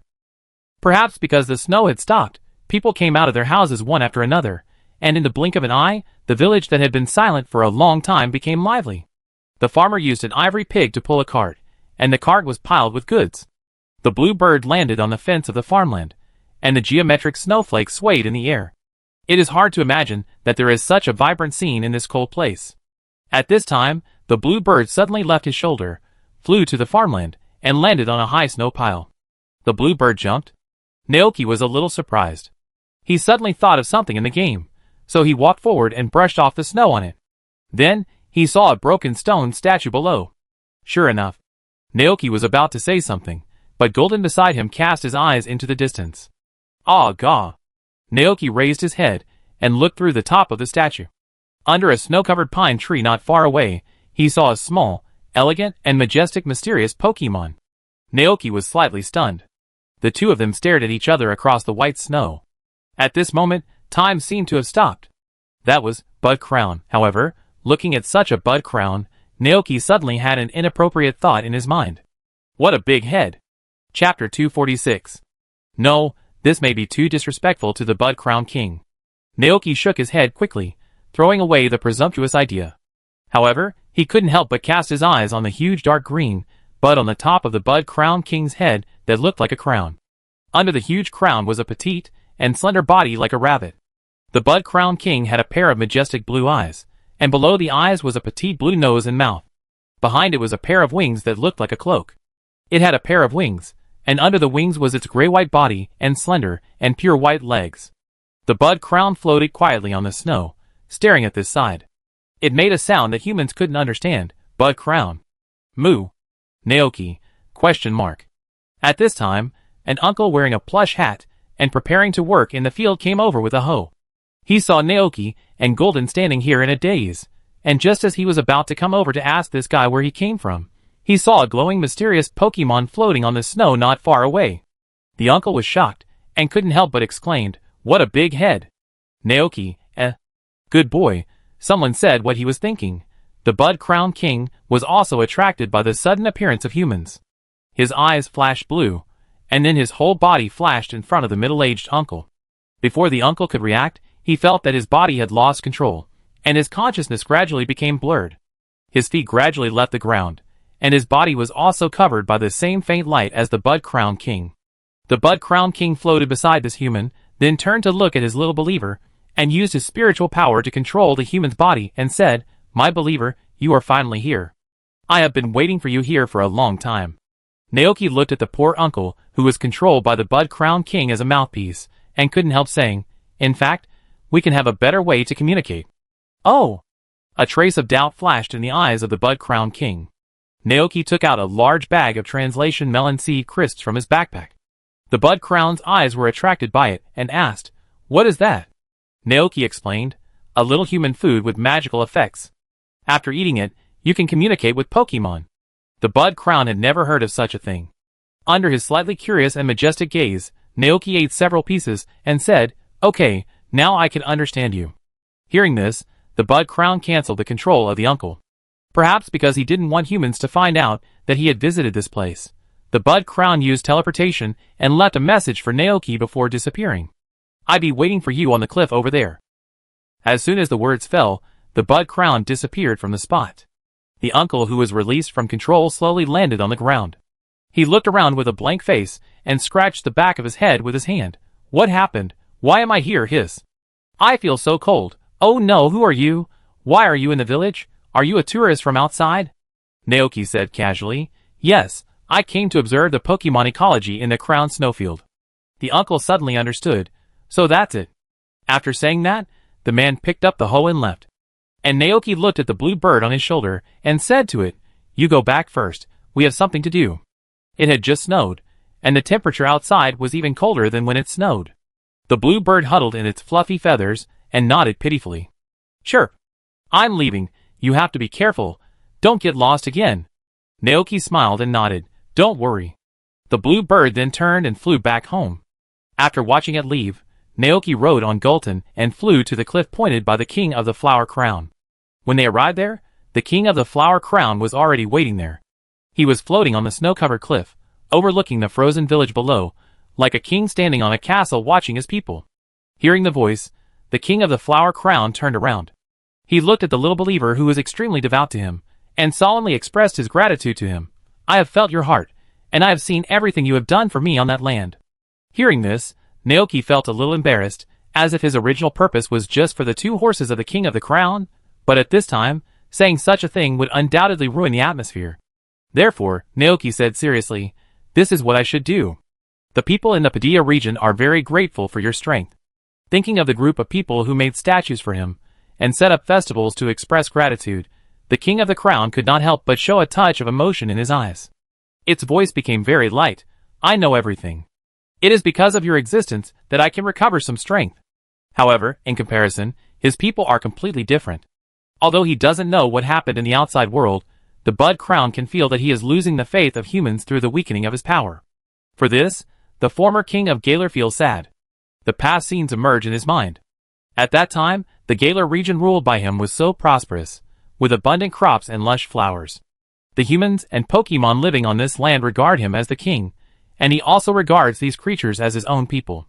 Humans and Pokemon love their king, build temples for him, and offer tributes. As a king, he will also try his best to bring abundance to his people. Thinking of this, the Bud-Crowned King felt a little sad. He still didn't want to believe that his people had forgotten him. The Bud-Crowned King turned and looked at Naoki, "My believer. I want to ask you for something." Naoki could feel that the Bud-Crowned King was very sad now. He nodded and said, "You say?" The Bud-Crowned King cast his eyes on the human village below. "I want to ask you to go there, and ask if they still remember me." Sure enough, the King of the Flower Crown still cares about this matter, Naoki thought.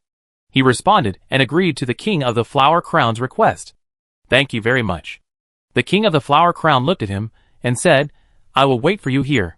Naoki nodded silently, and then rode Gulden to the frozen village below. On the way, Gulden frowned and asked in confusion, "Ah ga. He seems to be very sad." Naoki probably understood the King of the Flower Crown's feelings, and he nodded and said, "The King of the Flower Crown should be sad, right? Just like you and I, we have always lived together, and then we separated because of something. When we meet again, you find that I don't remember you." Before he finished speaking, Gulden hurriedly said, "Agassi. Not separated." Naoki was slightly stunned, then smiled and touched his head. "I know not separated, I am just giving an example. Think about it, will you be very sad at that time?" Gulden thought carefully, then hung his head. "Agassi. So sad, but then, it said very seriously, Agassi. I will never forget Naoki. I will never forget you either." Naoki gently touched Gulden's head, and then continued, "Compare the people of the King of the Flower Crown to me, and compare the King of the Flower Crown to you. Isn't it easy to understand now?" Golden's mind returned to this matter. It thought about it, and then nodded. Agassi. I understand. The Bud Crown will go home with us. Naoki thought that Golden wanted the forgotten Bud Crown to return to the ranch with them. It depends on the Bud Crown's own wishes. At this time, Golden landed in the frozen village. Naoki fixed his eyes on the villagers wandering in the village, pretending to be a tourist from outside the area, and asked them about the news of the Bud Crown. The first villager uncle was puzzled. Bud Crown? What is that? Naoki, The second old lady recalled carefully and said, I think my grandma told me this story when I was a child. It said that if a child doesn't eat well, the king will take away his body and soul, and he will never be able to go home again. Naoki, isn't this something that only ghost-attributed Pokemon would do? The third white-haired old man wearing glasses said, Bud Crown? Of course I know it. The village still relies on it to attract tourists. This way, the goose houses and shops in the village can make a lot of money. What? You asked me how I know. That's because I'm the village chief. I've been hearing the legend of the Bud Crown King since I was a few years old, and I have storybooks with these stories at home. Naoki, He returned to the Bud Crown King with these replies. After listening to Naoki's retelling, a trace of obvious sadness appeared on the face of the Bud Crown King. He did not speak immediately, but stood on the snow and looked down at his own country, then closed his eyes and sighed. After a long time, the Bud Crown King finally opened his eyes, and he returned to his previous majestic posture. It seems that they don't remember my existence. Humans have long forgotten the bond they have established with me. Naoki didn't know how to comfort him, so he said, just like comforting his own Pokemon, the village chief still remembers you.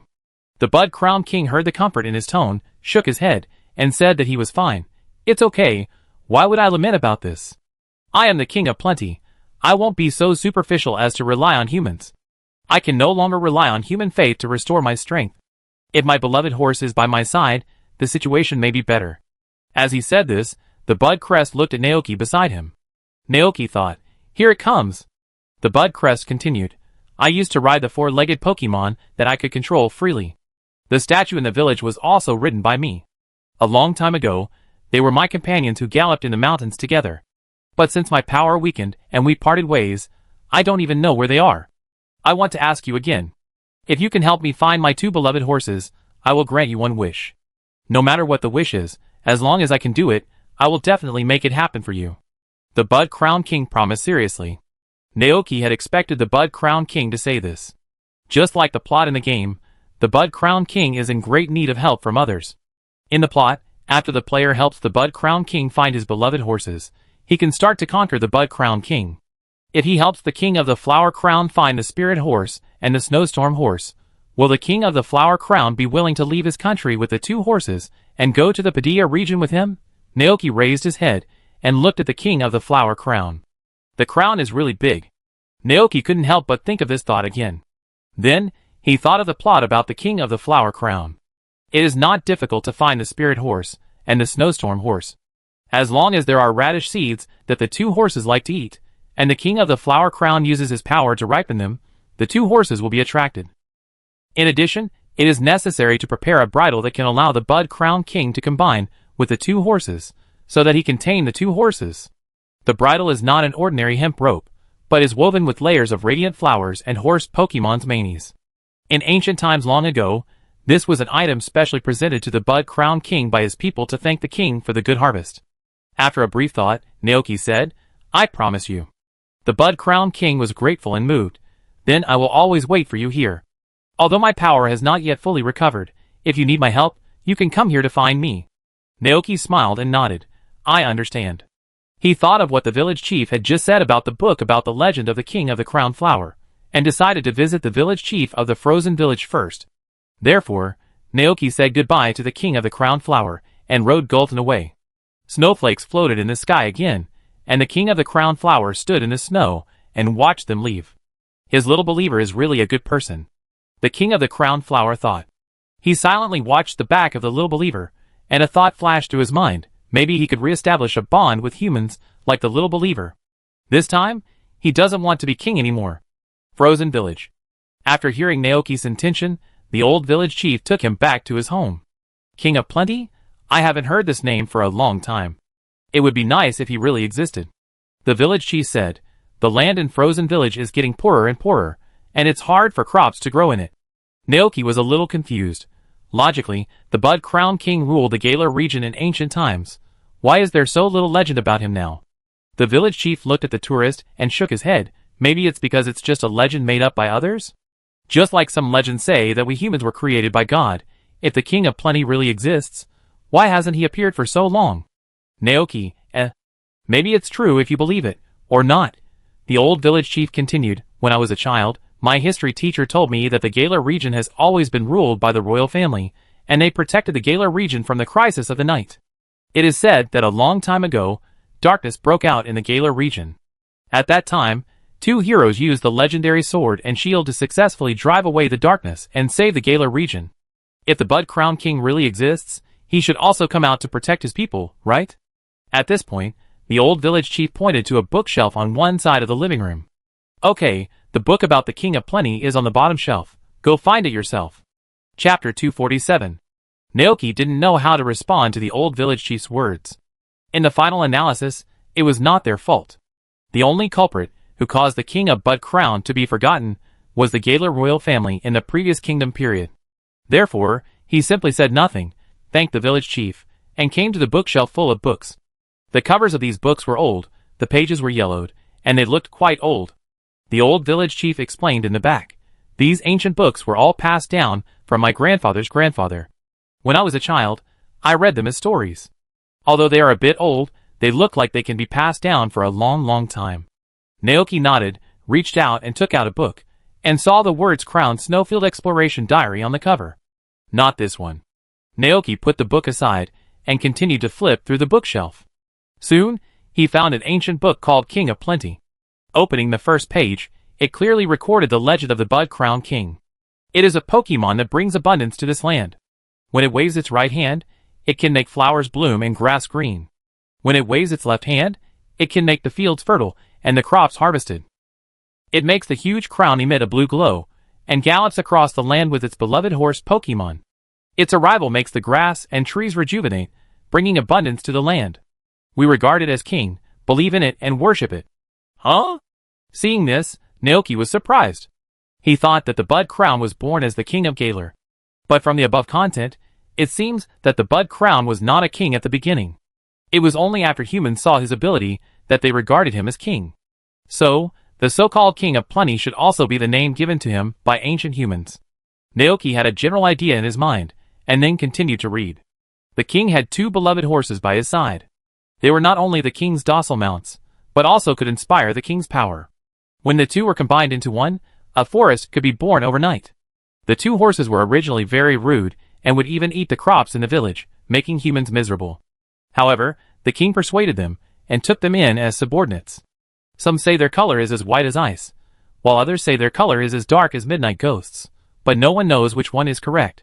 These should be the snowstorm horse and the ghost horse. Seeing this, Naoki thought in his heart. The record above is completely correct. The two horses, one white and one black, can stimulate different powers in the body of the Bud Crown King. Naoki continued to look down. The king tamed the two beloved horses with the reins that he poured his own power into. The reins were a tribute from humans to thank the king for the good harvest. The reins are closely connected to the king, not only the beloved horses, but also humans like us. Don't forget to present the reins to the king at the beginning of the year. The reins must be woven with layers of radiant flowers, and the manes of horse Pokemon. This method must be passed down and passed on to future generations. It's exactly the same as I remember, Naoki thought. At present, if we want to help the Bud Crown King find the two horses, this rein is also very necessary. Thinking of this, Naoki turned around and asked the old village chief, "By the way, village chief, do you know the reins?" The old village chief, "Tie reins? Of course I know. My ancestors once imitated the method in the book to make tie reins, but that was a long time ago." As he said that, the old village chief looked at the tourist in front of him with some surprise. "Do you want to make tie reins?" Naoki nodded honestly, "Yes. Although I don't know what you make that thing for." The old village chief said, "It's just that no one remembers the traditional production method now. If I go back to the time when my great-grandfather was still alive, I will definitely find someone to help make it." Naoki nodded thoughtfully. The old village chief looked at him curiously. Just now, he heard Ryan say that he rescued a tourist who was in distress in the snowy mountains. The tourist seemed to be looking for the Bud Crown King. And the tourist, who was in distress, was obviously the young man in front of him. He came to such a desolate place in the heavy snow and almost froze to death in the mountains, but he still didn't give up looking for the Bud Crown King. This was the first time the old village chief had seen such a person. "You are such a strange guy. Do you really believe in the legend of the Bud Crown King and believe that it really exists?" "Yes, I believe it." Naoki nodded and added, "Maybe the Bud Crown King is watching you somewhere now." The old village chief shook his head helplessly. It seemed that this tourist had gone crazy. "That's just a legend. Since you want to find the Bud Crown King, then go and try it yourself. But you must pay attention to your own safety no matter what. Don't lose your life in search of the non-existent Bud Crown King. That would be a pity. It would be a pity if such a good young man lost his life here. Moreover, when the news of the death in Dongning village spreads, no tourists will come to the village, and the business of the village's homestays, shops and other places will also be affected." Naoki, He knew it. Forget it. Naoki shook his head, and continued to read the following content. The following content is still related to the 2 horses of the King of the Crown of Flowers. The radishes in the crown snowfield have a peculiar way of growing. In fields with deep snow, they grow into icy cold radishes, and in fields next to graves, they grow into black radishes.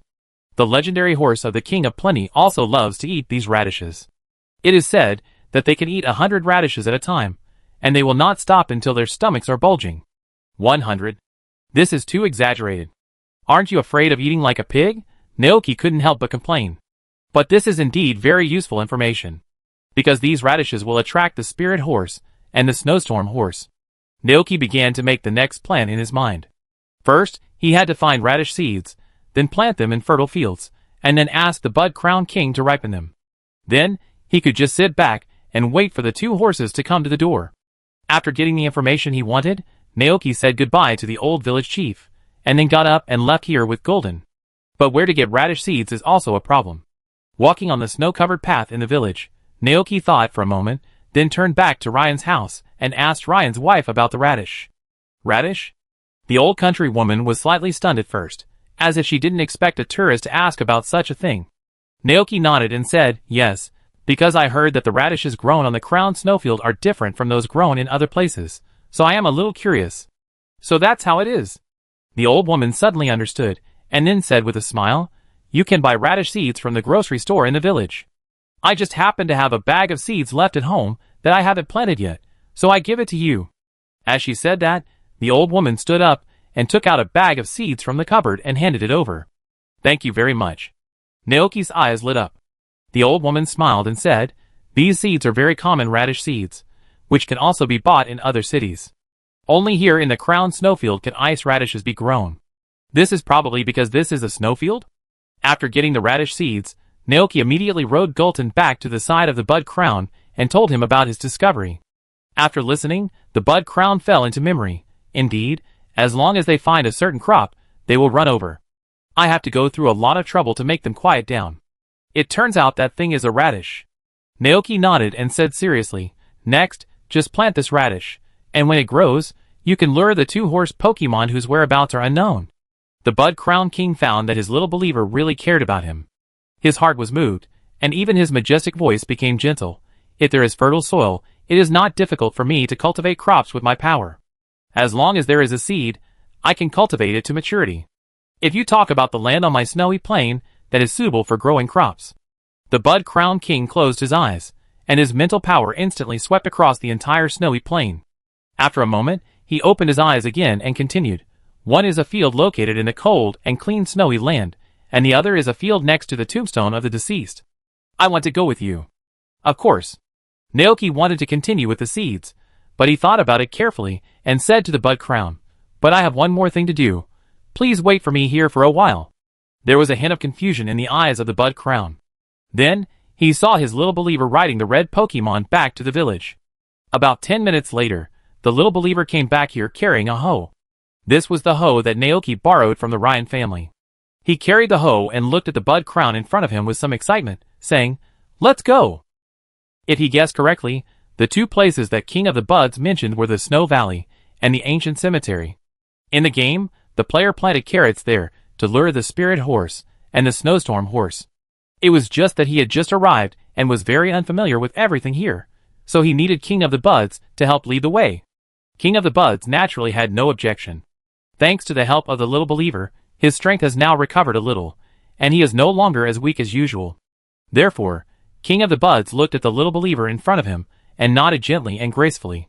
His body immediately emitted a blue halo, and then floated into the air. The next second, Naoki saw the surrounding scene flickering, and then he and Golden were taken to a strange place by the King of the Crown of Flowers with teleportation. This is a quiet valley surrounded by snow-capped mountains. In this valley that looks like a paradise, someone has reclaimed several fields. The King of the Crown of Flowers stood in front of a field, looked down at the soil below, and then slowly said, "This field can grow white radish. Although this is a memory from a long time ago, it is now blurred, but I remember that it is a vegetable that my beloved horse with eyes attribute often eats." Naoki came forward with a hoe on his shoulder, patting his chest and saying, "Leave it to me next." As a farmer, no one is better at farming than him. Seeing the little believer full of fighting spirit, the Bud Crown King smiled, "Then I have to trouble you to sow the seeds. The soil in the snow and ice is a bit hard, and it is not easy to cultivate. But fortunately, Naoki has rich experience to help him deal with this situation. This is not a difficult task for him, it just takes some time." Gillerton and the Crown of the Flower stood by and watched him work. Naoki asked while tilling the land, "Do you remember the past?" "The past?" The Crown of the Flower didn't know what he was referring to. He recalled it carefully, then shook his head and said, "I have slept here for a long time because I lost my power. The memories from a long time ago are now blurred." "Lost power?" Naoki's heart sank. "Is it because the people of Galar have forgotten your existence?" I don't know." The Bud Crown King tried to recall, but he couldn't remember anything at all. "I only remember that something terrible happened at that time, and I consumed a lot of energy, and then I have been sleeping ever since." "Huh?" Hearing this strange information, Naoki was stunned. He recalled the plot carefully, and finally found something wrong.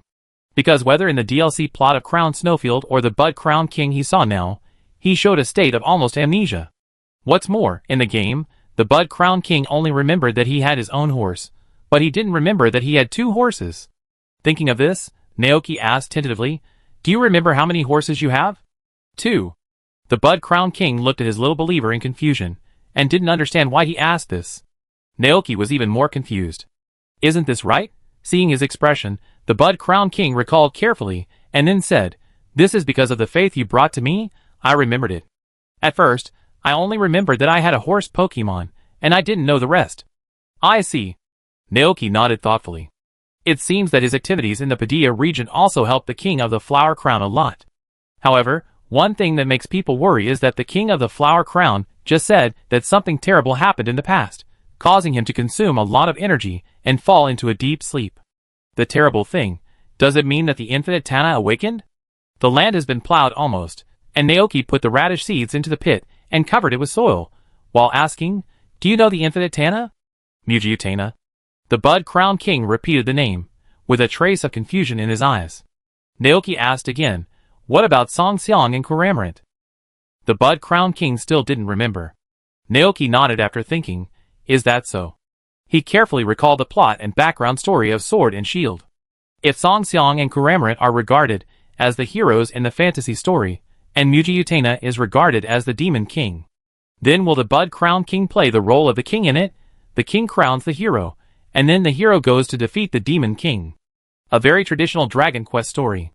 If this is true, then it makes sense why the Bud Crown King did not show up during the Dark Night. It is very likely that he foresaw the awakening of the infinite, and then used his power to transfer the Pokemon in the forest on a large scale. Naoki remembered that the Shield Bud Crown King's illustrated book described it like this. It is said that it used one night to transfer the vast forest, and the creatures living in it to other places, and used the ability to see all past and future events to save the creatures in the forest from the crisis of falling meteorites. Falling meteorites, wishing stars, and the infinite from outer space. Thinking of this, Naoki's expression became more complicated, and he looked up at the Bud Crown in front of him. After the Bud Crown fell asleep, the Sword and Shield heroes Song Xiang and Zong Marant also retired after repelling the Dark Knight. The Galar royal family took the opportunity to seize their achievements. Sensing the eyes of the little believer, the eyes of the Bud Crown were full of confusion and confusion. "Bud Crown, is your previous promise still valid?" Naoki asked. The Bud Crown King nodded majestically. "Of course, I will never break my oath." Naoki smiled and said to him, "Well, I have already thought of what I want." The Bud Crown King looked at him. "You say?" Naoki said seriously, "After I help you find your beloved horses, you will bring them back to the Padilla area with me and live on my ranch, right?" Chapter 248. Hearing this, the Bud Crown King was slightly startled. For a king, there is only one situation to leave his country, that is, the country is destroyed and the people are killed, and he is captured. For the Bud Crown King, this Galar region is his territory. Here are his memories and his people. The Bud Crown King hesitated. Naoki quietly waited for his answer. The Bud Crown King looked at the little believer in front of him, and thought of how he was forgotten by the world and lost his power and fell asleep. Then, in his mind, he saw his little believers trying to spread his name in that distant country. The eyes of the Bud Crown King were confused, and he didn't know how to make a decision. After thinking for a long time, he responded, "I need to think about it carefully." The fact that the Bud Crown King didn't directly refuse meant that he had hope. Naoki felt relieved and smiled. "Okay, the people and Pokemon in the Padilla region told me that it would be great if they could meet you. They are all very grateful to you." The Bud Crown King was moved. "I already know their intentions, Naoki. Please give me some time." "Okay." Having achieved his goal, Naoki changed the subject. "All the radish seeds have been planted, and I leave it to you next."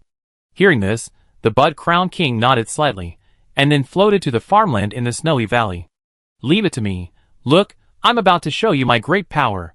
After the voice fell, a strong blue light shone on the Bud Crown King's body. Then, as if this newly cultivated field resonated with him, it also burst out a blue energy ripple like water waves. Stars of light rose from the earth and floated into the air. The radish seeds buried in the ground grew at a speed visible to the naked eye.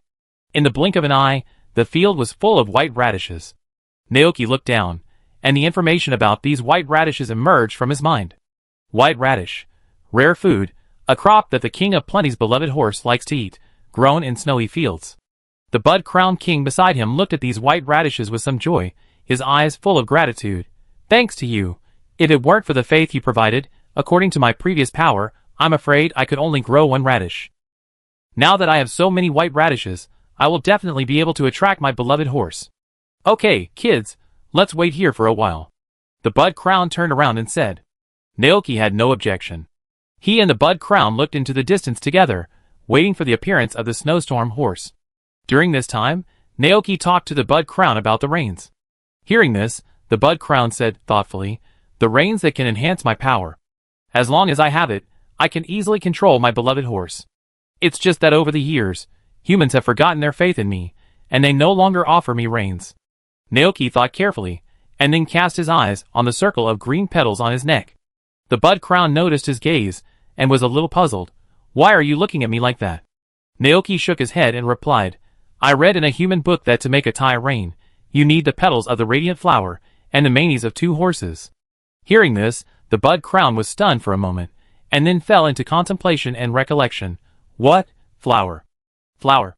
So that's it. That's it." Soon, the Bud Crown seemed to have thought of something, and suddenly said, "I understand. I thought the humans no longer presented me with a Tai rain because they forgot their faith in me. Now it seems that I failed to provide the necessary materials. It seems that I have misunderstood humans for a long time. However, in order to make the radiant flower bloom, a huge amount of energy must be consumed.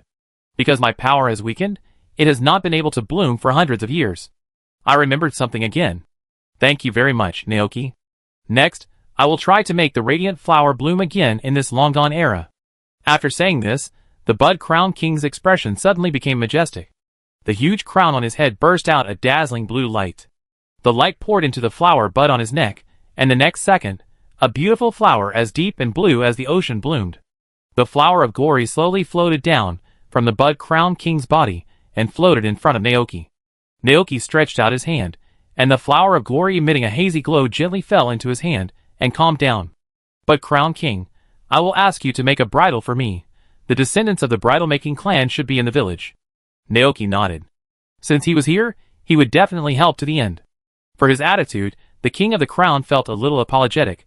"I'm very sorry. I've asked you so many things without realizing it."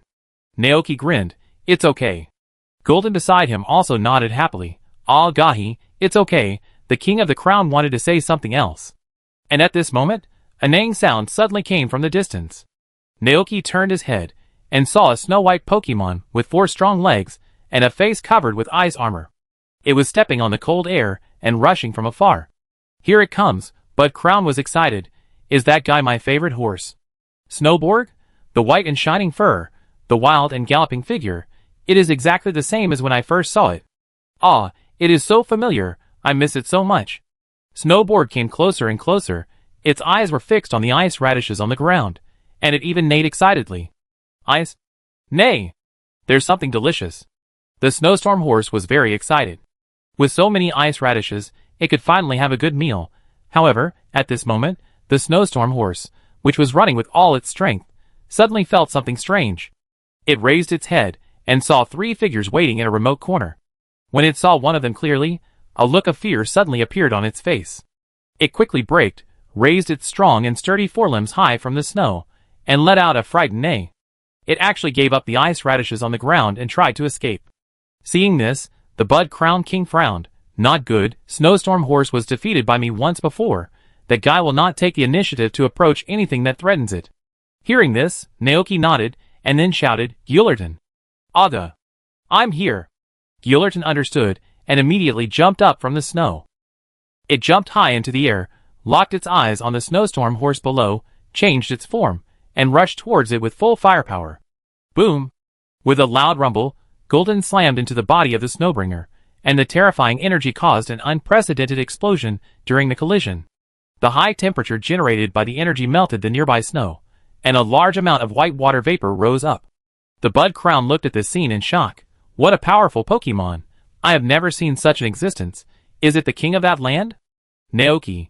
No, there is no king in the Padilla region, and it is now ruled by the Pokemon League. The situation with Golden is a bit complicated. I will tell you later. Because now, they have more important things to do. The Blizzard Horse, which was hit hard, neighed in pain, and stood up, looking at Golden opposite with an extremely angry expression.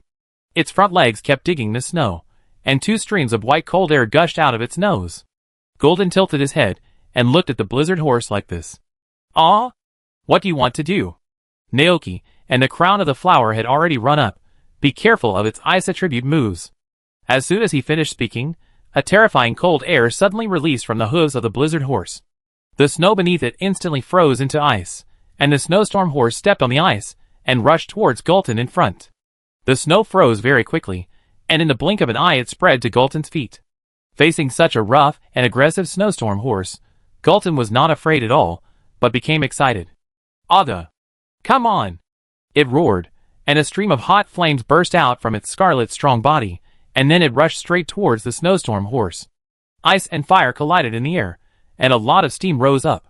The ice surface created by Blizzard Horse was melted by the high temperature in the blink of an eye, revealing the hard land below. In the vast fog, the 2 Pokemon collided with each other. A powerful energy storm swept around the moment they met. Naoki quickly covered his eyes with his arms. When everything settled, he saw that Blizzard Horse was lying on the ground, and Golden stood in front of it with a proud face, looking down at the other party. The Bud Crown looked at this scene in disbelief. His beloved horse was defeated by that Pokemon. However, the Snow Horse did not seem to have lost its fighting ability. It stood up from the snow in a panic, as if it realized that the enemy in front of it was not something it could defeat, so it turned around and wanted to escape. However, Golden was quick-witted and jumped up suddenly, and then landed on the back of the Snow Horse with a precise butt. The overly heavy body instantly made the Snow Horse unable to straighten its back, and its running speed slowed down significantly, and it let out a series of sad neighs. Ah, gee, sir. Be honest. Golden slapped its head with a paw. The Snow Horse felt aggrieved, but now that it was being ridden by the other party, it could only follow Golden's wishes, turned around aggrievedly, and carried it with great effort to the front of the Bud Crown King and Naoki. The Bud Crown King had a dull expression, and was so shocked that he couldn't say anything. This, Golden jumped off the Snow Horse, and accidentally hit the Snow Horse's body with his big tail. The Snow Horse snorted in dissatisfaction, but when he saw Golden, he quickly lowered his once proud head. Hold it, don't laugh.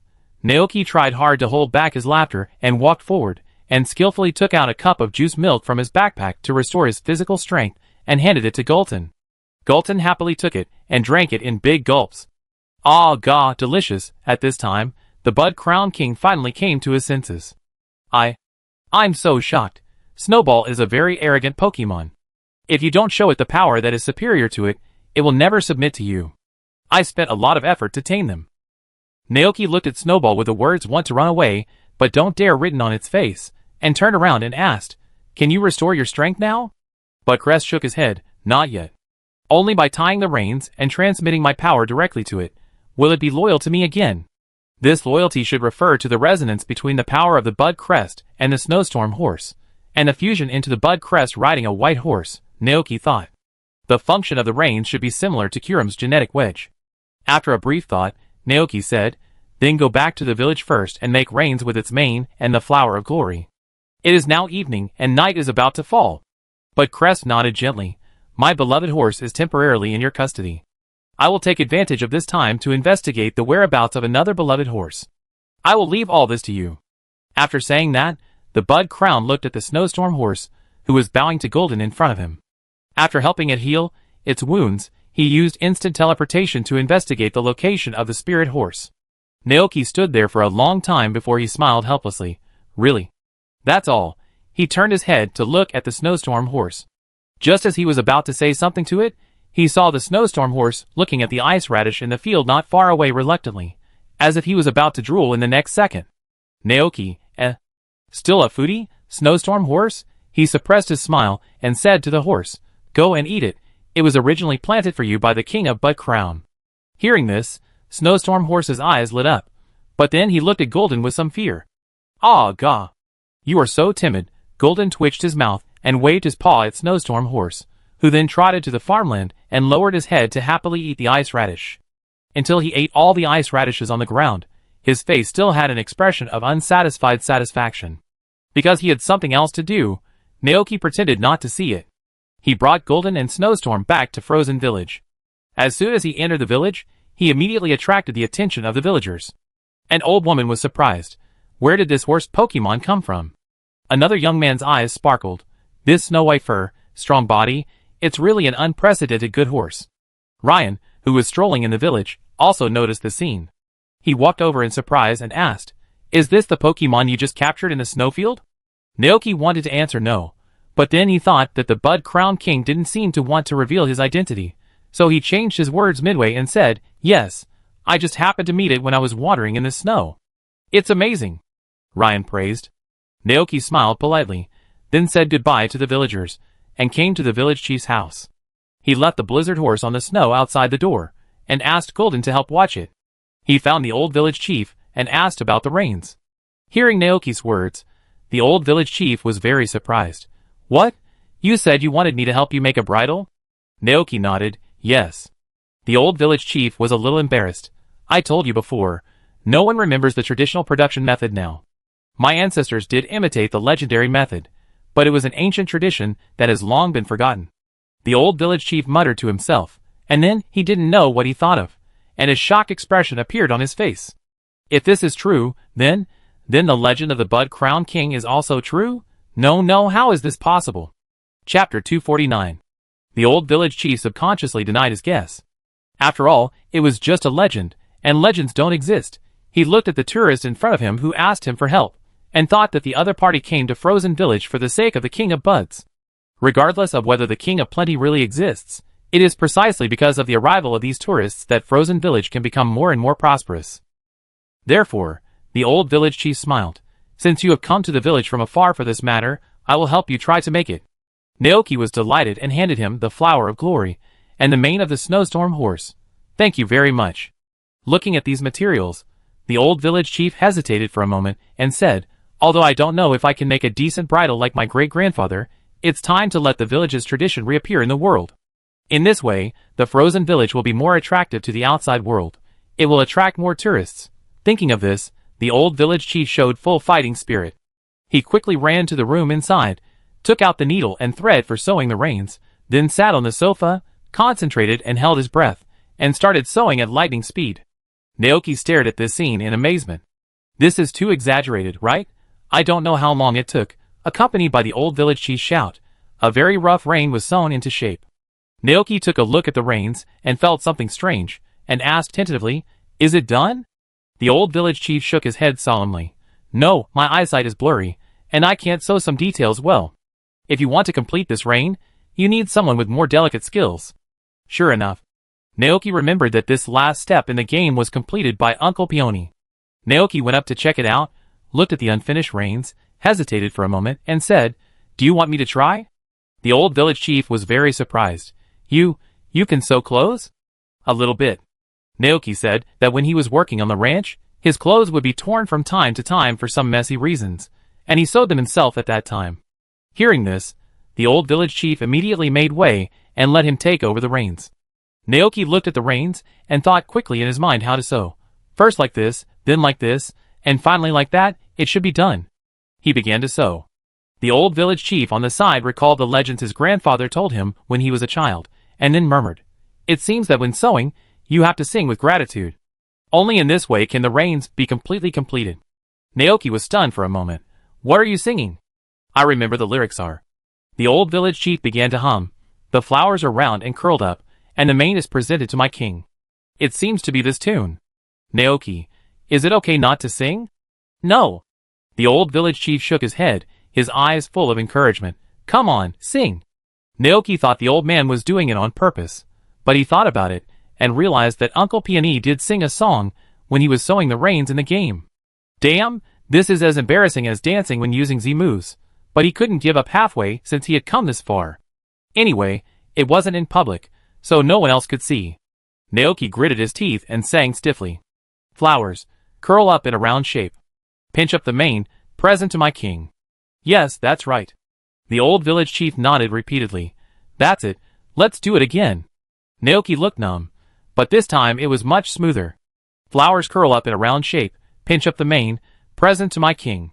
As the last stitch fell, a snow-white rain that shone brightly under the light and faintly exuded a chill was sewn. Seeing this strange phenomenon, the old village chief was very shocked. "It's done. This is the reins. It's glowing. No! Are the stories my great-grandfather told me when I was a child true?" The old village chief was stunned. He looked at the tourist in front of him holding the reins and tried to ask, Are you looking for the Bud-Crowned King?" Naoki looked at him and nodded, "Yes." The old village chief couldn't help but feel anxious. "Have you found it?" Naoki didn't know what the Bud-Crowned King meant. After thinking for a while, he shook his head and said, "Not yet." The old village chief was a little disappointed. He hesitated for a moment and said, If you really found the King of Plenty, can you tell me about it? I want to know if those legends are true." Naoki nodded. "If I can see him?" He thought in his heart, if the Bud-Crowned King is willing. After leaving the old village chief's house, Naoki saw that there was a B&B in the village, so he didn't bother the Ryan family anymore. He turned around and took Gulton and Snowstorm Horse to the B&B to stay. Snowstorm Horse was tied to the fence in the courtyard of the B&B. I don't know if it was because Gulton conquered it, but after returning to the village, the horse was always humble and obedient to them. The B&B will provide food for the tourists staying there. The proprietress enthusiastically brought the steaming hot meals to the table. The lights in the house were dim and warm. Naoki released Motor Lizard from the poke ball, and sat down on the wooden tatami with it and Gulton, eating while watching the beautiful snow falling under the eaves. But Crown King hasn't come back yet. Naoki muttered in his heart. It seems that he hasn't found the trace of the ghost horse. According to the plot in the game, both Snowstorm Horse and Ghost Horse have always lived in the Crown Temple. And because of some reasons, but Crown King has been escaping, so he doesn't know the specific location of the two horses. However, Naoki was not worried. That was the great Bud-Crowned King. He would always find the location of the spirit pony. All he needed to do was to wait patiently here. After dinner, the snow outside was much lighter. Looking at the white snow in the yard, the owner of the B&B smiled and suggested, "The temperature is not very cold at this time. You can take your Pokemon to the snow to make snowmen and play snowballs." Naoki wanted to say that this was too childish. A game that only children would play. He was already an adult in his 20s. But as soon as he turned his head, he saw Gulton and Motor Lizard eager to try. Naoki, Alright. He stood up and prepared to take the two Pokemon to play in the snow for a while. "Aw gah!" Gulton shouted excitedly and rushed out. Motor Lizard first tried to step on the snow with one foot, then immediately shrank back in fear, looking pitiful. Gah! The effect of the translator Melon Sea Crisp had been consumed by the Bud-Crowned King Gulton and Snowstorm, and Naoki could not understand Motor Lizard's words. But judging from its tone and expression, it should be afraid of the cold. Motolizard is a Pokemon with no hair, and its body is bare, just a layer of skin, so it is indeed afraid of the cold. After a brief thought, Naoki comforted Motolizard and asked Gillerton to wait for a while, then found the owner of the B&B and asked her to borrow the kitchen. The owner readily agreed. So Naoki used the kitchen to make a few bowls of clear soup noodles with cold protection effect and distributed them to several Pokemon. Snowstorm Horse also got a share, but it looked like it was not interested in this kind of food. It snorted and turned its head to the side. Naoki didn't care. After a bowl of soup, Motolizard's body gradually warmed up. Now it could finally go to play in the snow. Motolizard happily rushed into the snow, leaving a series of clear paw prints on the ground. And Golden had already rolled snowballs on the ground with his big paws, and made 2 rough snowmen with them. I don't know who he learned it from. Seeing Naoki coming out, Golden immediately turned around and shouted, "Aga! What's wrong?" Naoki walked forward. Golden pointed at the small snowman, then pointed at himself, "Aga!" Then, it pointed at the big snowman, and then pointed at Naoki. Naoki understood. He raised his eyebrows slightly and asked, "This is you? This is me?" "Aga." Golden nodded his big head happily. They will live together forever. The Motolizard was attracted by this scene, and looked at the 2 snowmen with a silly face. After a while, it also rolled a snowball with its claws, wanting to make a snowman. But the Motolizard had never made a snowman before, and it couldn't roll a decent snowball after trying for a long time. Gah! The Motolizard looked disappointed. Seeing this, Naoki walked forward helplessly, and said with a smile, "This is not how it is done, watch carefully." As he said that, he pinched a small snowball in the snow, and then put it on the ground and kept rolling it. Gradually, the snowball became bigger and bigger. Motorcycle Lizard looked at this scene with admiration. When it was almost done, Naoki stopped and asked, "Do you want to try it too?" Motorcycle Lizard began to try. It used its claws to make a round snowball, and then put it on the ground and kept rolling it. Soon, a big snowball condensed and formed on the snow. Naoki walked forward, rolled the 2 snowballs to the 2 snowmen made by Gulton, and then picked up the smaller one and placed it on the big snowball. In this way, the 3rd snowman was made. Naoki pointed at the snowman and said to Motolizard, "This is you." Gah! Motolizard was very happy. Now it could accompany Naoki like Golden. Golden looked at the scene with moving eyes. This time, it rarely felt jealous, because the scene in front of it was what it had experienced a long time ago. At that time, Naoki also taught it to make a snowman by hand like now. "Okay, you guys continue to play." Naoki stood up from the snow, then walked to the front of Snowbring with the reins, but he never expected that Golden followed him. Looking at the Snowbring in front of him, Naoki thought in his heart, "I remember that Budcrest passed the power into Snowbring's body by tying the reins, and then merged with it. Then the question is, if other Pokemon do this, can they also merge with Snowbring like Budcrest?" Thinking of this, Naoki curiously put the reins around Snowbring's neck. Sensing the malicious gaze of this human, the heart of the Blizzard Horse suddenly skipped a beat. Before it could react, the next second, it heard the human say, "Gulton, try to ride on it." "Ah?" Although Gulton was a little confused, he still tried to jump on the back of the Blizzard Horse. The waist of the Blizzard Horse was almost crushed, and it used all its strength to support its body to avoid falling down. The Blizzard Horse wanted to kick people with its hooves, but because the Pokemon on its body was too fierce, it was no match for it, and could only endure the humiliation with difficulty, and let out a hard neigh. "Be good, just bear with it." Naoki touched the head of the Snowstorm Horse with some reluctance. "I'm just trying it." The Snowstorm Horse was sullen and panted, with a constipated expression. Naoki was afraid that the Snowstorm Horse would be crushed, so he quickly said to Golden, "Hold the reins, and try to inject your power into its body." "Ah, gah!"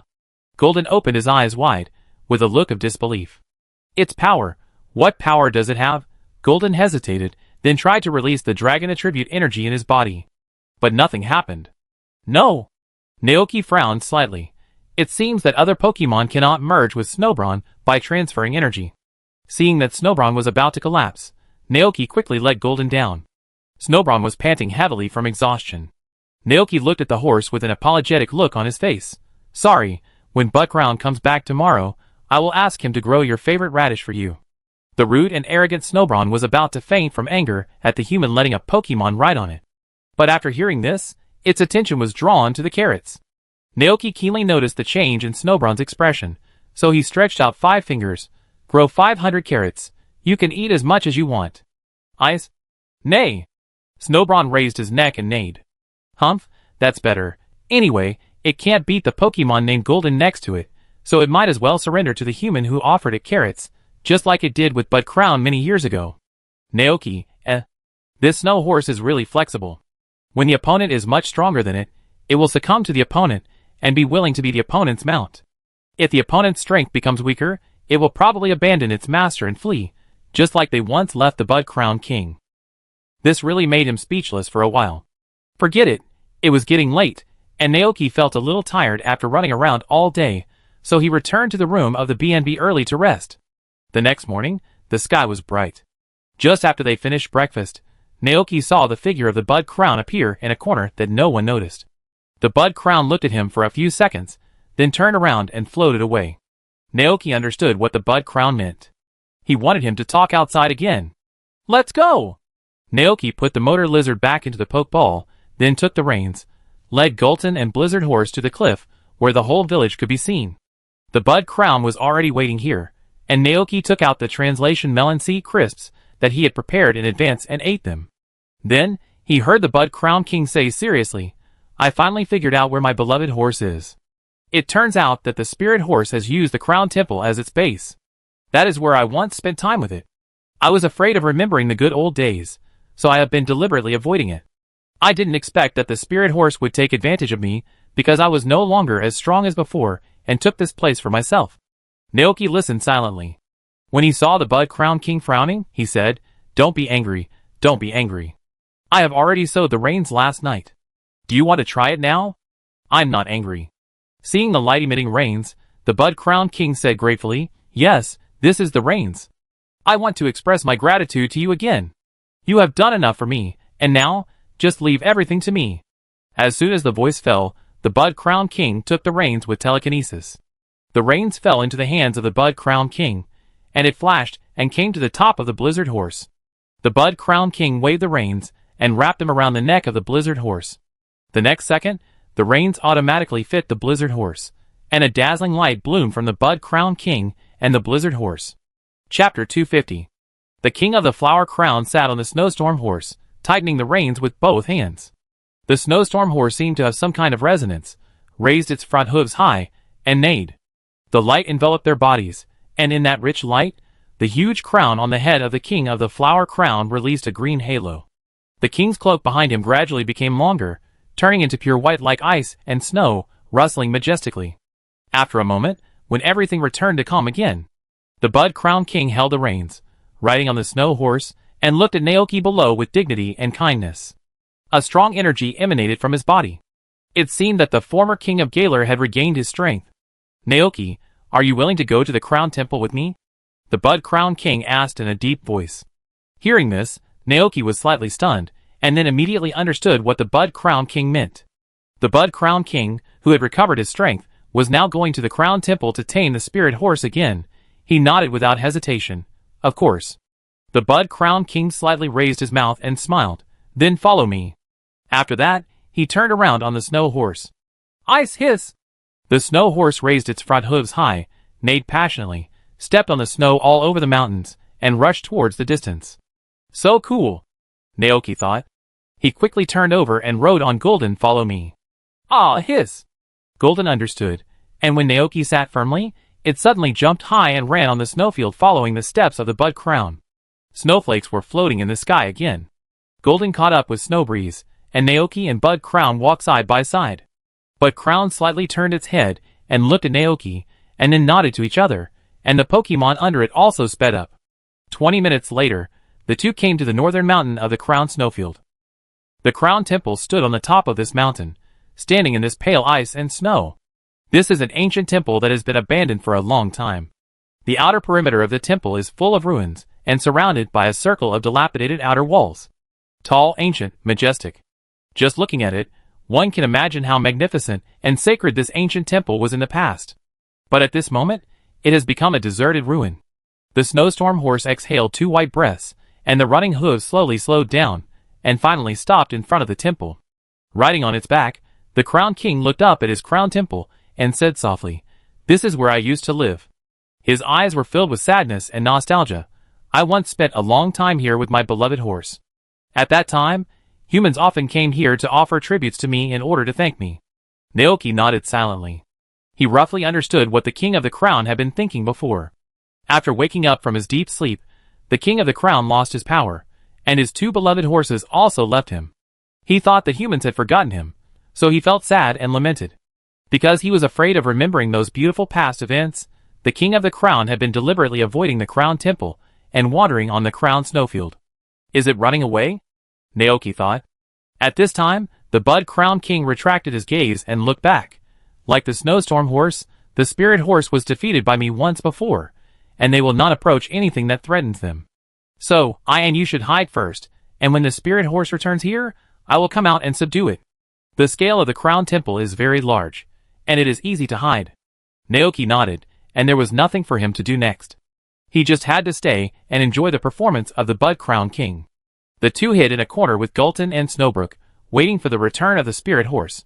Time passed by minute by minute. It was unknown how long it had been.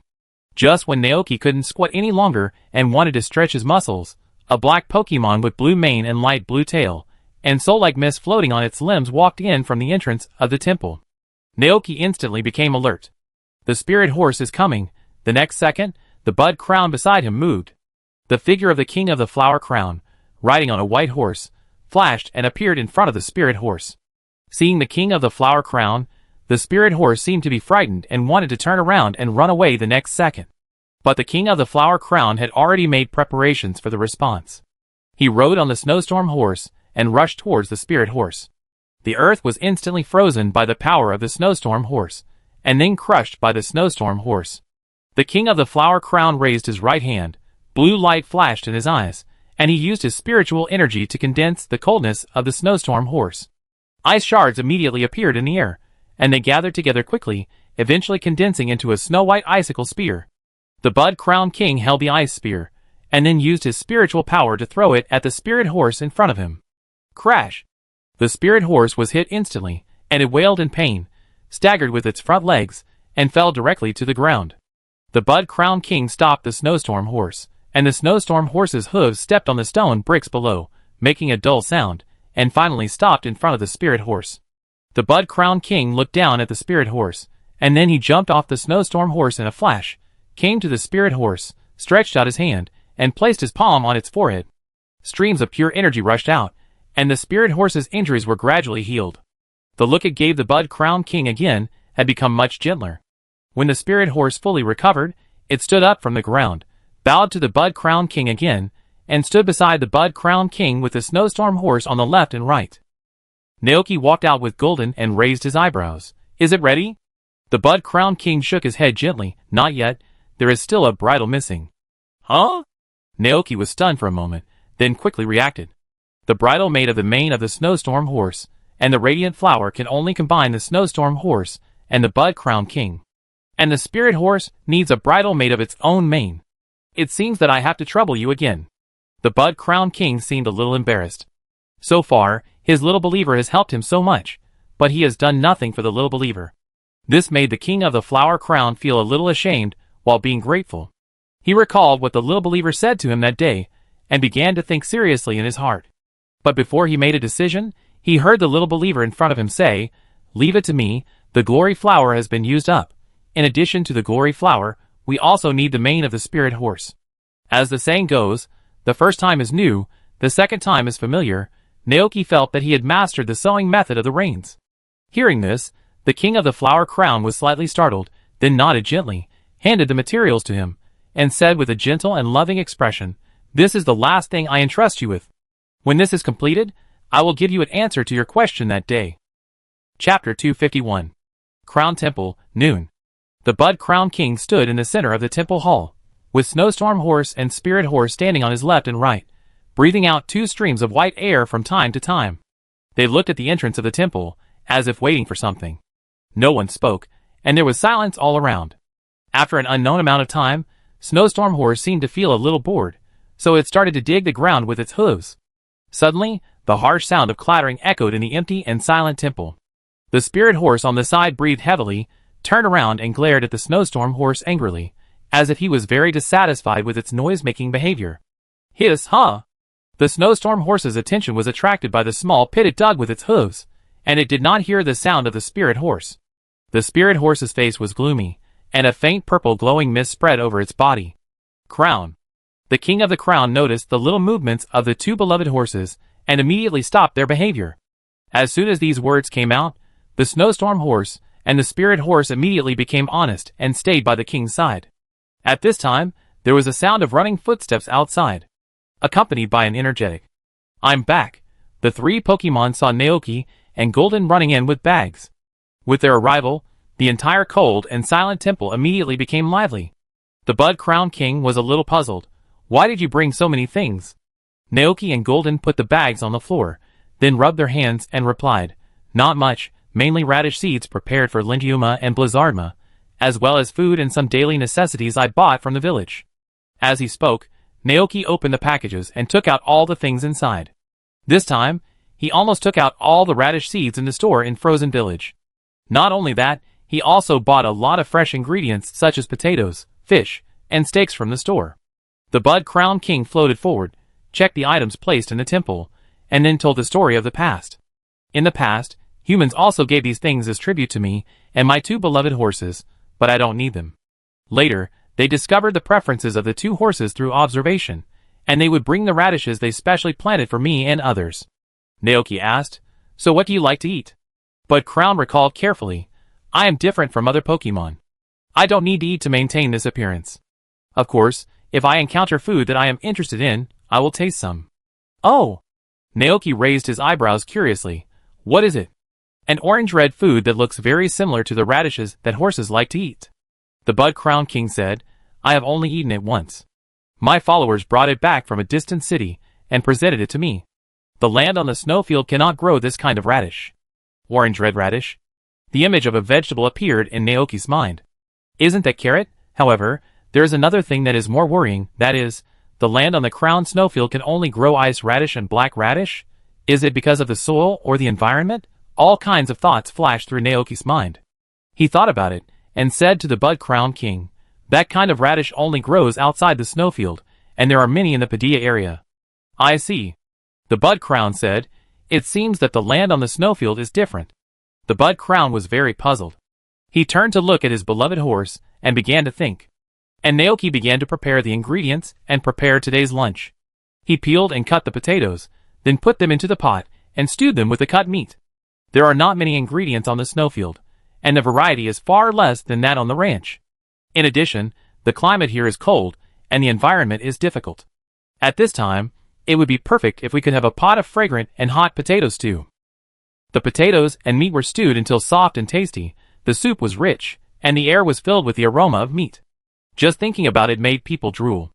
Naoki couldn't help swallowing his saliva, then lit the bonfire, hung the pot on it, and started stewing. While waiting for lunch to be finished, he took out the needle and thread he bought from the village from his backpack, the mane of the spirit horse, and the flower of glory, and began to sew the second reins of the Bud Crown King. Gulatin and Motor Lizard lay beside Naoki, and the Bud Crown King and his two beloved horses floated opposite. When Naoki was sewing the reins, they stood there and watched silently, watching the blue-purple mane gradually transform into a rein in Naoki's hands. The warm bonfire was reflected in the eyes of the King of the Flower Crown. His expression was no longer as majestic as at the beginning, but gave people a sense of elegance. Soon, most of the reins were sewn. "Next, I have to sing with gratitude," Naoki thought. However, as soon as he raised his head, he saw the King of the Flower Crown looking at him elegantly. This made Naoki feel a little embarrassed. There is another most important step next. This process cannot be disturbed by others. I need to complete it alone. Naoki began to talk nonsense seriously. The King of the Flower Crown was stunned for a moment, then he smiled and nodded. "I understand. I will take my horse out for a walk." After that, the King of the Flower Crown rode on the snowstorm horse, followed by the spirit horse, and left the temple leisurely. Naoki breathed a sigh of relief. After he could no longer see the figure of the Bud Crown King, he continued the last step and sang. "The flowers are curled up in a round shape. Pinch the mane and present it to my king." After singing, Naoki turned his head, and saw Golden and Motor Lizard staring at him. Naoki. "Don't tell anyone, understand?" Golden, GAC. "Got it, Motor Lizard, GAO." Oh! Naoki was relieved.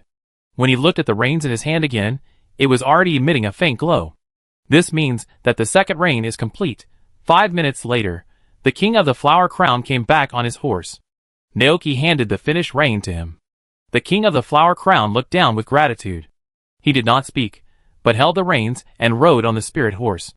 Accompanied by a flash of light, a purple light burst out from the king of the flower crown and the spirit horse. When the reins and the spirit horse were completely integrated, the cloak behind the king of the flower crown became longer. The Lingyu horse also underwent a change.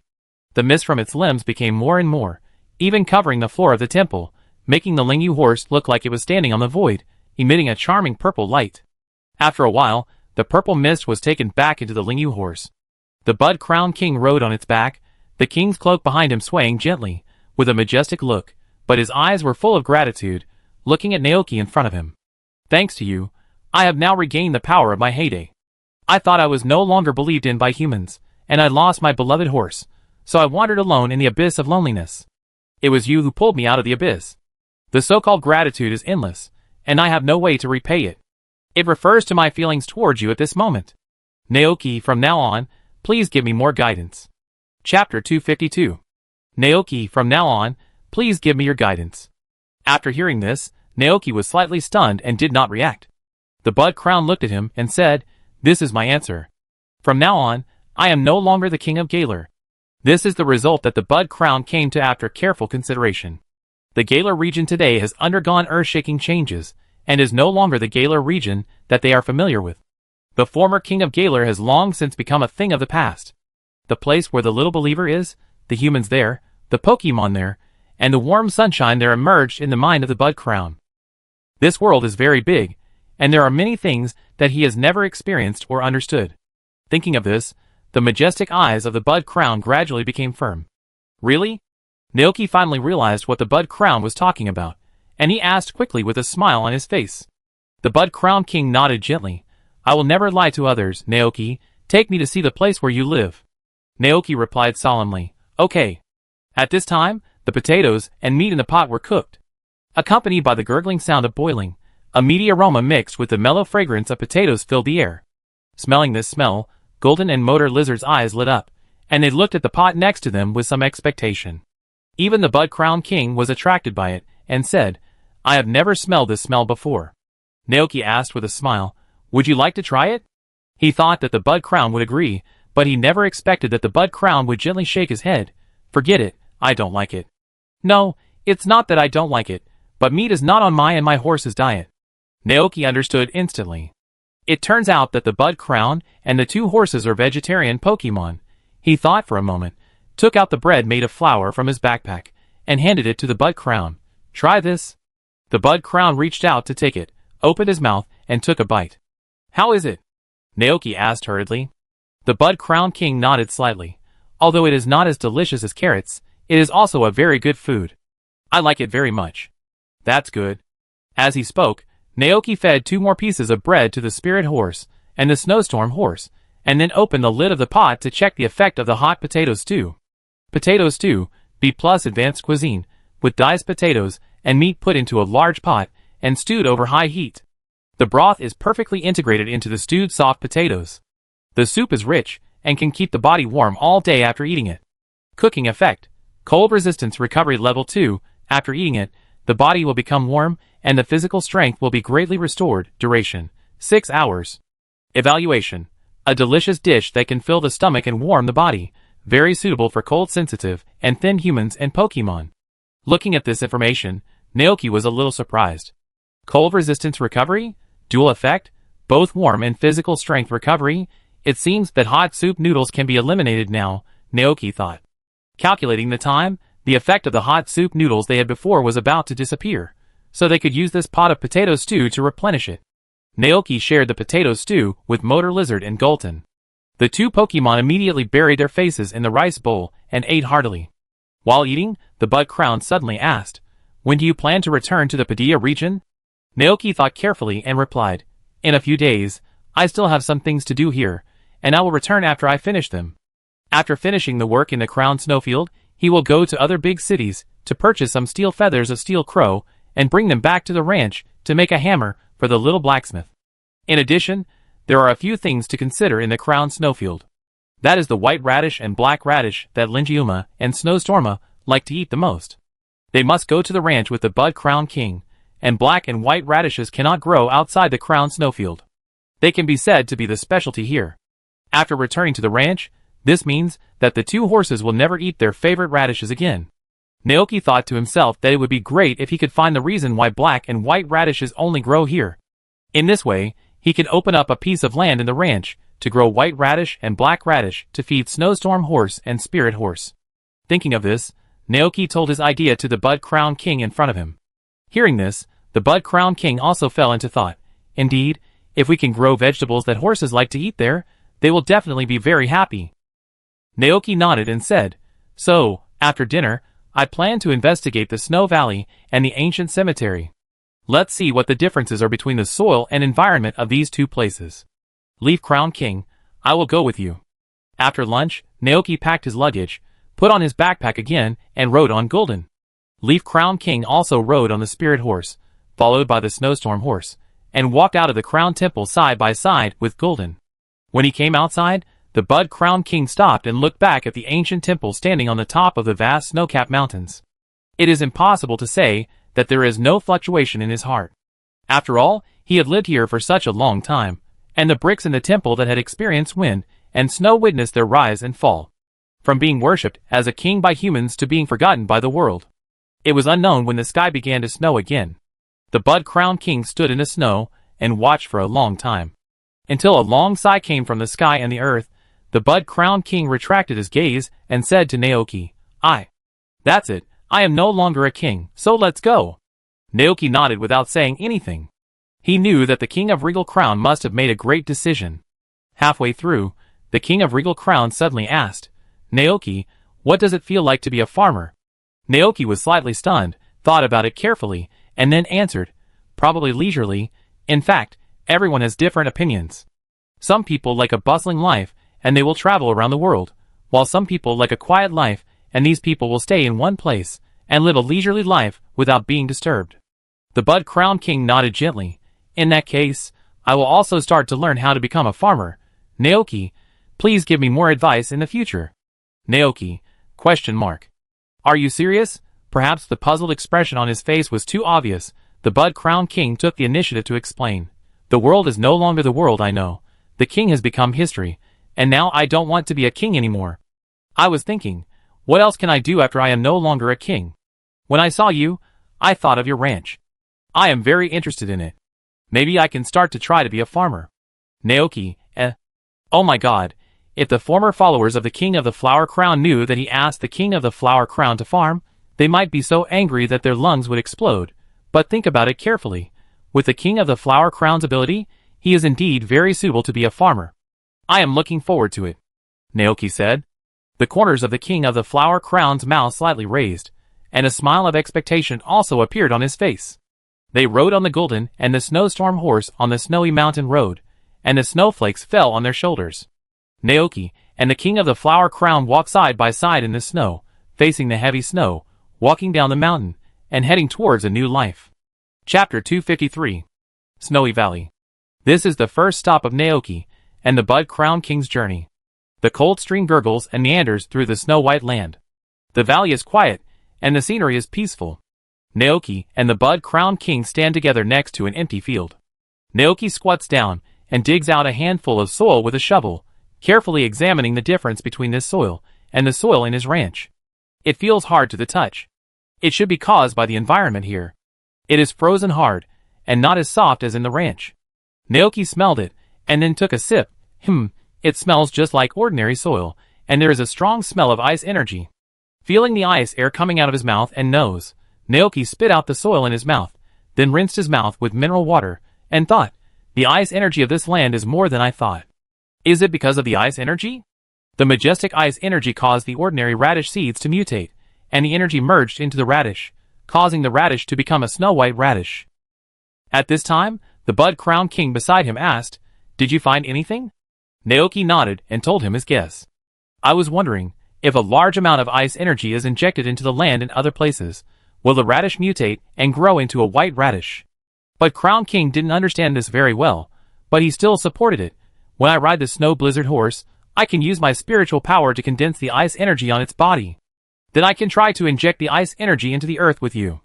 Yeah. Naoki nodded. The snow horse next to him didn't care about the conversation between the two. It focused on the land in front of it. Seeing that Naoki didn't plant white radishes for a long time, the snow horse dug the land with its hooves impatiently, and 2 streams of white air came out of its nose. Seeing this scene, the Bud Crown King seemed a little helpless. My beloved horse has been like this for a long time.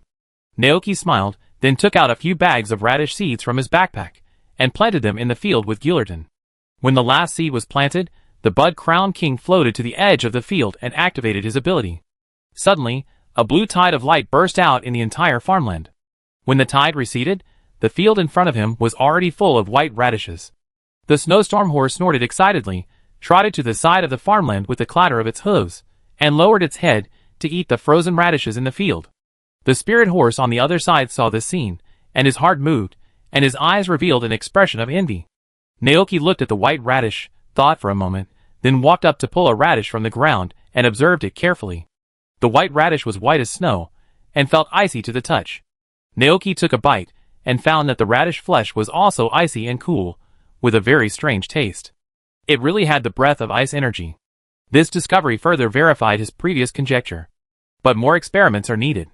After the snowstorm horse ate all the white radishes in the field, Naoki and the Bud Crown King rode the spirit horse and Gulden to the next destination, the ancient cemetery. Not all places on the crown snowfield are cold snowfields. In the south of the snowfield, there is a very vast wilderness area. At 3 o'clock in the afternoon, they passed through the vast snowfield and came to this field full of green grass, trees, lakes, hills, and caves. Standing on the hill and looking to the distant south, Naoki vaguely saw an extremely tall tree, at least 15 meters high. There was also a field in the south, where there was a huge light red fruit tree. Even though he had expected it, Naoki couldn't help but be shocked when he saw the giant tree. The shock brought by the giant tree in reality is far beyond the game. The eyes of the Bud Crown also looked in that direction. The giant tree has been there for a long time. The fruits on it have nurtured the Pokemon of this land. In the past, powerful Pokemon were attracted and stayed on the trunk. Hearing this, Naoki's heart moved. The powerful Pokemon mentioned by the Bud Crown refers to the 3 sacred birds in Galar form. He remembered that in the game, Moltres, Articuno, and Zapdos had visited this giant tree. In addition, there were other legendary Pokemon. For example, Regigilu, Regirock, Regiace, Regielege, and Regidrago. They continued to move forward, and soon arrived in front of an ancient stone ruin. Looking at the ruins, the Bud Crown said softly, "Giant Pokemon born from ancient times are sleeping here. They have been sleeping here for a long time." Ancient humans also call this place the giant sleeping bed. The sleeping giant Pokemon. You mean Regigilu? Naoki was eager to do it. Can I open the ruins and take a look at them? But Crown thought carefully, and then said, I don't recommend you to do this. 5 giant Pokemon have been sleeping here, guarding this land. If you disturb them suddenly, it may cause the anger of the giants, and then it may implicate nearby Pokemon. That's right. Naoki nodded, and then gave up the idea of punching the 5 pillars. We're here.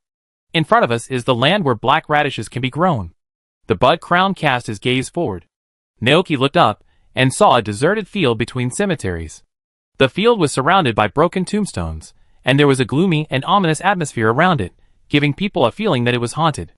Ancient cemetery. The people buried here should be humans from ancient times, right? Naoki thought. He silently said sorry for disturbing him in his heart, and then walked forward with a few Pokemon. The Bud Crown looked at the land in front of him and asked, Do you want to continue tasting? Naoki shook his head without thinking. Forget it, humans can't sense the breath of ghost energy. The Bud Crown nodded. I see, how do you want to investigate? Naoki took out the remaining radish seeds from his backpack. First try to see if the land here can grow black radishes. I understand. After Naoki and Gillerton planted all the radish seeds, the Bud Crown floated forward and activated his ability. In a blink of an eye, a bunch of dark purple black radishes with a very strange color grew on the pure black land in front of him. Naoki looked at the spirit horse and said to it, Eat it. The spirit horse looked at him, then snorted, calmly raised his feet, and walked forward, walked to the side of the field, bit his neck, and began to eat the black radishes in the field. Its eating manner was not as rough as the snowstorm horse. It was slow and leisurely from beginning to end, and it seemed to enjoy it very much. Naoki looked at the snowstorm horse, and then looked at the spirit horse. So the question is, which horse should he ride in the horse racing competition next year? The place where the snowstorm horse walks will automatically turn into ice. It has amazing strength and destructive power, but its temperament is rough, arrogant, and very belligerent. The spirit horse is calm, and will not actively interfere with other creatures. It steps on the ethereal purple mist, and looks very handsome and elegant. Naoki was in a dilemma for a while. It was really hard to choose. Chapter 254. Lingioma continued to eat black radish in front of the field. Naoki began to observe the surrounding environment. The simplest way to verify the cause of the mutation of the radish in the crown snowfield is to use the comparison method. The geographical location of the ancient cemetery has left the range of the snowfield. Although the temperature nearby is still cold, some cold-resistant green plants have grown nearby. After thinking for a moment, Naoki walked to the land opposite the ancient cemetery, and then turned back to ask, "By the way, if you keep using the power that makes crops grow quickly, will it affect your body?" The Bud Crown King shook his head slightly. "No, thanks to the help of you and my beloved horse, my strength has now returned to its peak. This consumption will be replenished soon." "That's good." Naoki nodded, and then told the Bud Crown King his idea. "I plan to plant radish seeds on this piece of land far away from the cemetery to see the difference between it and that piece of land, so as to determine the main factor that caused the radish to mutate into a black radish." The Bud Crown King pondered for a moment, nodded and said, "Not a bad idea, let's start trying." Hearing this, Naoki asked Golden to use his claws to dig a hole in the ground, and then put a radish seed in it. After he finished, the Bud Crown King floated forward and used his power to ripen the seed. With a flash of deep blue light, the seeds buried in the soil changed rapidly. When everything was quiet, a snow-white radish appeared on the land. Naoki walked up and checked it out. "It's the radish that Snowstorm Horse likes to eat, but it seems to be a little different from the radish I planted before. Maybe it's because the ice energy in this place is not as abundant as on the snowfield, so the white radish is not so pure." "Is it because of the energy?" The Bud Crown King also thought with him. Naoki shook his head. "It's not certain yet, but there is another way to verify it." As he said that, he cast his eyes on the Bud Crown King and the spirit horse, who had finished eating the black radish, and walked over silently while licking his lips. In the puzzled eyes of the Bud Crown King, Naoki asked, "I remember that you can control the aura of the spirit horse and the snowstorm horse with your mental power, right?" The Bud Crown King nodded. "Yes, in the years that I have been with my beloved horse, my abilities have gradually merged with it. When I ride the snowstorm horse, I can use my spiritual power to condense the cold air it generates. The huge ice spear you saw before was made by me. I call it the snow spear. And when I ride the spirit horse, my spiritual energy can be integrated into its body, enhancing its power. In an instant, I can create countless phosphorus fires, and control them to fall like meteors in the sky. I call this move Star Shattering." Naoki nodded after thinking about it. Snow Spear and Star Shatter are the exclusive moves that the Bud Crown King uses when riding the Snowstorm Horse and the Ghost Horse. The spiritual power that the Bud Crown King mentioned should refer to the superpowers that he possesses. "Next, I want to ask you to do me a favor," Naoki said. "Ride the Ghost Horse, use your spiritual power to condense the Ghost attribute energy on it, and gather them into this field." The Bud Crown King immediately understood what he meant, and he nodded slightly. "Then leave it to me."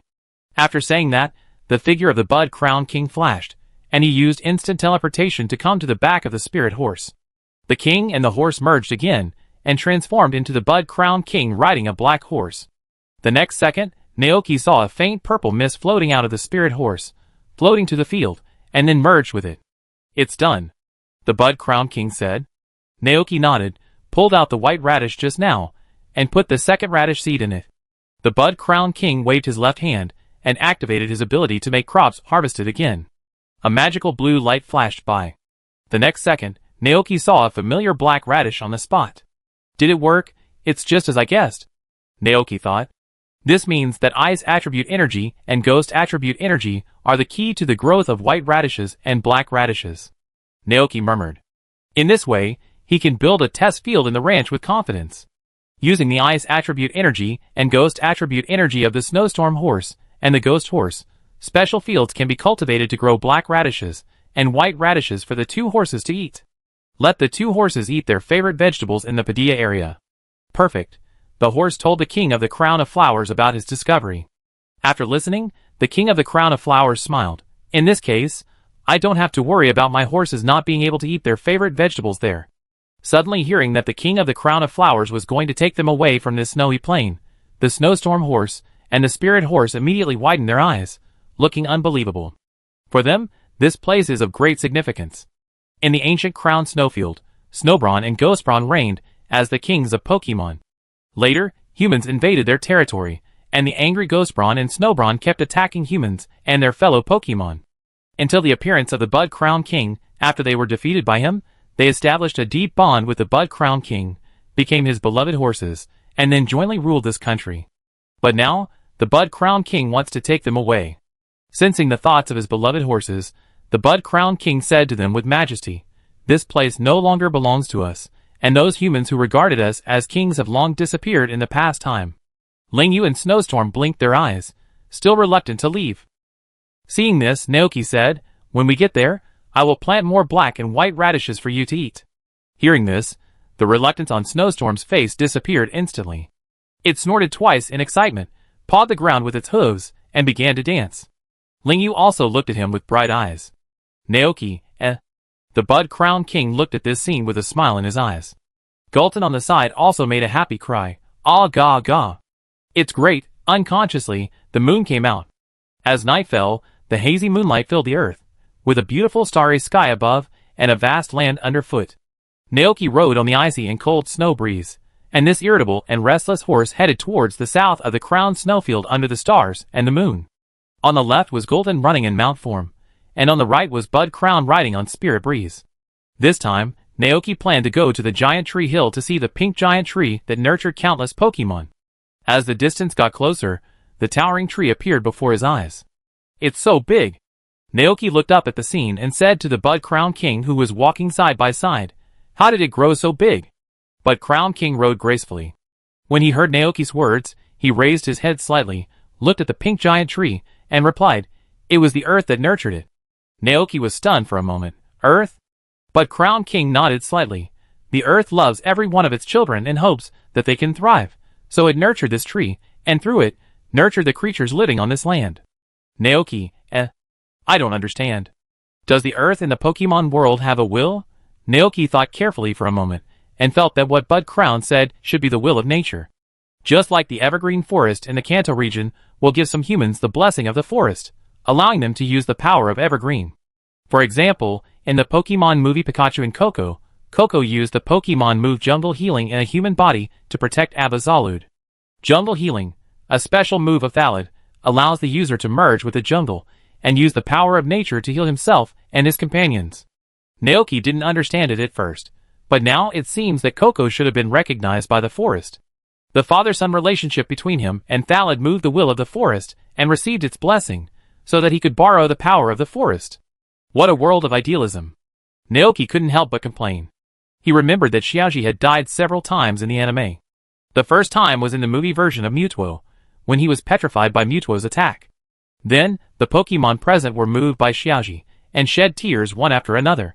With the help of this invincible artifact, Tears of True Love, Xiaoji successfully resurrected.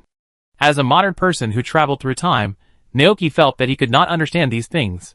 This is no different from the plots of those who shouted, "Love, bond, this is our friendship," and then defeated the invincible Demon King. 2nd year, Naoki thought. At this time, they came to the shore of the Ball Lake surrounded by the giant tree hills. The Spirit Horse and Snow Horse stopped. Naoki and Bud Crown dismounted, planning to camp here tonight. It was already 7 o'clock in the evening. Although it was dark, they could still see the wild Pokemon active nearby. The bluebirds flying in the air following the Tanabata bluebird, the blue jays hiding on the branches covered by shadows with sharp eyes and agile bodies, the woolly horned sheep grazing in the grass in groups, and the fluffy cotton balls floating gently in the air with the breeze. And the mud loaches swimming in the lake, the dull-eyed Magikarp and Ogre, and the wild bass rushing around wildly. The types of Pokemon here are richer than any other place Naoki has been to before. At a glance, you can feel the vigorous vitality exuded by these Pokemon. There is no doubt that they are the Pokemon raised by the giant tree in the mouth of the Bud Crown. Naoki was shocked by this beautiful ecology. He was slightly touched in his heart. Looking at the Pokemon running and playing on the land, his mind thought of the World Tree in his own ranch. He murmured to the bud crown beside him and asked, "There is also a tree that can grow very tall in my ranch. If it can grow, can it also raise many Pokemon like it does now?" Bud Crown looked at him. "Tree? I call it the World Tree." Naoki told Bud Crown the name of the tree. "It is a very great tree, but it takes 100,000 years to grow." World Tree. Bud Crown had never heard of this name. He pondered carefully for a moment before saying, "If it is just time, perhaps my power can help it grow." Naoki thought of the 3 goats that nurtured the World Tree. Every time they nurtured the World Tree, they looked as if their bodies were hollowed out, except for their faces, which showed a satisfied expression. If he followed the normal process, he would not see the moment when the World Tree grew up until he died of old age, but Naoki looked at the Bud Crown King and said, "That may consume a lot of your energy." The Bud Crown King smiled and said, "So what? You pulled me out of the abyss, and spread my name in that land, providing me with enough faith to withstand the severe cold on the snowfield." Naoki was very touched. Budcrest. As expected of a Pokemon with a kind heart, Budcrest was also very touched. Naoki. His little followers are so kind to him. Budcrest's favorability continued to increase. At this time, the rumbling sound of Gulden's stomach destroyed the touching atmosphere. Naoki turned his head, and saw Gulden looking at him, with an innocent face tilted. "Ah? What's wrong?" Naoki, that's all. I start cooking now. Today's dinner. Naoki prepared fried steak, and vegetarian sandwiches made of vegetables. The fried steak was prepared for Gulden and Motor Lizard, and the vegetable sandwich was for the Bud Crown King. As for Snowstorm Horse and Spirit Horse, they had eaten more than 100 radishes in the afternoon, and now their stomachs are still bulging. It seems that they haven't digested them yet. The method of making vegetable sandwiches is very simple. Most of the ingredients Naoki used were vegetables bought from the frozen village, such as radishes, lettuce, broccoli, etc. Cut these vegetables into slices, put them into the bread slices, and finally squeeze ketchup and salad dressing, and a vegetable sandwich is ready. Naoki looked down and found that the sandwich would only enhance the power of the next grass attribute move used by Pokemon, so he didn't take it to heart. After making dinner for several Pokemon, he started to make curry rice for himself. During this time, Naoki suddenly thought of what the old chief of Frozen Village had said to him before, so he looked at the Bud Crown King and asked, "By the way, the old chief of Frozen Village, the descendant of those who used to make rains, wants to know if you really exist. He asked me to tell him if I found anything. Should I tell him about you?" Hearing this, the Bud Crown King looked calm. He pondered for a moment, then shook his head gently. "Forget it, I am no longer the king of plenty. Now I am just an ordinary farmer." Naoki, an ordinary farmer, but in this case. That's fine. Then he won't tell the old village chief of Frozen Village about this. If that's the case, then we set off tomorrow, Naoki said. Next, he has to go to the big city in the Galar region to buy some steel feathers shed by Steel Crow, which should also take some time. After this is done, he can take the Bud Crown King back to the ranch to spend the winter together. The Bud Crown King nodded gently, yes. Chapter 255. Night fell over the earth, and the whole world fell into silence. The Pokemon living near the giant tree hill returned to their nests one after another, yawned, and fell asleep peacefully inside. Occasionally, some nocturnal Pokemon passed by nearby, and their running made rustling sounds in the grass. Standing on the hill, you can see the surface of the Galar Sea in the distance. Because of the ocean currents, the temperature in this place is not as cold as that in the northern part of the snowfield. Because of this, there is such a rich wild Pokemon ecosystem here. Naoki sat around the campfire with several Pokemon in Budcrest. After hearing that Naoki was going to leave the Crown Snowfield tomorrow, Budcrest looked towards the distant Galar region, and then whispered to Naoki, "Before leaving, I want to go somewhere." Naoki was very surprised. "Where?" "Budcrest. Where is the King of Sword and the King of Shield?" "The King of Sword and the King of Shield. Aren't those the other two legendary Pokemon in the Galar region, the brother and sister Songxiang and Zong Marant?" Naoki was stunned for a moment, then asked in surprise, "Do you know Songxiang and Zong Marant?" Budcrest nodded slightly. "I once faced the disaster that destroyed the Galar region with them." This should refer to the dark night caused by Mugen, right? Naoki couldn't help asking, "Can you tell me what happened in the past?" As for what happened at that time, it has long been vague in modern times. People have forgotten Budcrest, Songxiang and Zong Marant, and only remember that a hero holding a sword and shield saved the Galar region. In the game, this history is not explained in detail, and players can only guess by themselves through some words and clues. The Bud Crown King looked majestic, nodded, and said, "Of course, since you want to know, I will tell you everything." Naoki immediately brought a small stool, sat in a row with the old Latin motor lizard, and listened to the Bud Crown King telling the story of the past by the campfire. "A long, long time ago, I led my beloved horses, and the humans who believed in me to live on this land together. One day, I foresaw the future and saw that an unprecedented disaster would befall the Galar region in the near future. In order to deal with this disaster, I summoned two other strong men living on this land, Song Xiang and Zong Marant. After hearing what would happen in the future, they promised me that they would stop the disaster.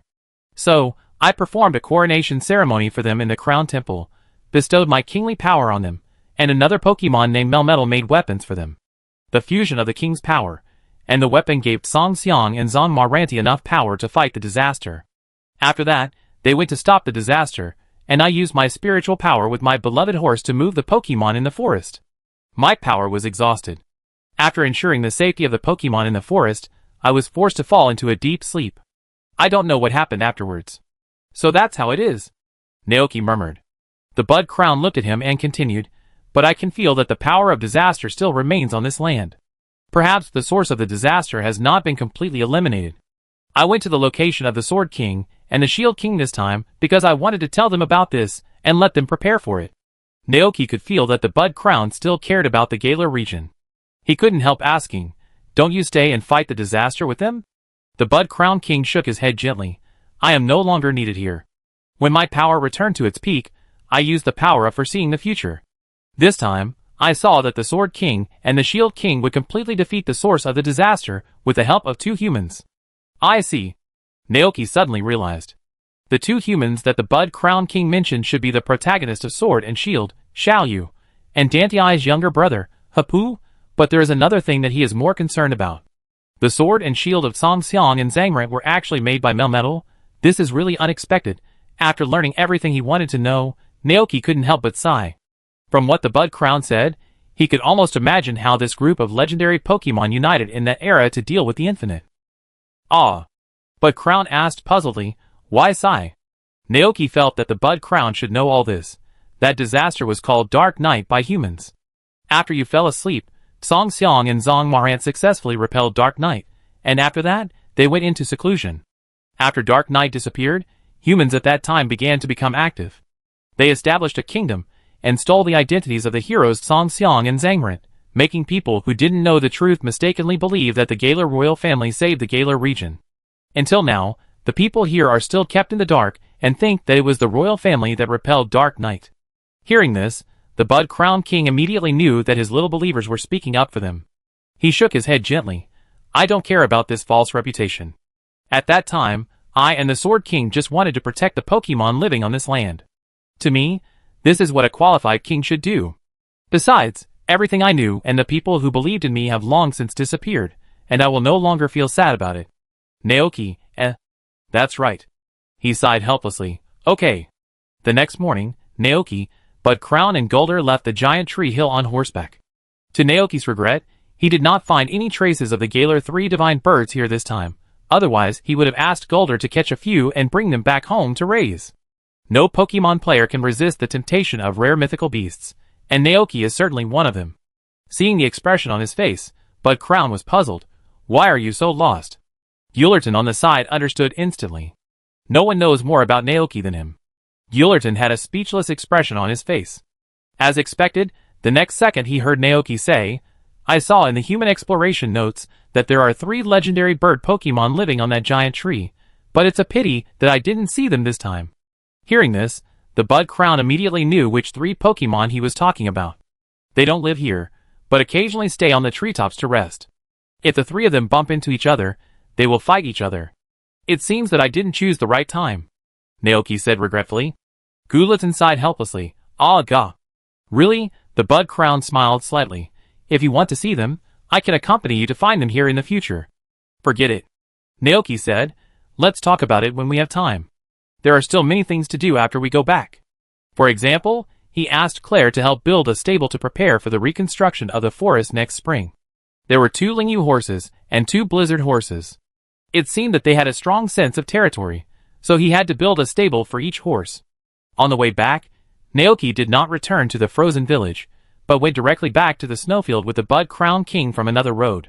The steam train to the Galar region stops there. At the outskirts of the snowfield, Naoki stopped on his Gultron and asked the Bud Crown, "We are going to the Galar region by train. We may meet other humans at that time. Do you want to meet them?" Bud Crown thought for a moment, and thought that the humans now should not recognize him, so he said indifferently, "Yes. That's fine." Naoki turned his eyes to the aura and the Snowbron. "There is one more thing. The train does not allow large Pokemon to ride, so I need to put them in the Pokeball. Is that okay?" "Pokeball?" The Bud Crown looked puzzled. Naoki took out an ordinary red and white Pokeball and explained, "This is the one developed by humans to carry Pokemon. You can put Pokemon in it and take them anywhere by pressing a button." He carefully introduced to the Bud Crown the relationship between humans and Pokemon in this era, as well as the professions of trainers and breeders that are closely related to Pokemon. The Bud Crown nodded as he listened, and when Naoki finished speaking, he said, "I understand. In that case, you can put the 2 horses in it." Naoki nodded, walked forward and touched the heads of the 2 horses, then took out 2 empty Pokeballs and placed them on their heads. With 2 flashes of red light, the bodies of the 2 horses were collected into the balls. Perhaps he had received the approval of the 2 horses. The Pokeballs only shook slightly, and then completely quieted down. This meant that the horses had been successfully captured. Seeing this magical scene, the Bud Crown King opened his eyes in disbelief, his eyes full of surprise. "What kind of method is this?" Naoki thought for a moment and replied, "It seems to use the principle that Pokemon will shrink when they are weak, but I am not sure about the details. Can I enter it too?" Bud Crown suddenly asked, "To you humans, I should also be considered a Pokemon. Naoki, is it okay?" Bud Crown looked eager to try. Naoki could only take out the 3rd Pokeball, press the button, and put Bud Crown into it. Perhaps because of the high favorability of the Bud Crown towards him, the Pokeball did not even shake this time and became quiet. After a while, the Bud Crown ran out of the Pokeball by itself. "Interesting," the former king of Galar said with emotion. "Humans are really a very intelligent race." The Bud Crown thought of what Naoki had just said about the relationship between trainers and Pokemon, and asked, "In this case, I am also your Pokemon, right? Trainer, please give me more advice in the future." Naoki, In order to prevent Bud Crown from misunderstanding something, Naoki explained, "I am not a trainer, nor am I good at training Pokemon. Like you, I am also a farmer." "Ha ha ha." Bud Crown suddenly laughed. "You are right, I am not a king anymore. From now on, we are all farmers who work on the fields." Naoki, The 2 continued to move forward and returned to the station on the snowy field along the way they came. Just as they were about to reach their destination, Naoki suddenly saw a very conspicuous cordon on the road ahead, and a red sign symbolizing extreme danger was placed nearby, as if to indicate that something dangerous had happened here. The station ahead was even more closed, and the lights were dim. Naoki frowned. The Bud Crown King beside him also seemed to have noticed something, and said seriously, "I sensed an unusual breath." He turned his head, and saw a fire rising from the mountains in the distance, and even the sky was illuminated by a fiery red. Naoki and Golden also noticed that scene. What happened? A fire broke out on the snowy plains at a temperature below 0. This is too weird. At this moment, a low and weird panting sound suddenly came from the air. Then, a red abnormal creature similar to a human-shaped mosquito landed in front of Naoki and the crown of buds. It was a creature covered with swollen and terrifying muscles. It has 2 pairs of translucent bright red wings behind it, a small and flat head, and a sharp beak that flashes coldly under its spherical black eyes. Ultimate Beast. The moment Naoki saw the creature, its name came to his mind. Explosive Mosquito. But how could it be? How could the Ultimate Beast from Alola come to Galar? Just as he was slightly stunned, the explosive mosquito suddenly raised its thick arms and leaned towards its head, performing an extremely standard bodybuilding move. With the pulsating muscles, it can be clearly felt that this explosive muscle mosquito seems to be showing off its explosive muscles. Danger! Suddenly a vigilant voice came from not far away.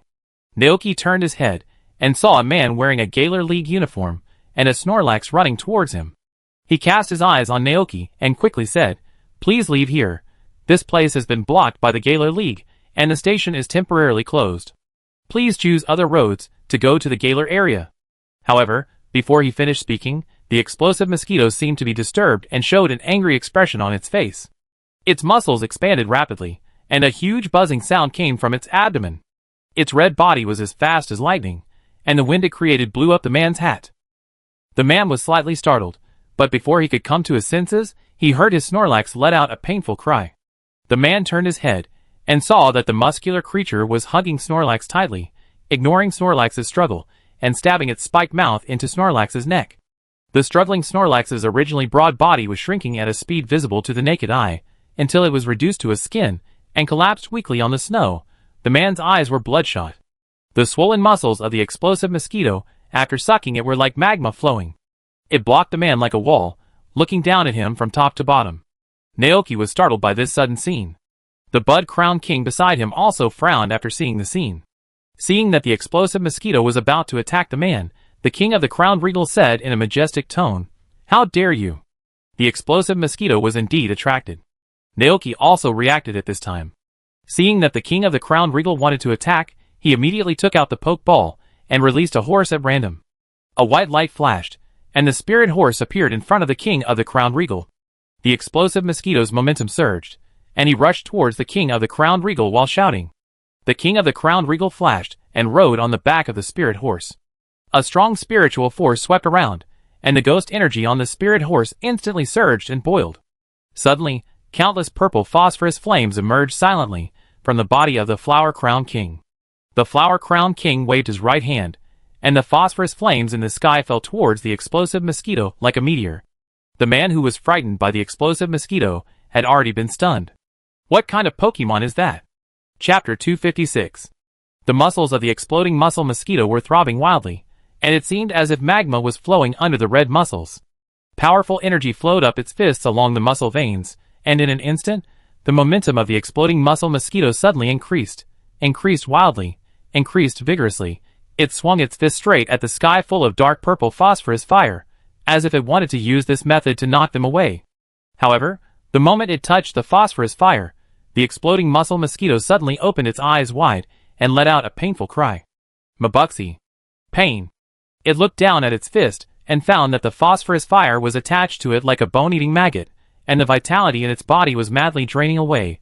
As more and more phosphorus fire fell, the muscles on the back, arms, cheeks, and abdomen of the explosive muscle mosquito were all burning with purple flames. A scorching burning sensation instantly spread throughout its body. The explosive muscle mosquito could not bear such torture, and screamed with bared teeth.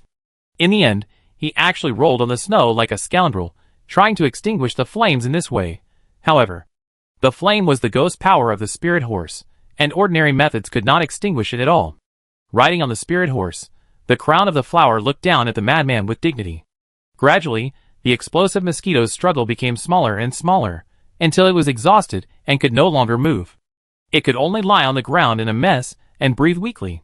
The man on the side stared at this scene in amazement, and the mysterious Pokemon that was extremely powerful and could defeat the explosive mosquito with one move. At this time, a nervous voice came from the micro-communicator in his ear. "Mark, what's going on?" The man called Mark quickly came to his senses. As an Alliance staff member, he immediately entered the working state and reported the situation on his side to the other end. "The target has been found. It's just... there was a little accident here." "What accident?" The other end of the phone was slightly stunned. "Mark, the Pokemon that ran out of the glowing hole sucked my Snorlax dry. At the critical moment, a trainer with several unknown Pokemon rescued me." During the report, Mark suddenly saw the horse-riding Pokemon approaching the alien creature. "Wait! That Pokemon is treating the unknown creature," Mark exclaimed immediately. At this time, the healing energy of the Bud Crown had begun to recover the injuries of the fallen explosive. Mark ran up anxiously and shouted, "Don't do this. It's dangerous. Calm down." Naoki glanced at the badge on the man's chest and realized that the other party was from the Galar Alliance. At this time, the explosive mosquito's injuries were completely recovered. It slowly stood up from the ground and looked at the King of the Flower Crown in fear. The King of the Flower Crown looked at it with a dignified look. "I have forgiven your offense. Now, go back to where you should go." The explosive mosquito stopped where it was. It raised its arm and touched its head, making a distressed and tangled expression. "Mabuxi. I'm lost." The King of the Flower Crown was silent. After a long while he asked, "Where did you come from?" "Explosive mosquito, Mabusu." At this time, the effect of the translation Melon C crisp ended, and Naoki could no longer understand the Pokemon's speech. He did not take out a new one immediately, but turned around and asked about the conversation between the two Pokemon just now. Do you know where it ran out from? Mark was slightly stunned, and then subconsciously answered, from a complex cave. Hearing this, Naoki nodded. Sure enough, just as I guessed, this explosive mosquito ran out of the ultimate cave. He remembered that in both the game and the anime, there was an ultimate cave in the Galar region. And the ultimate cave in the Galar region happened to be on the Crown Snowfield, at the deepest part of the cave, where the player went on a huge adventure. In the anime, Lily's father, Dr. Morn, also came to the Galar region through this ultimate cave. After thinking for a moment, Naoki said to the man, it must have lost its way. Just send it back to the cave. Lost? Mark was very surprised. You could understand Pokemon talking? Naoki didn't nod or shake his head, but just made up a random excuse. My Pokemon can telepathize. I see. Mark suddenly realized. But now didn't seem to be the time to talk about this. He glanced at the explosive mosquito and was a little scared. Well, can you please help me send it back? Naoki took out the translation melon seed crisp and ate it. Ray Crown looked at his actions and said, but I just want to go there to take a look. I felt the abnormal breath before, and it came from there. Okay. Naoki nodded. Then, the Bud Crown looked at the Snorlax that was sucked dry. He rode on the spirit horse and walked forward, raised his right hand, and a stream of vibrant green energy was poured into the body of the Snorlax. The next second, the Snorlax that was sucked into his skin slowly swelled up like a balloon. Mark was already stunned when he saw the scene. He looked at Golden beside him, then looked at the Bud Crown and the spirit horse under him, and couldn't help asking, are they all your Pokemon? Naoki nodded, yes. Good, so strong. Mark opened his eyes wide. As a league staff and trainer, he knew very well that there was no such Pokemon in the Galar region, which meant that the powerful trainer in front of him came from other regions. While leading the way for the few people, Mark turned back and asked, may I ask where you are from? Naoki smiled and said, of course, I am from Padia and I just arrived in the Galar region not long ago. Padia. Mark instantly became alert. That means these two Pokemon he had never seen before are also Pokemon from the Padia region. Looking at their energetic appearance, they are bred to perfection. Mark couldn't help but exclaimed, amazing, you must be a great trainer, right? Naoki, here we go again. He smiled politely. No, I'm just a farmer. What? Mark was stunned. Farmer? How is it possible? Which farmer can breed such a powerful Pokemon? Seeing that he didn't believe it, Naoki was very helpless. Why doesn't anyone want to believe that he is really a farmer in the countryside? Mark didn't know what was in his mind. He looked at him from time to time while walking. After a long time, he suddenly said, I know. Naoki, ? What do you know? Just then, the destination was reached. It was an area surrounded by cliffs, and various police cars and helicopters were parked on the snow. Naoki saw flames burning on some police cars and helicopters, as if a big explosion had occurred not long ago. Looking at this scene, Mark said, those were all caused by this mysterious creature. It can knock a car away with one punch. Because of it, we dispatched a lot of people. At this time, a group of people gathered on the snow had already discovered their arrival. Mark immediately took Snorlax to report the situation. Others turned their eyes to Naoki and Gulton and Rape Crown beside him. Seeing this scene, Naoki originally thought that someone might recognize the Bud Crown King. But in the end, no one did. The Bud Crown King looked at the bottomless cave not far away and said, I feel that the source of that power is this cave, and it seems to be connected to another world that we are not familiar with. Naoki was slightly stunned, and then realized that the Bud Crown King should be talking about the breath of the ultimate cave, and that world should refer to the home of the ultimate beast, the ultimate space. It's just that it's very weak now, and will disappear soon, the Bud Crown King said. The explosive mosquito was a little anxious when he heard this. What? If it disappears, will it never come back? Naoki was speechless. Why did you come here when you knew you couldn't go back? Explosive mosquito, what? Curious, Naoki, Well, it seems that this explosive mosquito came to this world out of curiosity. It's just a pity that it wasn't Poison Baby who came here. Otherwise, he would have to take the other party back home. As for why he didn't subdue the explosive mosquito, Naoki took a silent look. Although the explosive mosquito was full of muscles, its appearance was not as good as the roaring tiger and the martial arts bear master of the same type. And maybe it would go to the ranch and suck the hens raised by Babu Tubo into his skin while he was not paying attention. Forget it, Naoki thought. At this time, Mark had finished his report. He ran back and said to Naoki, "Okay, now we can send it back underground." Naoki was stunned. What underground? Mark was confused. Isn't this Pokemon a Pokemon that came out from deep underground? Naoki, It seems that the Galar Alliance doesn't know about the existence of the Ultra Hole. In that case, he won't explain. He and Bud Crown stood here for a long time after watching Explosive Fly follow the other party. After an unknown amount of time, Bud Crown said, "I feel that the power has disappeared." Naoki nodded. It seems that the Ultra Hole should be closed. At this moment, a group of Galar Alliance staff ran out of the cave in shock. It disappeared. The muscular Pokemon ran into a glowing hole and disappeared. It turned out that it was not a Pokemon from underground, but from another world. Looking at this scene, Naoki said to the Bud Crown, "Let's go too, the station should have resumed operation now." Bud Crown nodded slightly. He rode on the spirit horse and left here with Golden behind, running towards the snowfield in the distance. Mark and the others came to their senses and wanted to thank the trainer, but they found that he had already left. The Galars didn't know what they had lost yet, and just murmured, "It's really strange that the Pokemon would ride on other Pokemon to fight together." However, from what you reported, the Pokemon seems to be very powerful, and defeated the dangerous Pokemon with one move. To be able to capture such a Pokemon, the Padilla must be a very powerful trainer, right? What a pity, if only we had a chance to make friends. One day later, Mugon Town. This is a quiet town located in the suburbs. Because the Bud Crown wanted to go to the Wime Forest to find Song Xiang and Zangren, Naoki took him to get off the train at the Mugon Town station. They planned to go south from here to Hualing Town, and the Wime Forest was next to Hualing Town. Naoki walked on the street with Golden and Bud Crown, and Linjiuma and Blizzard were put into the poke ball by Naoki. Guillerton looked left and right, and seemed to be very curious about everything here. The Bud Crown King was also looking at everything here. As he looked, he said to Naoki, "Compared with the world I know, this place has really changed a lot." Yes. Naoki did some research on the ancient history of the Pokemon world, and he couldn't help but sigh. In the past, humans still used Pokemon as monsters and slaves, but now, with the development of science, Pokemon has been completely integrated into human life. The Bud Crown nodded slightly, with a smile on his face. "I like the world now." Naoki grinned. "I like it too." At this time, the nearby Guillerton seemed to have discovered something.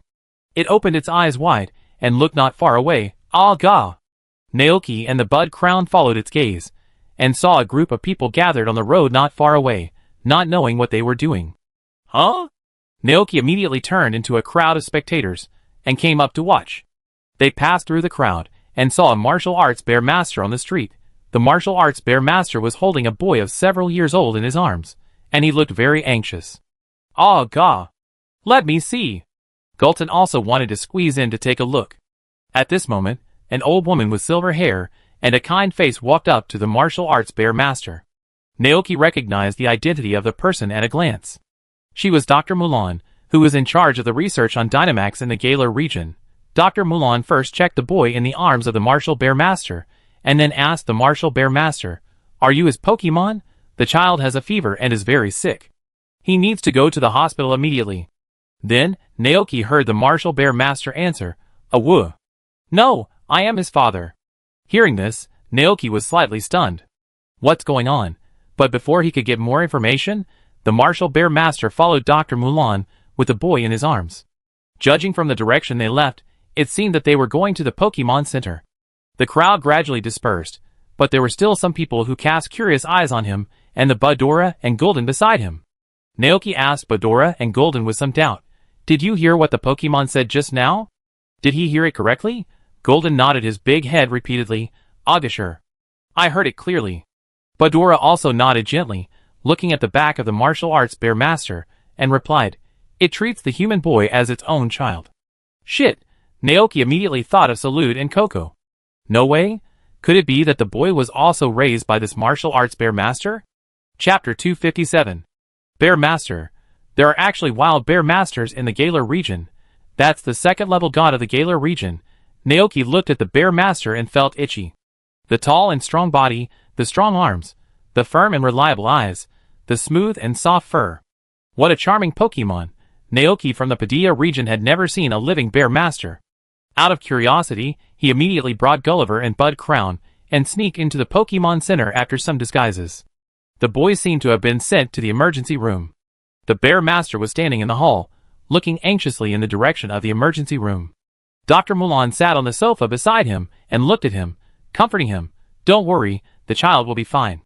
The Bear Master looked worried and didn't seem to be comforted. Naoki pretended to be a trainer who came to the Pokemon Center to rest. He put on inconspicuous sunglasses for Gulliver and Bud Crown, and took a newspaper to observe the Bear Master. "Ah, gah!" Golden was speechless, knowing that Naoki was distracted by Pokemon again. But Crown turned his head and looked around through his sunglasses, feeling this strange feeling. After a while, the light in the emergency room turned from red to green, and Miss Joy came out of the room. Naoki heard Miss Joy ask seriously, "What is going on? Where are the family members of this child? If they had been sent here 10 minutes later, it would have been dangerous." As she spoke, Miss Joy looked at the Bear Master and asked, "Are you his Pokemon?" The Bear Master opened his mouth, as if he wanted to say something, but in the end, he didn't. Dr. Mulan smiled and looked at the Bear Master, comforting him. "Okay, the child is fine now." Miss Joy was still very angry. His parents are so irresponsible. At this time, they didn't come in person, but sent a Pokemon to deliver it. Hearing this, the martial arts Bear Master was depressed and lowered his head with a sad face. Miss Joy looked at the Pokemon side and said, "The child is fine now. If you are worried, you can go to the ward to see him first." Hearing this, the martial arts Bear Master hurried in. Naoki watched all this with interest. If what he just heard on the street was true, then wouldn't Miss Joy's words pierce the martial arts Bear Master's heart? It should feel guilty, right? At this time, Miss Joy noticed them sitting in the corner, adjusted her inner mood, walked up and asked, "Hello, how can I help you?" Before she finished speaking, Miss Joy saw the Bud Crown King wearing sunglasses, and couldn't help but exclaimed, "What a big head!" Bud Crown King, Naoki, Not polite. After speaking, Miss Joy quickly covered her mouth, realizing that she had said what she was thinking, and quickly apologized to the other party. "I'm really sorry." The Bud Crown looked helpless. "Forget it, I don't blame you." However, to Miss Joy, the Bud Crown's cry was, "Crown, Mujiji." Naoki translated for him. He said, "He forgives you." Miss Joy looked apologetic. After learning that they came to the Pokemon Center to rest, she paid for 3 cups of nutritious tree juice for them. This is tree juice that can restore the energy of Pokemon. It is very effective for Pokemon of all attributes. Miss Joy smiled. Naoki put straws in the bottles for Golden and Bud Crown, handed them to them, and then said to Miss Joy, "Another cup." He released the motor lizard. Miss Joy understood, and made another cup of tree juice. Several Pokemon drank happily, and Bud Crown also picked up the tree juice with his hands, held the cup, and drank it with a straw. Judging from his expression, the taste of this tree juice should be pretty good. After drinking a whole cup of tree juice, Bud Crown commented, "It is indeed delicious. The temperature on the snowfield is too low, which is not suitable for the growth of fruit trees. I haven't drunk this kind of drink for a long time." Naoki smiled and said, "There are many fruit trees planted in my ranch. You can drink as much as you want when you go back." Bud Crown laughed. "I am no longer a child. You don't have to talk to me in the tone of a child. I know your intentions." Although, he doesn't hate it. Naoki was a little embarrassed. "Haha, Gul'dan and I are used to it." At this time, the martial arts Bear Master ran out of the house, and turned around, and left the Pokemon Center with a decisive step. Seeing this, Naoki was slightly stunned. Where is it going? The Bud Crown King was also a little curious, and he suggested, "Follow it and see." Naoki nodded, and followed with a few Pokemon. They saw that the martial arts Bear Master went forward all the way, walked out of several streets without stopping, until he completely left Mugon Town. Seeing this, Naoki was stunned. Is it going to run away? At this time, the martial arts Bear Master in front suddenly stopped. It turned its head, and looked over with a little vigilance. "Awah! Who are you?" This martial arts Bear Master's perception is sharper than he thought. Its strength must be very strong. Naoki had this thought in his mind, and said, "You left the boy alone in the Pokemon Center." Hearing this, the martial arts Bear Master showed a reluctant and painful expression on his face. "Xiao Wu." Naoki raised his eyebrows. "Xiao Wu." Suddenly, the martial arts Bear Master suddenly reacted. "Can you understand me?" At this time, the Bud Crown floated forward and asked kindly, "We have no ill intentions. I just want to know what kind of relationship you have with that human." The martial arts Bear Master looked at the Bud Crown.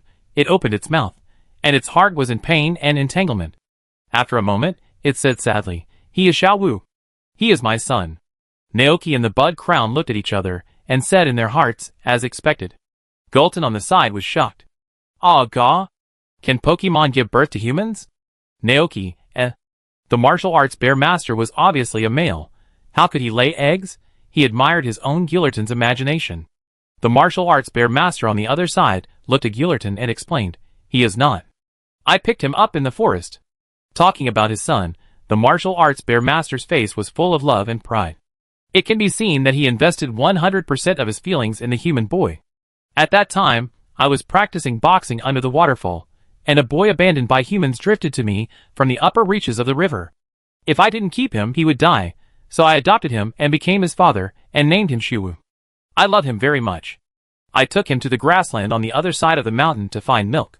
He would also accompany me to practice boxing by the waterfall all year round. Xiaowu is a very smart child. He would help Pokemon in the forest. Even some Pokemon with very fierce personalities would become much more obedient when they saw him." Talking about the past, Widow Xiongcher's eyes were very gentle. The Bud Crown King listened silently, and asked in confusion, "Then why do you want to leave him?" The martial arts bear master looked gloomy, and answered painfully, "Because Xiao Wu is a human, life in the forest is not suitable for him." "That human is right. I am not a qualified father. I can no longer selfishly tie Xiao Wu to my side, and keep him away from the human world. If he stays in the human world, Xiao Wu will be able to grow up healthily, no longer get sick, no longer worry about finding food, can live in a warm room, and no longer worry about heavy rain and cold." Hearing this, Naoki probably understood what the martial arts bear master was thinking. He couldn't help but say, "You are already a qualified father." The martial arts bear master was slightly startled. "Naoki, but I think the child doesn't know that you left yet?" The martial arts bear master looked embarrassed. The Bud Crown King also knew what Naoki meant. "I can feel your heart. Since you can't let him go, why do you still leave him?" "Naoki, when he wakes up, the first person he wants to see must be you, but you are not by his side. Although it is the human world, everything is strange and unknown to that child." Gillerton nodded his big head in agreement. "Ah, ga." Hearing this, Widow Bear Master was slightly startled.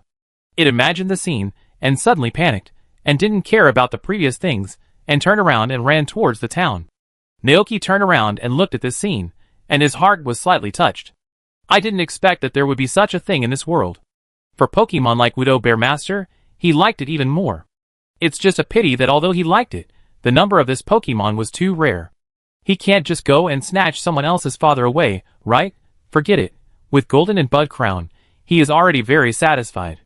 As a human being, the most important thing is to know how to be content. Bud Crown also saw new possibilities between humans and Pokemon. The former king of Galar sincerely wished, "I hope that child can get better as soon as possible." "Okay, we should continue our journey," Naoki said. Bud Crown nodded. So, the group continued their journey and headed towards the direction of Hualang Town. It was getting dark, and the sunset enveloped the entire land, as if the whole world was submerged in summer orange soda. Like Shichin Town, Hualang Town also mainly operates ranches. However, the ranches here do not raise rock treasures or big milk cans, but a large group of fat and round braided sheep. Looking at them leisurely eating green grass in the fields under the sunset, it makes people feel that the years are peaceful. Looking at the scene here, the Bud Crown King seemed to have anticipated his future life. He smiled and whispered, "I haven't experienced this kind of life for a long time. Now it seems that it is really exciting." Behind the vast wilderness is a quiet and deep forest. The Bud Crown looked towards the forest. "Let's go. The King of Sword and the King of Shield are there." Naoki was a little excited. Is he going to see Song Xiang and Zong Marant soon? This time in Galar, he saw 6 legendary Pokemon at once, which was really worth the trip. With anticipation, Naoki and the Bud Crown King went straight to the Waiming Forest. As night fell, the whole forest seemed particularly quiet. The river flowed, dense plants grew on both sides of the road, and the big trees blocked out the sun. Occasionally, a ray of bright moonlight shone through the gaps in the forest. The trees in the distance were shrouded in a layer of mist, making the whole forest dreamlike, as if walking into a dream. The roads in the forest were winding, and there were many forks. Naoki and Golden could not recognize the road, so the Bud Crown King led the way in front. I don't know how long I walked, but gradually, the fog around me became heavier and heavier, until the visibility was less than 5 meters. At this time, the Bud Crown King in front of me suddenly stopped. Just as Naoki was about to ask what happened, he saw the Bud Crown King looking forward majestically. Naoki was slightly stunned, and then he looked in the direction of his gaze, and saw two agile black shadows walking out of the thick fog. The one on the left has blue fur, and the white pattern on its body looks like a scar. There is a part similar to a braid connected to its ears, and its limbs are long and narrow. The one on the right was covered in red hair that looked like armor, with a wisp of hair on its head. Its body was angular and covered with patterns similar to wounds. Its face looked like a small shield. Song Xiang and Zhang Marant looked calm and collected. They glanced at Naoki behind the King of the Flower Crown, then walked in front of the King of the Flower Crown and prostrated themselves like knights serving the king. The King of the Flower Crown said in a majestic voice, "No need to be polite." Song Xiang and Zhang Marant stood up. They seemed to have known the King of the Flower Crown's intention, and then raised their heads and let out a long howl similar to that of a dog. "Woof! We have successfully repelled the knight." The Bud Crown King nodded slightly. "I already know, but I can still feel that the power has not been completely driven away. It is still all over this land." Hearing this, a trace of confusion flashed across the faces of Song Xiang and Zhang Marant. The Bud Crown King cast his eyes on them, and said to the two, "I am no longer the King of Galar. In the near future, I will leave this land. From now on, everything here will be handed over to you." Hearing that the Bud Crown King was leaving, Song Xiang and Zhang Marant immediately opened their eyes wide in surprise. Zhang Marant asked in confusion, "What? Why? Is it because of this human?" The Bud Crown King glanced at Naoki and said, "Yes and no, this land no longer needs me. Humans have found their way out." Song Xiang said anxiously, "Woof, woof. But you just said that the night is not over yet. If you leave, are we the only ones who can stop it? Moreover, our weapons have already become rusty." The King of the Flower Crown shook his head gently. "I have given you the power of the king, it will give you the answer, and I have seen the future. This time, the disaster that enveloped this land will be completely resolved." Then the King of the Flower Crown looked at the two heroes in front of him, and said to them, "Before that day comes, all you have to do is wait patiently." Chapter 258. In the deepest part of the Weimei Forest, the hero's court. The broken arch is covered with moss, and an ancient stone tablet stands below. The words engraved on the stone tablet have long been eroded by time, and become blurred. In front of the stone tablet are two rusty and broken weapons. One is a sword and the other is a shield. The moonlight shines through the gaps in the forest, and falls on the sword and shield. This is the habitat of Song Xiang and Zhang Marant. In the distant ancient times, after they drove away the night, they came here to live in seclusion. Naoki and the Bud Crown stood in front of the royal court, looking down at the sword and shield bathed in the hazy moonlight. Song Xiang and Zhang Marant followed the Bud Crown on the left and right. They looked at their weapons, and said in a deep voice, "Woof! When fighting against the disaster, our weapons were damaged by its power. After everything was over, we brought our weapons here and placed them in this royal court." Naoki listened silently. He turned his head, and glanced at Song Xiang beside him. Now Song Xiang and Zhang Marant were still in the form of a 100-battle hero. Without the sword and shield, they naturally have no way to transform into the King of Sword and King of Shield. "Woof? King, when are you going to leave?" Zhang Marant asked. The Bud Crown King withdrew his eyes from the decaying sword and shield and replied, "We will leave here after Naoki finishes his business." Naoki, Sang Xiang and Zhang Marant were slightly stunned, and then realized that this should be the name of this human. They looked over in confusion, wondering why the king suddenly chose to follow an ordinary human. Zhang Marant looked calmly at the strange Pokemon following Naoki. No, maybe it's not an ordinary human. It could feel a deliberately hidden pressure from the Pokemon. With just one glance, Zhang Marant judged that it was a Pokemon that was as powerful as it and its sister, or even far superior to them. Although he didn't know why the king chose this human, Song Xiang still asked, "Woof? King, can we see you again in the future?" The Bud Crown King did not give a clear answer. "After your mission is completed, if you still want to see me at that time, then follow the traces I left and find me in another land." Hearing this, Song Xiang and Zhang Marant were happy. "Woof! We understand." Looking at Song Xiang and Zhang Marant crawling on their front legs, and saluting to the Bud Crown, Naoki suddenly had an idea in his mind. These two Pokemon don't seem to be able to swim, they can't fly like Groudon, so how can they cross such a large ocean? Well, this is a problem.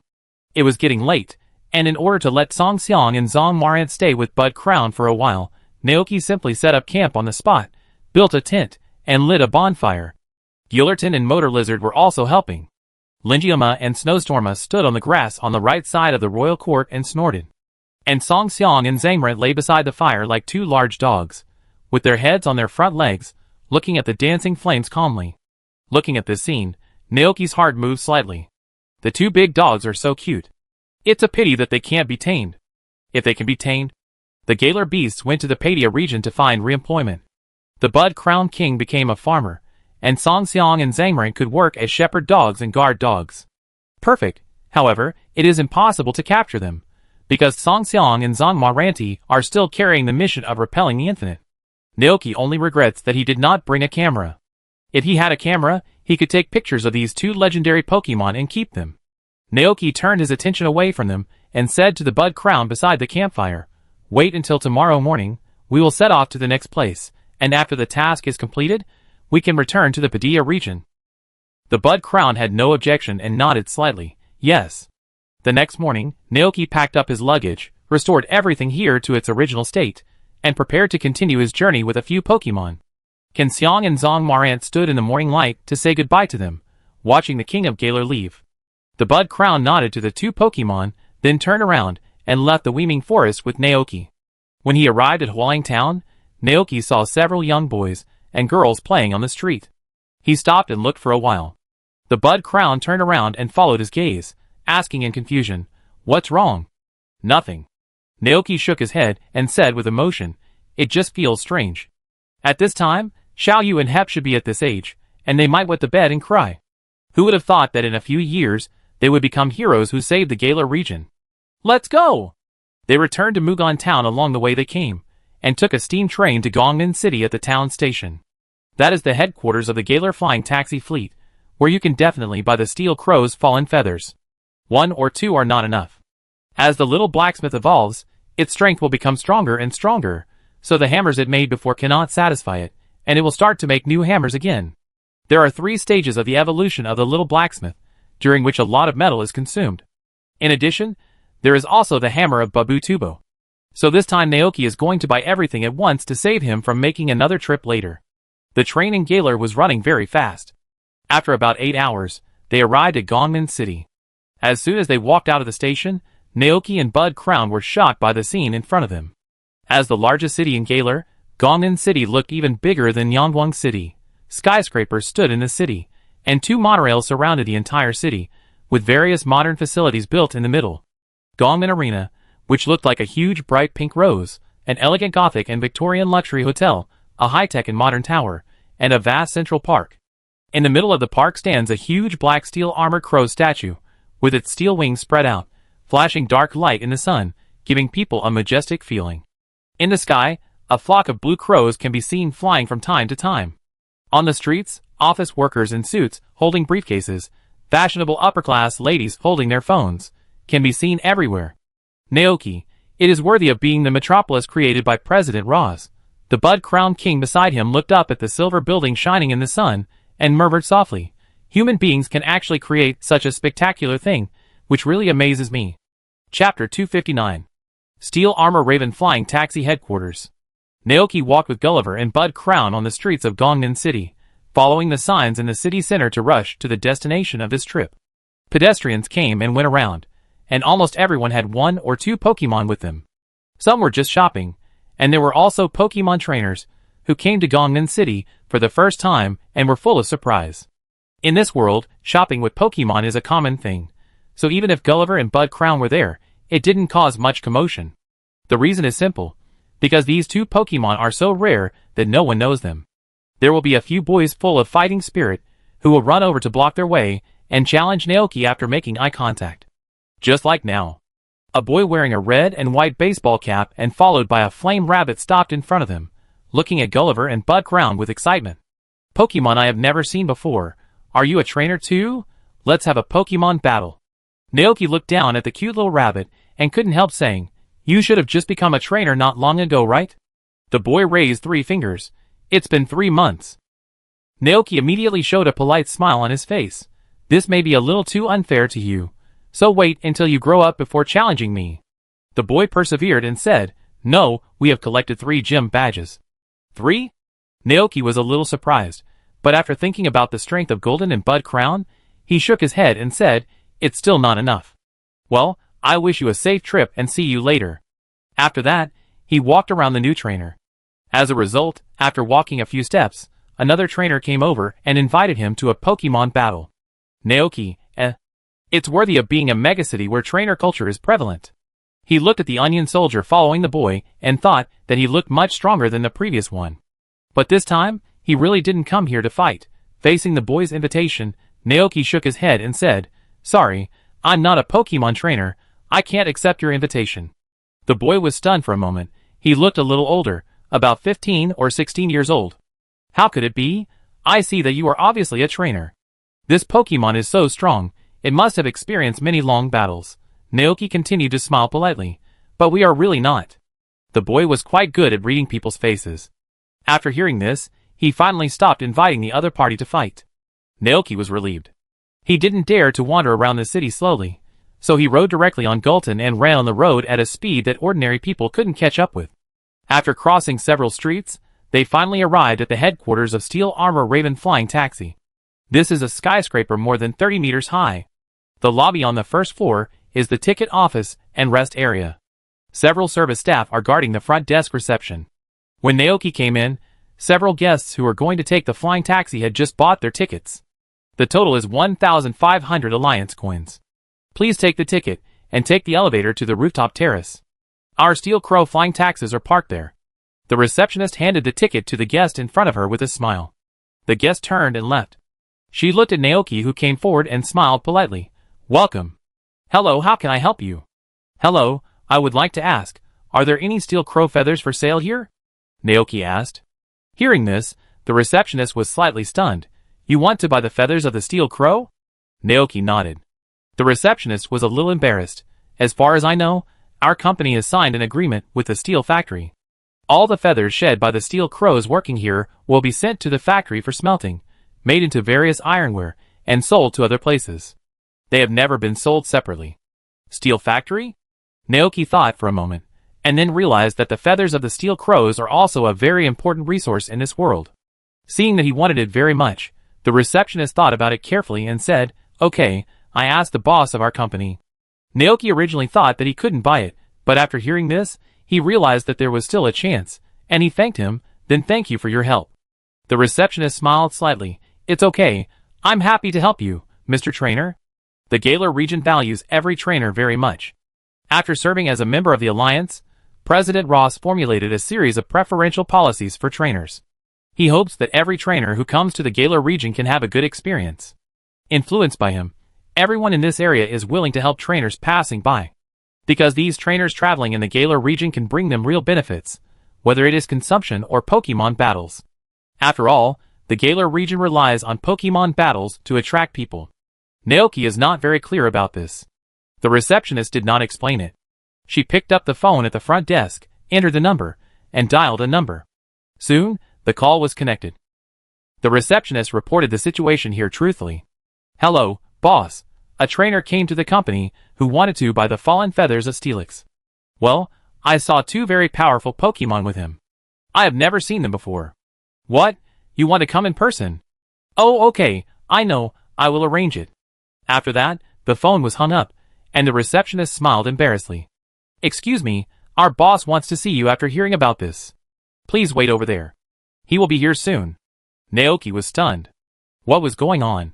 Didn't he just want to buy some Steel Crow feathers? He wasn't a big shot, so why did he mobilize so many people? After a brief thought, he sat in the rest area and waited. Golden looked left and right curiously, while the Bud Crown King looked calm, elegant, and his eyes were filled with an invisible majesty. After a while, an elevator descended from above to the first floor. Then, a tall, strong, middle-aged man in casual clothes walked down from the elevator. He held a very old-fashioned mobile phone in his hand, and said in a loud voice, "What? That guy dared to say in public that my vision is not as good as his?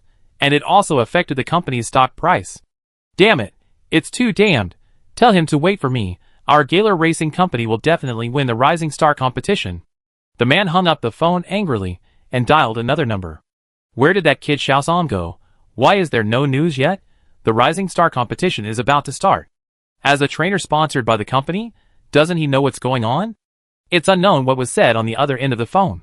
The man was very angry. Forget it, don't count on him. I see if I can find other trainers to help. We must not lose to other companies in this rising star competition. After saying that, the man hung up the phone and walked towards the front desk. The receptionist pointed in the direction of the rest area. Then, Naoki saw the man walking towards him.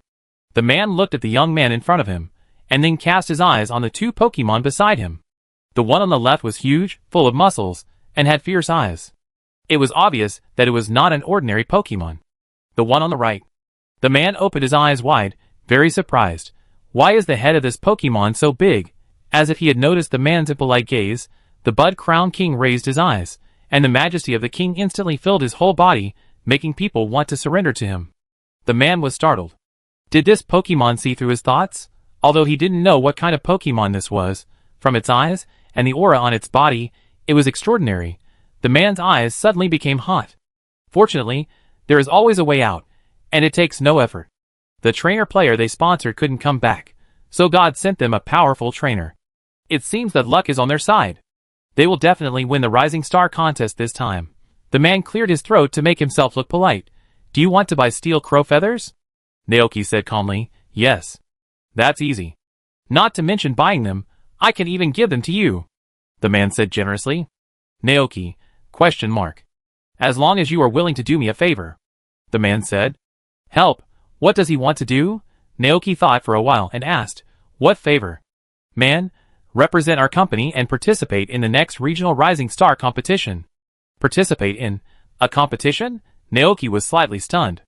Under his puzzled gaze, the man smiled and explained, Don't be nervous, this is just an ordinary Pokemon competition. You are a trainer from another region, right? Naoki, yes. I can tell at a glance. The man said proudly, his vision has always been very accurate. The regional Rising Star competition is a traditional competition in the Galar region. Here, trainer battles have already been commercialized.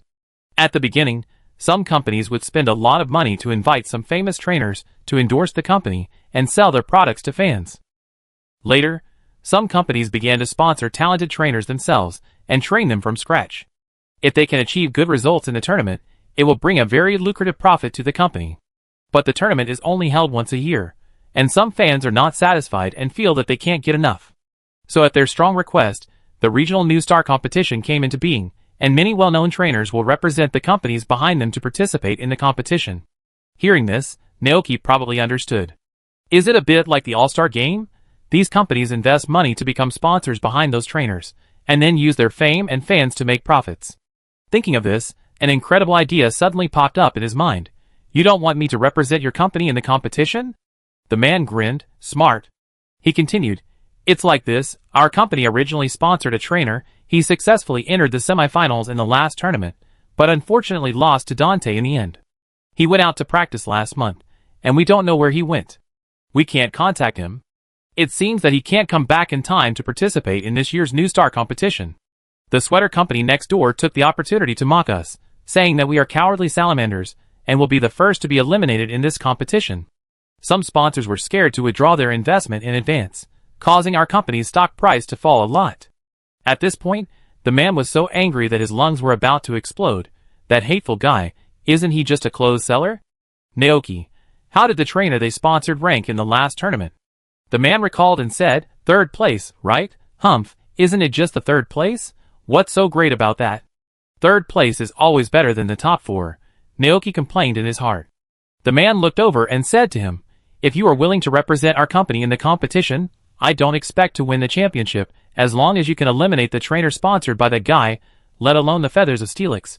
Even a set of genuine live AT and Boozy Teapot tea sets can be obtained for you, all for free, not a penny for you. Hearing this, Naoki's heart moved. The real Rebecca and the Buzahu? This is a very rare existence. He likes to drink tea. As soon as he saw his expression, the man knew that he was moved. He smiled evilly. How is it? Naoki, I am moved. Although he is not a trainer, he can be a trainer when necessary. Anyway, Golden is very strong. He can win easily just by following behind. However, Naoki still had a question in his mind. Why do you think I can definitely beat that trainer? Because your two Pokemon are obviously not ordinary Pokemon. The man has his own logic. Such rare Pokemon are hard to come by in the wild. Even I have never seen one. They give people a mysterious and powerful feeling, and their eyes tell me that they will never succumb to humans as easily as Pikachu on the roadside. How can you be so weak if you can capture them? You can't tell me that you are not a trainer, but a farmer in the countryside. Naoki, he really is. So, the man spread his hands. There are only two situations at this time. The first is what I just said. The second is that you come from some ancient and large family with deep roots, and these Pokemon are handed down to you by your elders. But you need to buy Steelix feathers from outside, instead of applying for them from the family, so the second feasibility is ruled out, so only the first one is left. So smart. The man showed a standard detective gesture. So, there is only one truth. You are a very powerful trainer. Naoki, After saying that, the man scratched his head again embarrassedly. Haha, sorry, I've watched too much Detective Pikachu recently. How about it? Are you willing to help me with this? The man asked. Chapter 260. Should I agree? Naoki fell into deep thought. The main purpose of his coming here was to buy a batch of steel crow feathers. But now, the man in front of him said that as long as he was willing to participate in the competition, he could not only give him the steel crow feathers, but also give him a set of genuine Libe tea and Busi pot tea sets. Ordinary Libe tea and Busi pot are not rare, but the real ones can be said to be 1 in a million. Sometimes, even if you travel all over the area, it is difficult to encounter real Libe tea and Busi pot. As a Pokemon player, Naoki felt that it was difficult for him to resist the temptation of such a rare Pokemon. Lebeka and Buzahu had a special move. Tea party, and there just happened to be no decent tea sets at home to hold a tea party. If I bring them back to the ranch. Naoki's mind emerged with a picture of a group of Pokemon gathering in a sunny and flowery garden to hold a tea party and share tree fruits. Out of caution, Naoki reconfirmed. As long as I help you participate in this competition and win, you can get the steel crow feather and the Ribe tea pot? The man nodded. Yes, I don't need you to win, as long as you can eliminate the trainer supported by the rival company. As long as you are willing to participate, I can give you the steel crow feather, but only if you succeed, I can give you the real pot of bows. Naoki's heart moved slightly, and asked again, the value of the real Ribe tea and pot of bows should be very high, right? Is it worth it? Oh! The man waved his hand indifferently. Those are all my grandfather's collections when he was young. After he passed away, he left me a lot of antique treasures. There is no use for me to keep them. I sold a lot of them when I started my business before, and there are still some left. Naoki, It turns out that he is a filial son. Then, the man slammed the table in anger again. I just can't swallow this breath. No matter what, as long as I can make the other party lose face, I will do anything. Naoki, I don't want the championship. I just want to defeat the rival company. If I win, I can get the steel crow feather, the tea of sadness and the pot of bliss. For him, it's 100 benefits without any harm. Thinking of this, Naoki nodded and said, okay, but I need to know the strength of the opponent. The Galar Region Championship is the same as the league competition in other regions. You need to collect 8 gym badges before you can participate. In this kind of competition, the top 4 trainers will not be too bad. Seeing that he agreed, the man was very happy. This is easy, you come with me. The information is in my office. Naoki followed. While riding the elevator, the man did not forget to belittle his opponent. Don't worry, that guy is lucky in the top 4, and he has drawn weaker trainers along the way. What about the time? When will the competition start? Naoki asked again. Man, the competition will be held this afternoon. There are a total of 8 trainers participating. Your opponent in the first round is that guy, so you don't need to fight against others. Afternoon? Naoki was a little surprised. It was already 10 a.m., so the competition would start in a few hours. Isn't this too much of a rush? The man spread his hands. So, it's because time is too tight, and there's no time to find other people, so I asked you for help. Soon, the elevator stopped at the top floor. The man returned to the office, took out a document from the drawer, and handed it over. This is the list of trainers participating in this competition, and it records the Pokemon they used in previous competitions. Naoki reached out to take it, and saw Dantai's name on it at first glance. He asked uncertainly, Dan? Yes, although Dante is the champion, he has also accepted many endorsements and often participates in such commercial competitions. The man said, and seeing that he seemed shocked, he comforted him.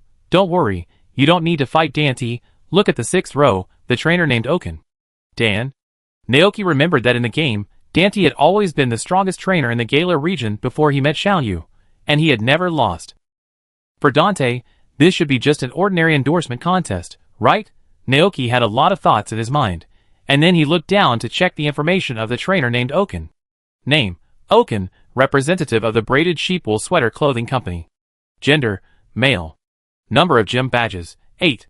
Championship ranking: 4. Pokemon used: Booming Vortex, Chinchilla, Tortoise, Honey Dragon, Leafeon, Troll. Far-fetched it seems. All of them are grass-type Pokemon. After carefully reading it, Naoki thought it was feasible.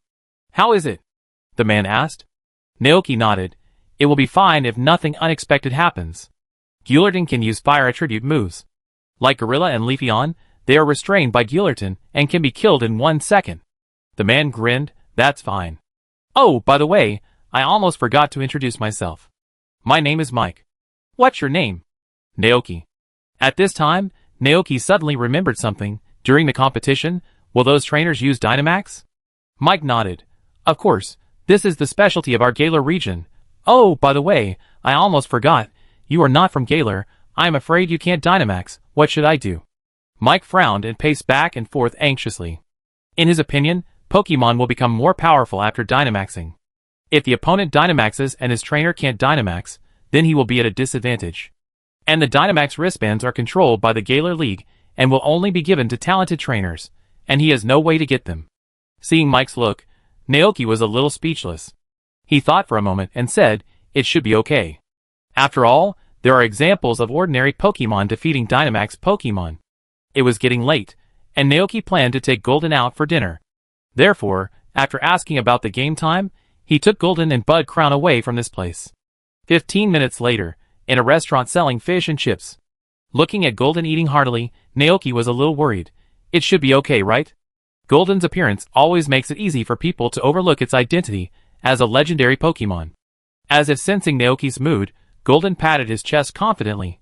Agas. No problem. No matter who the opponent is, it will win. However, it must fill its stomach first, because then it will have enough strength to fight. Gale. Motor Lizard was frightened by its wolfish appearance. Seeing this, the Bud Crown King beside him showed an interested look. He sat by the window, elegantly tasting the sweet black tea of humans, and asked, is this what you said before, the trainer commanding Pokemon to fight other Pokemon? Naoki nodded. Yes, in this kind of battle, the trainer will command Pokemon to use moves according to the situation, either defense or offense, combining different strategies to win. The Bud Crown King roughly understood some of the situation. He thought of the afternoon battle and couldn't help asking, then what strategy have you prepared for Guillerton? Ah, Gaw? When he heard the Bud Crown King say his name, Guillerton stopped chewing and turned to look at Naoki. Naoki thought for a moment and said, maybe Reckless? Reckless? The Bud Crown King was a little puzzled. Naoki, it means to defeat the opponent with one force, without tactics and strategy, just use the strongest moves to defeat the opponent.